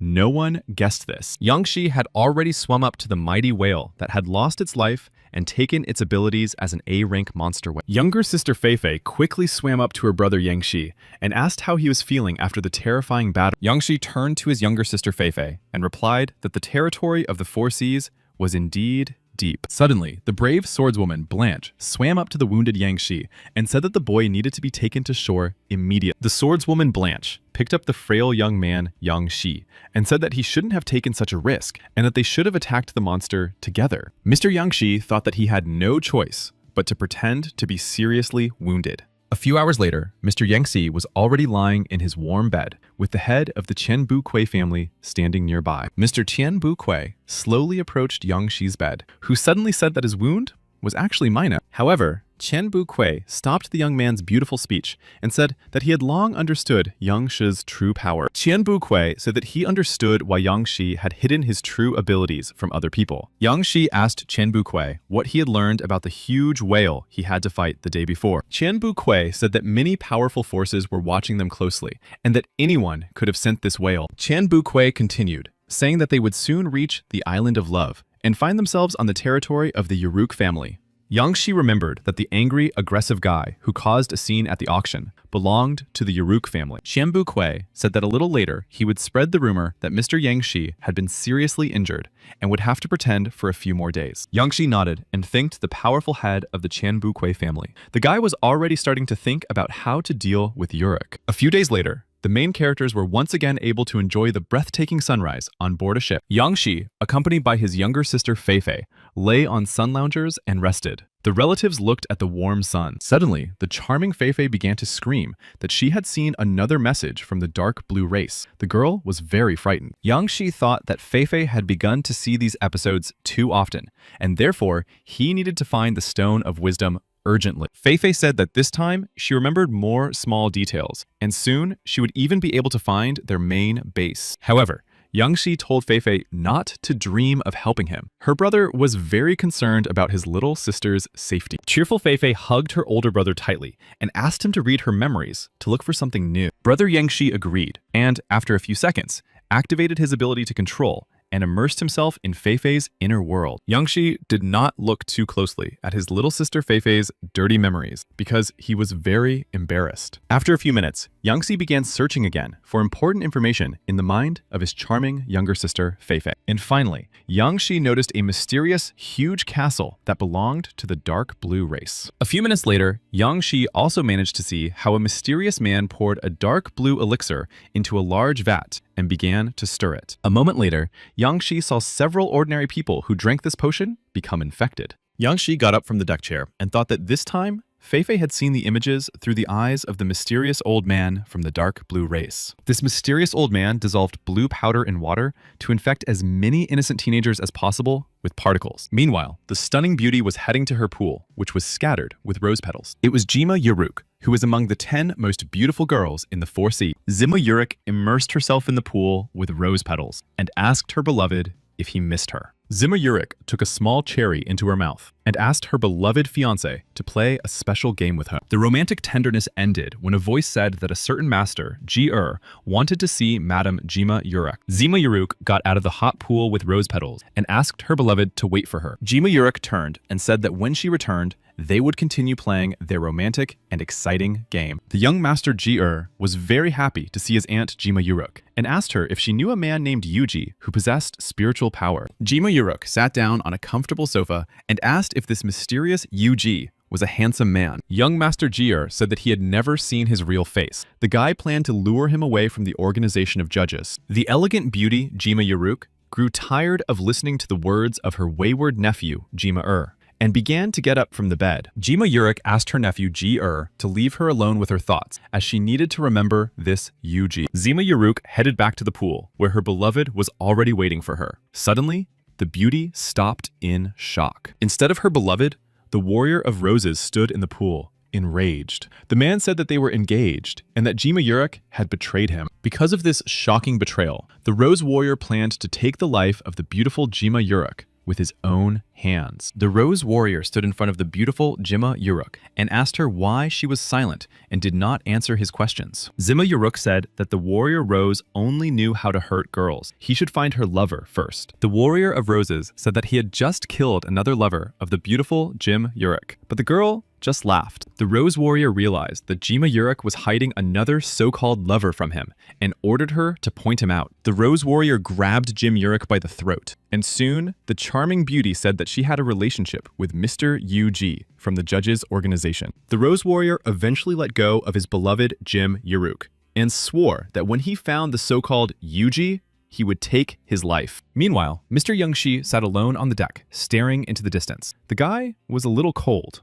Suddenly, Mr. Yangshi's tranquility was disturbed when he heard some strange noises coming from the sea. When the clouds cleared a little, Yangshi realized that he had seen a mysterious boat rapidly approaching their ship. Yangshi turned his head and saw the swordswoman Blanche waving at him and saying that cruel pirates had captured their ship, the Sea Dolphin. The captain of the Sea Dolphin said that it was a pirate organization called the Falling Star Pirates. Their leader was Fan Pei. The captain of the Sea Dolphin said that Fan Pei's subordinates included a charming fox, a seaweed monster, and a tyrant of the deep sea. The captain said that the alarm would go off in 3 minutes, and the passengers were already safe, but the man needed help. Qian Bukui replied that the pirates planned to find out how strong the organization of the judges and the great Qian family were. Mr. Yangshi thought that until that moment, he had never seen people around him try to teach him anything. Yangshi asked Bukui to assign leader Fan Pei to him and Feifei. The rest of the pirates would remain under the responsibility of the Qian family. Suddenly, the charming Miss Yu Ran blocked Yangshi's path, saying that the young man had not yet fully recovered. However,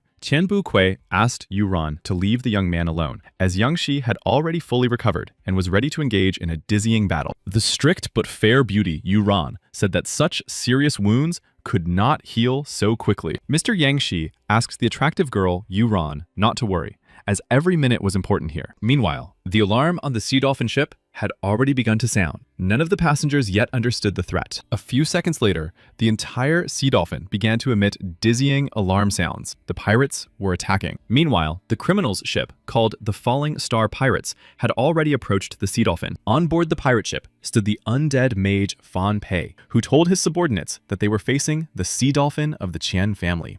The undead mage Fan Pei turned to his pirate crew and raised his staff. The guy said what the guys really wanted. The great pirates also raised their weapons and said that they wanted gold, jewels, and beautiful girls. A few seconds later, the bloodthirsty pirates began jumping from their ship into the water to attack the innocent passengers. The pirates possessed dizzying abilities and could move across the surface of the water, but the cunning and treacherous pirates did not realize that a mysterious stranger in a dark suit would stand in their way. Mr. Yangshi looked closely at the faces of the bloodthirsty pirates, who seemed to him like little capricious children. The charming fox was already standing aside and asked Yangshi how long he was going to mock her companion. In the next second, the cunning, charming fox made a dizzying leap towards Mr. Yangshi. Mr. Yangshi quickly reacted to the attack from the cunning, charming fox and pushed off from the surface of the water. The charming fox's long claws were unable to reach Mr. Yangshi's neck, which was already in the air. The charming fox turned her head and asked Yangshi to behave like a real man and not dodge her blows.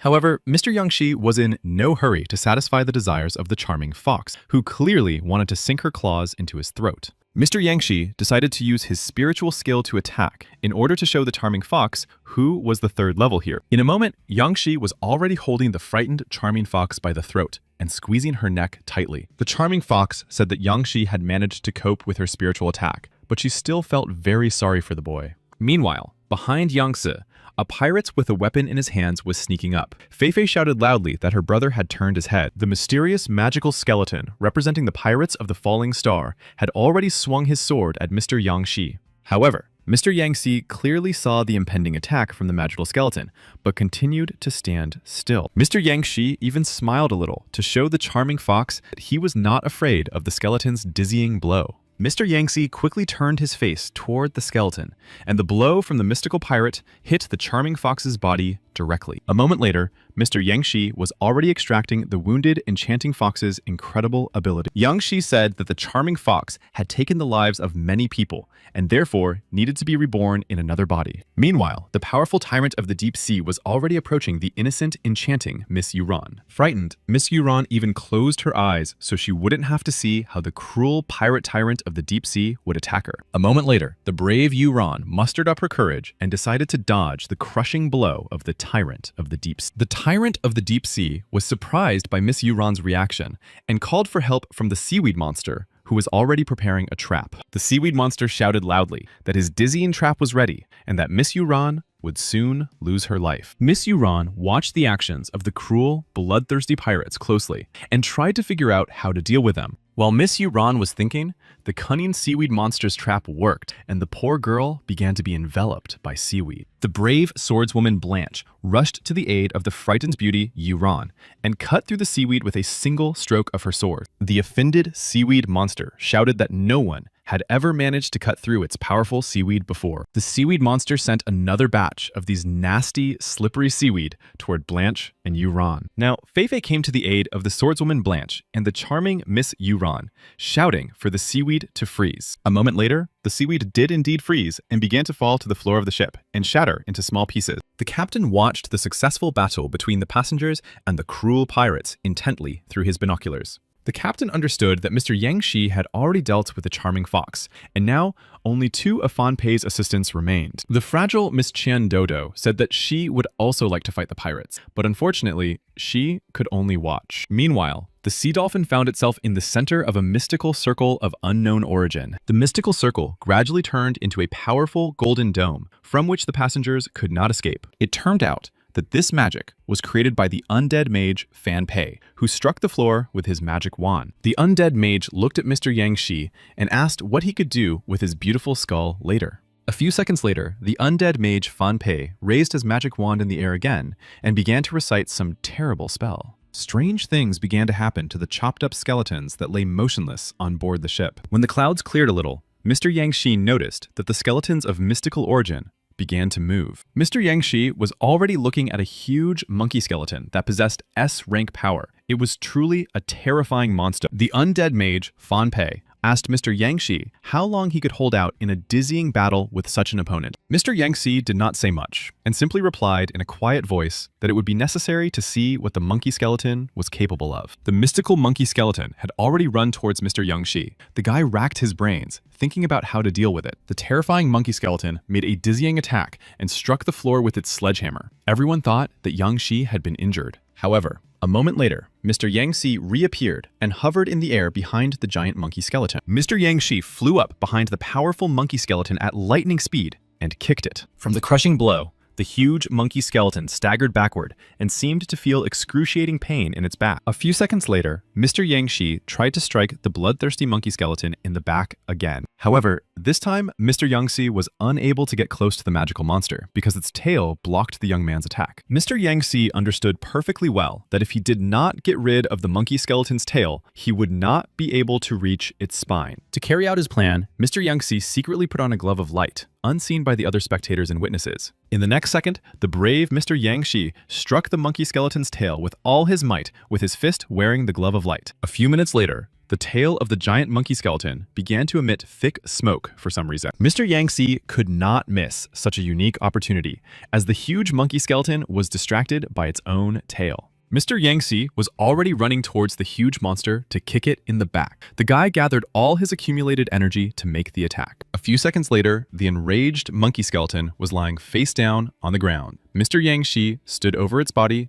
and enjoyed his victory. Mr. Yang Shi seemed to start clapping his hands and asked the undead mage Fan Pei what he had said because he hadn't heard him. The undead mage Fan Pei became very angry and said that if Yangxi really wanted to know what S-rank power was, he would show it to him right now. The undead mage Fan Pei said loudly that he had changed his mind and planned to turn Yangxi's skeleton into a knight who would take the lives of his dear friends. The undead mage Fan Pei began to whisper something under his breath, as if he were reciting a terrible spell, and black smoke began to appear from the skull of his staff. A few seconds later, a mysterious magic circle appeared once again where the undead mage Fan Pei had been standing. The frightened passengers who were standing aside and watching the battle closely began to point into the distance. Mr. Yangxi turned his head and saw that the undead mage Fan Pei had summoned another magical skeleton. This time, it was a dragon. The poor passengers began to scream loudly because, for some strange reason, they felt a dizzying pain in their eyes. Mr. Yangxi said loudly that this was a cruel move by the undead mage Fan Pei. It was his trump card hidden up his sleeve. Mr. Yangxi said in a quiet voice that he was actually interested in fighting a worthy opponent. The frightened passengers looked at Yangxi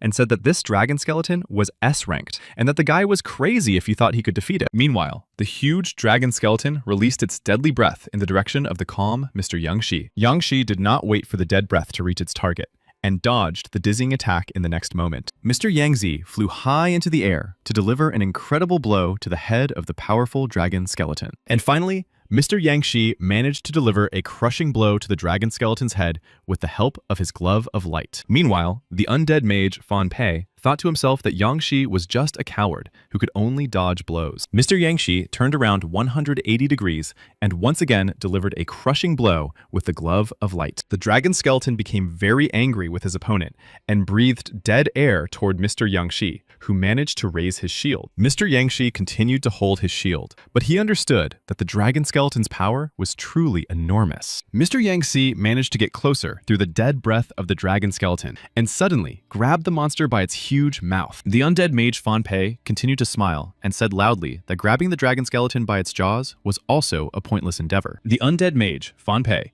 decided to fly closer to the dizzying battle to help the dragon skeleton end the confrontation. The undead mage Fan Pei shouted to Mr. Yangxi that he clearly couldn't handle the next trick he was about to perform. Mr. Yangxi just grinned, adjusted his expensive fancy glasses, and looked at the treacherous pirate Fan Pei. Mr. Yangxi looked closely at the face of his sworn enemy, the undead mage Fan Pei, and thought that he needed to change his tactics. Yangxi stood still and said a little later that he didn't understand what other monster Fan Pei could summon, so he decided to attack him immediately. The undead mage Fan Pei had not planned to fight directly against the powerful opponent Yangxi, and was very frightened. The undead mage Fan Pei tried to quickly fly away from the battlefield to stay alive. The guy even managed to turn around. However, Fan Pei was unable to escape, as Yangxi had already struck him with his glove of light. The wounded guy was surprised once again. The dragon skeleton and the undead mage Fan Pei quickly fell into the deep sea. Neither of them showed any signs of life. The frightened pirates standing on the deck of their ship said that their boss had lost his life, and now they had to flee. Mr. Yangxi hung in the air and watched as the magical skeletons and insolent pirates left the deck of the Sea Dolphin. Yangxi tried to understand if any of his loyal comrades or friends had guessed what real power he possessed. Mr. Yangxi continued to hang in the air and suddenly noticed one of the mystical pirates moving quickly underwater. Yangxi thought that this mysterious pirate could become a problem if he wanted to quickly attack the Sea Dolphin ship. Mr. Yangxi decided to use his cloning ability and sent Yuji's double to scout. Yuji's double jumped into the water at lightning speed to scout the situation and prevent the enemies from attacking the ship. In a few seconds, Lord Yuji had almost caught up with his mysterious enemy, who was moving at an unimaginable speed. Lord Yuji soon realized that this mystical pirate was not actually running away, but was trying to reach a specific secret location. A few minutes later, the mysterious magical pirate was already coming ashore and heading for an unknown place. There was a mysterious cave in a huge rock, into which the enigmatic magical pirate had already entered. Lord Yuji watched the pirate who entered the cave closely and thought that it might be the lair of the Falling Star pirates. Inside the cave, a gruesome scene unfolded. Luoqi grabbed the pirate and asked how an A-rank owner could defeat his godfather. The frightened pirate explained that Fan Pei, along with his assistants, the charming fox and the tyrant of the deep sea, had lost their lives. The remaining pirates clutched their heads and said that their opponents had gotten rid of the strongest members of their criminal gang. Luoqi said that after the loss of their leader Fan Pei, they must now become even stronger and more determined. However, the frightened pirate whom Luo Qi was holding by the throat said that they needed to split up. The other pirates supported this strange idea and said that everyone should split up and go their separate ways. The pirates said that they had worked too long for a falling star and clearly deserved a fair vacation. Luo Qi stood in a fighting stance and prepared to attack his foolish and ill-mannered subordinates who knew nothing about leadership. Luo Qi ran up to one of the pirates and punched him in the stomach with all his might. The guy said they couldn't split up. Luo Qi grabbed another frightened pirate by the throat, who was no longer able to resist. Luo Qi said that if the pirates did not want to end up like their godfather Fan Pei, they had to listen only to his orders. Luo Qi let the frightened pirate go and turned to face the rest of the criminals. The guy said that now they deserved a reward. Luo Qi reminded them that they had two beautiful women of rank in captivity who were waiting for their fate. Now the pirates could play with them. The happy pirates raised their hands and said that they were no longer afraid of anything and could now have fun with the beautiful ladies. Meanwhile, the poor captives sat on the cold ground in a huge cage. The frightened girls dreamed of being free. The bald, bloodthirsty pirate chose one of the charming girls and grabbed the poor thing by the arm. The girl began to scream loudly. The bald pirate sat his innocent victim on the icy floor and began to undress the attractive beauty, who begged him to let her go. Lord Yuji was already standing around the corner, watching intently as the bald pirate tormented the frightened girl. Lord Yuji understood that he needed to save the innocent victim urgently, and therefore needed to use one of his abilities. A few seconds later, all the pirates in the room were struck by a plasma beam. The frightened girl looked at the cold body of the bald pirate and thought that the criminal had already lost his life. Meanwhile, Luo Qi heard his subordinates fall to the floor and show no signs of life. Luo Qi turned his head toward the pirate lying on the ground, who opened his eyes to tell his new boss some information. The wounded pirate said that he was most likely being followed by one of the powerful heroes he had fought on the Sea Dolphin. The wounded pirate also stated that he had never expected anything good from his comrade Luo Qi, and that he was destined to lose his life today. Enraged, Luo Qi approached the wounded pirate again and grabbed him by the throat. The guy blamed him for the situation. A few seconds later, Luo Qi decided to kneel on one knee before the so-called honored guest. Luo Qi thought that he would pay the greatest honor to the powerful hero who had come to their land on a sea dolphin. Luo Qi loudly proclaimed that if Lord Yuji spared him, he would recognize him as his godfather and worship him. However, Luo Qi did not have time to finish his foolish sentence, as Yuji's sharp legendary blade soon pierced his chest. Lord Yuji slowly approached Luo Qi and said that he already had a godson and therefore had to say goodbye to him. Luo Qi knew that he was taking his last breath and said that he had dreamed of becoming a true hero of the four seas. Lord Yuji activated his ability to steal gifts and realized that Luo Qi possessed the talent of red copper armor of rank A. Lord Yuji understood that this ability was too weak and therefore needed to be urgently improved to the maximum. Lord Yuji approached the frightened girls who were still in the cage and told them that they had been saved. Lord Yuji said that he would leave a third of the stolen treasures to these charming beauties. The joyful girls began to hug each other and thank the powerful Lord Yuji for saving them. After a while, Lord Yuji was standing on top of the mountain, watching the sun set over the horizon. Lord Yuji thought that even S-rank abilities seemed too weak in the territory of the four seas. An original idea was born in Lord Yuji's mind, and he decided to try to upgrade one of his abilities to SS rank. A few seconds later, the ability of SS rank Golden God Armor appeared in the hands of the powerful Lord Yuji. Lord Yuji was overjoyed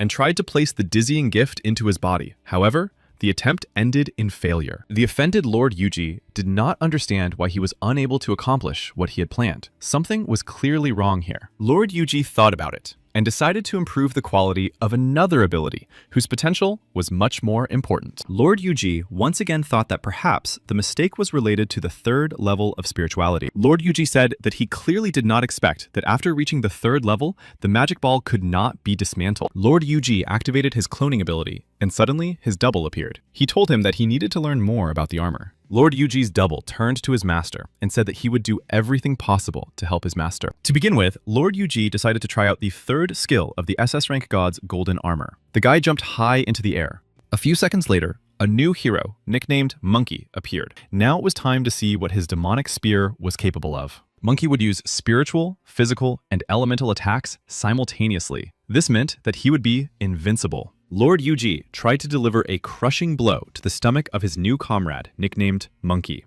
Lord Yuji struck Monkey again and realized that his Golden God armor had absorbed all existing attacks. Lord Yuji tried to attack again and directed several plasma beams at the new hero Monkey. Lord Yuji activated the S-rank wind element, and soon a hurricane formed around Monkey's body from the organization of judges. Only a few seconds later, Monkey's demonic spear completely absorbed the S-rank wind element. Lord Yuji said loudly that now the third skill could be boldly described as sword against sword. Now Lord Yuji dreamed of seeing how Monkey would display the power of the third stage. The guy thought it would be impressive. A few seconds later, a dizzying whirlwind formed around the body of the new hero, Monkey, from the organization of judges. Meanwhile, a strange man was sleeping in his cabin on the ship, holding a half-empty bottle of alcohol. The sleeping man suddenly woke up because the ship began to shake violently. The frightened man thought a storm had begun. The frightened man grabbed his binoculars and looked into the distance. He saw an incredible wave approaching him.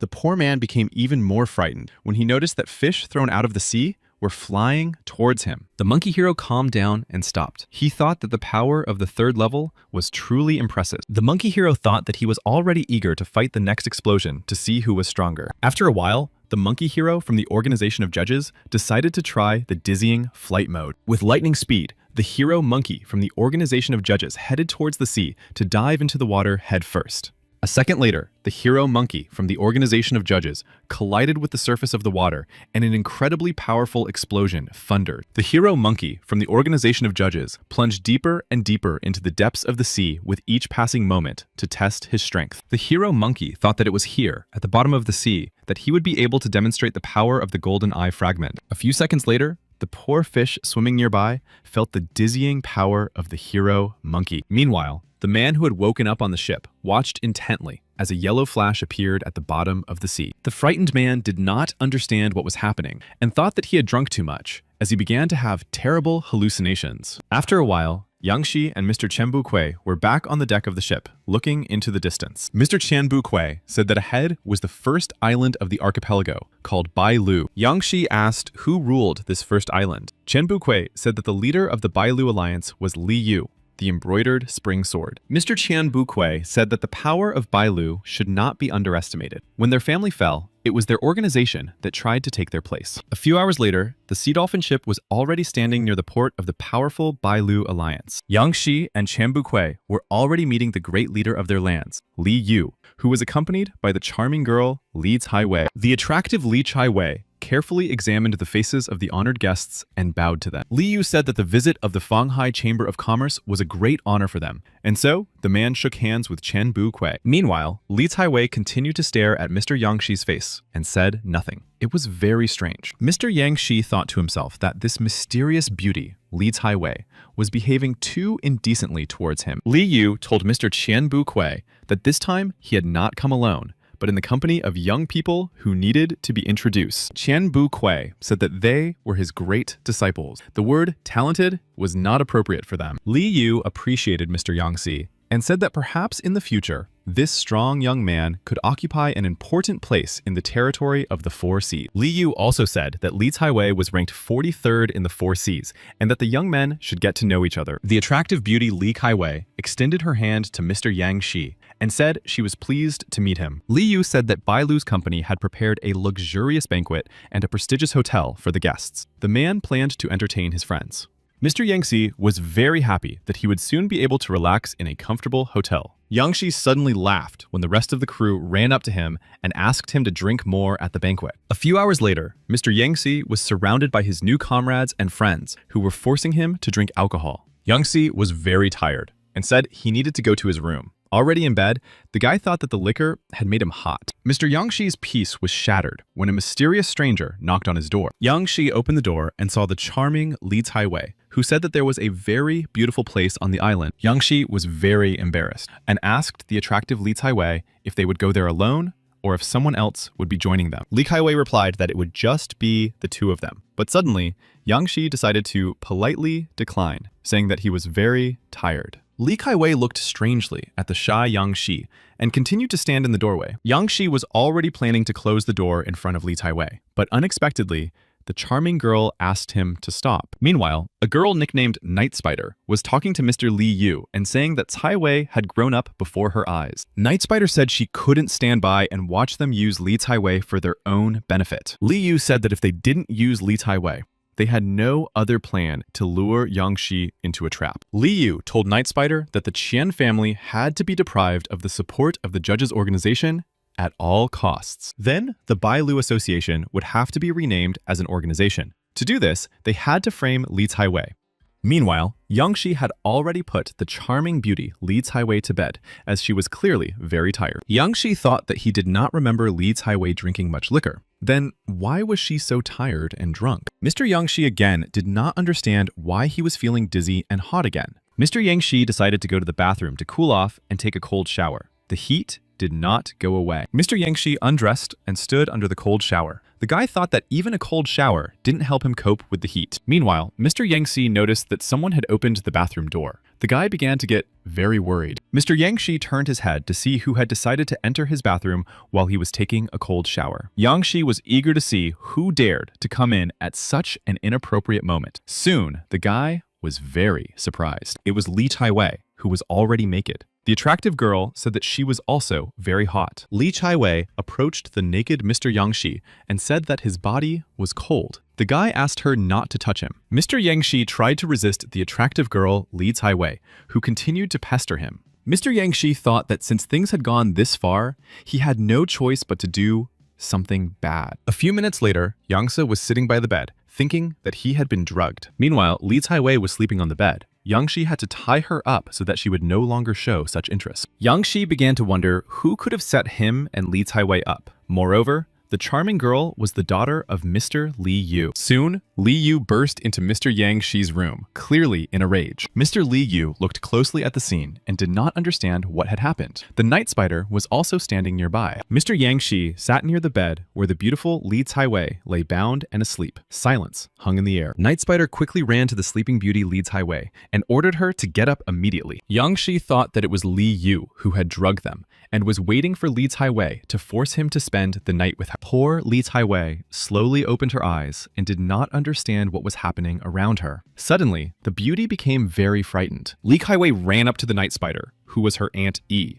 and said that she had almost made a fatal mistake. Li Caiwei began to cry heavily and tried to hug her beloved Aunt E tightly. However, after a few moments, the girl stopped crying. Li Caiwei turned her head toward her father, Li Yu, and asked Aunt E why all the people had gathered there. The attractive girl, Li Caiwei, thought for a moment, and eventually began to suspect her own father, Li Be, of a terrible crime. Mr. Li Yu began to shout, and asked his daughter, Li Caiwei, that he had never taught her to speak to adults in such a tone. Li Caiwei became very angry, and asked her father why he had used drugs on her. The girl screamed loudly. Li Caiwei pointed her finger at Mr. Yangshi and said that she would have gotten close to this young man anyway. Mr. Li Yu asked his angry daughter to be quiet and not forget that he was her real father. Li Caiwei asked Li Yu what kind of real father would force his own daughter to sleep with a stranger. Auntie Ye decided to intervene in the conversation and promised Li Caiwei that this would never happen again. Li Caiwei turned to her beloved Auntie Yi and began to cry again. The poor girl was very upset. Mr. Yangsa watched intently as the charming girl Li Caiwei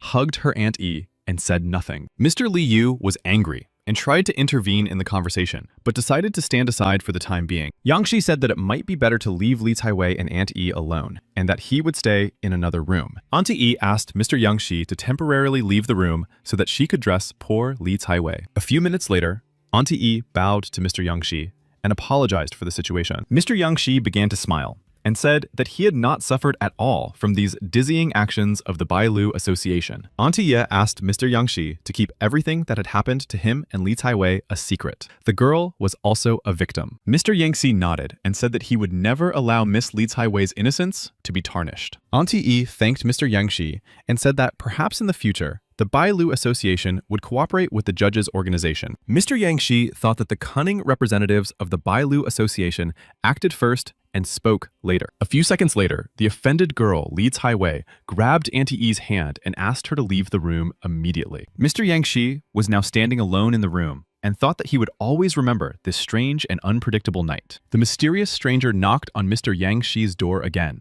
This time, the knock was a little quieter. Mr. Yangshi turned his head and wondered who else could be visiting him at such a late hour. Mr. Yangshi opened the door and was once again very surprised. The young man did not expect to see the charming beauty Li Caiwei again. Li Caiwei lowered her head and blushed deeply. She thanked the young man for defending her in front of her relatives. A few seconds later, Li Taiwei turned around and ran away, overcome with dizziness and embarrassment. This time, Mr. Yangshi thought that Li Taiwei was indeed a very sweet and beautiful young lady who would have a bright future. The next morning, the main characters gathered near the sea dolphin to set off on another exciting journey. Li Yu spoke with Mr. Yangshi and asked him to stay in Bailu for a while longer. The man saw the young man as his future son-in-law. Mr. Yangshi thought that none of the locals suspected that Li Yu was actually a professional liar. Yangshi smiled at Mr. Li Yu and said that he must be joking, since Li Taiwei had not even come to say goodbye. Mr. Li Yu did not respond to Yangxi's strange question and turned his head toward the sea dolphin ship. Li Yu said that now was the most appropriate time to depart. People began to board the sea dolphin ship. Just as the sea dolphin was about to depart, a loud male voice called out, looking for Lord Yuji. It was the mighty warrior of roses, Jima Urik's fiancé. The man planned to find Lord Yuji and punish him for his betrayal. Witnesses raised their heads and began whispering that a dizzying conflict had occurred between the Warrior of Roses and Lord Yuji. Meanwhile, Mr. Yangshi, who was seeing the mysterious Warrior of Roses for the first time, wondered what the real reason was for him wanting to meet Yuji. Qian Bukui told Mr. Yangshi that it was the legendary Rose Warrior who, for unknown reasons, was looking for Lord Yuji. Mr. Yangshi said that he had not seen Lord Yuji for several weeks and had no idea where he was now. Qian Bukui said that he was acquainted with Lord Yuji in a way. The old man asked the Rose Warrior why he needed this mysterious Yuji. The Rose Warrior explained that his fiancé, Jima Uruk, had betrayed him with Lord Yuji, and he had come to restore justice and take revenge. The passengers aboard the Sea Dolphin began to talk again, saying that the Rose Warrior's arrival was quite justified. Meanwhile, Mr. Yangxi thought that someone from the Uruk family was constantly causing him problems. He had never seen Jima Uruk. The Rose Warrior shouted loudly that Lord Yuji did not even dare to show up. The man said that the organization of judges included cowards. The Rose Warrior turned around and was already planning to leave the port. The man said that today he would have to act recklessly. Suddenly, Mr. Li Yu intervened in the conversation, telling the Rose Warrior not to dare insult the organization of judges. The Rose Warrior asked Li Yu not to interfere, as this was their business with Lord Yuji. However, Li Yu was already trying to attack the insolent man. The Rose Warrior asked Mr. Li Yu why he had decided to intervene in their conflict. The swords of the two opponents clashed in the air. Mr. Li Yu replied that no one was allowed to insult the organization of judges on the territory of the Bailu Association. The Rose Warrior did not respond, but Mr. Li Yu told the Chen family to immediately board the ship and sail away. The Rose Warrior became angry and said that he did not care about the actions of the Chan family and the other so-called heroes. The Rose Warrior shouted loudly that they should call Lord Yuji here, or they would face dire consequences. The Rose Warrior thought that the world was too unfair, as Mr. Li Yu had sided with the organization of judges. The powerful Rose Warrior had no choice but to use his unique abilities and attack Mr. Li Yu. A few seconds later, a mysterious snake appeared around Mr. Li Yu's leg and began to wrap itself around his limb. In an instant, the cruel warrior Rose jumped towards where the calm Mr. Yangxi was standing. The young man prepared to dodge. Mr. Yangxi closely watched the incredible speed of the great warrior of roses and prepared to repel his devastating blow. Secretly, Mr. Yangxi put on the glove of light and planned to use its powerful force against the Warrior of Roses. A second later, Mr. Yangxi turned to face the attacking Warrior of Roses and struck the man in the stomach with all his might. Mr. Yangxi thought that this was the maximum power of the Glove of Light, but the Warrior of Light was not seriously injured. And then a new hero appeared, Monkey, from the organization of judges, who said that he had seen enough of this boring party. The hero Monkey from the organization of judges said loudly that if the Warrior of Roses was really strong, he would have to lose his life today. The Rose Warrior thought that he really had problems now that the first representatives of the judges' organization had appeared. The Warrior of Roses pushed Mr. Yangxi away from him to focus completely on his new opponent, the Monkey from the organization of judges. The Rose Warrior thought that he had not planned to fight the judges' organization, but only to lure them to the side of the dragon Tsana. The Rose Warrior turned to face the hero Monkey from the judges' organization and tried to introduce himself before the dizzying battle. But the arrogant hero Monkey from the judges' organization told the Rose Warrior to talk less. It was time to stretch his legs. The Rose Warrior laughed and said that he had a conflict with Lord Yuji, and that the hero Monkey from the judges' organization had nothing to do with it. The Monkey from the judges' organization also laughed and said that, first of all, the Warrior of Roses would have to fight him. The Rose Warrior became even angrier and continued to stand still, saying nothing. The man clearly had no intention of fighting. However, the hero monkey was already behind the Rose Warrior with lightning speed. The man didn't even have time to blink. A few seconds later, Monkey kicked the Rose Warrior in the back, sending the poor man flying several meters. The Rose Warrior fell face down into the water and thought that this monkey from the organization of judges was not only fast, but also strong. The Rose Warrior was already coming out of the sea and turned his head back on the shore.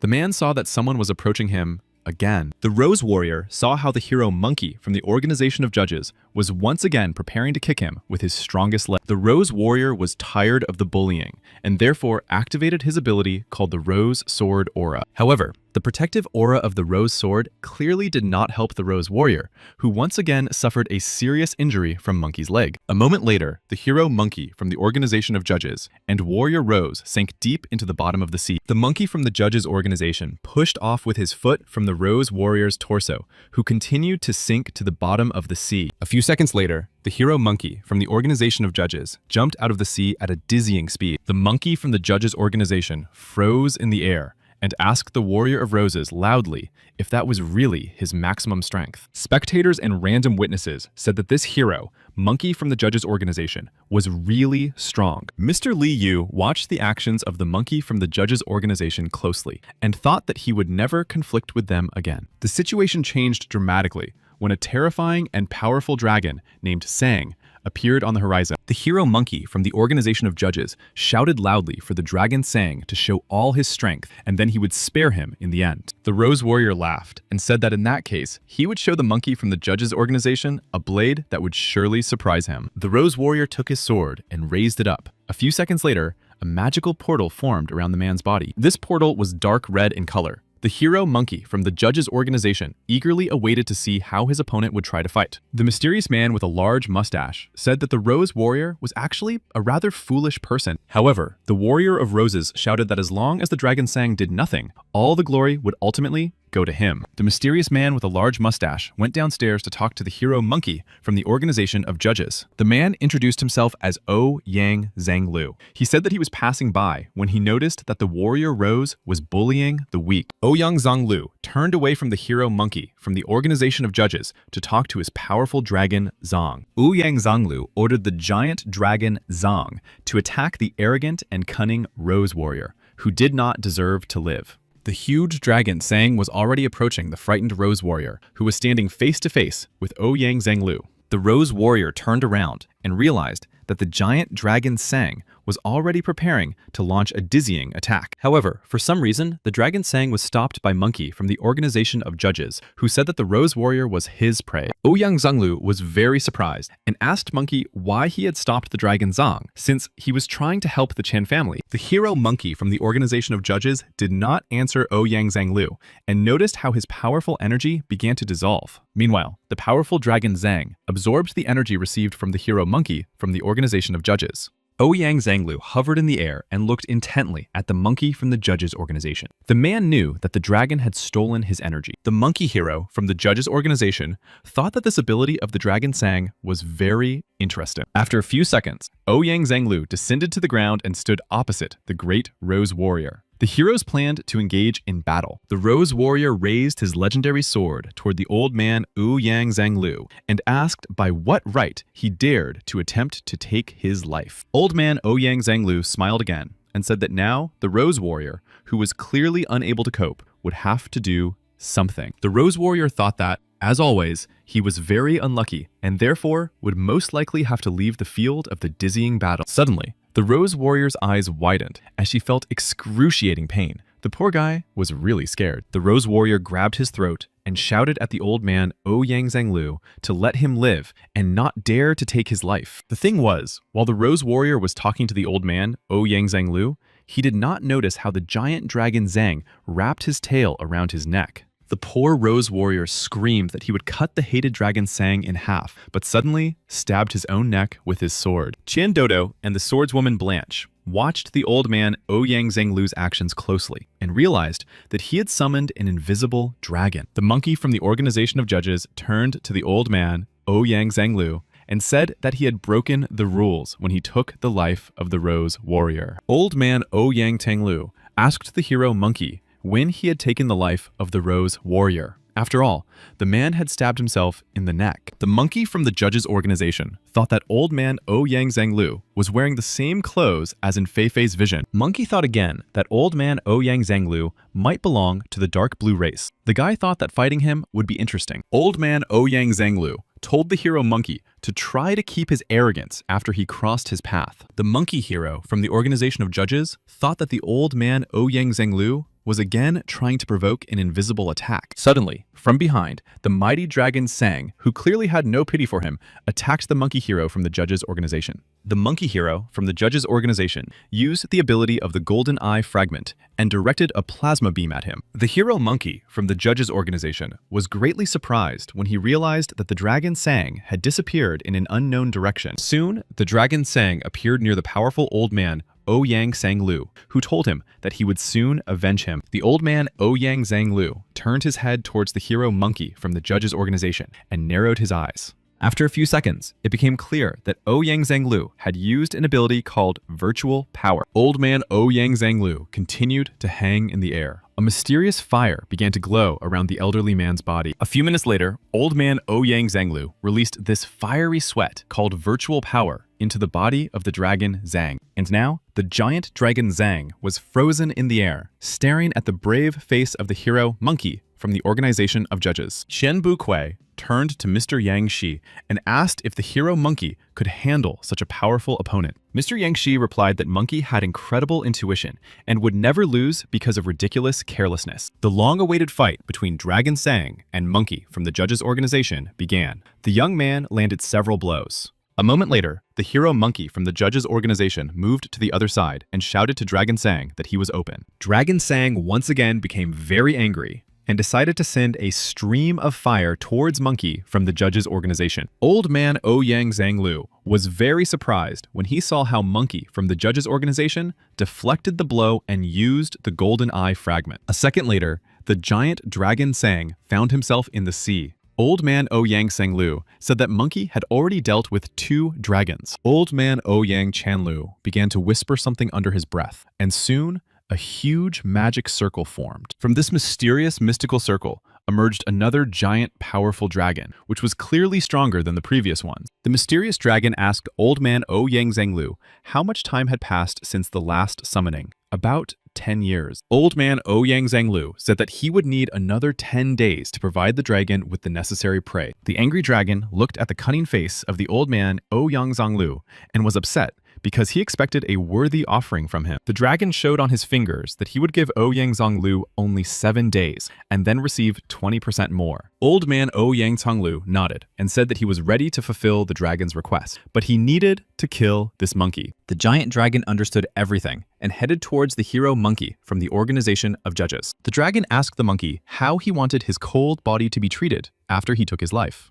The attractive Miss Yu Ran was very frightened and shouted that the old man Ouyang Zhanglu had summoned an ancient great creature. Surprised, Fei Fei looked at Qian Bukui and asked if Monkey from the organization of judges could have problems with the dragon. Mr. Qian Bukui said that this dragon once helped people in their battle against monsters, but then ate a dozen superheroes. Fei Fei turned back and mentally conveyed a message to the monkey from the organization of judges that he had to win at all costs. The monkey from the judges organization just smiled and said that it was not yet clear who would eat whom. The hero monkey from the judges organization took out his favorite demonic spear and rushed at full speed toward the dragon. A few seconds later, the monkey from the judges' organization struck the giant dragon's head with all his might with his demonic spear. There was a deafening crash from the crushing blow of the monkey from the judges' organization. The huge dragon howled in agony and raised its head to catch its breath. The monster was seriously wounded. A second later, the huge dragon shouted loudly that he would make this ant feel real pain.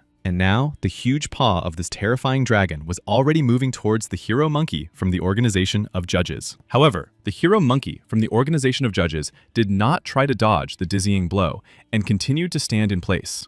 A second later, the monkey from the judges' organization struck the giant dragon's leg again with his legendary demonic spear. The 2 powerful opponents continued their unpredictable battle. the dragon still couldn't trample the monkey from the judges' organization. No one was going to give up. The ancient dragon decided to change tactic and shouted that he would kill this insolent ant. The ancient dragon tried to grab the poor hero monkey from the organization of judges with his 2 paws. The brave hero monkey from the organization of judges responded to the ancient dragon and told him to attack and demonstrate all his power. And a second later, the ancient dragon's paws snapped shut. There was a deafening crack. Everyone was afraid that the battle was over. The ancient dragon had not yet opened its paws because it did not want to look at the cold body of its opponent, the hero monkey from the judges' organization. The ancient dragon was astonished when he noticed that his claws had not completely closed and Monkey was still alive. The monkey hero from the judges' organization said that now was his time for a crushing attack. The monkey hero from the judges' organization jumped high into the air to deliver a dizzying blow with his demonic spear.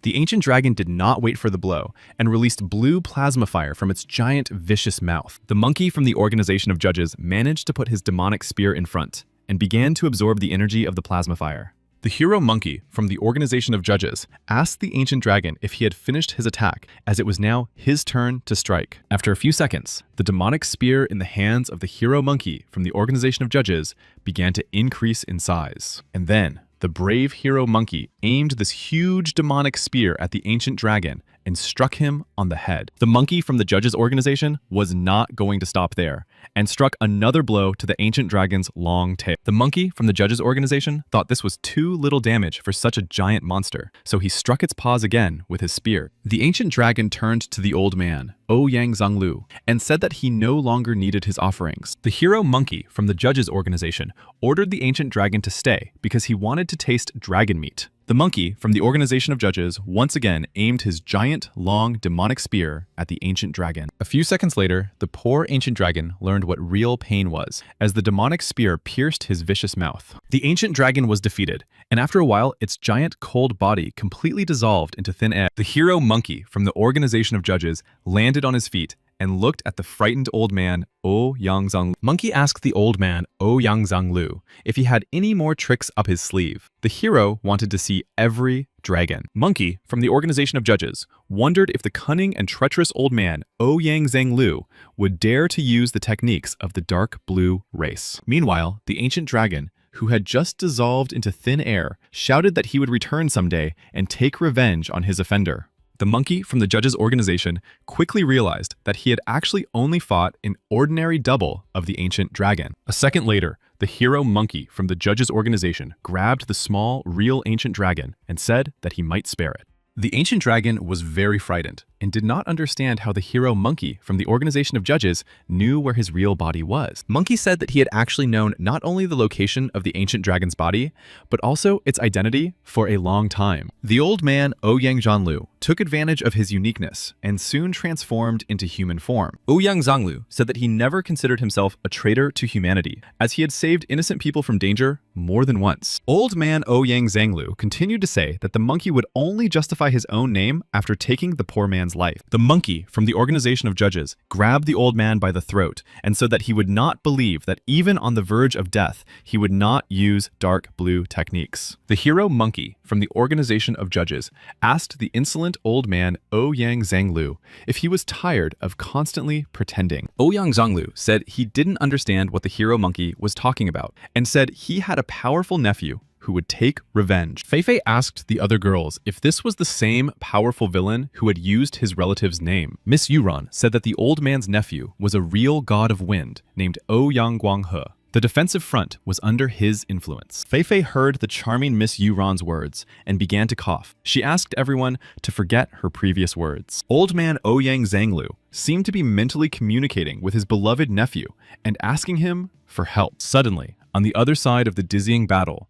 the so-called god of wind, Ouyang Guanghe, appeared. The wind god Yang Guanghe asked the mysterious hero monkey from the organization of judges if he was really going to take his uncle's life. The monkey from the judges' organization simply laughed loudly and said that he was clearly not pretending when he grabbed the old man by the throat. Qian Bu Kui said that the hero monkey from the judges' organization was too calm a man. The old man Ouyang Zhonglu asked his dear nephew, the god of wind, to save his life. The elderly uncle said that he would be indebted to him. The wind god Yang Guanghe asked his uncle if it was he who had said the day before, after leaving the island forever, that he would never ask for help again. Ouyang Guanghe also remembered the ancient dragon who constantly demanded dizzying offerings. The old man, Ouyang Zonglu, said that he had already summoned the ancient dragon Stark, but the hero monkey from the organization of judges had already dealt with him. The wind god Ouyang Guanghe approached the hero monkey from the organization of judges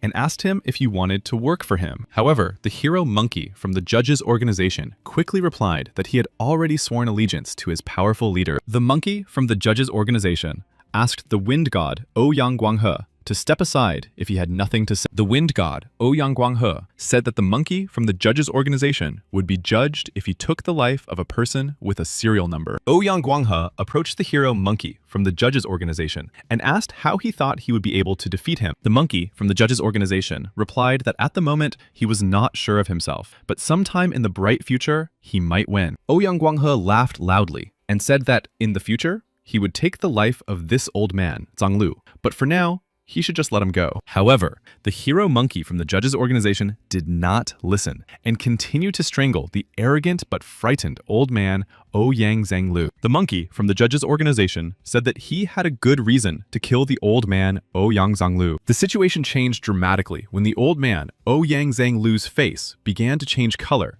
and took on a bluish tint. In the next moment, as if by magic, the hero monkey from the judges organization found himself in the water due to a crushing blow. The old man, Ouyang Zonglu, was slowly approached by his nephew, the god of wind, who said that he was a representative of the dark blue race. Ouyang Guanghe said that he would never have thought that his uncle, the old man Zonglu, would ultimately disgrace his powerful family. Old man Ouyang Zonglu said that all existing power was in the hands of his nephew Guanghe, and that he had no place in their family. Ouyang Guanghe said that over the past 7 years, his uncle, Old Man Zonglu, had used the family name solely for his own benefit. Old Ouyang Chenglu hung in the air and said that his beloved family had become useless to him. There really was no benefit. The conversation between the two powerful relatives of the dark blue race was interrupted when a golden fragment of an eye appeared from the sea. Old man Ouyang Zonglu was greatly surprised and looked at the surface of the water. The elderly man did not understand what was happening. It was a powerful monkey hero from the organization of judges who was already preparing to attack the so-called relatives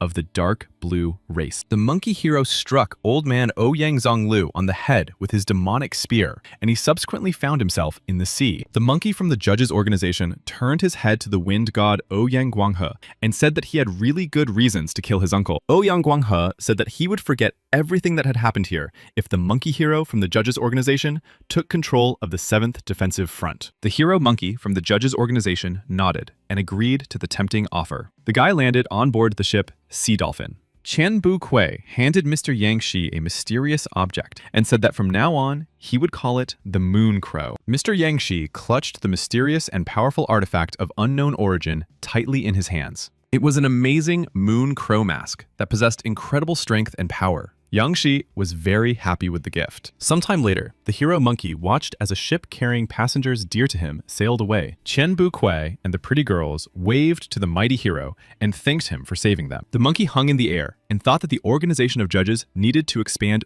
urgently. It was necessary to find new members. Mr. Yang Shi moved to the Heavenly Palace and thought that the organization of judges was very different from other associations and companies.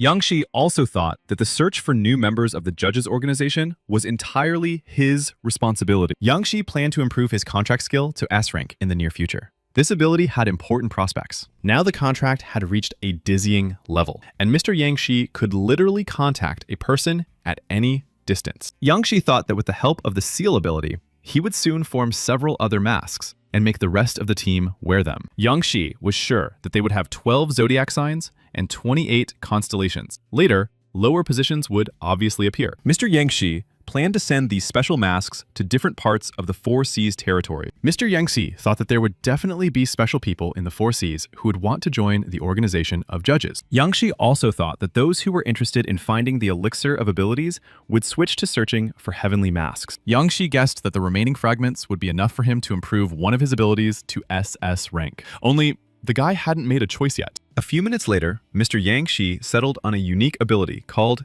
super brain. Yang Shi began to carefully study the talent he had received, which now included 5 new, amazing abilities. Mr. Yang Shi was very happy and admired the small gray ball with dizzying energy inside. Mr. Yang Shi suddenly stopped and asked himself what the 6th sense was. But what was this so-called 7th sense? Yang Shi decided not to put off this question, and in the next moment activated the ability of knowledge. A few seconds later, Mr. Yang Shi thought that his thoughts could literally materialize. The guy decided to create a human being. Mr. Yang Shi watched intently as a real person began to appear out of the dark space. A few minutes later, Mr. Yang Shi was looking at a cute, charming girl who was practically naked. Yang Shi wondered if the ability could completely recreate what was in the creator's mind at that moment. The attractive, half-naked girl bowed before Mr. Yang Shi and called him her older brother. Offended, Mr. Yang Shi did not understand why the stunning girl called him that. Yang Shi looked at the amazingly beautiful girl again and even felt a little embarrassed. The guy asked the beauty to call him sir. Yang Shi said that there were 4 fortresses with 7 constellations in each. 9 heavenly spirits were temporarily staying there. Mr. Yang Shi cautiously looked at the gorgeous girl and asked her which fortress she would like to be in. The cheerful girl said that she was part of Mr. Yang Shi's thoughts, and therefore he should make her a phoenix. Mr. Yang Shi said that he would leave the design of the phoenix to this beauty and asked her to put on something as it was very cold here. A moment later, the incredible phoenix girl was fully dressed. Mr. Yang Shi continued to look at her with appetite. Phoenix rose into the sky and began to circle the giant territory of the heavenly palace, showing off her abilities. Mr. Yang Shi thought that, unfortunately, such charming girls did not exist, and that she was just a figment of his imagination. Suddenly, Mr. Yang Shi turned away and said that he had to leave because someone was looking for him in his apartment. Yang Shi asked the girl Phoenix to stay here in the heavenly palace and be the elder. The guy was counting on her. Mr. Yang Shi's younger sister, Feifei, knocked on the door of the cabin where he was resting and said that the sea dolphin was about to sail away. Feifei grabbed her brother's hand and said that Chen Bukui had invited them to a so-called sea ceremony before departure. Meanwhile, the other passengers and crew members of the Sea Dolphin looked up and said they were only waiting for Mr. Yang Shi. The captain of the Sea Dolphin saw that Mr. Yang Shi had finally arrived and shouted loudly that the sea ceremony had begun. Mr. Yang Shi held mysterious long matches in his hand and thought that he clearly did not expect uninvited guests to appear here. It was Mr. Li Yu, accompanied by his elegant daughter, Li Wei. The man said that he had come here specifically to see the guests off. Chen Bukui bowed once again to Mr. Li Yu and thanked him for his help in the battle with the Rose Warrior. Mr. Li Yu had actually come here to say that his daughter, Li Wei, was planning to leave with the Sea Dolphin crew. Mr. Chen Bukui and Yang Shi were very surprised and did not know how to respond to the respected leader of the Bailu Alliance. Mr. Yang Shi wondered why the charming girl, Li Wei, had once again become a toy in the hands of her deceitful father. However, the attractive beauty Li Wei turned to Mr. Yang Shi and asked him to take her under his strong wing. Mr. Yang Shi looked closely at Li Wei's lovely face and thought that she was truly acting of her own free will. A minute later, Mr. Yang Shi extended his hand to Li Wei and welcomed her aboard the Sea Dolphin. Li Wei gently touched Mr. Yang Shi's hand and once again thanked him for his kindness and courtesy. A week later, Chen Bukui and Mr. Yang Shi were standing on the deck. The old man suddenly said that Fanchu Island was ahead. Mr. Yang Shi peered intently into the distance to see this fabulous island located in the territory of the 4 seas. Yang Shi thought that the time had come for him to show his abilities in the territory of the 4 seas. And so, the Sea Dolphin approached the port of Fanchu Island. Mr. Yang Shi was already eagerly awaiting what would happen to him there. The other passengers and crew members were delighted and said that they had waited too long for this unique moment. Chan Bukui addressed the crew members of the Sea Dolphin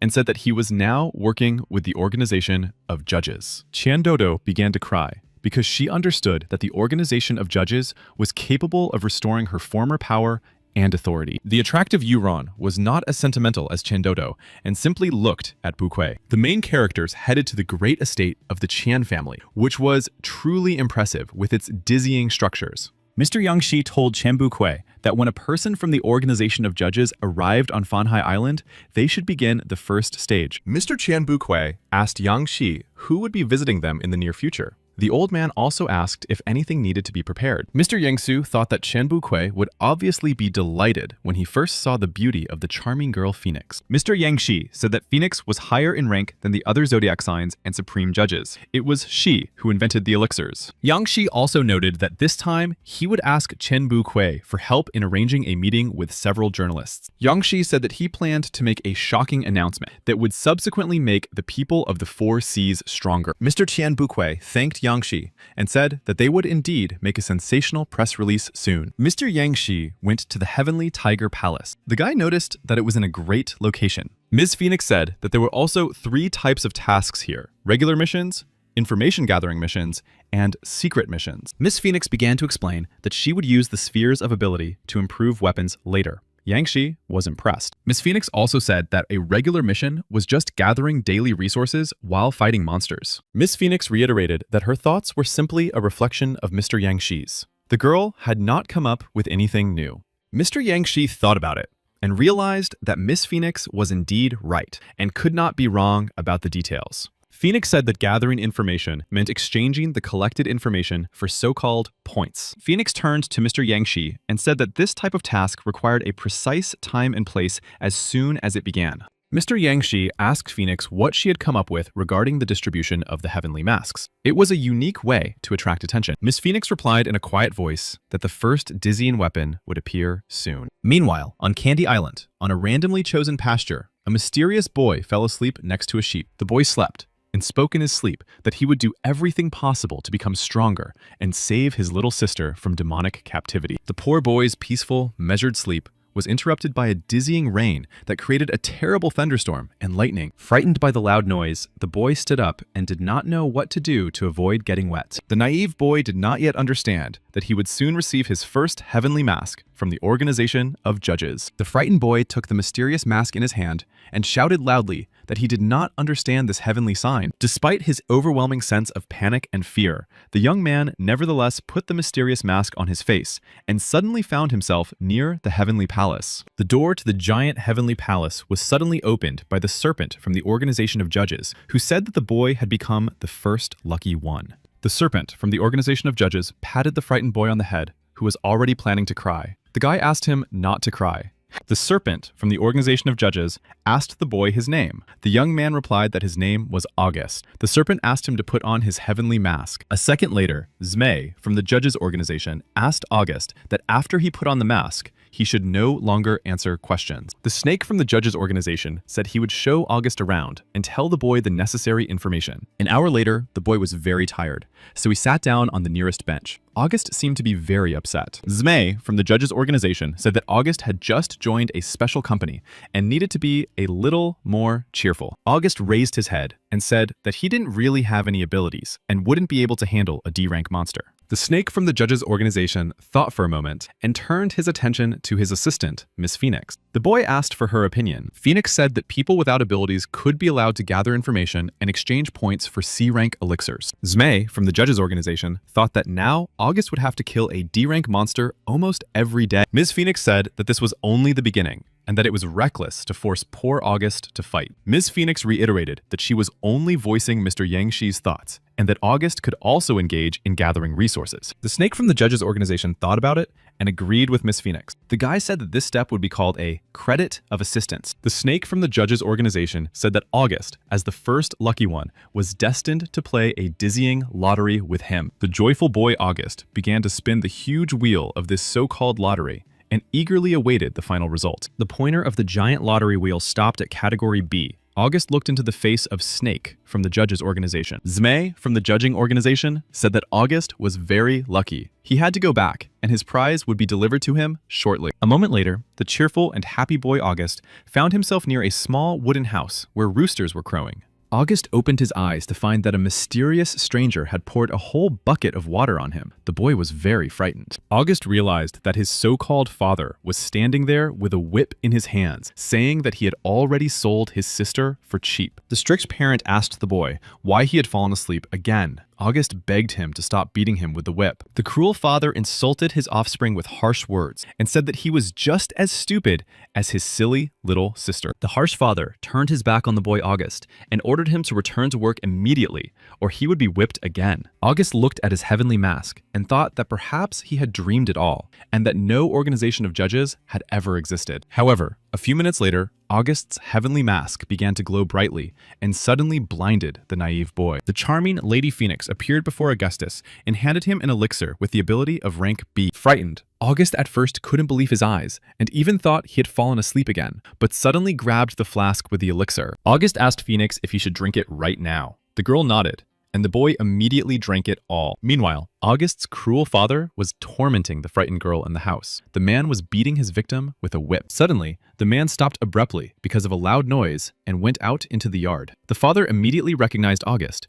who had already put on his heavenly mask. August stood calmly in front of his so-called parent and looked him straight in the eye. The man asked if his son wanted another beating. The cunning father had already raised his leg to strike his son Augustus, who had clearly changed significantly. August easily caught his cruel father's leg and asked him who he had sold his little sister to. The man was a little scared. The cunning father decided not to hide the truth from August and said that he had sold his sister to a legendary company called the Star Club. August heard the information that was important to him and in response kicked his father in the stomach. The boy said that because of people like him, his homeland had turned into evil. A few minutes later, August was already leaving his hated parental home, which was already burning with blue flames behind him. Sometime later, August's sister asked her only brother not to worry about her anymore. She could take care of herself. However, her brother August, who had already put on his heavenly mask, said that he had come to the Star Club to save his sister. The vicious, aggressive leopard said that he had long since paid for Euphemia, and now she belonged only to him. The angry leopard grabbed poor August by the throat and asked him what right he had to kidnap his people. The boy tried to resist. The enraged leopard said that Augustus had become too cocky and that he would have to take the poor boy's life. A few minutes later, the aggressive leopard was lying unconscious on the cold ground. August stood over his body. Witnesses were greatly surprised when they saw that August had managed to kill the owner of the V rank. The boy said that he had been working with the organization of judges. Meanwhile, Snake from the judges organization was in the White Tiger's palace and said that the first stage of advertising had been successful. Meanwhile, in the mysterious cave of the Dark Blue race, a dizzying situation was unfolding. A mysterious and powerful lord of the Dark Blue race sat surrounded by enigmatic blue flowers that had begun to bloom. For some reason, one of the blue flowers began to bloom more profusely and attracted the attention of the great lord of the Dark Blue race. The lord of the Dark Blue race said that he was very disappointed in Ouyang Zhonglu, and now he would have to change his plans for the territory of the Four Seas. The blue flower in which the soul of the old man Ouyang Zhonglu was located said that he was not really to blame. He was killed by a mysterious man. The lord of the Dark Blue race became very angry with this little flower and said that he did not dare to argue with his master. The lord of the Dark Blue race stood up and said that Ouyang Zhonglu had lost his body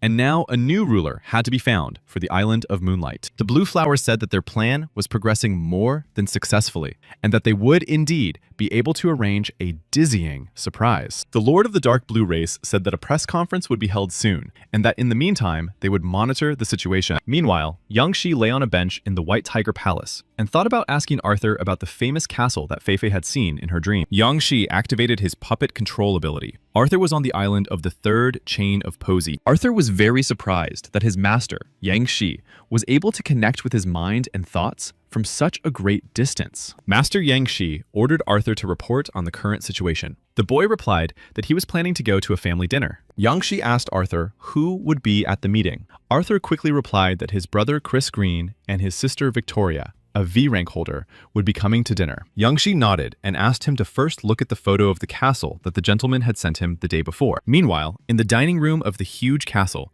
the honored guests were already gathering to discuss important topics. Arthur stood aside and continued to talk to his boss, Yang Shi. The guy said he didn't know where this mysterious castle was located. Arthur turned his head and saw his dear, beloved sister Victoria bowing to her older brother. Arthur told Yang Shi that she was his younger sister, Victoria. The gentleman told the guy to kiss his relative on the forehead as a sign of respect. Arthur nodded and tried to find his younger sister Victoria, who, by a strange coincidence, had disappeared somewhere. A few seconds later, the lovely girl Victoria reappeared, and Arthur did as the powerful Mr. Yang Shi had ordered him to do. Yang Shi instructed Arthur to speak with his brother Chris Green, while he closely observed the other guests. A few seconds later, Mr. Yang Shi quickly spread the blue strip of contact with the other honored guests at this dinner. Mr. Yang Xi's attention was strongly drawn to Arthur's brother, Chris Green, who clearly stood out from the huge crowd of guests. Mr. Yang Shi quickly asked Arthur if his brother Chris Green's power could be higher than the third level of spiritual mastery. Meanwhile, a strange thought popped into Chris Green's head that one of the guests had started using investigative magic. Mr. Yang Shi told his protege Arthur to be very careful with his brother, Chris Green. Meanwhile, Mr. Yang Shi woke up and saw a charming girl named Phoenix, who said that information had appeared about a new member of the organization of judges. Mr. Yang Shi picked up a book with notes and wondered who would be attending the upcoming press conference today. Miss Phoenix replied that all the media companies and news sites would be there. A couple more people had asked to attend. Miss Phoenix added that only the Ouyang family had not received an invitation because they were too far away. Miss Phoenix said that the press conference was about to begin, and Mr. Yang Xi needed to prepare seriously. Mr. Yang Xi got up from his chair and said that it was time to act. Before opening the door to the large hall, he asked if everyone was ready. The monkey hero from the judges' organization said that now no organization could stop his great ambitions. Mr. Yang Xi, accompanied by Hero Monkey, had already opened the doors to the large hall. The guys felt a dizzying sense of responsibility. A few seconds later, Mr. Yang Shi and the monkey hero were already floating in the air, looking at the faces of the journalists. Experienced reporters looked up to see who from the judges' organization had come out to meet them. A few minutes later, Mr. Yang Shi and the monkey hero from the judges' organization landed on the ground to greet the guests. Mr. Yang Xi loudly announced that the solemn press conference was now officially open. Behind the powerful Mr. Yang Shi, several giant screens began to rise so that the journalists could all see. On one of the benches sat the charming beauty Jima Yuruk and her nephew, who was very nervous. Jima Yuruk turned her head toward her so-called nephew, and her eyes quickly changed color to bright blue. Jima Yuruk asked the poor guy if he felt uncomfortable around his beloved aunt. In front of Jima and her nephew sat the director of the Yuruk family, an S-rank holder named Walton. The boy began to cough loudly. The nephew began to smile broadly and said that it was actually a great honor for him to sit next to a woman like Jima Yuruk. Miss Phoenix also appeared in public and hovered in the air. The attractive beauty looked at the journalists. The reporters also noticed the charming girl Phoenix and were struck by her dizzying beauty. The journalists exchanged glances and said that Phoenix's body and energy were in no way inferior to the beauties of the four seas. The nephew looked at the stunning beauty Phoenix and thought that she had an all too familiar spiritual power. Soon, Lady Phoenix also landed on the ground and greeted Mr. Yang Shi and the hero monkey. Mr. Yang Shi and the hero monkey from the judges' organization bowed before such an outstanding beauty as Phoenix. Jima Yuruk was very surprised that Lady Phoenix was higher in rank than the hero monkey from the organization of judges. Miss Phoenix turned to the Moon Crow and said that today, the judges' organization had prepared a gift for him in the form of an elixir. Mr. Yang Shi, already known as the Moon Crow, thought that an elixir with abilities never needed a digital copy. Mr. Yang Shi thought that now he had to demonstrate his talent, so he quickly drank the elixir in front of the journalists. The journalists began to discuss among themselves and asked if this was really the elixir that could give ordinary people abilities. The reporters were interested in what the elixir tasted like and did not notice how Mr. Yang Shi began to improve rapidly. Mr. Yang Shi asked the assembled guests if it was true that the public had long suffered from constant monster invasions. Mr. Yang Shi did not wait for an answer to his rhetorical question and said that the organization of judges had presented its plan for heavenly spirits. Yang Shi continued to say that the organization of judges would soon open 36 vacancies for the owners of heavenly spirits. Mr. Yang Shi continued talking and said that the heavenly spirits would be represented in the form of mysterious masks. Yang Shi said that only one heavenly mask remained today. The rest had already been sent to different parts of the four seas. Yang Shi also added that this heavenly mask would be a gift for whoever could win a series of dizzying battles in the arena. Suddenly, someone in the hall shouted loudly at Mr. Yang Shi, saying that they were against such a battle. It was Ji Ning from Qinghua Island. Ji Ning asked how a novice like him could defeat such a powerful monster. Mr. Yang Shi said that he had prepared a special gift for each participant. Mr. Yang Shi said that young participants could obtain a B-rank ability called Star Cloak. Miss Tian Tai, who was standing with her nephew Yuruk, thought about going first since most of the men were still very afraid. Miss Tian Tai Yao from Fen Yuan Island said loudly that she was ready to go first, while the others stood aside and watched. Miss Tian Taiyao loudly introduced herself as the Rainflower Swordswoman and picked up her legendary weapon. A few seconds later, the brave Miss Tian Taiyao ran towards the calm Mr. Yang Se. Mr. Yang Shi did not rush to dodge the dizzying attack of the charming Miss Tian Taiyao and activated his talent, Misty Steps. And then, a few seconds later, Mr. Yang Shi grabbed Miss Tian Taiyao's blade with the claw of an ancient demonic dragon. The spectators watched Mr. Yang Shi's actions and defense intently and began to applaud. They thought that the effect of the elixir was unmatched. However, Miss Tian Taiyao clearly hadn't finished her dizzying attack and had a surprise in store for Yang Shi. A few seconds later, Mr. Yang Shi noticed that Miss Tian Taiyao's blade began to behave strangely and shake violently. To dodge the terrifying attack of the charming Miss Tian Taiyao, Mr. Yang Shi decided to move to another place with foggy steps. After a certain amount of time, Mr. Yang Shi waited for the right moment to launch an attack on the attractive Miss Tian Taiyao. And finally, Mr. Yang Shi activated the shockwave function. Miss Tian Taiyao's dizzying attack ended.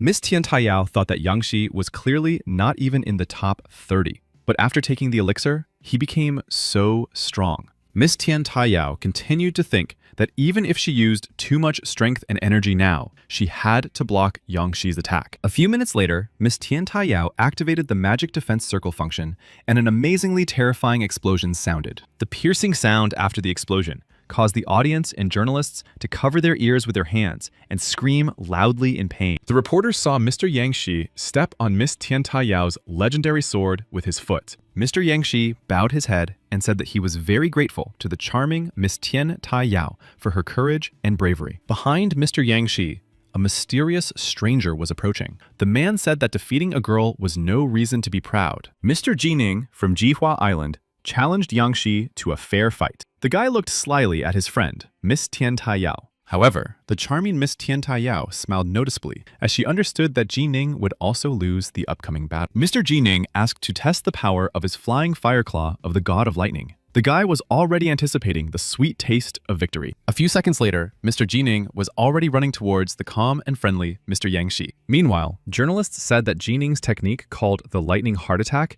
was used against the S rank. Mr. Yang Shi caught the claw of the fire god of lightning and thought that Jining was indeed strong and that he would need to improve instantly. Mr. Jining watched Yang Shi's reaction closely and asked him if he could withstand such power for a few more seconds. Mr. Jining said that there was an incredible amount of energy in his body, and he could easily defeat Yang Shi. However, Mr. Jining's hope for a clear victory quickly faded when he realized that Yang Shi had begun to gradually absorb his energy. Mr. Jining was very upset because he realized that the deceitful Yang Shi had actually been hiding his true power. A few minutes later, Mr. Jining was already on his knees begging for mercy. Yang Shi let the powerful hero go. Mr. Yang Shi looked at the other honored guests and asked Chris Green if he wanted to try his hand. However, Mr. Chris Green remained seated and said that his younger sister Victoria actually wanted to try. Yang Shi kept his eyes on the mysterious Mr. Chris Green, who was displaying a dizzying calm. Chris Green also watched the reaction of his potential opponent, Mr. Yan Shi, closely.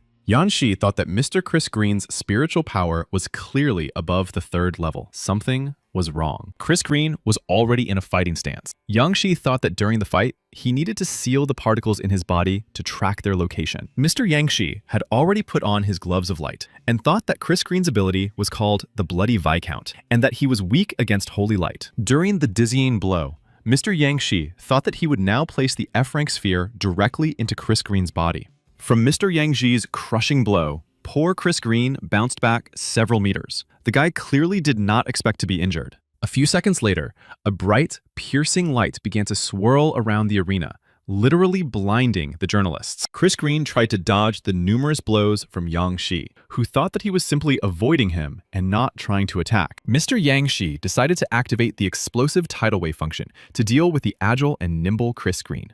And once again, there was a dizzying crash. Journalists and reporters were very frightened. One of the spectators sitting in the front row couldn't hold on to his hat which flew off in an unknown direction. Meanwhile, Mr. Chris Green stopped to catch his breath and restore his human form. At that moment, Mr. Yang Shi decided to take advantage of the unique situation and struck Chris Green in the stomach with his light glove. Mr. Yang Shi managed to move the sphere with the ability from his hand to later find out the location of his opponent. Yang Shi thought that Chris Green possessed a third spiritual power, but was trying to hide his true power from the journalist's cameras. Mr. Yang Shi continued to think that he was not used to yielding to anyone in acting skills and decided to play along with his opponent. Mr. Yang Shi tried again to strike Chris Green in the face with his light glove, but his opponent managed to block the attack. Mr. Yang Shi played to the crowd and jumped far away from his opponent Chris Green, showing off his dizzying power. Yang Shi stopped and shouted loudly that he realized Mr. Chris Green was much stronger than his previous two opponents. Mr. Yang Shi handed Chris Green a mysterious elixir with special powers and told him to drink it as quickly as possible. However, Mr. Chris Green was in no hurry to carry out the request from his former opponent, Yang Shi.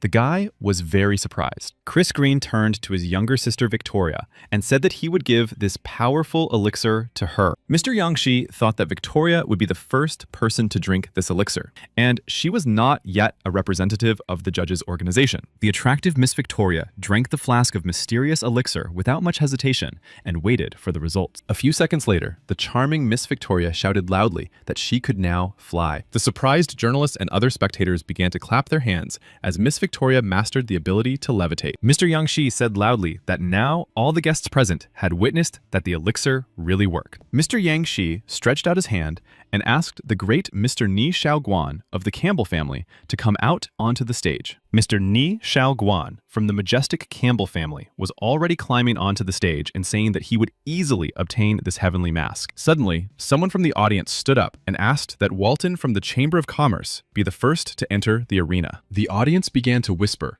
and ask if they had not knelt down to organize this magnificent event. Mr. Yang Shi looked at the expression on the face of the mysterious Walton from the Chamber of Commerce and thought he was too strange. A few seconds later, Mr. Walton from the Chamber of Commerce entered the arena and waited to see what would happen next. Zima Yurik said that with such an expression on his face, Mr. Walton from the Chamber of Commerce looked like an ordinary puppet. Zima Yurik added that it didn't matter anymore because Mr. Walton from the Chamber of Commerce would soon lose his life. Mr. Ni Shaoguan had already run up to Mr. Walton from the Chamber of Commerce and said that he would show him a special move. And so Ni Shaoguan attacked the poor, frightened Mr. Walton from the Chamber of Commerce with dizzying force. A few seconds later, Mr. Walton from the Chamber of Commerce was lying unconscious on the cold, icy floor. The nephew of the Uruk family opened his eyes in surprise as he realized that Ni Shaoguan had simply struck Walton with his palm. Meanwhile, Mr. Ni Shaoguan was already rubbing his hands and turned to Yang Shi, asking him where they had left off. The shock was overwhelming when Mr. Walton from the Chamber of Commerce suddenly opened his eyes. The audience was surprised that he was still alive. Mr. Walton got to his feet, picked up two maces, and shouted that the dizzying battle was not over yet. Walton was already running towards Mr. Ni Shaoguan, who clearly did not expect his opponent to attack after such a blow. Mr. Ni Shaoguan was very confused and did not understand how to dodge the terrible attack of Mr. Walton from the Chamber of Commerce. After a few seconds, Mr. Ni Shaoguan finally reacted and dodged Walton's numerous blows. Ni Shaoguan decided to use his dizzying speed and try again to deliver a crushing blow to his opponent. And so, Mr. Ni Shaoguan managed to deceive the naive Walton from the Chamber of Commerce and once again strike him on the head. Mr. Walton did not fall to the ground and continued to stand in place after several blows. Ni Shaoguan was ready to defend himself. Mr. Walton from the Chamber of Commerce activated his primitive scream ability to deal with his opponent, Ni Shaoguan. A few seconds later, the huge blue screen behind Mr. Walton from the Chamber of Commerce broke in half. Suddenly, Mr. Walton's head from the Chamber of Commerce began to be covered with a mysterious blue liquid of unknown origin. Surprised, Mr. Ni Shaoguan watched the actions of his opponent, Walton from the Chamber of Commerce, and did not understand what was happening. After a certain amount of time, Walton from the Chamber of Commerce, in his blue guise, struck his opponent, Mr. Ni Shaoguan, in the stomach. Ni Shaoguan doubled over in agony and loudly asked the other spectators what the blue liquid was. The frightened spectators in the front row decided to flee from the scene of the clash between the two formidable opponents. The charming Miss Phoenix decided to intervene in the fight and stared intently at Mr. Walton's blue liquid. The blue liquid, which until recently had been Mr. Walton from the Chamber of Commerce, spread out out on the floor. Mrs. Phoenix continued to watch the so-called fairy tale picture and stood still, showing her calmness. Mr. Walton, from the Chamber of Commerce, in the guise of blue liquid, was already trying to hit poor Phoenix, but Monkey blocked his path. The hero Monkey from the Organization of Judges delivered a dizzying blow to Mr. Walton from the Chamber of Commerce. The hero Monkey from the Organization of Judges took out his demonic spear and prepared to strike his opponent again. The monkey hero from the Judges Organization threw the demonic spear at the so-called blue liquid. Poor Mr. Walton from the Chamber of Commerce, disguised as blue liquid,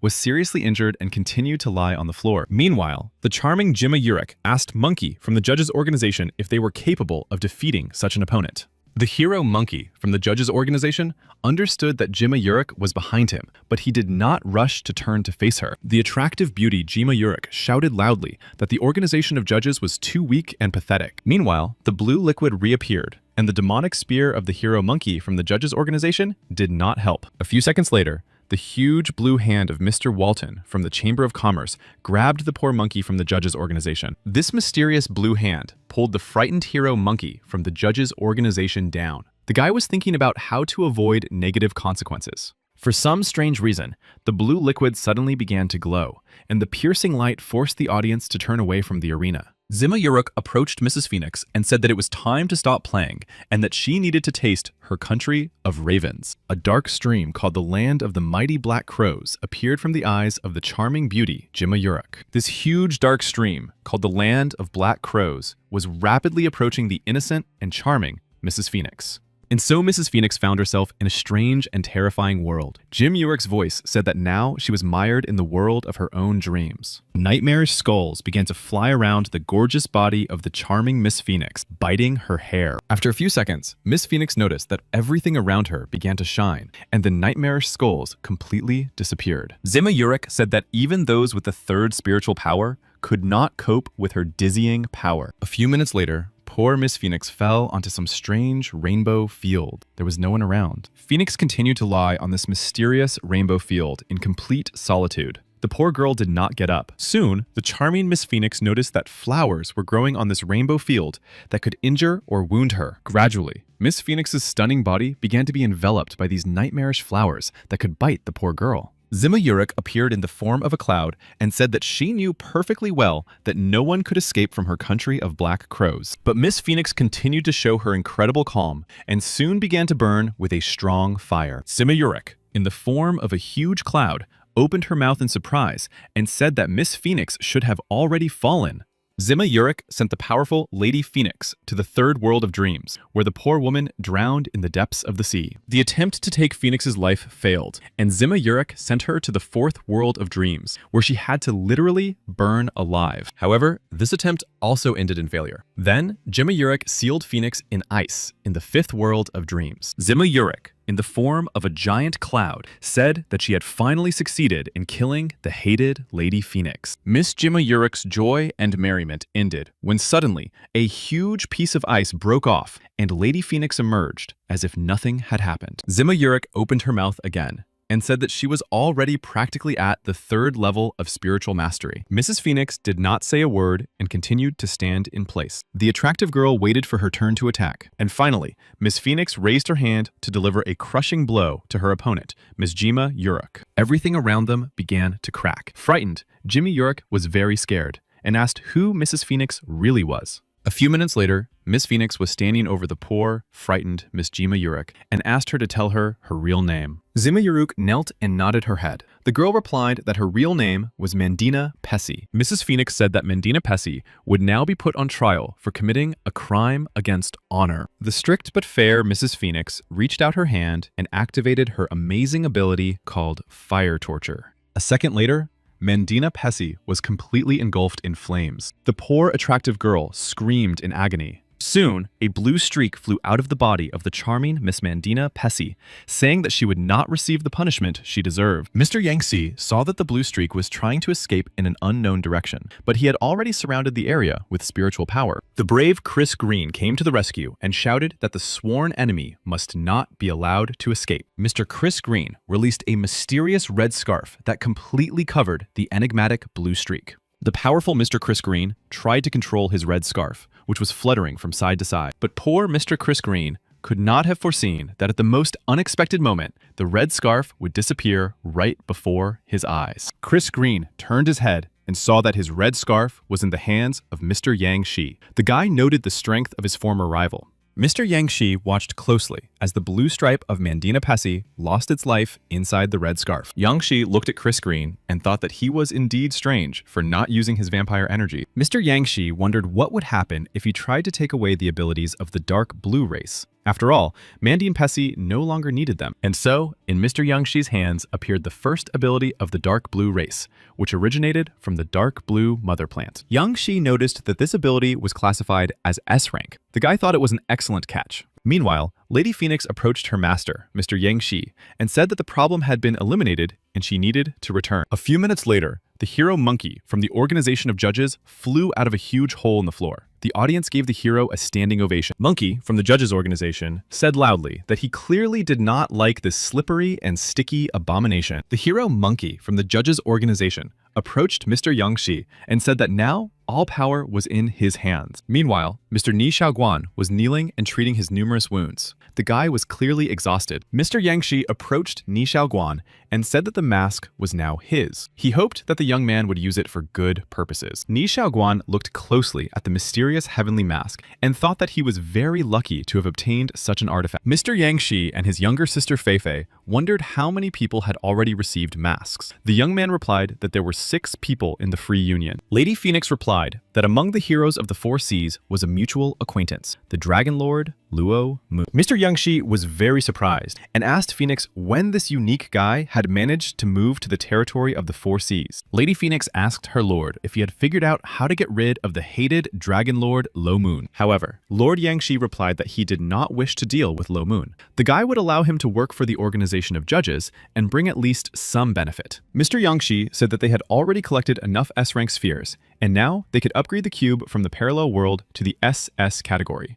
Mr. Yang Shi carefully examined an ability called a parallel world cube, which can store items and transport them over long distances. Mr. Yang Shi said that living beings cannot enter the parallel world, which means that only inanimate beings are capable of doing so. Mr. Yang Shi also believed that those forms that entered parallel worlds could lose their lives. The young man activated the Gate of Fortune function. After a few seconds, a purple hole formed in space, into which Mr. Yang Shi threw a small fish to test the reaction. A few minutes later, the purple hole in space threw the so-called fish back into Mr. Yang Xi's hands. Mr. Yang Shi thought he understood everything. The parallel world collects life energy and cannot transport living beings. Mr. Yang Shi continued to think that if he tried to attack the purple hole in space with several fish, and once again, Mr. Yangtze used a dizzying ability called the Gate of Fortune to test his brilliant theory. Mr. Yang Shi thought that the world vortex was a cosmic type skill, which meant it could absorb an enemy's attack. Mr. Yang Shi thought carefully once more and said that he would give this SS rank ability to a pig, which would provide good combat power. Mr. Yang Shi had no choice but to embark on the important and responsible task of forming a new, powerful hero. A few seconds later, a new, unique hero, Pig, from the organization of judges appeared before Mr. Yang Shi. Meanwhile, Ms. Phoenix shared the latest news. The Heroes Association was conquering other worlds to obtain the status of mediator. I turned my head to Phoenix. Could it be that the dark blue race also came from another world? They clearly did not need another mediator. Mr. Yang Shi thought that the people from another dimension and the dark blue race were not on the same side. They had different ways of transferring abilities. Miss Phoenix said that Yuron Chandodo and the swordswoman Blanche had just arrived at the Turtle Palace. Pig was very upset. A few seconds later, Mr. Yang Shi, accompanied by the charming Phoenix, headed for the Turtle Palace. Swordswoman Blanche said that there were so many missions and tasks to complete in order to obtain the coveted elixir of abilities. Chandodo simply nodded her head. Chandodo said that according to the rules, in order to deprive monsters of their lives, Yuron would have to fight 18 monsters. Attractive Miss Yuron, wouldn't it be too difficult to simply obtain the coveted elixir of abilities? Feifei also had missions to collect resources, rescue people, and special assignments. They also gave good rewards. The charming girl's various thoughts were suddenly interrupted when a mysterious blue portal appeared. Everyone was a little scared. The great Lord Yuji appeared before the stunning girls and said that he had called everyone together to discuss the Zodiac plan. Lord Yuji said that each member of the judges' organization would receive a so-called credit as startup capital. Swordswoman Blanche asked Lord Yuji if they could buy the elixir with abilities right now. Euron was very happy. Lord Yuji took out a huge list of abilities and asked all members of the judges' organization to quickly choose one of them. Lord Yuji thought that the stronger the key members were, the faster they would gather all the important information and the more chances humanity would have. Meanwhile, a very impressive situation was unfolding at the port of Banana Island. The ship arrived at its destination. Mr. Yangshi was told that this was the last island where they could rest before reaching the 5th defensive front. Mr. Yangshi sat down by the pond and thought that he had not seen such a picturesque and colorful landscape as on Banana Island for a long time. Mr. Yangshi was told that this was the Moon River, the largest water resource on Banana Island. Everyone who drank from it would find good fortune. Mr. Yangshi scooped up some water from the Moon River and wondered if it really had such a dizzying effect. Mr. Yangshi watched long and carefully as the beautiful water spread across his snow-white palms. It was amazing. Suddenly, Mr. Yangshi thought that there was actually an incredible amount of important, tiny particles in the water. Mr. Yangshi thought that most likely the 3rd episode in his younger sister Feifei's nightmarish introduction took place right here. Mr. Yangshi continued to think and ask himself why the people of the dark blue race had poured blue powder into the Moon River. Mr. Yangshi turned to Uncle Fu, who was standing nearby, and told him about the local landmarks where the source of the river was located. Uncle Fu quickly replied that the source of the Moon River originated in the middle of Mount Jizong on Banana Island. A few hours later, Yangshi reached the source of the Moon River on the mountain. He thought that an ordinary person would not be able to drink this water for 6 months. Mr. Yangshi continued to ask himself what the powerful dark blue race really had in mind. Mr. Yangshi thought about why not set up a secret headquarters on Mount Jizong to make it easier to track their actions. Behind Mr. Yangshi, the serpent from the organization of judges suddenly appeared. The guy asked his assistant to keep an eye on this place. The snake from the organization of judges simply nodded his head and made it clear that he understood Mr. Yangshi's order perfectly. It was no problem. After some time, the main characters were already approaching the 7th island of the archipelago and the 5th point of the defensive front. The passengers and crew members were already preparing to go ashore and began carrying huge boxes containing valuable items. The main characters were first greeted by a handsome guy with blue hair who was known here as the Guardian of the Stones. The leader here was Duan Li Bong. The man asked which of the judges had arrived on their island, Lord Yuji or the hero Monkey. Behind the leader, Duan Li Bong, stood his faithful assistant, who simply remained silent. The locals called him the firefighter. Mr. Yangshi replied that the organization of judges had sent him as a representative of one of the signs of the zodiac. Now, he would provide protection. Leader Duan Li Bong was very upset because he had actually planned to meet Lord Yuji himself. Mr. Yangshi thought that he clearly could not tell Duan Li Bong that he was Lord Yuji, the monkey and rabbit Mao. Mr. Yangshi turned his head and said that the beautiful girls standing behind him were S-rank holders. The leader, Duan Li Bong, said that he couldn't just believe Mr. Yangshi. Words meant nothing in this territory. The stonekeeper intervened in the conversation and said that he would personally check these charming beauties during the trials. The firefighter also said that he would not fight skinny girls because they could break their own limbs during battle. Mr. Yangshi turned to the firefighter and asked him to choose one of them. If the man won, Yangshi would give him the glove of light. The firefighter quickly made his decision and pointed his finger at the attractive swordswoman Blanche, who had not said anything until then. The stonekeeper said that the swordswoman Blanche should think carefully and accept her defeat before the dizzying battle. The keeper of the stones had already demonstrated his unique ability, and magical stones moved quickly in his hand. The keeper of the stones said that he would not strike the delicate maiden Blanche in the face,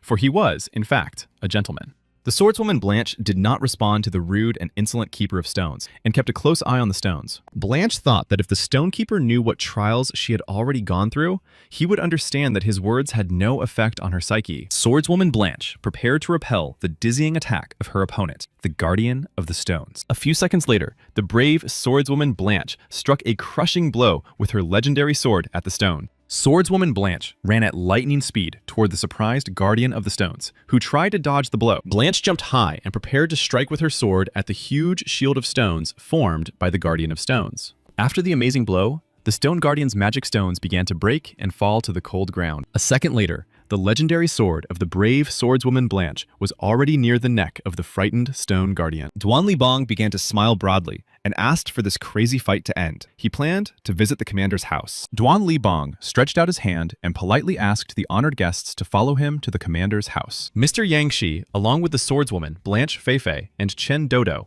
nodded and followed the courageous Duan Li Bong. Mr. Yangshi thought that in this unfair world, one must possess incredible strength to conduct important negotiations. Meanwhile, a terrible scene was unfolding on this dizzying island. Soldiers were fighting powerful monsters. The patron of dragons swam to the bottom of the sea and thought that representatives of another world were hiding there. He could earn points. At the bottom of the sea, in a huge shell, sat a charming, mysterious stranger who said that the monsters were still messing with people. The mysterious girl thought that the city authorities had sent them here to teach these stupid monsters a lesson. The mysterious stranger said that she only needed one transparent crystal to reach the second rank. Suddenly, the mysterious girl heard a strange sound and told the shell that someone was quickly approaching. It was the dragon patron Low Moon, who had already directed a purple beam toward the mysterious stranger. The purple plasma beam from the dragon patron Low Moon hit its target, the shell inside which the mysterious girl was hiding. A few seconds later, the brave, mysterious stranger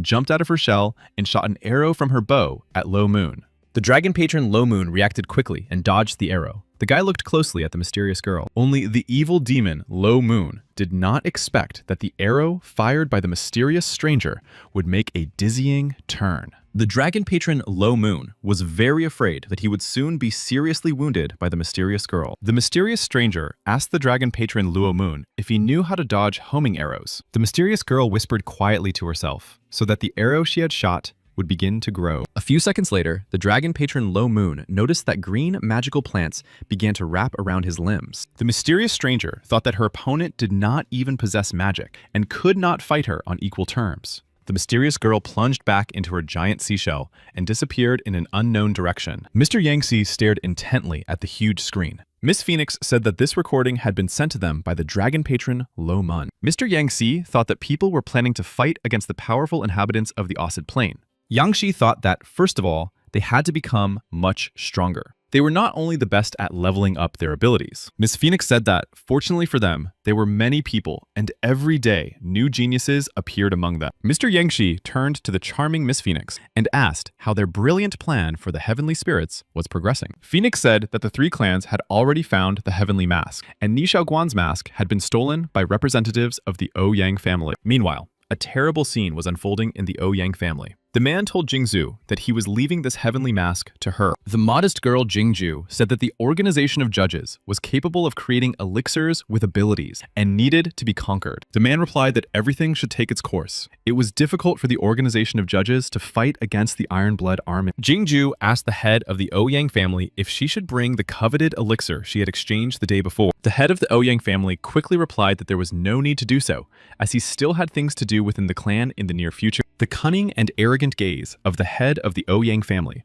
caused dizzying fear not only in his enemies, but also in the members of his clan. Meanwhile, in the huge hall, the top three guy, Ouyang Xuan, was just meditating. A few seconds later, Ouyang Xuan opened his eyes when he heard someone quickly approaching him from behind. A gorgeous girl named Jingzhu approached Ouyang Xuan and said that his father had left her a heavenly mask that she wanted to give to him. However, Jingzhu added that Ouyang Xuan was forbidden to wear the mask because he was the heir to a trading association. Meanwhile, the commander-in-chief of the Iron Blood army said that Tian Yang would soon have to deal with the organization of judges. Tian Yang stood next to Commander Roger and nodded his head. The man understood perfectly well that he had a special responsibility. Meanwhile, a dizzying scene was also unfolding in the Heroes Association. People were very worried about their future. The head of the Heroes Guild listened to the report of his powerful soldier and was deep in thought. The great soldier said that people from another world were constantly growing stronger as their powerful representatives weakened. The great soldier also said that if the person who said that meditation was the best way to save people was right. The great soldier thought that their people possessed the method of meditation, but they could not teach it to others. The head of the Heroes Guild asked his loyal soldier if he had heard anything about the so-called elixir of abilities that could replace their method. The great soldier replied that he had already heard about this mysterious elixir, but it was unclear whether it was capable of creating heroes equal to them in strength. The head of the Heroes Guild laughed and said that it would be much better if these people with abilities surpassed them in strength.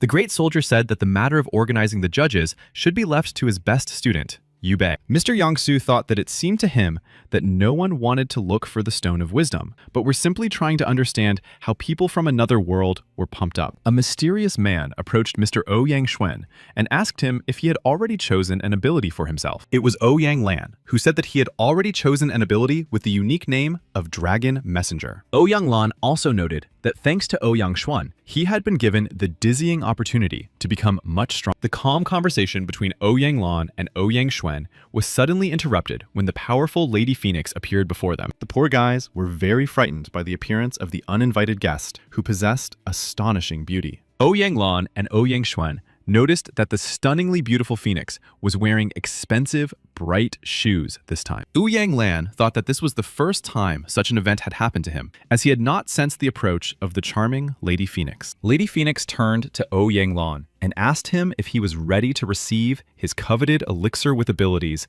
at that moment. A few seconds later, a small flask with a mysterious elixir inside appeared in Mr. Ouyang Lan's hand. Cheerful and happy, Mr. Ouyang Lan replied that he was ready to accept the gift from the charming Lady Phoenix. Mr. Ouyang Lan asked the attractive Lady Phoenix if he could empty the flask with the elixir right now. After Mr. Ouyang Lan drank the so-called potion, he decided to try to summon a powerful dragon at that very moment. A few minutes later, the head of a real dragon appeared from a giant magic circle, having come at the command of its master. Mr. Ouyang Lan literally burst into tears and said that for the first time, he had taken a real dragon in his arms that would fulfill his wishes. Lady Phoenix turned away and was ready to return, but suddenly she was asked to stop so that she could be asked something. Mr. Ouyang Xuan asked why the main task of the organization of judges was to fight monsters. The elixir is somehow connected with the destruction of monsters. Ouyang Xuan told Phoenix not to explain that it was the very activator that was constantly mentioned in alchemy. Miss Phoenix asked why Ouyang Xuan called it an activator. In the organization of judges,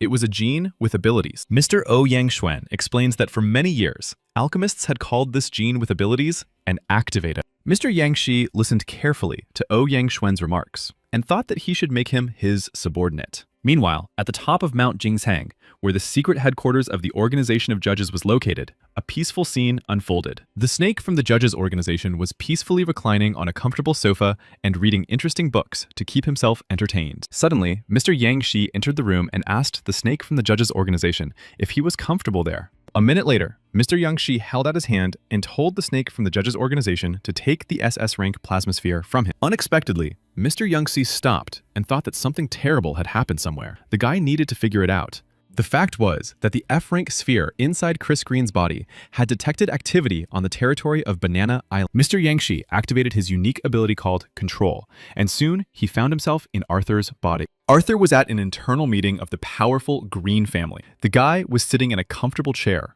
Chris Green said that after the last battle with the Chan family, they had the opportunity to reach the 3rd level of the elite. Chris Green shouted that from now on, he would hope that the members of his family would become full-fledged representatives of the dark blue race. Chris Green said that only by sacrificing their own bodies could they subsequently save humanity from extinction. Arthur wondered why Chris Green was trying to portray the betrayal of humans in a noble light. The youngest member of the Green family stood up and shouted that he had no intention of turning into a terrifying monster. Chris Green loudly asked the angry boy, who he had just called a terrifying nightmare monster. The brave boy said that he had never been afraid of his older brother Chris Green, and now he wanted to go home. Mr. Chris Green grabbed the disobedient boy by the arm and led him in a direction unknown to us. The poor boy asked what he wanted to do with him. Mr. Chris Green said that any sacrifice was worth it to keep the flame of humanity alive. Mr. Chris Green stood next to the frightened boy and looked at the other members of his powerful family. The frightened boy lay on the floor and showed no signs of life. It seemed that the boy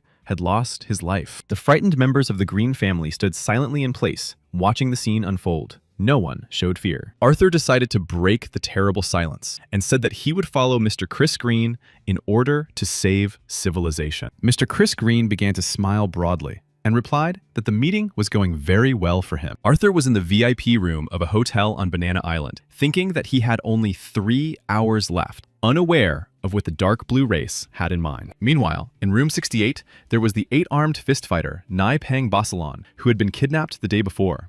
Mr. Chris Green said that he had invited this boxer here for good reasons. Mr. Chris Green went on to say that one of the reasons for the fist fighter Nai Peng's stay was to watch the grand show. The boxer Nai Peng Basilin was very frightened and did not understand what Mr. Chris Green really wanted from him. Meanwhile, a terrible and frightening scene was unfolding. A huge red truck crashed into a dark-colored passenger car. The driver of the passenger car said that the giant truck had changed course and crashed into his car. The criminal had to pay.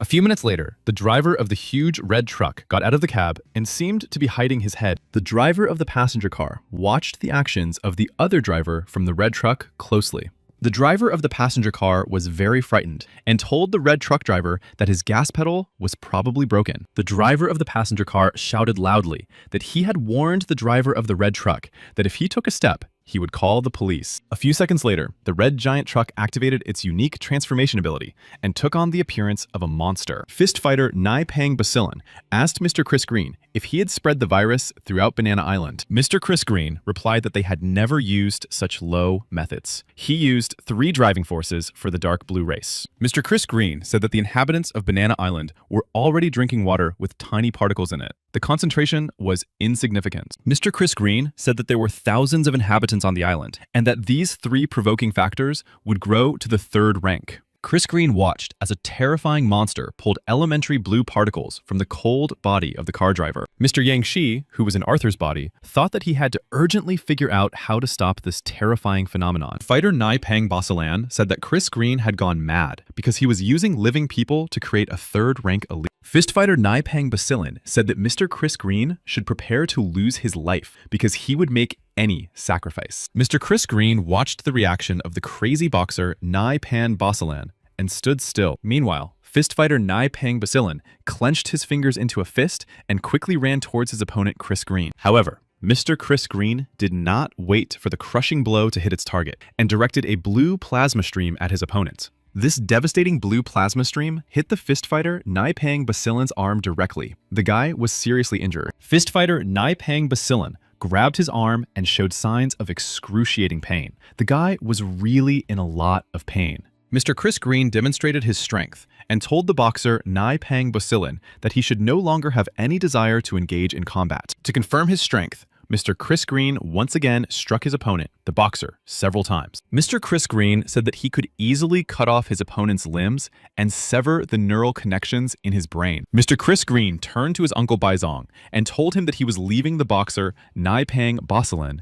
to him. Meanwhile, the boxer Nai Pang Bacillin continued to lie on the ground, suffering from dizzying pain. Yang Shi, in Arthur's body, thought he had been tasked with dealing with the fist fighter Nai Pang Basilan. He needed to help him restore his nervous system. Yang Shi approached Uncle Baizhong and told him that he was a hereditary master, and no one was sure that they could do without rebinding. Uncle Baizhong quickly replied that everything would be fine, since his brother had already wounded the fist fighter Nai Pang Basilan. Yang Shi, in Arthur's body, said that safety was his top priority. Therefore, he had to make sure. The boxer Nai Pang Bacillin lay there and said that they could not consider themselves human beings. Terrible people watched as monsters destroyed civilization. Yang Shi, in Arthur's body, slowly approached the wounded fighter and asked him if he could still speak, as food must remain food. Yang Shi, in Arthur's body, lifted the arm of the poor, frightened boxer Nai Pang Basilan and saw that blue blood was flowing through his veins. Yang Shi, in Arthur's body, thought deeply about how to help the injured fist fighter, Nai Pang Basilan. After a few seconds, Yang Se, in Arthur's body,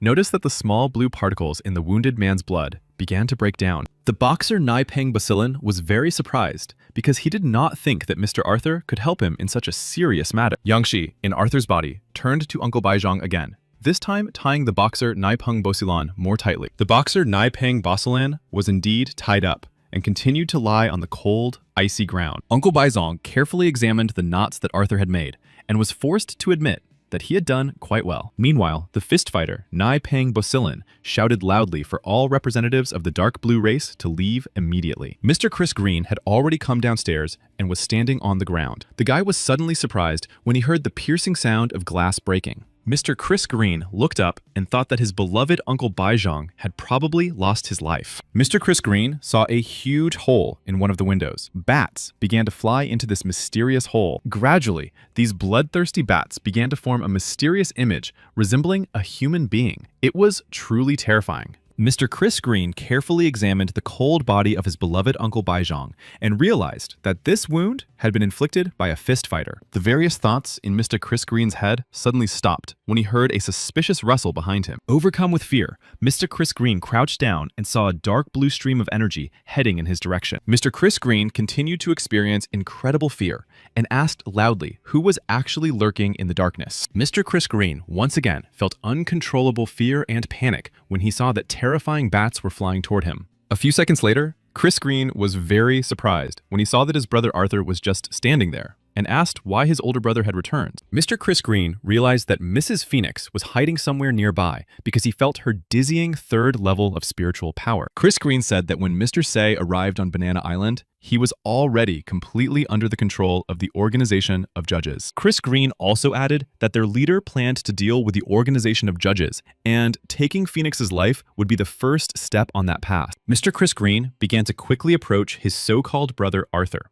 who was actually controlled by Yang Shi. Yang Shi, in Arthur's body, thought that the snake from the Organization of Judges had been sent to eliminate the 3 mutants, so he needed to delay his opponent. Yang Shi in Arthur's body instantly reacted to Mr. Chris Green's dizzying attack and said that he should not have attacked. Yang Shi in Arthur's body added that Mr. Chris Green could easily deal with his younger brother Arthur if he didn't stop attacking. Mr. Chris Green turned his head toward Yang Shi and said that Arthur could lose his life, but he would do so with great honor for the dark blue race. A moment later, Mr. Chris Green decided to use his unique gift called the Land of Black Crows. Miss Phoenix appeared out of space and stood in the way of the young Arthur. The attractive girl distracted attention. Meanwhile, the fist fighter Nai Pang ran away from the dizzying battle and said that he would actually deal with the monsters outside. Miss Phoenix nodded silently and continued to stand in place. The charming beauty was preparing to fend off Chris Green's attack. Mr. Chris Green was clearly even more angry and shouted that he would not allow the fist fighter Nai Pang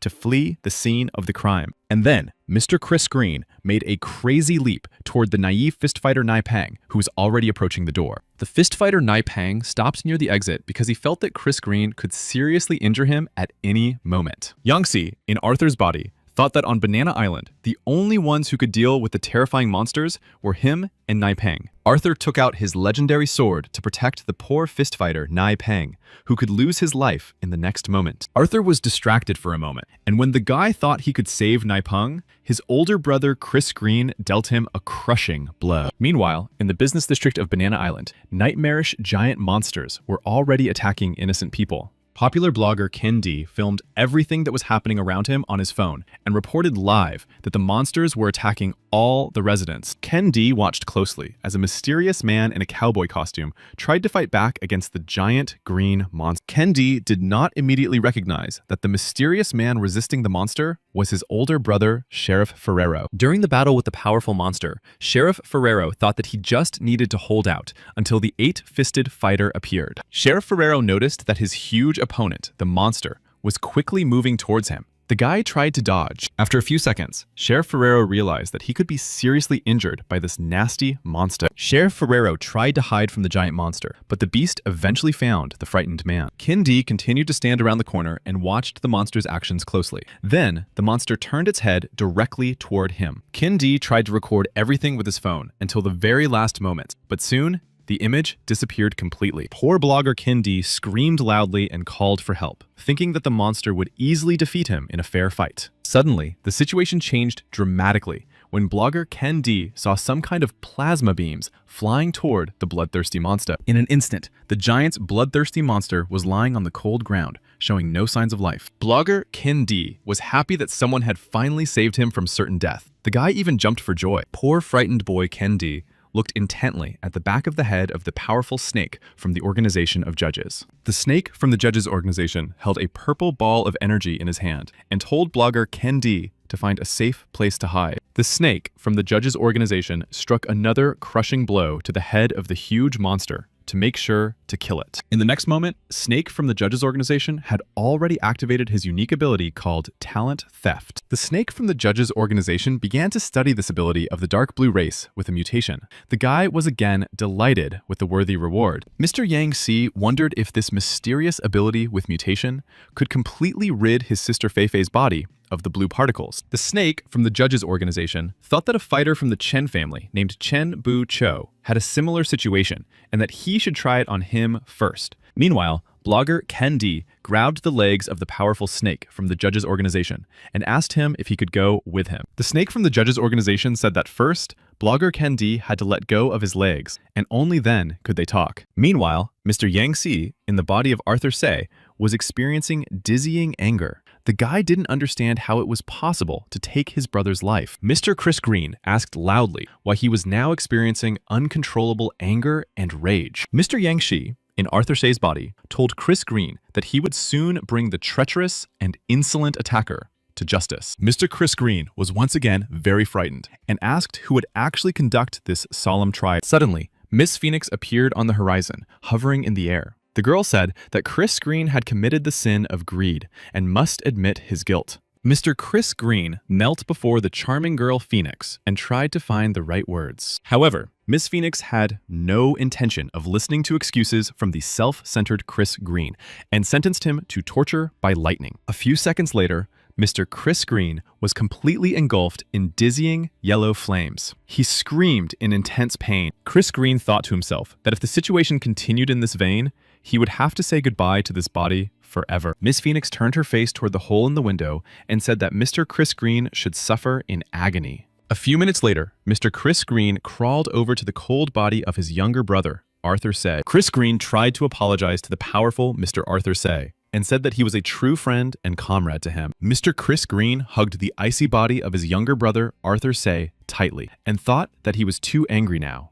After a while, the cunning and clever Mr. Chris Green flew out the window in the form of a small bat. Mr. Arthur Say's cold body remained lying in the huge building in complete solitude. Meanwhile, on the city streets of Banana Island, the locals were literally shaking with uncontrollable fear. A huge, ferocious monster was approaching the terrified locals of Banana Island, who thought that no one could save them now. Suddenly, the picture changed when the residents saw the legendary fist fighter Nai Pang appear behind the giant monster. Fist fighter Nai Pang delivered a crushing blow to the head of the bloodthirsty monster, which subsequently fell to the ground. The legendary hero, the bare-knuckle fighter Nai Pang, jumped on top of the giant monster's body and looked at the happy, peaceful residents. Fist fighter Nai Pang tried to hold the powerful monster's head and shouted for the locals to run away immediately. A few seconds later, the terrifying monster stuck its head out of the pit, and poor bare-knuckle fighter Nai Pang flew in the opposite direction. The frightened boxer Nai Pang clearly did not expect this monster to have such incredible power and strength. A second later, the boxer Nai Pang broke the glass in the window of a multi-story building and landed on the cold floor. The bloodthirsty monster made dizzying sounds and rejoiced in its victory over a mere human. Fist fighter Nai Pang thought that he would have to use a secret technique to kill this monster in one fell swoop. A few minutes later, the boxer Nai Pang used his secret technique to try to attack the insolent monster again. Fist fighter Nai Pang let out a fierce cry, and his muscular body was completely covered in bright orange flames. The eight-armed fighter Nai Pang was already flying towards the bloodthirsty monster that continued to roam the city streets. The locals saw how the fist fighter Nai Pang used his ability called confrontation. After a dizzying blow, the powerful fist fighter Nai Pang stood over the body of the huge monster and anticipated the taste of victory. However, the joy and excitement of the fist fighter Nai Pang quickly ended when he suddenly heard loud footsteps behind him. Fist fighter Nai Pang turned his head and saw a long blue knife in front of his face that could really take his life. Standing in front of the boxer Nai Pang was the ruthless Mr. Chris Green, who was already ready to deliver a crushing blow. A few minutes later, the poor boxer Nai Pang fell from a great height onto the cold ground. Frightened locals began to approach the frozen body of the boxer Nai Pang, who lay unconscious. Mr. Chris Green grabbed the poor boxer Nai Pang and dragged him to a giant monster lying nearby. Mr. Chris Green said that this fool had not even reached the 3rd level in such a long time. The monster began to absorb the energy of the fist fighter. Mr. Chris Green said that this monster was just another piece of trash that was good for nothing. He planned to devour him. After a few minutes, the huge, vicious monster got to its feet and began to make loud, piercing sounds. Only the vicious monster did not yet understand that he had actually healed himself in order to give up his own energy in the near future. Mr. Chris Green had already begun to absorb its power and said that it was a very pleasant feeling of increasing his own strength. Mr. Chris Green thought that it was very interesting to him how much he now surpassed his powerful master. Chris Green was very frightened when he heard a man's voice behind him asking if he had arrived too late. Chris Green was delighted when Snake from the Referees Association appeared, as he had planned to practice on one of the zodiac signs. Chris Green asked Snake from the Judges Organization why he hadn't started attacking him, as he was getting stronger by the second. Snake from the Referee Organization said that he was just waiting for Chris Green to finish absorbing the monster's energy so that they could fight on equal terms. Chris Green laughed and said that thanks to his strength, he would be able to cut Snake from the Judges Organization's face into 3 equal parts. A few seconds later, Mr. Chris Green shouted loudly that he now had 3rd level power and was ready to attack Snake. Snake from the Judges Organization felt Mr. Chris Green's crushing blow hit him right in the chest. Mr. Chris Green noticed that Snake from the Judges Organization had activated his dizzying Shadow Stream ability. Chris Green loudly asked Snake from the Referee Organization why he thought the Shadow Stream could cope with his majestic energy. A few seconds later, Snake from the Judges Organization directed several dark rays at Chris Green's opponent. However, Mr. Chris Green managed to put up a defensive block in time and simply laughed in his opponent's face. Snake from the Judges Organization noticed that his powerful opponent, Chris Green, was able to predict his location. Zmei from the Organization of Judges decided that he needed to wait a little while his opponent, Chris Green, made a mistake. Soon, Snake from the Organization of Judges used the ability of the Plasma Storm, and a whirlwind formed around Chris Green. However, Mr. Chris Green did not wait to be injured and turned into a flock of small bats to avoid colliding with the storm. But Mr. Chris Green's plan didn't work out because the Plasma Storm still hit the little bats. Chris Green transformed back into human form and thought that only the right tactics would help the weak defeat the strong. Mr. Chris Green thought about how many more times such a powerful and incredible attack could be used. A few seconds later, Mr. Chris Green felt a powerful blow to his back from a demonic spear. Chris Green saw Miss Phoenix and the hero monkey from the Organization of Judges approaching him. He simply had no chance. Mr. Chris Green realized that he could not win, so he tried to pull the blue stripe out of his own body and escape. The hero monkey from the Organization of Judges said that Chris Green managed to escape, even with the seal activated. Miss Phoenix noticed that Chris Green had used too many particles to open a hole in the seal to escape. Miss Phoenix and the hero monkey from the Organization of Judges went to help the local residents of Banana Island. Sometime later, Miss Phoenix told Yangshi that after the incident on Banana Island, the Judges Organization had become much more popular. Miss Phoenix said that most people wanted to join the Judges Organization, but the number of places was limited to 36. Miss Phoenix added that some users of abilities who had come to the Chen family would send their spies to gather intelligence. Mr. Yangshi turned around and said loudly that it was time to return to his native city of Lugan. And so Lord Yuji was already standing on the roof of the skyscraper, saying that he greatly missed the city smell of his homeland, Lugan. Lord Yuji thought that he urgently needed to improve his control ability to SS rank. Now he had 36 subordinates. A few seconds later, the sphere with the control ability in Lord Yuji's hands changed color to gray. Now this amazing ability was called Iron Control, and Lord Yuji gained the skill to control divine metal. Lord Yuji understood that the so-called divine metal was a metal with dizzying strength and power. Meanwhile, a huge monster invaded the city of Lugan and was already looking for new innocent victims. The monster was hungry. Lord Yuji looked closely at the giant monster and realized that he had to save the local indigenous people no matter what. The bloodthirsty monster smashed the glass in one of the many skyscrapers and opened its mouth to the frightened people. It was a real S-rank monster called a demonic fox. The beast could move vertically. Suddenly, a small drone appeared on the horizon and told viewers that an S-rank monster had appeared in the town.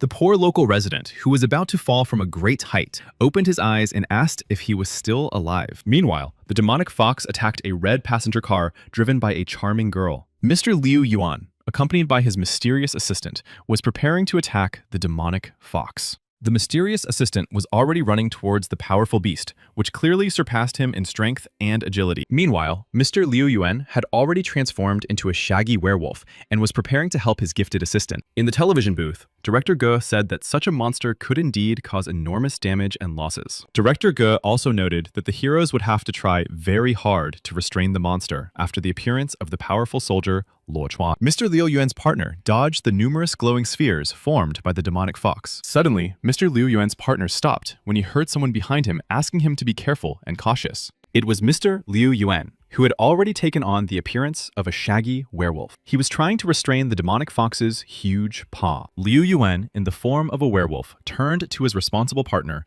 and said that he had a great chance to attack the demonic fox. Mr. Liu Yuan's partner nodded and aimed his legendary sword at the powerful demon fox. The demon fox could clearly see Mr. Liu Yuan's partner's small sword approaching its mouth. Therefore, the demon fox performed a lightning-fast evasive maneuver. Mr. Liu Yuan had never seen such speed.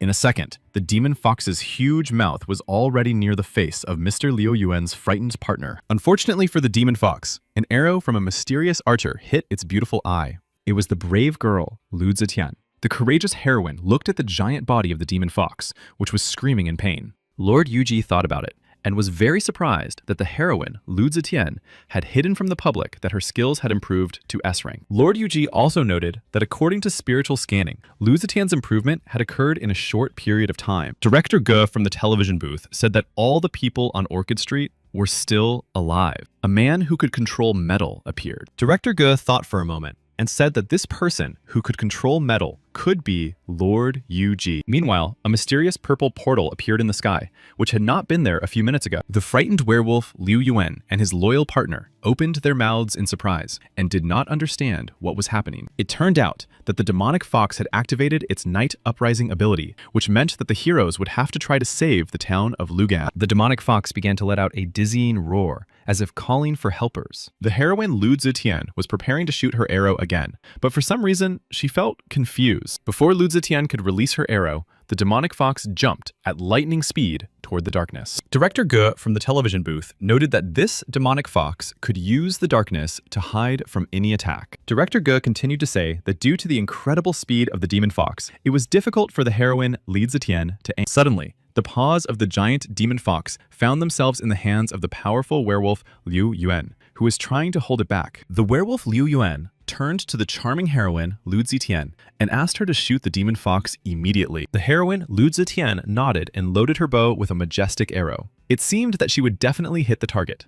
And so, another arrow from the courageous heroine Lu Zetian again hit the demonic fox right in the eye. The huge demonic face tried to hide, but let out loud cries of pain. Meanwhile, the werewolf Liu Yuan was already under the giant paw of the powerful demonic fox. He thought he would never escape. Mr. Liu Yuan, in the form of a werewolf, thought that his godfather, Lord Yuji, had unfortunately not come. Mr. Liu Yuan's frightening thoughts were interrupted when he suddenly heard a mysterious male voice insulting him. Mr. Liu Yan opened his eyes and asked loudly who dared to insult him in such a brazen manner. Due to fatigue, poor Mr. Liu Yuan was unable to stand on his furry paws. Still, he kept his eyes open. A few seconds later, Mr. Liu Yuan, in the form of a werewolf, saw his beloved and dear godfather, Lord Yuji, coming down to him. Mr. Liu Yuan, in the form of a werewolf, even began to cry a little, as his godfather, Lord Yuji, had come to save. Meanwhile, Lord Yuji approached the charming heroine Lu Zetian and asked her what her real name was. Lord Yuji looked at the attractive heroine Lu Zetian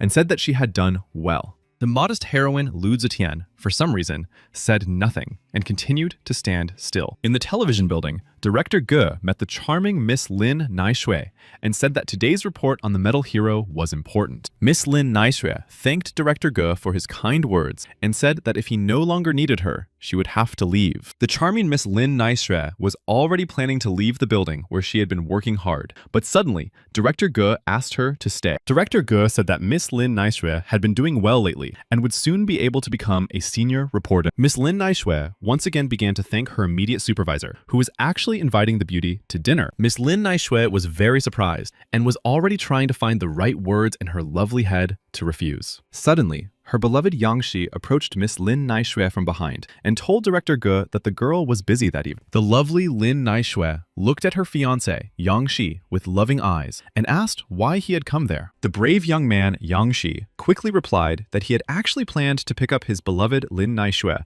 and surprise her. Miss Lin Naishui asked her beloved fiancé Yang Shi why he hadn't told her that he had returned. Miss Lin Naishui also asked her beloved Yang Shi how long he would stay with her this time. Mr. Yang Shi said that the couple would have plenty of time together. Miss Lin Naishui said that she was planning to visit a Japanese store. Meanwhile, Lord Yuji looked at the couple in love and said that, in fact, his clone would be staying with Miss Lin Naishui temporarily. Mr. Liu Yuan entered his office. The naive young man had no idea that a surprise was waiting for him in the room. Inside the office sat Lord Yuji, who greeted his godson and asked if he would like to go to the Four Seas. Mr. Liu Yuan was very surprised and asked his godfather, Lord Yuji, exactly which territory he was referring to. Lord Yuji nodded and walked over to the window. The young man said that this was where the true elite and powerful masters lived. A few minutes later, Lord Yuji turned his head toward his godson, Mr. Liu Yuan, and asked him what he thought about it. Mr. Liu Yuan knelt before the powerful Lord Yuji and began to thank his godfather for his care and protection. Lord Yuji said that there was no need to thank him for this, and that Liu Yuan's abilities were still too low. Lord Yuji also said that he could give Mr. Liu Yuan credit in the form of points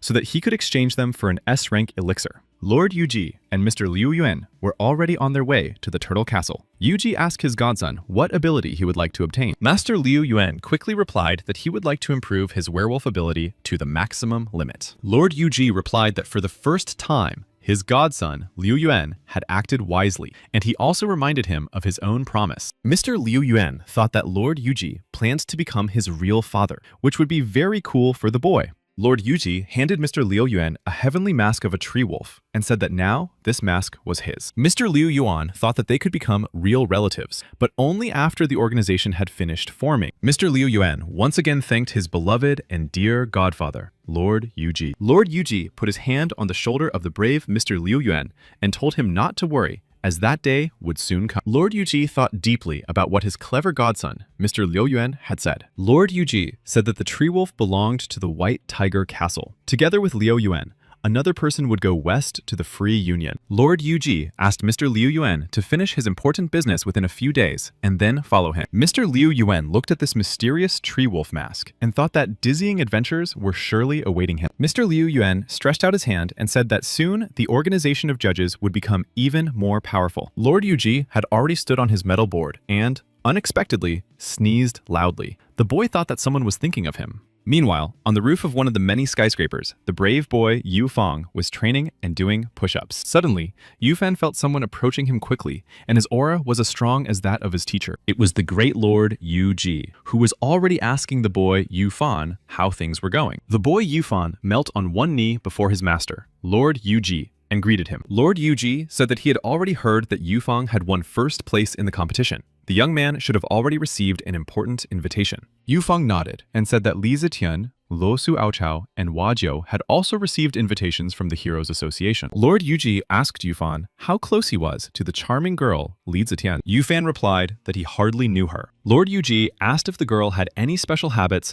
that the boy already knew about. Yu Fan thought for a few seconds and suddenly said that he had actually noticed how Li Zetian liked to meditate often. Lord Yuji thought that it was impossible for the sweet and modest girl Li Zetian to have learned the method of meditation on her own. Lord Yuji said that he had to leave urgently and that the boy, Yu Fan, needed to train and develop even more. The boy Yu Fan nodded and thought that someday he would become a powerful weapon in the hands of his master. Lord Yuji stood on his metal board and was about to fly away when he suddenly sneezed loudly again. He thought he was getting sick. Meanwhile, in the forest park of Lugan City, the pretty girl Li Zetian sat alone and meditated. Lord Yuji watched the charming Miss Li Zetian closely and thought that it was impossible to get an S rank so quickly. Suddenly, the attractive Miss Li Zetian opened her eyes and asked loudly who had approached her so quietly. The brave Miss Li Zetian grabbed her bow and arrows and ordered the mysterious stranger to come out of hiding and into the light. Lord Yuji raised his hands and came out into the light. The young man asked the beauty not to shoot, as he actually wanted to offer her a deal. Miss Li Zetian lowered her bow and asked Lord Yuji what kind of deal he was referring to during their conversation. Lord Yuji slowly approached the charming Miss Li Zetian and said that now he understood why the girl had grown so quickly. Miss Li Zetian was very frightened and thought that Lord Yuji had managed to expose her and now knew her secret. Lord Yuji said that as a gift, he could offer Miss Li Zetian the ability of SS rank. Miss Li Zetian was clearly interested, but asked why Lord Yuji had chosen her. She had no connection to the organization of judges. Miss Li Zetian also asked if the organization of judges had such capabilities, why did they need to know her secret? Lord Yuji said that the so-called elixirs of abilities could have a beneficial effect on far from everyone. Lord Yuji also said that the main goal of the judges' organization was to increase humanity's combat ability. Li Zitan understood that this was true. Miss Li Zizi said that she had recently discovered, quite by accident, that her ability to meditate had helped her develop in such a short time. However, Miss Li Zizi noted that her meditation on hunting magic was far from perfect. Lord Yuji asked if Li Zizi wanted to say that meditation could improve her powerful rank. Lord Yuji smiled broadly and said that he could easily help Li Zizi become even stronger and faster. Mr. Yang Si, in Lord Yuji's body, thought that Miss Li Zetian was literally capable of forming a real army. Li Ziti grabbed Lord Yuji by the neck and asked if his offer was still valid. The girl chose lifelong protection. Lord Yuji handed the charming beauty Li Ziti a moon deer mask and said that in case of danger, Lady Phoenix would come to her aid. Miss Li Ziti looked closely at the heavenly mask and repeated that her meditation was not complete and only worked for her. Lord Yuji said that he only needed a fragment of her ability gene to form an elixir from it and then give it to reliable hands. Miss Li Zitian began to slowly back away and asked how this event would affect her gorgeous body. Lord Yuji replied that it would only take 2 or 3 minutes to extract the ability gene. The process was harmless. Li Ziti agreed and lay down on the stone. Lord Yuji asked the charming beauty not to try to resist mentally. A few seconds later, Lord Yuji shouted loudly that he had already finished extracting the ability gene from Li Zitian's gorgeous body. The attractive Miss Li Zizi was very surprised and asked if Lord Yuji had indeed finished the important process. Lord Yuji thought that Miss Li Zitian's words sounded very strange to him. It was as if the girl was thinking about something else. After a while, Mr. Yangxi was already in the turtle castle, carefully examining the girl's energy, activity, and magical power. Mr. Yangxi studied the mysterious archery scroll intently and wondered if this thing really worked. A few minutes later, Mr. Yangxi was sitting on the floor trying to immerse himself in the dizzying process of meditation. Mr. Yangxi exhaled deeply and thought it was worth watching the strange process of how meditation took away dark energy. Meanwhile, a terrible scene was unfolding in the front world. Bloodthirsty monsters were waiting to invade the other world. A few minutes later, Mr. Yangxi appeared here in a new form for himself, with a bow and arrows in his hands. Mr. Yangxi tried to use an amazing technique called the three-eyed demonic bow. Mr. Yangxi, in his new guise, shouted loudly for the monsters to turn to ashes from the fire or simply disappear forever. A few seconds later, the arrow he shot flew toward a huge bird covered in flames. Mr. Yangxi finished his meditation and finally realized that it helped him quickly advance from rank F to category D. Mr. Yangxi opened his eyes and found himself back in his turtle castle. It was a new and dizzying process for him. Yangxi said that he was used to the instant absorption of dark energy, and this meditation process was too slow for him. The flow of meditation and spiritual power came and went, and with their movements, they preserved the dark energy. Mr. Yangxi finally understood how this strange meditation process worked, and wondered where people from another world had learned it. Mr. Yangxi thought that the meditation process for people from another world stemmed from the word meditation. That was the main problem. Yangxi thought that he would only be able to fully uncover the secret of meditation once he mastered meditation from another world on the Osid Plain. And so, after a certain amount of time, Lord Yuji and Mr. Liu Yuan looked out over the lands of the four seas. Mr. Liu Yuan hugged the powerful Lord Yuji tightly, who asked him to pull himself together as they were heading to an important Lord Yuji, accompanied by Liu Yuan, landed on the shore of the 7th island of the archipelago, where they were met by the serpent from the organization of judges. Mr. Liu Yuan also noticed Chen Bu Kui, who remained behind Snake from the organization of judges. Lord Yuji grabbed Liu Yuan's godson by the hand and introduced him as a tree wolf. He asked him to take care of him. Mr. Liu Yuan bowed and introduced himself as the wood wolf. The young man hoped that he would be able to get along with the other members of the judges' organization. The serpent from the judges' organization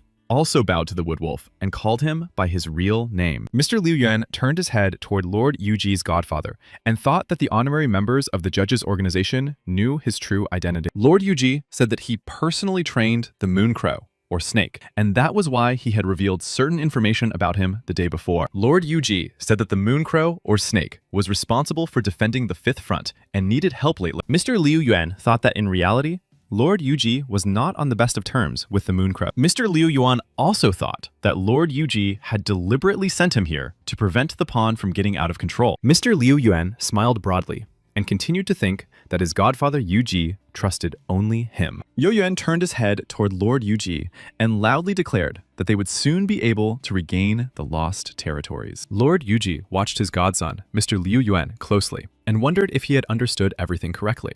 A few minutes later, Lord Yuji turned to the head of the Qianbukui family and asked him to leave so that they could have an important conversation. In the reception room, Lord Yuji said that the organization of judges was planning to conduct a secret experiment. Yuji asked Qianbukui if his family was interested in participating directly. The old man asked for an explanation of the essence of this experiment. Lord Yuji took a deep breath and asked Qianbukui if he had ever heard of a process called meditation. Qianbukui was very surprised and asked when the judges' organization had learned this dizzying method. Qianbukui quickly replied that he had first heard about meditation from his son, Qian Yu Chu, who said that only an expert could master it. Qianbukui added that the meditation of people from another world was very different from their method, as it was clearly incomplete. Lord Yuji said that now the organization of judges had hunting magic meditation, and it would help other people become stronger. Lord Yuji added that in order to speed up the development process, the organization of judges would continue to use low-level elixirs. Qianbukui decided to ask Lord Yuji if his family was ready to help the organization of judges, but he did not understand what exactly was required of him personally. Lord Yuji said that for the first secret experiment, he needed 100 girls and boys who could endure heavy loads. Qianbukui said there was no need to worry, as he had a special plan to identify the best students. Lord Yuji nodded and said that when the time came, they should meet on Banana Island. Meanwhile, Mr. Yangxi was already in the Heavenly Palace, where Lady Phoenix said that she had found out something about the archery scroll. Phoenix said that during meditation, spiritual power also changed, and this change was caused by the body-absorbing dark energy. Phoenix continued that her gathering, in its true form and shape of cubes, was very different from the usual. She called it magical energy. Phoenix said that when magical energy entered the body, it began to flow through a special channel, and most of it disintegrated. The archery scroll could not only regulate the process of gathering dark energy, but also use it to improve certain skills. Mr. Yangxi said that this meant that the archery scroll had a dizzying and irreplaceable effect. Mr. Yangxi closed his eyes and thought that he could form his own scroll from Li Zetian's scroll. A few minutes later, Mr. Yangxi tried to concentrate on the mysterious archery scroll. Mr. Yangxi opened his eyes and asked if it was true that transportation from the Heavenly Palace and back greatly facilitated this process. A strange image had already formed in Mr. Yangxi's mind, in which many students were kneeling and looking at the scroll on archery. Mr. Yangxi smiled broadly and told Mrs. Phoenix that the judges' organization definitely needed to experience this for themselves. Ms. Phoenix said that a name had to be thought up for the group of people who belonged to the Turtle Castle. Mr. Yangxi quickly thought of something and announced loudly that from now on, this mysterious group would be called the Hunting Force. Meanwhile, the dragon patron Luo Moon was meeting with the best students who had come to him to pass on their ability genes. The dragon patron Luo Moon turned his attention to one of the students and thought that he emanated an amazing energy. The conversation between the dragon patron Lo Mun and the students was interrupted by some mysterious strangers who were slowly approaching them. The mysterious men addressed the brave and courageous students and asked them if they were representatives of the organization of judges. The disciples began to discuss among themselves and asked if the heavenly mask that Ni Shaoguan had stolen was on the stranger. Lord Yuji appeared at the most opportune moment and asked if all the worthy disciples had gathered here. The patron of dragons, Luo Moon, asked Lord Yuji if he had come here to collect samples of the students' ability genes. Lord Yuji smiled broadly and called the dragon patron Luo Moon his old comrade and friend. The dragon patron Luo Moon replied that he was now equal to him in strength and that someday he would be able to defeat Yuji in a duel. Lord Yuji thought that the dragon patron Luo Moon behaved in a dignified manner despite the fact that he was just a puppet. Lord Yuji put his hand on the shoulder of the dragon patron Luo Moon and said that he would start with him. Lord Yuji asked the dragon patron Luo Moon to relax and not try to resist with his spiritual power. Master O Yang watched Lord Yuji's actions closely and thought that he had to figure out how to extract ability genes. A few seconds later, Lord Yuji shouted loudly that the process of extracting the ability genes was already complete. The dragon patron Luo Moon was very surprised and asked why it was over so quickly. Yuji laughed again. Master O Yang was also very surprised and thought that Lord Yuji had just extracted the ability gene, but he didn't feel anything. Master O Yang continued to think that next time he would be more attentive and understand how Lord Yuji extracted the ability gene. Lord Yuji turned his head toward Master Ouyang and told the next disciple to come closer to him. A few minutes later, Lord Yuji said loudly that his mission here in this territory was complete. Lord Yuji stood on his metal board and said that the organization of judges would form elixirs with abilities for each disciple. The joyful and happy disciples began to leave, and some of them even knelt down to show their gratitude.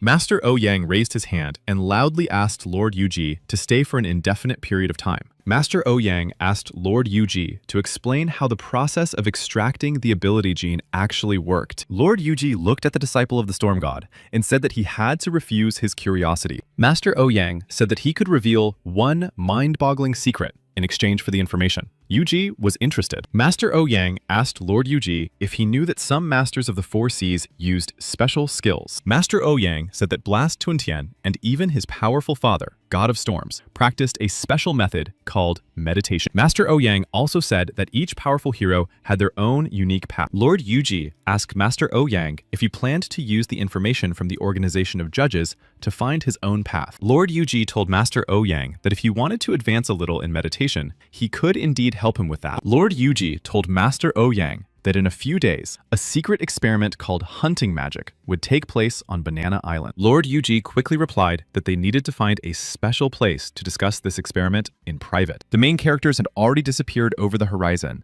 and Master Ouyang's poor, frightened assistant was left all alone. Master Ouyang's loyal assistant was very offended that he had been left here all alone and began to shout loudly. Meanwhile, a huge sea vessel arrived at the seaport of Banana Island. It was obvious that there were outstanding students on board. A modest, cute boy named Chen Wei Chen opened his eyes and saw a charming girl in front of him, trying to wake him up. The attractive girl said that the ship had finally arrived at its destination and that all passengers had to disembark. The young man introduced himself as Chen Wei Chen and asked the mysterious stranger her name. After all, they had been sailing on the same ship for so long. The mysterious stranger turned her head toward Chen Wei Chen and asked why the young man had only remembered their acquaintance when it was time to disembark. The girl introduced herself as Yang Chu Yu and said that it was quite possible that she was a relative of the famous Lord Yang Shi. Chen Wei Chen thought that perhaps the charming girl Yang Chu Yu was the aunt of the great Lord Yang Shi. The cheerful Yang Chu Yu laughed loudly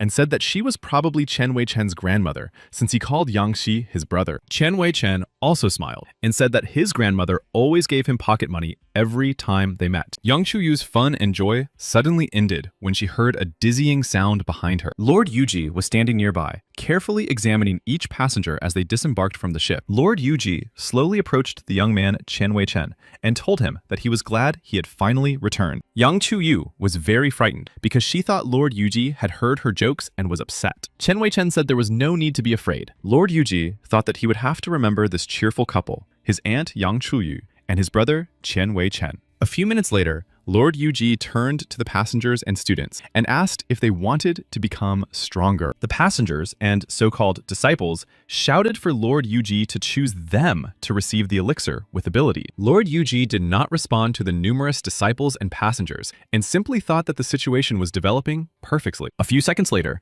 Lord Yuji used his unique ability to demonstrate his spiritual power. The poor disciples felt a dizzying pain in their heads and began to scream loudly. The guys didn't understand what had happened. The girl Yang Chu Yu also couldn't stand on her feet and knelt down because of the excruciating pain. Lord Yuji reached out his hand to her. Poor Chen Wei Chen also fell to the cold ground and tried to resist the intense pain. Chen Wei Chen gathered his strength in his fist and managed to get back on his feet. The boy thought he would never have imagined that the organization of judges could be so challenging. Chen Wei Chen held on until the very end, but ultimately fell to the cold ground. The poor guy was exhausted. A minute later, Lord Yuji loudly announced that the 18 people who had fallen to the ground last had passed the first test. A day later, at the pinnacle of knowledge in the Heavenly Palace, Lord Yuji welcomed the first worthy disciples. Lord Yuji said that the future of all humanity literally depended on the experiment in which the disciples would participate. Lord Yuji looked into the faces of the surprised disciples and said that they already knew that their abilities had been awakened completely by accident. Lord Yuji continued that now the organization of judges had a unique method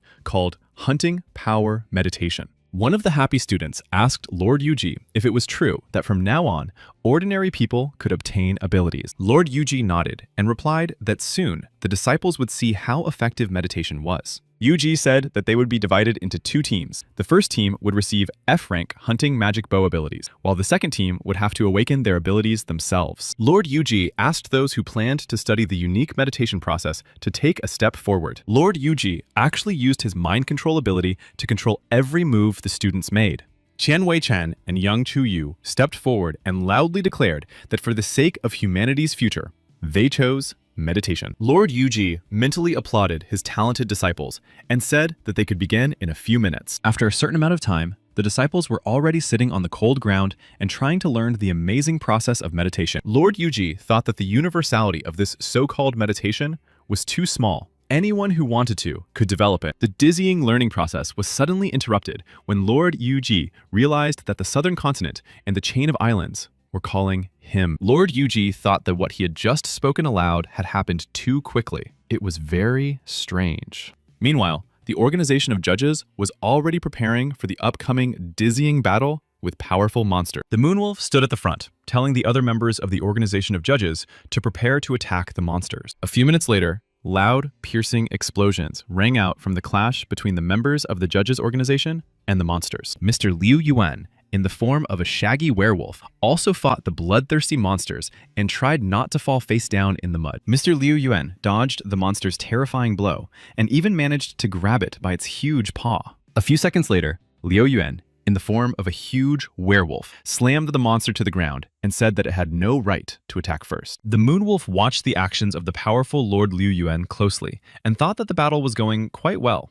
The Moonwolf thought that soon he would need to come up with a new animal that would also take direct part in the battles. The Moonwolf did not notice a mysterious monster approaching him at great speed, which subsequently struck him on the head. A few seconds later, the Moonwolf plunged into the depths of the sea and thought that he should not have been distracted by his thoughts. The Moonwolf slowly sank to the bottom of the sea and saw a cunning crocodile. The guy thought about it and chose it. Suddenly, a mysterious stranger swam up to the huge crocodile, who had already managed to deal with the dragon's protector, Lo Moon. The mysterious girl turned to the bloodthirsty crocodile and asked him if he wanted to sit at the bottom of the sea while the battle was going on. Mr. Yangxi thought that he had originally planned to pretend to be a being from another world, and he was lucky enough to find people from a parallel world. Mr. Yangxi thought that he could make this mysterious stranger his puppet so that he could later learn meditation. Meanwhile, the brave girl stood with her foot on the crocodile's huge head and thought that something was wrong with this monster. The mysterious stranger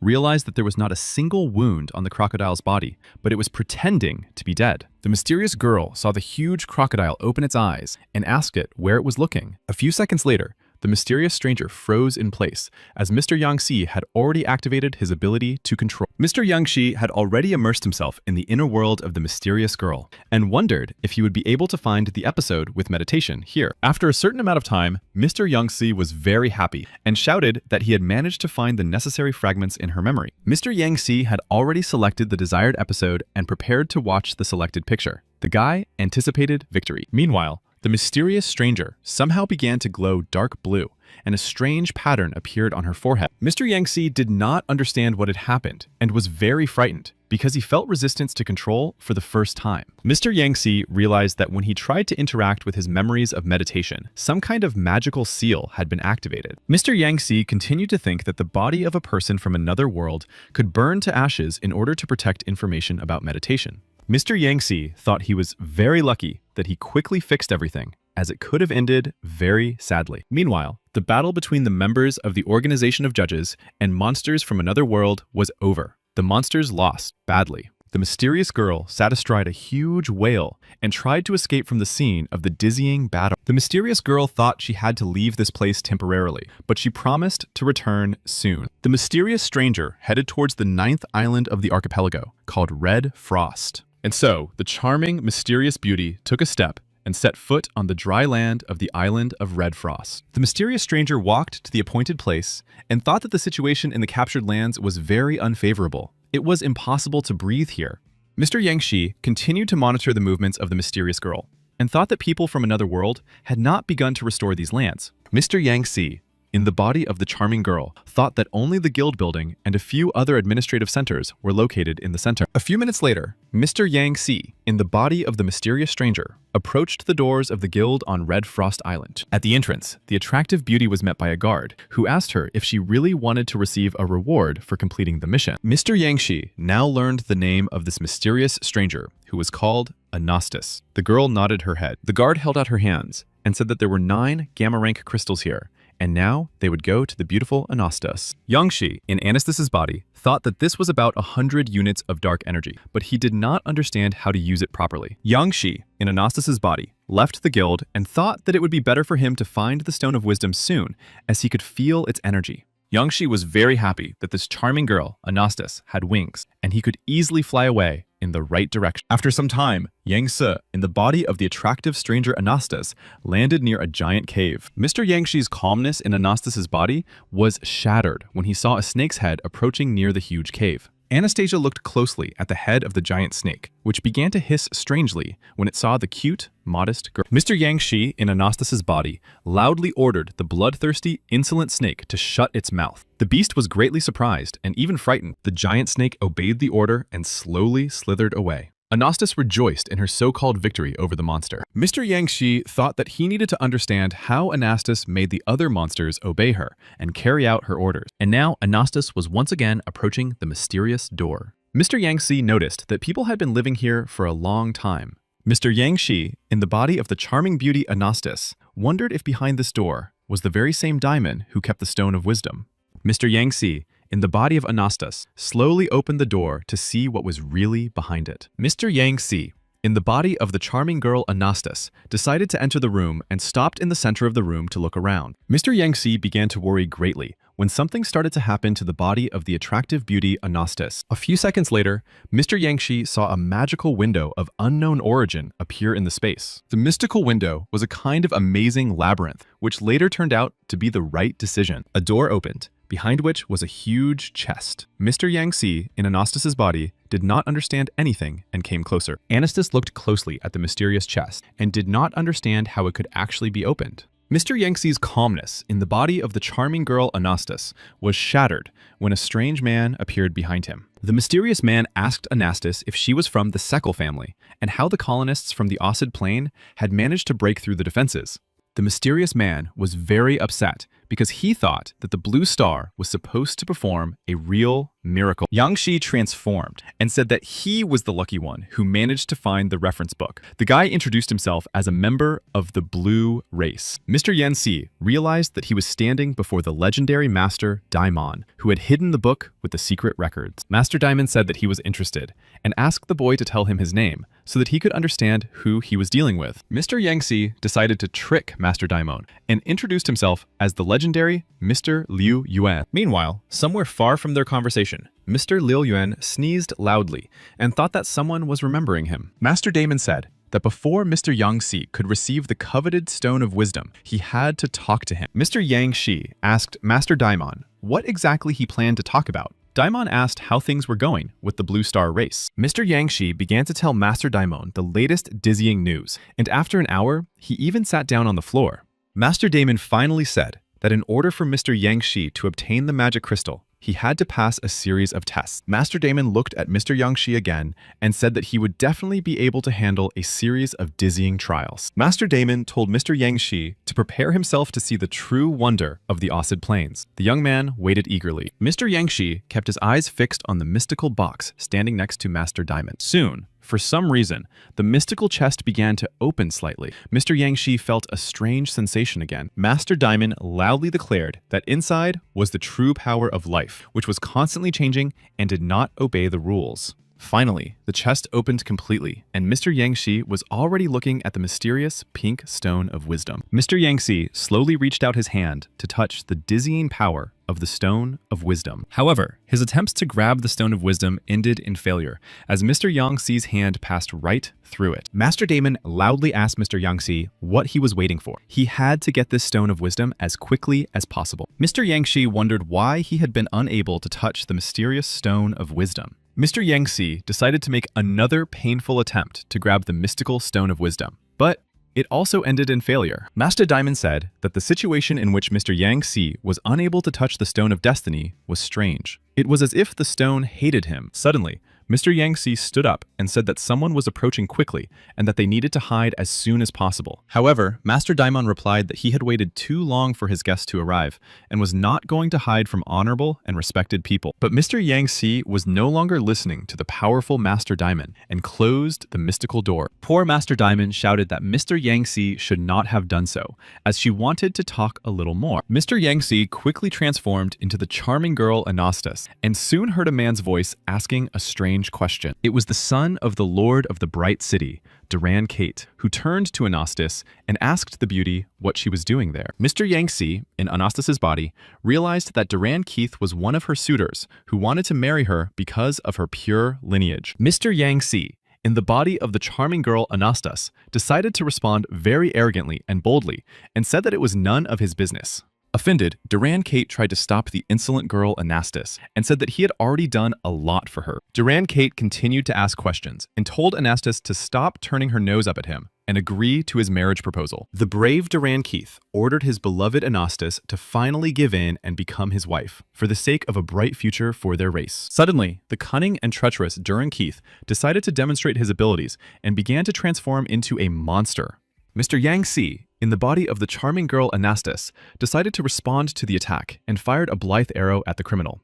Meanwhile, Duran Keith, in the guise of a so-called dragon, shot a stream of fire from his mouth to stop Blythe's arrow. The fiery flame from Duran Keith's mouth hit the Blythe arrow right on target, melting it right before the eyes of the attractive girl Anastas. Mr. Yang Si, in Anastas's body, carefully examined his magical Blythe arrow, which lay on the floor covered in flames. Duran Keith asked his beloved to think again, and if she gave a positive answer, he would become much gentler. Duran Kate was very frightened when the brave and courageous girl Anastas suddenly performed a terrifying maneuver. Anastas jumped into the small flame on the floor and said that she would not give up to Duran Keith. Duran Kate watched the dizzying consequences closely and said that Anastas could lose her life. A few seconds later, Duran Kate decided to jump after his attractive bride Anastas, thinking that he could save her. After a while, Duran Kate emerged from the fiery pit and said that nothing remained of the stunning beauty Anastas. Duran Kate's assistants and bodyguards came to his aid and assured him that Anastas had simply run away in an unknown direction. None of the bodyguards realized that the person standing before them was no longer their master Duran Keith, but the powerful Yang Si. Duran Kate decided not to focus on his fiancée Anastas and ordered his guards that it was time to leave. Suddenly, Duran Keith stopped when he saw a figure who told him that Duran should never suffer losses in matters of love. Master Yang Si, in the body of the courageous Duran Keith, decided to ask the mysterious figure who he really was. The mysterious figure quickly replied that he was just an ordinary mercenary. Duran Keith said that he should not get involved in matters that did not concern him. Mr. Yang Si thought that, according to Duran Keith's memories, he was a criminal who was wanted in the Bright City. The approaching mercenary said that Duran Keith's father had cut off his upper limb, and now he had come to take revenge. One of Duran Keith's brave bodyguards said that the mercenary was close to the third rank of spiritual power last time. Duran Kate turned his head again toward the approaching mercenary, who, for some unknown reason, disappeared in an unknown direction. A few seconds later, Duran Keith dodged a dizzying blow from the professional mercenary. The surprised mercenary asked Duran Keith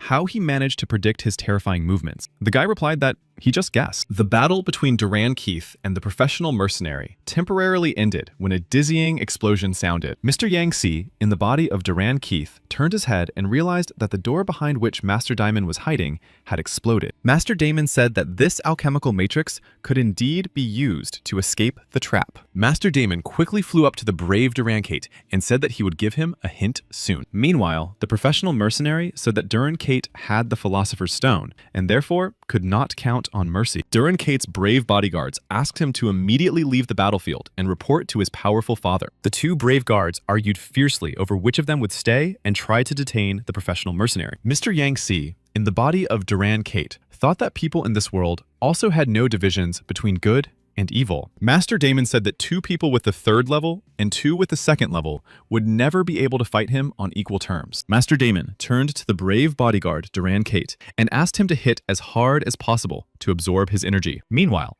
the professional mercenary had already opened the magic chest to seize the famous Stone of Wisdom. The naive professional mercenary, like Mr. Yang Si, tried to grab the Stone of Wisdom, but the attempt ended in failure. The frightened professional mercenary began to shout loudly, not understanding the real reason why he could not take the Stone of Wisdom for himself. Durand Keith quickly replied that the Stone of Wisdom chooses its new owner on its own, and now the mercenary would get nothing. Meanwhile, Durand Keith's experienced guards began to transform into powerful beasts and tried to attack the mercenary. Durand Keith's second bodyguard also turned into a real monster. The sight of the ferocious monsters was truly terrifying. However, the first attempt to attack the professional mercenary by Durand Keith's experienced bodyguard ended in his injury. Durand Keith's second bodyguard managed to grab the professional mercenary's sharp blade and turned his head toward his master. Durand's bodyguard, Kate, asked her master to try attacking the professional mercenary with dragon breath. Durand Keith nodded and, in the next moment, attacked the professional mercenary with dragon breath. The professional mercenary managed to react in time to Durand Keith's dizzying attack. The professional mercenary jumped out of the way of the dragon's breath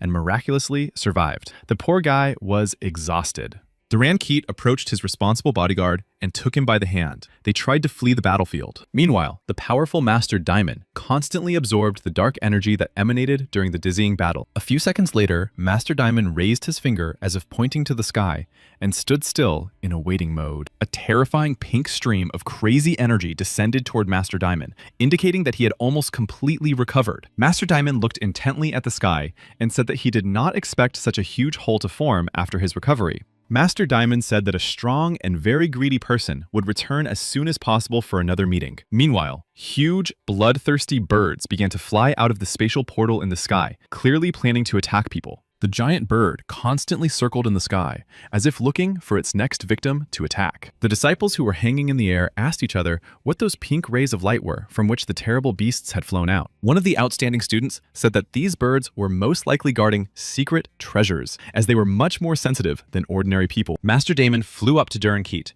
and told him to listen to him very carefully, or he would reveal his true identity. Mr. Yangshi, in the guise of Durand Keith, nodded and asked if the Stone of Wisdom was the work of his powerful hands. Master Diamond was very surprised and asked Durand Keith when he had managed to figure him out. Yangshi asked what he could do for him. Master Damon said that he needed to make people fight. The more innocent victims there were, the stronger he would become. Mr. Yangshi thought that Master Diamond planned to absorb energy through battles and then simply escape. One of the wounded bodyguards told Durand Keith to wait until the famous Snake, a fourth type master, appeared. The professional mercenary said that Durand Keith was very lucky this time, and that if he survived, he would never fall behind them. The professional mercenary turned around and was already planning to flee in an unknown direction. The guy had practically disappeared. However, the professional mercenary's attempt to leave the battlefield failed, and he froze in agony. The poor professional mercenary screamed in pain and then simply fell to the cold ground, showing no signs of life. Durand's bodyguard, Kate,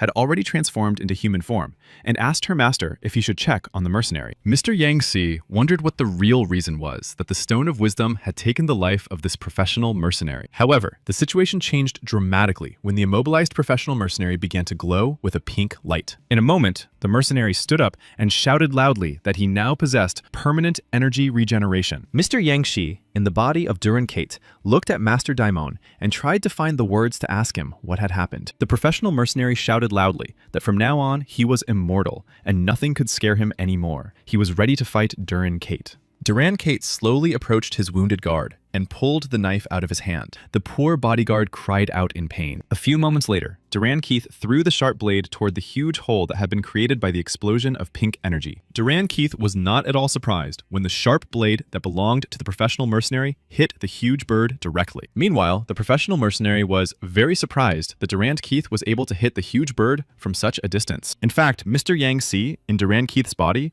expected the angry bird to respond to such insolent behavior from ordinary people. In the next moment, the giant bird directed a dizzying blue stream of energy toward the professional mercenary. However, the professional mercenary just smiled and said that now he was truly immortal and invulnerable. The picture changed dramatically when the mighty White Snake Swordmaster appeared from this giant hole and recognized his nephew, Durand Keith. The White Snake Swordmaster loudly asked who among the gathered people dared to offend his nephew, Durand Keith. Durand Keith said that the professional mercenary did not want to go directly to his father and tried to cold-bloodedly take the life of his son. The White Snake Swordmaster put his hand on his nephew Durand Keith's shoulder and said that his beloved uncle had come to take revenge. The cunning professional mercenary told all the assembled guests to attack him at the same time. The professional mercenary also added that now he could show the insolent upstarts his true strength and power. Duran Kate's assistants looked at the professional mercenary and understood that this was a real provocation on his part. The White Snake Swordmaster said that they did not need to attack the professional mercenary because he was going to cut him in half. The White Snake Swordmaster said loudly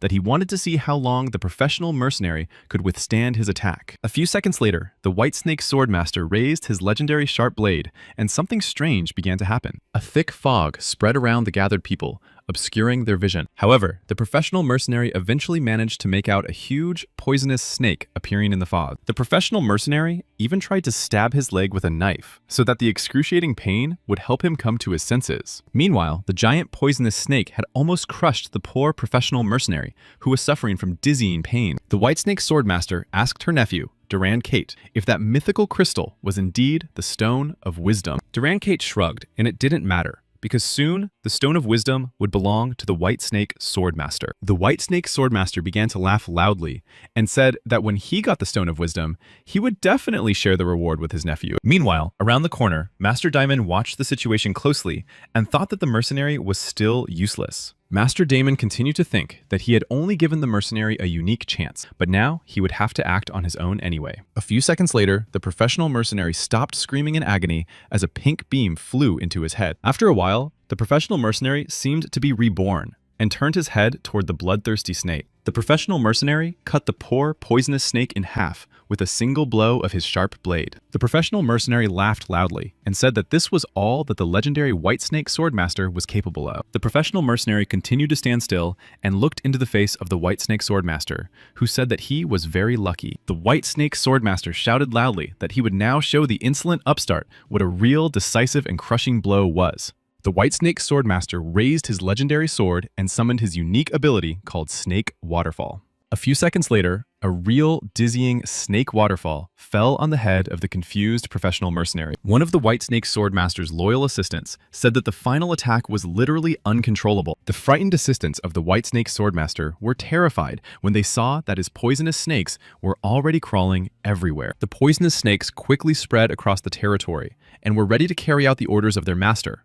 the White Snake Swordmaster. Meanwhile, a terrifying scene was unfolding on the street. A giant blue whale that could fly was slowly approaching the main characters. Frightened people clutched their heads and were already planning where to run after the dizzying attack from this huge whale. The alarmed people were right, because a few minutes later, a destructive beam of light came out of the blue whale's huge mouth. The destructive beam of light approached the poisonous snakes that had spread across the ground at lightning speed. Soon, the destructive beam of light also headed towards the loyal assistants of the White Snake Swordmaster. One of Duran Keith's bodyguards, named Ma Chao, suddenly began to disappear right before the eyes of his comrades and friends. Duran Keith was terrified, because Ma Chao had saved his life more than once. The guy couldn't bear to watch his friend lose his life. The second bodyguard also opened his mouth in dizzying surprise and sadness, as he had not planned to see Ma Chao for the last time today. The second bodyguard quickly transformed into a powerful monster and shouted that he must avenge his comrade, Ma Chao.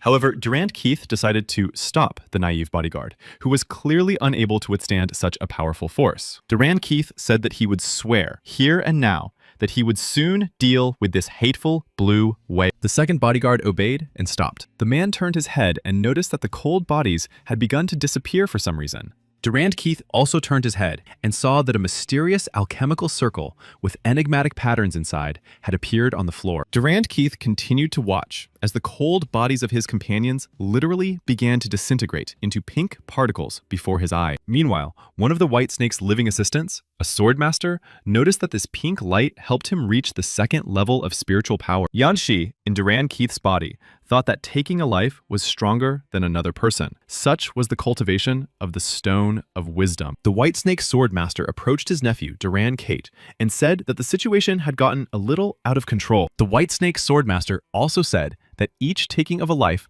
released energy that made the rest of the living people stronger. The White Snake Swordmaster said that the difference between the gathered people could become almost equal in a short time. The White Snake Swordmaster was even a little scared, because now it was unclear who exactly would have the advantage. Meanwhile, Master Diamond stood in the corner and thought that now they had no chance to stay on the sidelines. The angry people looked at each other and said that they had to fight so that the energy would spread to everyone. One of the White Snake Swordmaster's loyal assistants stopped because someone had stabbed him in the back with a sharp blade. It was the legendary White Snake Swordmaster who understood that he needed to feed on this energy in a short time. The frightened people understood that the White Snake Swordmaster was ready to go to the most extreme measures to feed on the energy, so they ran away. The White Snake Swordmaster turned his head to his nephew, Duran Kate, and told him to hold on to him and stay safe. Duran Keith told his uncle, the White Snake Swordmaster, that he clearly had his own reasons for such dizzying actions. The White Snake Swordmaster laughed and said that he now had a worthy heir who was capable of literally conquering the world. Meanwhile, the professional mercenary was already wiping the red liquid from his sword and telling the others to also take the lives of everyone around them. The professional mercenary said that if the White Snake attacked, he would not have a single chance of victory. A few seconds later, the cunning and very treacherous mercenary was already absorbing the dizzying dark energy. The frightened people did not want to take part in this horrific scene and tried to leave the area immediately. However, the frightened people were unable to escape from this treacherous room because a strange mystical wall had formed. A charming girl, the Queen of the Broken Lotus, appeared on the horizon and asked the people where they were going. The charming girl, the Queen of the Broken Lotus, was joined by her faithful assistant, Yam Mad, who hung in the air. The frightened man froze in place and did not know how to respond to such an attractive girl as the Queen of the Broken Lotus. A few minutes later, the Queen of the Broken Lotus jumped high into the air to attack the innocent residents. A White Snake Swordmaster appeared in the path of the Queen of the Broken Lotus and said that he would not allow her to deal with the crowd of people. Mr. Yam Mad said loudly that if the White Snake Swordmaster had been in their place, he would have acted even more ruthlessly. Meanwhile, Master Diamond remained standing in the corner and thought that these foolish people were taking each other's lives, which made him stronger. The cold bodies lying on the ground continued to decompose into endless pink particles, which then moved on to others. Mr. Yam Mad said that soon he would reach the third level of spiritual power,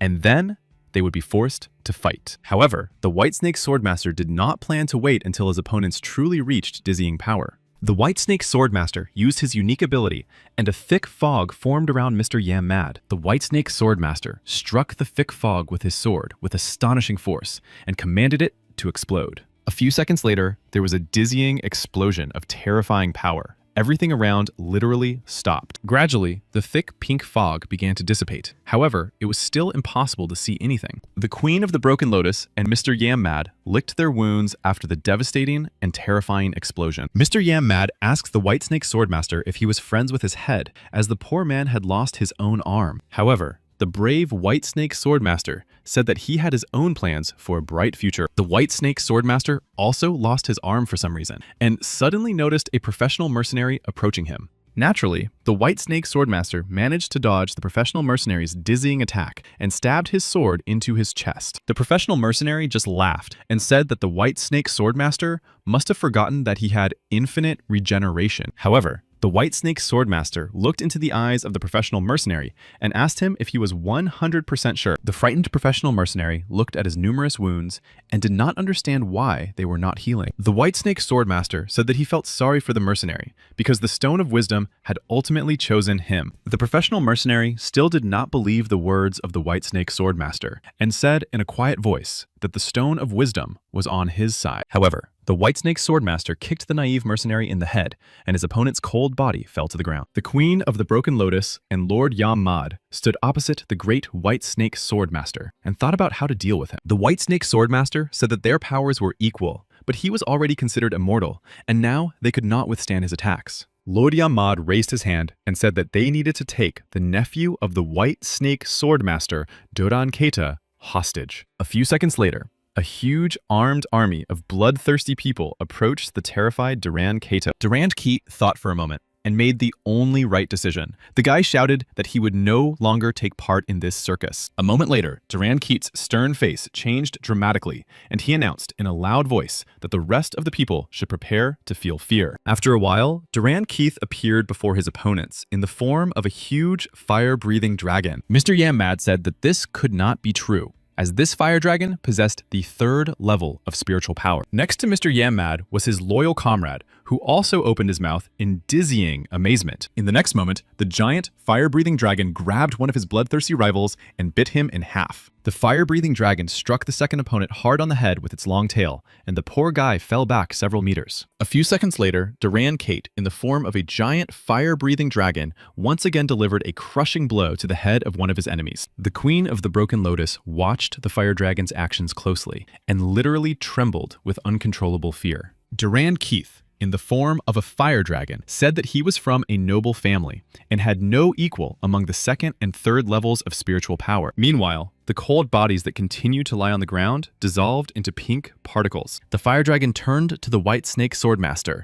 and said that if they worked together, they would easily defeat the 5 enemies. The White Snake Swordmaster thought that the fire dragon must have a lot of power if he defeated 3 3rd-level masters with a single blow. The White Snake Swordmaster thought that perhaps the fire dragon did not understand that the 3rd level, when it lost its combat capability, gave him an advantage. Nevertheless, the White Snake Swordmaster told his nephew Duran Kate that they needed to join forces to deal with the villains. Master Diamond thought that Yangsa was right, as his dizzying blow had killed 3 people at once. Mr. Yammad decided to attack at the most inopportune moment and activated his surprise attack function. Mr. Yammad actually attacked his charming assistant, the Queen of the Broken Lotus, who asked him what he wanted from her. Mr. Yammad no longer listened to the requests of his companion, the Queen of the Broken Lotus, and continued to strangle the poor woman. After a few seconds, the Queen of the Broken Lotus showed no signs of life. Her friend, Mr. Yammad, had taken her life. The White Snake Swordmaster shouted loudly that Mr. Yammad was actually much more ruthless than him. The White Snake Swordmaster turned to the fire dragon and said that first of all, they needed to take Mr. Yammad under their own control. Mr. Yangtze, in the body of the fire dragon, thought that Yammad was a cunning man and that he was constantly increasing his power and strength. Mr. Yammad shouted that only the fire dragon and the White Snake Swordmaster remained. It was necessary to attack the remaining 3 opponents. The fire dragon thought that Yammad was indeed cunning, and that he would clearly not rely solely on hope when his survival was at stake. However, the White Snake Swordmaster asked Duran Kata not to listen to the cunning Lord Yamrad and to prepare for an attack instead. Master Yamrad shouted that they were real blockheads and flew toward a huge blue whale that was nearby. The White Snake Swordmaster watched Mr. Yammad's attempt to escape closely and was ready to do everything possible to stop him. The giant whale saw the cunning Mr. Yammad approaching and fired a destructive beam of light at him. Meanwhile, the White Snake Swordmaster was greatly frightened when he realized that a new opponent,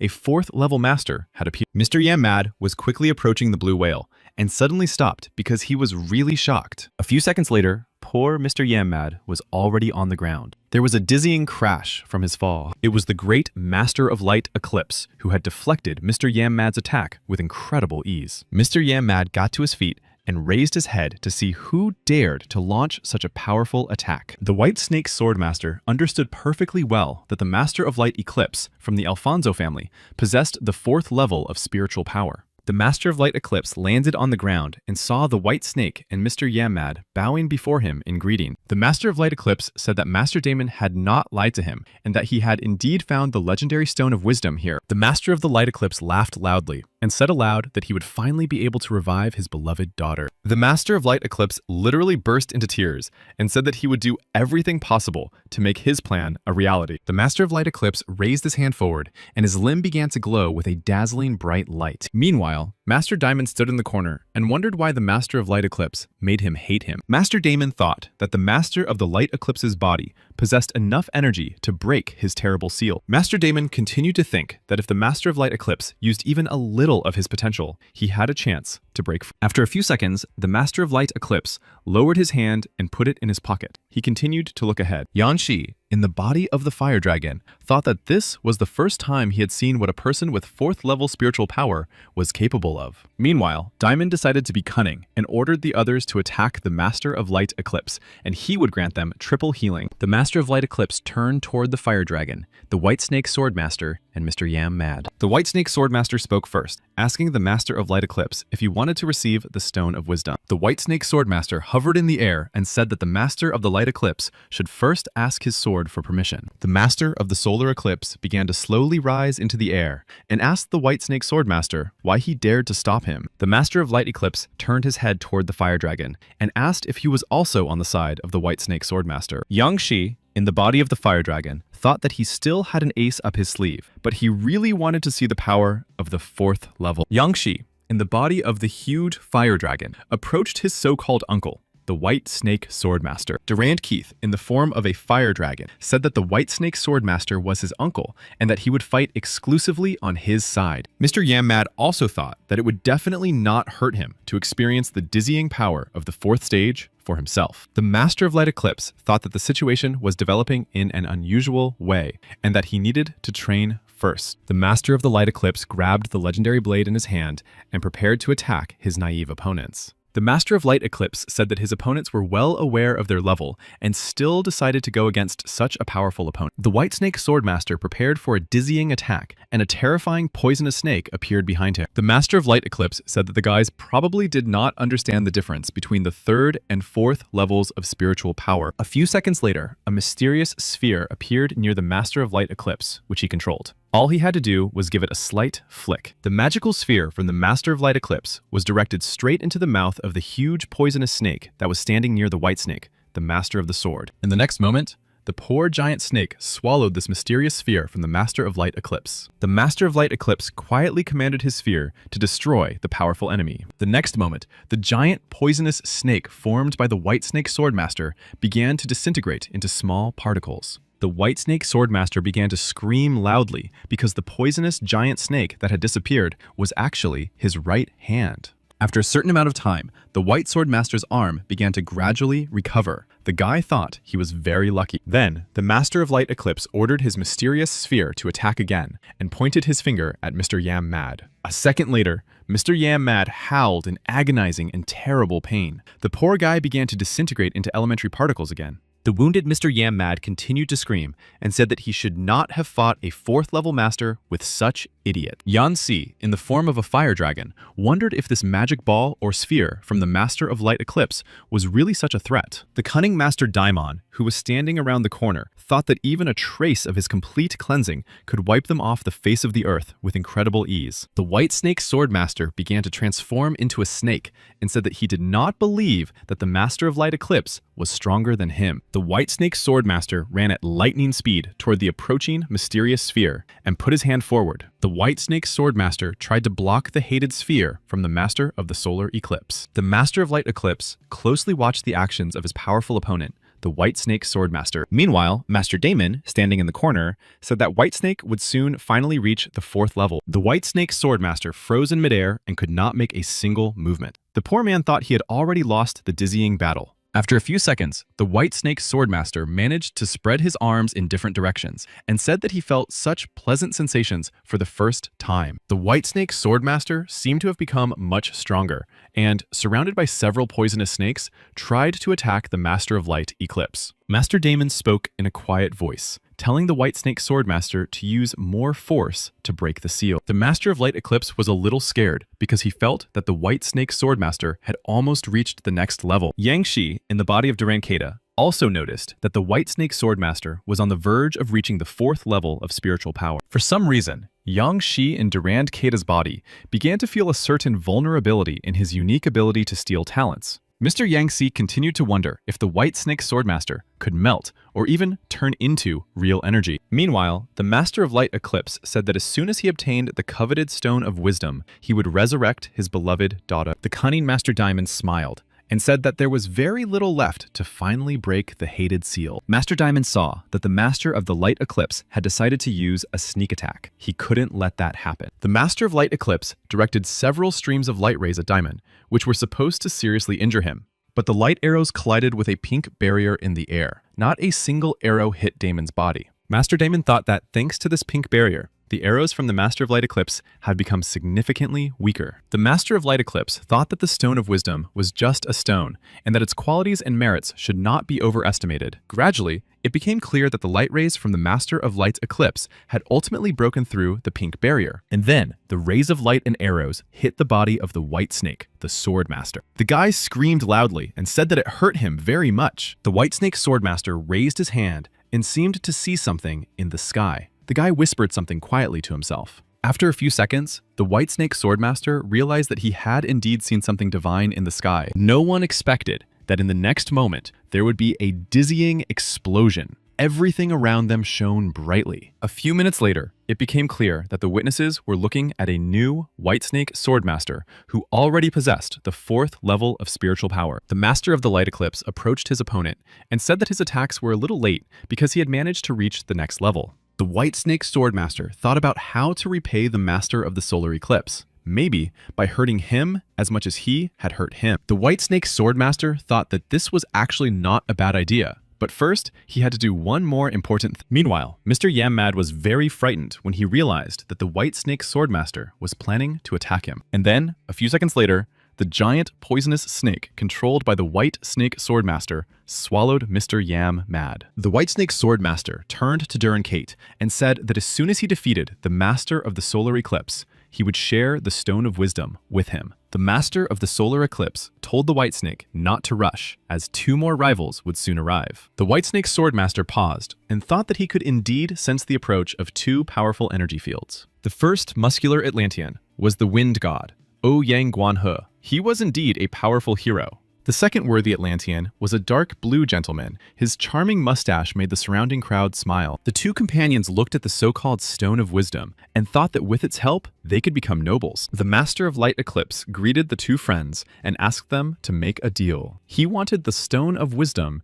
in exchange for a special surprise. The Wind God Ouyang Guanhe asked the Master of Light Eclipse if he was joking, as his family, the Alfonsos, were planning to take the planet's treasure. The Master of Light Eclipse replied sharply that his family members did not need the opinion of a dark blue bug. The muscular dark blue gentleman intervened in the conversation and quickly replied that the Stone of Wisdom should belong only to them. The cunning Daimon thought that the 4 heroes were constantly chatting, and he needed them to start their dizzying battle. Damon tried to get inside the dark blue gentleman's head and told him how much running and terror that guy had caused on the Ossid Plains. For some reason, the dark blue gentleman listened to Diamond's advice and decided to use the clean air to attack his opponents.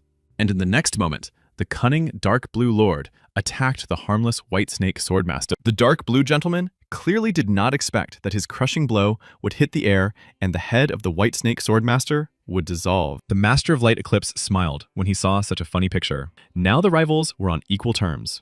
The Master of Light Eclipse directed a shield of righteous light toward the dark blue gentleman, which was clearly meant to inflict injury. The dark blue gentleman noticed that these 2 forces absorbed each other, and the White Snake Swordmaster quickly recovered. The White Snake Swordmaster turned to the Master of Light Eclipse and suggested that they temporarily forget their old grudges and join forces. The White Snake Swordmaster was distracted by the Master of Light Eclipse in vain, as he was betrayed with a stab in the back. It was the Wind God, Ouyang Guanhe, who looked at the cold body of the White Snake Swordmaster and laughed. Duran Keith was very frightened for the condition of his uncle, the White Snake Swordmaster. The boy could not lose a relative. The wounded White Snake Swordmaster shouted at Duran Keith to immediately flee the battlefield and save his own life. Yancy thought that in the future, he would take revenge for the death of the White Snake and cold-bloodedly take the life of the Dark Blue Lord. Meanwhile, the main characters stopped when they heard the door behind which the chest with the Stone of Wisdom was hidden open. For some strange reason, the Stone of Wisdom flew out of the magic chest and hung in the air. Mr. Yangtze, in the body of Durand Kate, could not believe that the Stone of Wisdom could leave the magic chest on its own. Mr. Yangshi, in the form of Durand Kate, continued to stare at the Stone of Wisdom, next to which a demonic scroll had appeared. The main characters heard the mysterious Stone of Wisdom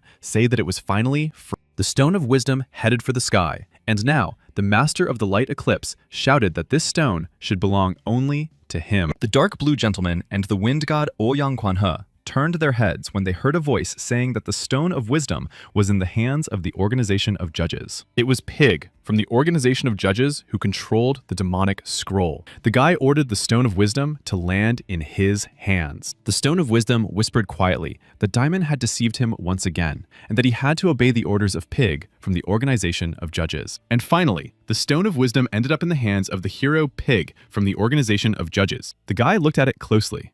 The trio of great heroes stared intently at the face of the Pig from the Organization of Judges and did not understand how he managed to command the stone. The Master of the Light Eclipse asked the Pig from the Organization of Judges who he really was and asked him to give the Stone of Wisdom to him. The wind god, Ouyang Guanhe, said loudly that it was one of the zodiac signs of the popular Organization of Judges. The dark blue gentleman said that he had long been in a business relationship with the Organization of Judges, and therefore Pig should share the reward. The Pig from the Judges organization turned to the dark blue gentleman and said that he had to refuse him because the Stone of Wisdom was of great importance. The dark blue gentleman asked Piggy what the Judges organization planned to use the power of the Stone of Wisdom for. The hero Pig from the organization asked the dark blue gentleman if he remembered what had happened to the dragon last time. The hero Pig from the Judges organization said that he planned to use the Stone of Wisdom to revive the legendary dragon. The dark blue gentleman was very surprised when he realized that the Wisdom Stone was capable of reviving people who had lost their lives. The wind god Ouyang Guanhe replied that this rare artifact was originally used in the plains to revive people. The Master of Light Eclipse shouted that it was time to end this boring conversation. The Stone of Wisdom must be in his hand. The dark blue gentleman said that the dark blue race could help the Master of the Solar Eclipse, and he did not mind taking Pig's life. The wind god Ouyang Guanhe said that this relic belonged to all of humanity and that it was unacceptable to speak in such a tone. The Pig from the Judges organization turned to the wind god Ouyang Guanhe and said that the two fourth levelers could not do anything to him. The wind god Ouyang Guanhe was very surprised that the Pig from the Organization of Judges spoke so arrogantly about the owners of the fourth step. The wind god Ouyang Guanhe said that if the Pig from the Judges organization was so confident, he would just watch from the sidelines. The Master of Light Eclipse was also very surprised that the hero Pig from the Organization of Judges behaved so bold. The dark blue gentleman looked at the brave Master of the Solar Eclipse's face and nodded his head, letting him know that he would support him. The brave hero Pig from the Judges organization said that no one was going to attack him, so he had to leave. However, a moment later, the Master of Light Eclipse directed a beam of light at the hero Pig from the Organization of Judges. Pig from the Organization of Judges continued to stand in place and watched closely as the beam of light passed right through him. A few seconds later, Pig from the Judges organization said that the Master of Light Eclipse had demonstrated considerable power. Pig added that now, the power of the fourth level masters was harmless to him. He waited for all those present to leave. In the next moment, the hero Pig from the Judges organization teleported to an unknown location. The wind god Ouyang Guanhe was greatly surprised and asked the other heroes if the young man had lost his life. The dark blue gentleman asked the Master of Light Eclipse if the Organization of Judges was really that strong. Mr. Yang Si, in the body of Duran Kate, watched the conversation between the powerful heroes closely and thought he could laugh right now. Meanwhile, Pig from the Organization of Judges landed in Command Mission number 5 and realized that the Stone of Wisdom remained in the virtual queue. Mr. Yang Shi, in the guise of Durant Kate, thought that after a dizzying series of trials, he had finally obtained the Stone of Wisdom. Mr. Yang Si thought that from now on, he could use this magical artifact to its full power. The wind god Ouyang Guanhe waved his hand at the Master of the Light Eclipse and said that it was time for him to go, as the Stone of Wisdom had been lost. The Master of the Light Eclipse remained alone and thought that this stone was his last hope for his daughter's resurrection.